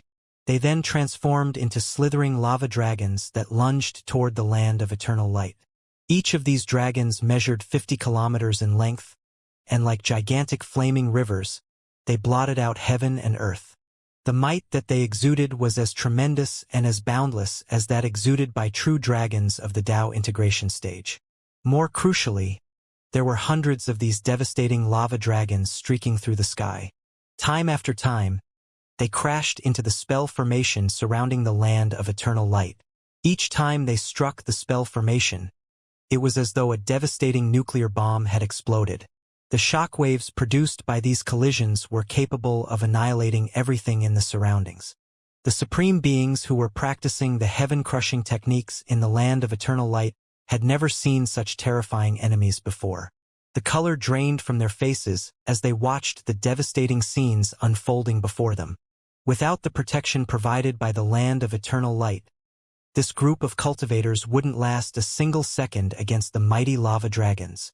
This was a gulf in power. This was a gulf in power that even the heaven-crushing techniques wouldn't be able to bridge. Not only did the Earth change drastically, but even the sky was overtaken by an abnormal phenomenon. Right now, countless beams of white light were descending from the sky. These beams of white light were even warmer and purer than the sunlight, and it was as if they could birth, nurture, and elicit acceptance from all forms of life. Some of the weaker returned to void stage cultivators in the land of eternal light gradually became dazed upon seeing these beams of light. In fact, some of them had already fallen to their knees. Just a moment ago, they were still cursing the heavenly gods and researching how to crush the heavens. Under the effects of the white light, however, they suddenly started to praise heaven and earth. They cried that heaven was the eternal truth, and they cried that they wouldn't exist without the existence of heaven. They cried that even if they had to die for heaven this very instant, they still wouldn't feel a single shred of regret. The beams of pure white light were even more destructive than the hundreds of mighty lava dragons as they crashed into the spell formation surrounding the land of eternal light. The spell formation started to tremor violently under the relentless attacks of heaven and earth. First Heavenly Disciple Cyril, fourth Heavenly Disciple Ancient Dragon Empress, as well as 2 Heavenly Disciple attendants, 3 Heavenly Disciple candidates, and a group of Tao integration stage supermighty beings all stood in different locations within the spell formation. They all cooperated with each other, and they defended against the 2 paramount heavenly gods' combined attacks with great difficulty. What on earth is Chun Chin doing? Why is he still not back yet? Also, how on earth did he manage to enrage the heavenly light goddess? The heavenly light goddess is actually willing to suffer the heavenly Tao's backlash in order to attack us. As the vital juncture of the spell formation, the pressure that Cyril was under right now was almost unfathomable. His eyes were blood-red, and he turned his head to look at the white-haired female beside him. Shui Yan, Chun Chen's attendant, hesitated for a few seconds. Then, she replied honestly, "Master, he captured the heavenly fire god and gifted him to Enlin. That's why, Cyril." Cyril felt an urge to curse out loud. In the very next instant, however, he understood what Chen Chun was thinking. "Sai, he's doing this for Enlin's development again. You've almost become Enlin's doting grandpa." There was a look of exasperation on Cyril's face. Although he wasn't against Chen Chun doing this, would it really hurt for Chen Chun to give him a heads up first? This wasn't too much to ask, was it? Having two paramount heavenly gods suddenly assault their base was extremely terrifying. Okay? The Earth's surface in the land of eternal light had already become a sea of blazing lava. Like a gigantic hammer, the devastating power of the Earth continually smashed into the base of the spell formation. Once the spell formation shattered, the power of Earth would instantly engulf and obliterate everything within the land of eternal light. The attacks from the Earth were terrifying, yet the attacks from the sky were even more terrifying. Like a raging waterfall, beam upon beam of pure white light crashed down into the spell formation. Their penetrative power was insane, and they could assimilate and decompose everything that they came into contact with. Not to mention, there were still countless gigantic lava dragons furiously ramming into the spell formation from all angles. Every inch of the land of eternal light was under ferocious attack. In fact, it had already been completely surrounded by enemy attacks. If this continued, then there would eventually arrive a time when the defenses of the heaven-crushing sect would finally crumble. When that occurred, it would mark the destruction of the land of eternal light. Just as the two sides were caught in a deadlock, an unexpected change suddenly arose within the land of eternal light. Some weak-willed return-to-void stage supreme beings had already been infected by the beams of pure white light that were beaming down from the sky. For the glory of heaven, die! For the true light! Some return-to-void stage supreme beings suddenly bellowed in anger as they lunged toward their own allies. At the same time, they unleashed terrifying spell techniques. Their allies were taken by surprise, and many were severely wounded by the sudden and terrifying attacks. Xianxia, Ghost King of Power, calm down. A tree person, whose body was squirming with green vines, waved its hands and unleashed numerous tendrils of sturdy vines. These vines wrapped around Xianxia and the Ghost King of Power, and they restricted the two supreme beings' movements. A few seconds later, however, the tree person's eyes suddenly started to glaze over. Whoosh! The vines released Xianxia and the Ghost King of Power. Then, they started to whip toward the cultivators who hadn't been affected by the beams of pure white light. Ha ha ha! For the glory of light! Die! Boom! Energy exploded outward, and blood sprayed through the air. The weak-willed and strong-willed cultivators of the heaven-crushing sect started to battle against each other. The land of eternal light suddenly descended into utter chaos. In fact, a few powerful spell techniques were launched toward the palace that lay in the very center of the land of eternal light. However, these attacks were all blocked by an invisible barrier that enveloped the palace. A streak of blue light flew out from the heaven-crushing glazed palace. This was a female who wore a blue dress and had small golden bells tied around her jade-like ankles. Her appearance was exquisite and flawless, yet there wasn't a single trace of emotion on her beautiful face. She looked much like an emotionless doll.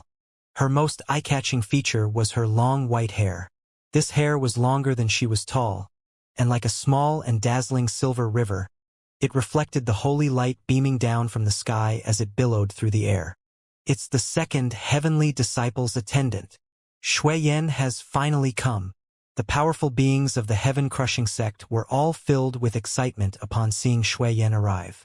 They were feeling extremely distressed fighting against their weak-willed companions, yet they couldn't find any suitable method to deal with the problem. Countless orbs of blue light were tossed from Shui-Yan's hands as she speedily flew around the entire land of eternal light. Without exception, everyone who was hit by the orbs of blue light was frozen to the spot. In no time, she had immobilized the 21 affected cultivators. Cultivators who are weak-willed or low in ranks use a spell technique to seal away your own powers. Her cold and emotionless voice reverberated around the land of eternal light. Some cultivators who were feeling strange immediately calmed down upon hearing this. Then, in order to prevent themselves from injuring their companions, they used their most powerful binding spell techniques on themselves. They all felt a sense of humiliation and vexation. Faced against the heavenly god in the sky, they couldn't even stop themselves from attacking their companions. This kind of gulf in power made them feel extremely depressed and upset. After all, they were cultivators who practiced the heaven-crushing techniques. Upon seeing heaven, was binding themselves and waiting for death all they could do? Indeed, by sealing away their own powers, they were literally binding themselves and waiting for death. Humiliation, indignation, anger, like a seed, these emotions were planted in the minds of some cultivators of the heaven-crushing sect. Perhaps some people would become downcast and listless when faced with a terrifying gap in power. However, there were also those who would unleash even more powerful and unwavering battle intents. Rumble. At this moment, an extremely small fissure appeared on the land of eternal light. Shuiyan's expression changed slightly, and she immediately swatted her hand toward the fissure. Black Emperor Mirror. A pitch-black mirror that pulsated with the energy of a divine tool patched up the fissure in the spell formation. However, a faint wisp of white light had already crept out from the fissure. Then, as if it had a mind of its own, it started to roam around the land of eternal light at a terrifying speed. Rip, rip, rip. Numerous cultivators of the heaven-crushing sect howled in agony as the wisp of white light blasted ghastly holes into their bodies. Even the weakest of the wounded cultivators had already reached the return to void stage. Surprisingly, however, they were absolutely helpless against this wisp of white light that had snuck into the spell formation. In the blink of an eye, another dozen or so supreme beings had already been severely wounded or killed. How dare you wreak havoc in our territory?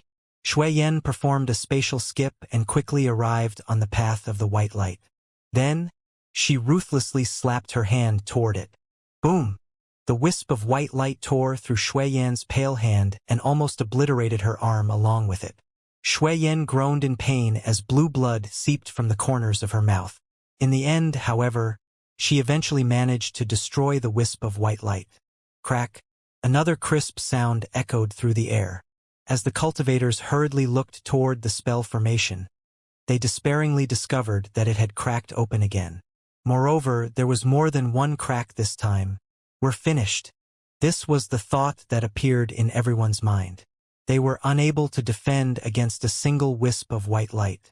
Now, however, several cracks had appeared, and numerous wisps of dazzling light were flooding into the spell formation. To the cultivators of the heaven-crushing sect, this was definitely a catastrophic crisis. Heavenly Light Goddess! Right at this moment, an aloof yet furious voice traveled over from the distance. Once this voice arrived, the cracks in the spell formation instantly closed up. A youth in linen garment trod through the void toward the land of eternal light. The cultivators of the heaven-crushing sect all teared up in emotion upon seeing the youth trod through the void toward them. It's heavenly disciple Chun Chun. We're saved. Chun Chun is back. We have to hold on. In the minds of the heaven-crushing sect's cultivators, Chun Chen's status was essentially on par with that of Cyril. They were both co-founders of the heaven-crushing sect. Moreover, Chun Chun was a human, and the majority of cultivators present were human as well. Thus, the cultivators of the heaven-crushing sect had a slight preference for Chun Chen. Chun Chen's expression became increasingly somber as he swept his gaze over the heavily wounded and dead cultivators. When he saw that Shuiyan was missing an arm, his entire body trembled slightly. Heavenly Light Goddess, if you want to battle, then come after me. What's the point of bullying a bunch of juniors? Chun Chun leaped into the sky and crashed into the boundless sea of light. The Heavenly Light Goddess' ethereal and profound voice echoed through heaven and earth. You need to pay the price for acting on a whim. I'm not the old me anymore. I'm not afraid of suffering from the heavenly Tao's backlash anymore. The sounds of explosions suddenly traveled out from the boundless sea of light. Even though they were protected by a gigantic spell formation, the devastating energy collisions in the sky still caused the cultivators of the heaven-crushing sect to feel a strong sense of apprehension. They felt as though the sky was about to be shattered. Boom! Another earth-shattering boom erupted. Countless black fissures appeared in the sky. Then, like cobwebs, they started to spread throughout the surroundings. These fissures stretched for as far as the eye could see, and it was almost as if they had fused together with the horizon in the distance. The cultivators' eyes widened in disbelief. The sky was genuinely shattered. Cyril, who was located in the vital juncture of the spell formation, exclaimed in astonishment upon seeing the scenes in the sky. Oi, oi, Chen Chen, there's no need to fight so wildly, is there? Are you genuinely going all out? Chun Chun took a huge amount of pressure off Cyril as he held the heavenly light goddess back. Meanwhile, Cyril mulled over whether or not he should dive into the ground and battle against the heavenly earth god. After all, the operation of the spell formation could be left to the ancient dragon empress, demon emperor Siyu, and the remaining heavenly disciple candidates. Even if ordinary heavenly gods came, they wouldn't be able to breach this spell formation. Cultivators of the heaven-crushing sect loved to battle, and Cyril was no different. A bloodthirsty glow gradually appeared in his crimson eyes. Then his muscles started to bulge, and a pair of jet-black bat wings materialized behind his back. He slowly licked his lips. Boom! A deafening collision suddenly erupted outside the spell formation. Ha! The bloodthirsty glow in Cyril's eyes suddenly dimmed down. As he looked past the barrier of the spell formation, he saw that a bloody hole had already appeared in Chan Chen's chest. An orb of light continued to explode in this wound, and it unleashed a devastating destructive power that seemed like it wanted to completely obliterate Chan Chen's body. However, these explosions were all contained within a certain pocket of space, and they were unable to spread to other parts of Chan Chen's body. The shattered sky had already been patched up by the countless beams of pure white light. Meanwhile, a stunningly beautiful heavenly goddess stood proudly in the air. Her body was composed of countless specks of light, and she measured over 1,000,000 feet in height. Behind her, there was a gigantic will formed from 990,000 distinctly different phenomena. It was as though all of heaven and earth were encompassed within them. Just like that, she gazed at the male who had been crushed into the exterior of the spell formation. Chen Chen, I'm indeed unable to kill you right now. However, severely wounding you is no problem at all. The unhealable light wound on your chest is my punishment for you. The next time we meet, I'll wipe you off the face of this world once and for all. The heavenly light goddess voice was indifferent, yet it contained a boundless heavenly might. When she finished speaking, she transformed into specks of shimmering light and disappeared from the land of eternal light. The terrifying aura radiating from the heavenly earth god also disappeared at this instant. Along with it, the relentless attacks of the geothermal energy and earthquakes also disappeared. The gigantic lava dragons in the sky all exploded into bits. Then, they transformed into a torrential lava rain that lashed down onto the ground. Splash! The blazing hot lava rain signified the end of this terrifying surprise attack. Complex emotions ran through the minds of the cultivators as they looked up at the torrential lava rain. This was the first time they had seen paramount heavenly gods in action.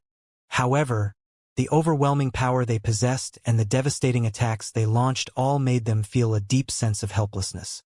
Fortunately, their heavenly disciples all performed admirably. Although they weren't able to defeat the paramount heavenly gods, the paramount heavenly gods weren't able to kill them either. Chun Chun. A flustered expression appeared on Shui Yan's aloof face. She quickly flew toward the nearby male and carefully helped him up from the ground. Then, she asked anxiously, "Are you okay?" Chun Chun chuckled bitterly. "I might have to enter seclusion and recuperate for a while." Shui Yan pursed her lips as she looked at the continually exploding orb of light in Chan Chen's chest. "Sorry, I wasn't able to help you," she said with a look of shame. Several figures flew out from the heaven-crushing glazed palace and dashed toward Chun Chun. They were all core members of the heaven-crushing sect, and each of them had a rank of the Tao integration stage. Cyril, the ancient dragon empress, demon emperor Siyu, and several other supermighty beings also hurried to Chan Chen's side. They all wore anxious expressions as they tried to make sense of Chan Chen's condition. Cyril couldn't help but chide Chun Chun as he carefully examined his wounds. "Sigh, Chun Chen, you're still too impulsive. You forced the heavenly light goddess to act, and she'll indeed suffer a backlash from the heavenly Tao. However, are you any better off yourself? Look at yourself. Apart from suppressing the heavenly light power with all your might, what else can you do? This has already affected your success rate of becoming heaven." Chun Chun smiled gently upon hearing Cyril's words. "I made this decision after a lot of careful thought." Yan's heart throbbed in pain. Do you think your actions were worth it? Of course they were worth it, Chen replied resolutely. Even if I had to choose again, I would still make the exact same decision. I don't regret it. Yan pursed her lips. It was clear that she was a bit angry. Okay, I need to tend to my wounds now. If there's anything else, we can talk about it later. Chen didn't want to continue this conversation, and he directly walked toward the heaven-crushing, glazed palace. The remaining cultivators all looked on helplessly. In the heaven-crushing sect, even Cyril wasn't able to control Chen.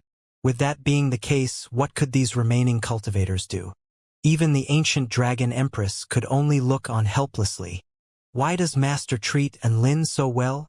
There was a melancholy look on the ancient dragon empress' face as she crossed her arms before her chest. She had initially thought that Chen was merely a bit friendlier and a bit more lenient toward Lin in some aspects. Looking at it now, however, it seemed like she had underestimated Chen's feelings toward Lin. An aloof and ethereal voice traveled over. If Lin betrays Chen's feelings, then I'll make him pay a heavy price, even if that means gambling my life. Yan humphed in anger before gracefully following Chen into the heaven-crushing glazed palace. The ancient dragon empress scratched her dragon horns in confusion. Are we talking about the same thing? Meanwhile, 15,000 kilometers from the land of eternal light, Lin trod over the blazing earth as he continued forward. He extended his hands and caught the lava rain pouring down from the sky. When the lava rain, which was so hot that it distorted the air, landed in his hands, it emitted a burst of soft, sizzling sounds. Although his physical body had already been tempered to the Tao integration pinnacle stage, he could still feel a pang of searing pain shoot through his hands. Not only does this power contain an extremely high temperature, but it also contains the immensely terrifying power of the earth. Even though this lava rain is merely the result of a heavenly god being too lazy to dispel his spell technique, it's still nothing short of a deadly nightmare for supreme beings of the return to void stage. Lin gazed at the lava rain, which stretched for almost as far as the eye could see. Looking at the distant horizon, it seemed like heaven and earth were both fused together by the blazing drops of lava. No matter where one fled, they would still be pounded by this devastating lava rain. Fortunately, this place is a barren land. Otherwise, it truly would have been an unimaginable massacre. Just how devastating was this torrential lava rain? If this torrential lava rain landed on Earth, then Earth would be melted and obliterated in the blink of an eye. I wonder if Chen's fine. Lin thought back to the final moment of the battle. When he had seen that mighty female, his body couldn't help but tremble in fear. The might that she possessed completely washed anew his impressions of power. This was especially the case when he saw the 990,000 distinctly different phenomena materialize behind her back. Each of the phenomena was extremely intricate and mystical. It was as if they were all Tao that had been cultivated to the most supreme level. Lin didn't dare imagine how terrifying and devastating this power would be if it was unleashed without restraints. It seems like the heavenly light goddess is even more kick-ass than the heavenly earth god. With this in mind, Lin couldn't help but start to worry about Chen and the others again. He immediately quickened his pace. Before long, an expanse of land that was paved with an unknown type of pure white stone appeared before Lin's eyes. A peculiar light, which seemed to carry a feeling of unyielding hope, enveloped the entire space. In the center of the land, there stood an extremely lofty and magnificent palace. Who's there? Lin. He's Lin. Hurry! Hurry up and notify the heavenly disciples. Before Lin could even open his mouth to speak, several members of the heaven-crushing sect had already become extremely animated. One of them frantically rushed over to greet him, and another hurriedly used his divine intent to notify the higher-ups within the heaven-crushing glazed palace. In no time, a female who was dressed in a colorful dragon robe flew over. Behind her, there was a blue-clothed female who looked like an ethereal snow fairy. Lin, why did you come here? Thank God the heavenly light goddess and the heavenly earth god didn't discover you. The ancient dragon empress looked around anxiously. They've already left. And Lin chuckled and said, "If they hadn't left yet, I would have been able to detect them with my divine sense. Say, I was spectating in the distance when you guys were fighting. Laugh, laugh, laugh. All you know to do is laugh." The female beside the ancient dragon empress glared at Lin coldly. It seemed as if the frosty aura that was radiating from her body was going to freeze everything in the surroundings. Air? Lin blinked in confusion. It seemed like the female before him resented him immensely. "She's Shui Yan, the second heavenly disciple's attendant," the ancient dragon empress explained. And Lin became even more confused. He had never come across the Shui Yan before. However, there was an alert and resentful look in her eyes as she glared at him. "Do you know why that battle erupted? It was all because of you." Shui Yan pointed a finger at Lin's face and continued, "And Chen Chun was also severely wounded because of you." Boom! And Lin was shocked upon hearing this. Chen Chun was wounded? How is he now? And Lin was extremely anxious, and he immediately started to walk toward the palace. "I'll go and visit him now." Right at this moment, an icy cold aura swept in front of him. Immediately afterward, Shui Yan spread her arms and positioned herself before Lin. There was a frosty expression on her delicate and beautiful face. "Stop!" she shouted coldly. "Chun Chun is recuperating in seclusion right now.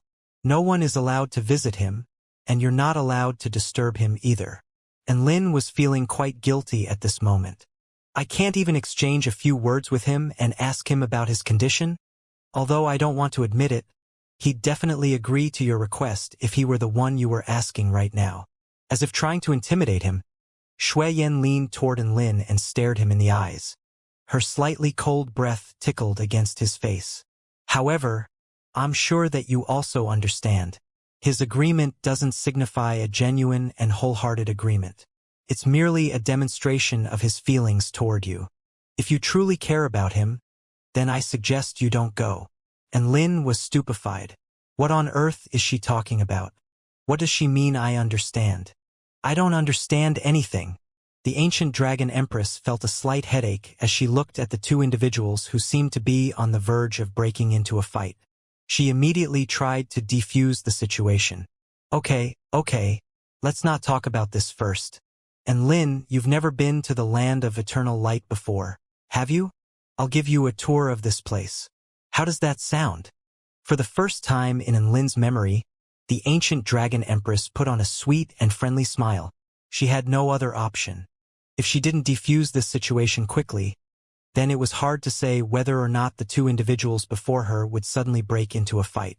"Sounds great," and Lin replied. Coincidentally, he also wanted to have a look around the land of eternal light. "Oh, that's right. If you need any help dealing with Chun Chen's wounds, then please don't hesitate to ask me," and Lin said to Shui Yan.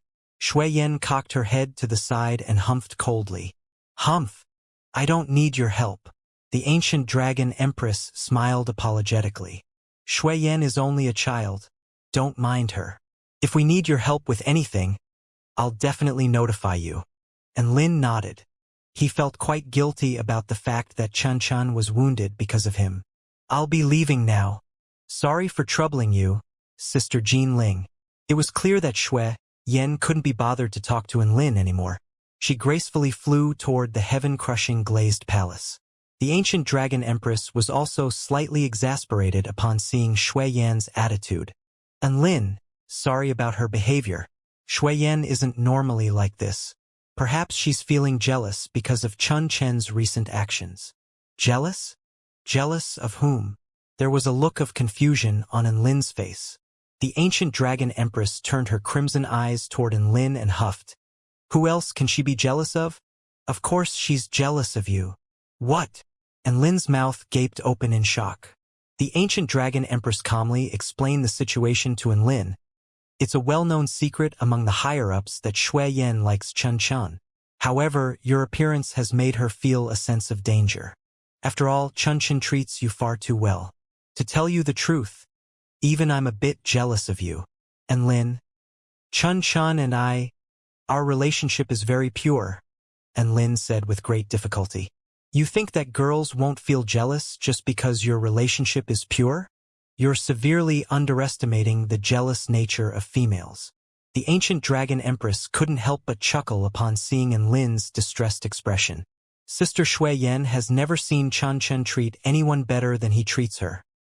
Apart from you. And Lin's lips twitched. What the hell is with this situation? I've gained an extra rival in love? Tui. No.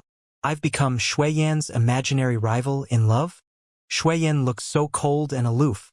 Who knew that her heart would burn so intensely for Chen Chen? A thought suddenly popped into Lin's mind.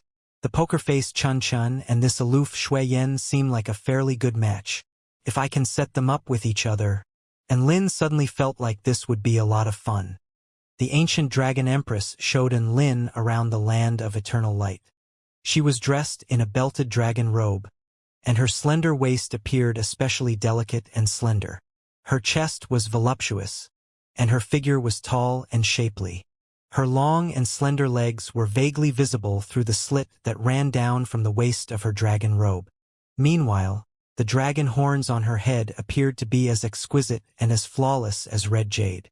Coupled with her finely chiseled and wonderfully beautiful face, she appeared like a stunningly beautiful female who had an air of mightiness about her.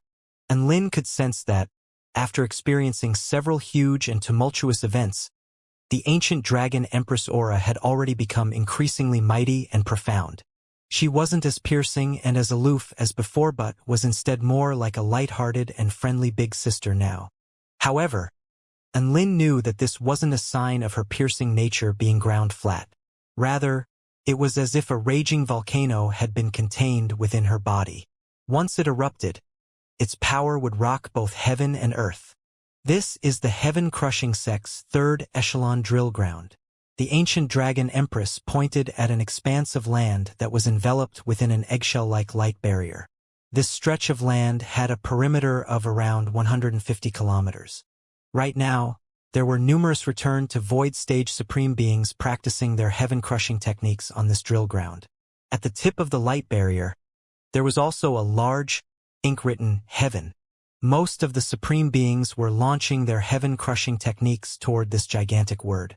Most of the supreme beings in this third echelon drill ground only possess ordinary heaven-crushing aptitudes, the ancient dragon empress explained.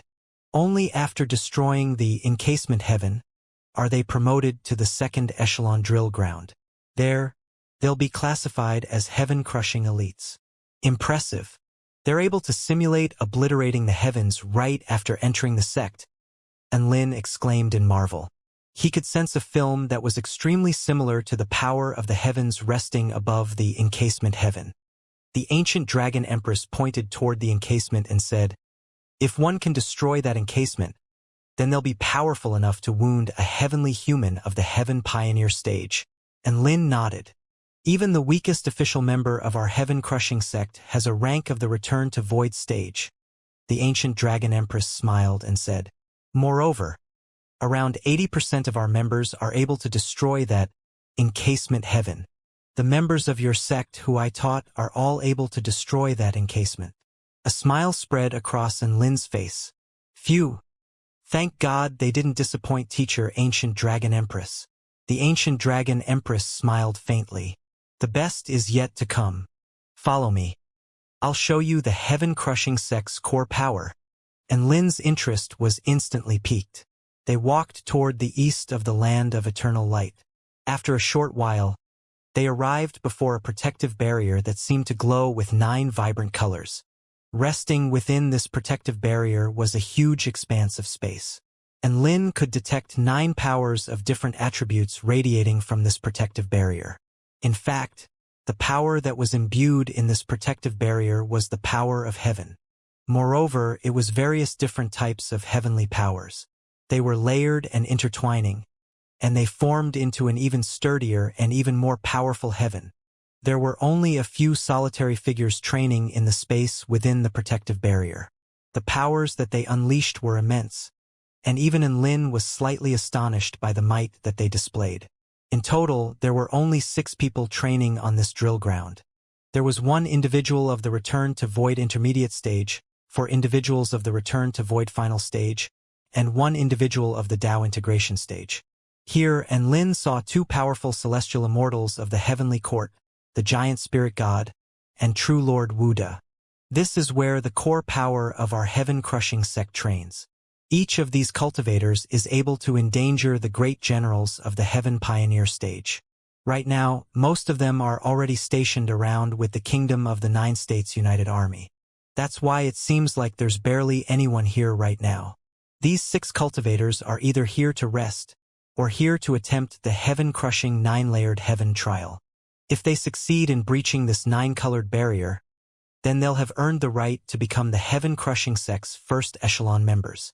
The ancient dragon empress pointed at the 6 cultivators before them as she spoke. Your sects Dabai, Sun Yulua, Su Qianyun, Shen Yuanchang, Yao Mingxi, and so on can most likely be classified as second echelon members. The ancient dragon empress thought back to their tests before saying this. And Lin felt like he had to smack Dabai's bum when he got back.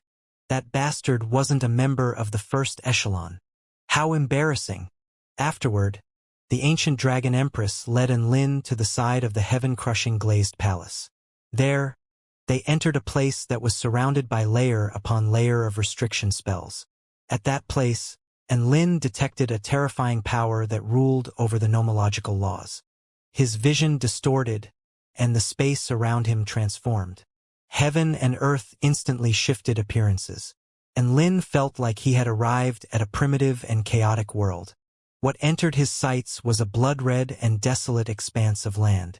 The land before him was strewn with the skeletons of gigantic beasts, and violent bursts of turbulent energy raged through the air. The void was extremely fragile and weak, and the sky in this realm was also divided into 2 distinct layers. The lower layer was white, and the upper layer was black. In the blink of an eye, however, these 2 layers reversed. The lower layer was now black, and the upper layer had become white. Like the unending cycle of reincarnation, black and white cycled around in a never-ending loop. The destruction of chaos, and the birth of new matter. This is the site of the birth of heaven and earth. As if sensing something, Enlin asked, "Have we arrived at the land of eternal light's small world?"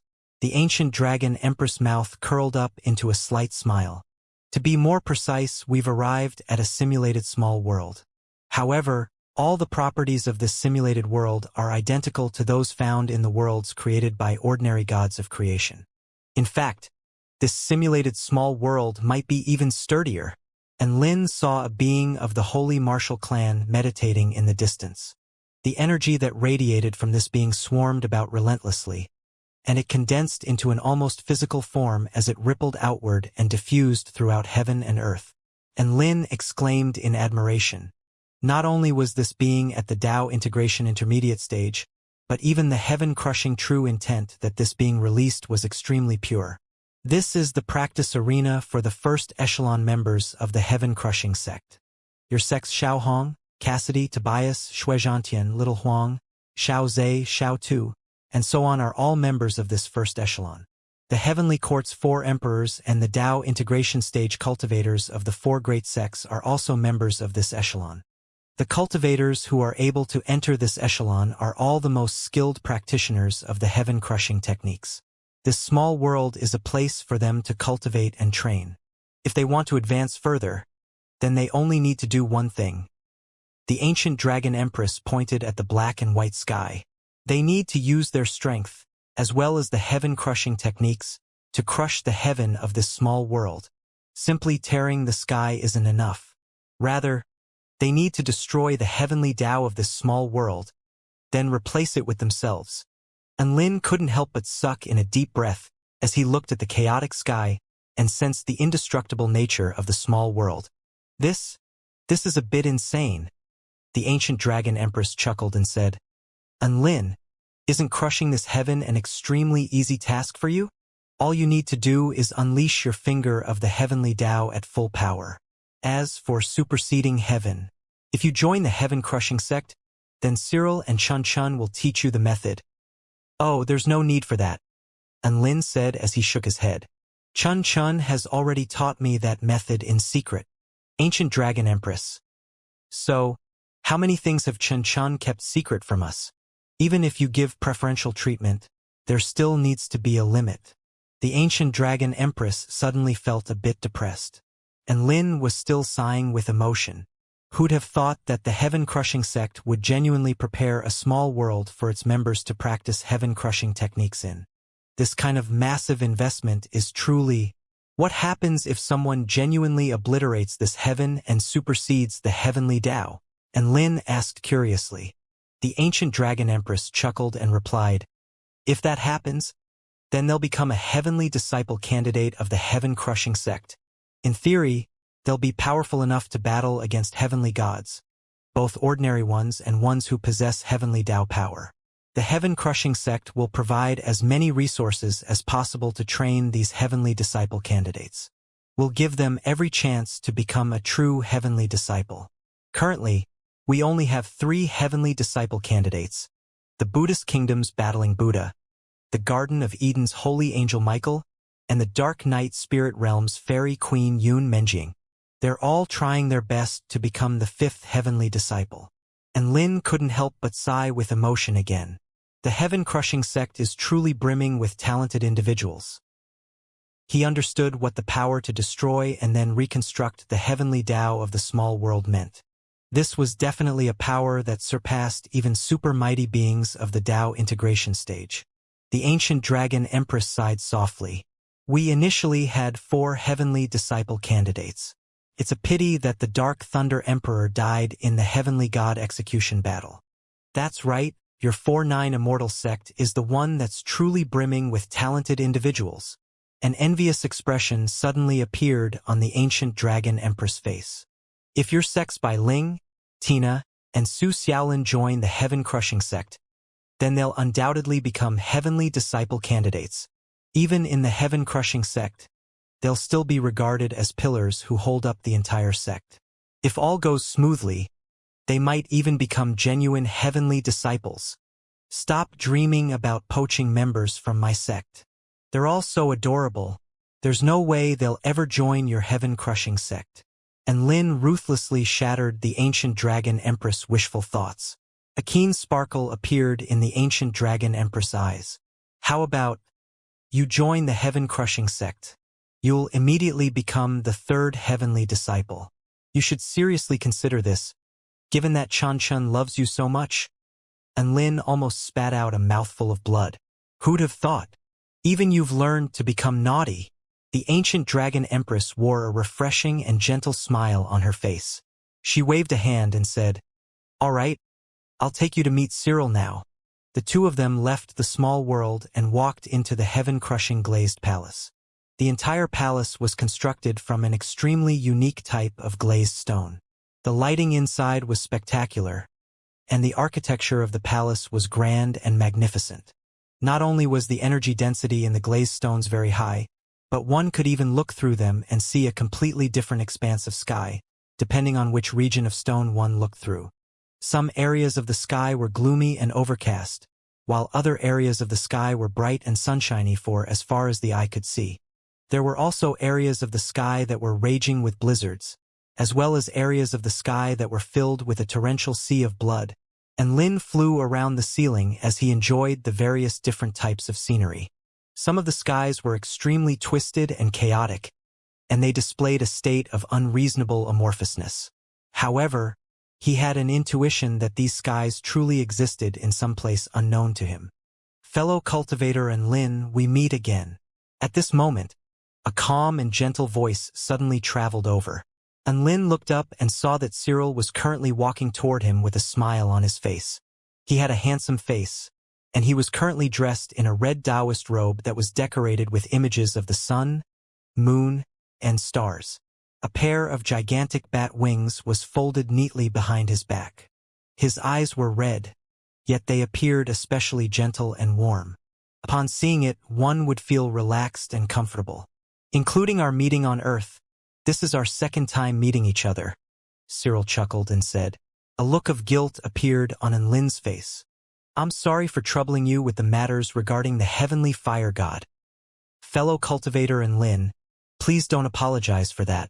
After all, we're a family that advances and retreats together. Your matters are our matters. There's no such thing as troubling us with your matters. Cyril wore a sincere and earnest expression as he spoke. And Lin was slightly dazed. Did I hear wrong? A family that advances and retreats together? Come, come, come. Let me introduce you to some people. Cyril enthusiastically grabbed Lin's hand and led him toward the center of the heaven-crushing, glazed palace. He pointed at a sturdy true demon tribe male who had a large calabash strapped to his back and said, "He's my heavenly disciple attendant, Demon Emperor Siyu." "Hi, Demon Emperor Siyu. I've heard so much about your great exploits," and Lin greeted respectfully. This male was the strongest being of the true demon tribe. In addition, he was born in the same generation as the ancient fiend celestial. "Ha ha ha. Sect leader and Lin. I'm the one who's heard so much about your great exploits. They all say that the younger generation will surpass the older. Seeing you become so strong in such a short amount of time, I can't help but marvel in admiration." Demon Emperor Siyu started laughing heartily, and he looked much like an easygoing and unconstrained uncle. "This person here is our heavenly disciple candidate from the ancient Taichu realm, the Dark Knight Spirit Realm's fairy queen Yun Menjing." Cyril continued his introductions. "Hello, esteemed sect leader and Lin. You're a male of extraordinary fortunes. It's my great pleasure to meet you." A shapely female who had smooth dark skin stepped forward and greeted Lin elegantly. Her voice was sweet and pleasant sounding, and there was a bright white gleam flashing across her eyes. "Hi, fellow cultivator Yun Menjing. Are all of you so well-spoken?" And Lin felt especially cheery after being praised. He shook the fairy's soft and delicate hands. Yun Menjing's pointy ears pricked up slightly as she covered her mouth and chuckled.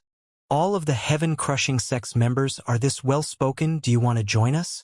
It was evident that the heaven-crushing sect's heavenly disciples had all yearned for Lin to join them for a long time.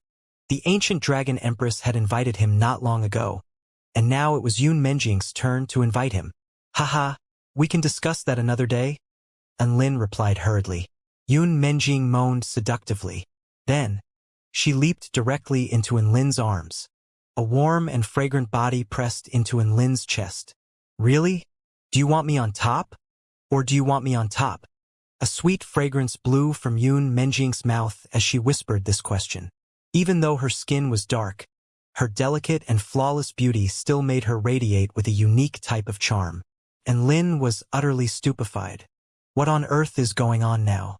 And Lin's breathing quickened considerably as he felt the beautiful fairy's womanhood press into his chest. After a short moment, Lin finally understood the meaning behind her words. He immediately pushed the fairy back and said, "Hang on, fellow cultivator Yun Menjing. I think you've misunderstood my words." "What's that?" Yun Menjing's eyes were misty, and the dark wings on her back fluttered continuously. Her slender and shapely legs shuffled lightly, and it looked as if she was about to leap onto his chest again. "What I meant just then was, we'll discuss it later," and Lin carefully repeated his sentence. Yun Menjing faltered slightly upon hearing this. Then, a look of disappointment fell across her face. "Oh?" An awkward yet polite smile appeared on Cyril's face. "And Lin, please excuse her. Yun Menjing is like this because she's genuinely been holding back for too long." And Lin's mouth gaped open in shock. She suddenly uttered those words in full seriousness. "Yet you're telling me to please excuse her?" Cyril continued. "She's the last surviving member of the Dark Knight Spirit Fairy tribe. When that catastrophe swept through the ancient Taichu realm, the entire Dark Knight Spirit Fairy tribe was wiped out. At that time, Yun Menjing was in a realm outside of the ancient Taichu realm. That was the only reason she managed to escape unscathed. As the last surviving member of her tribe, her natural instinct to mate and reproduce is especially strong. She eagerly desires to produce offspring who have the bloodline of the Dark Knight Spirit Fairy tribe. Moreover, the bloodline of humans and fairies are extremely similar. So that's the reason why Yun Menjing behaved as she did just now. Okay. And Lin grudgingly accepted this explanation. "However, there are so many humans, so why choose me?" Yun Menjing chuckled sweetly upon hearing this. I'm not so desperate that I'll choose a random human. I, Yun Menjing, am a female who aspires to crush the heavens. My mating partner has to be at least as powerful as a heavenly disciple. Cyril abstains from lust, and Chun Chun already has Shui Yen chasing after him. She shuffled toward Enlin and wrapped her arms around his waist. Then, she pressed her breast into his chest and said in a tender voice, "So, the only person I can fuck is you. I know that Su Xiaolan is your Dao partner. However, I'm fine with not becoming your Dao partner." Yun Menjing lightly caressed Enlin's back with her slender hands. There was a dreamy look in her eyes, and her slender hips slowly rocked back and forth. "I can become your lover. All you need to do is make a baby with me. Apart from that, you can do whatever you want to me." And Lin felt like his outlook on the world had been washed anew. She's willing to become my lover if I make a baby with her? So, individuals become this bold and daring if they're the last remaining survivors of their tribes? He pushed Yun Menjing aside again. Then, he firmly declined her request. Although this fairy was extremely shapely and beautiful, she was a bit too dark-skinned for his liking. No. Even if she were fair-skinned, he would still turn her down. He and Lin was a loyal male. Yun Menjing pouted in dissatisfaction after being turned down a second time. Countless members of the heaven-crushing sect desire to spend a lustful night with me. However, I don't give them as much as a single glance. I've already lowered my requirements so much, yet you still turn me down. Yun Menjing, that's enough, Cyril said in a stern tone. I've already given you your chance. However, Enlin is unwilling, so we'll leave this conversation at that. Yun Menjing could only reluctantly step back.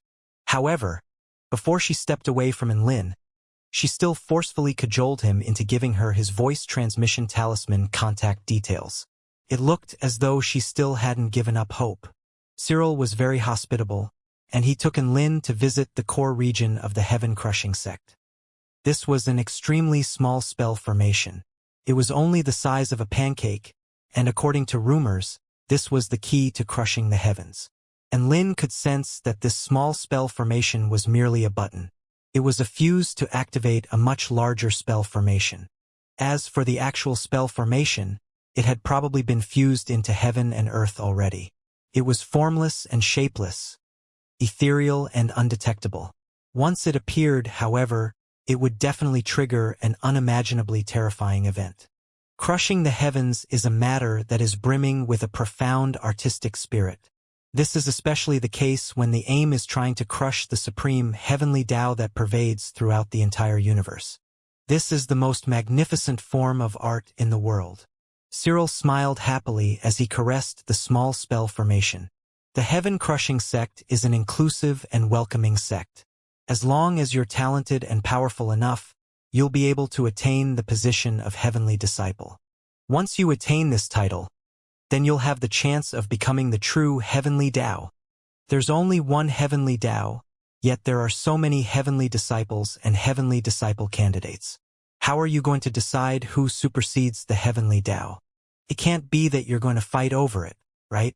And Lin chuckled softly. It's not as simple as fighting. Superseding the heavenly Tao entails many different complexities. I'll slowly explain these to you in the future. Cyril turned to face Enlin. Then, he said sincerely, if you join the heaven-crushing sect, then you'll have the greatest chance of becoming the heavenly Tao out of all of us.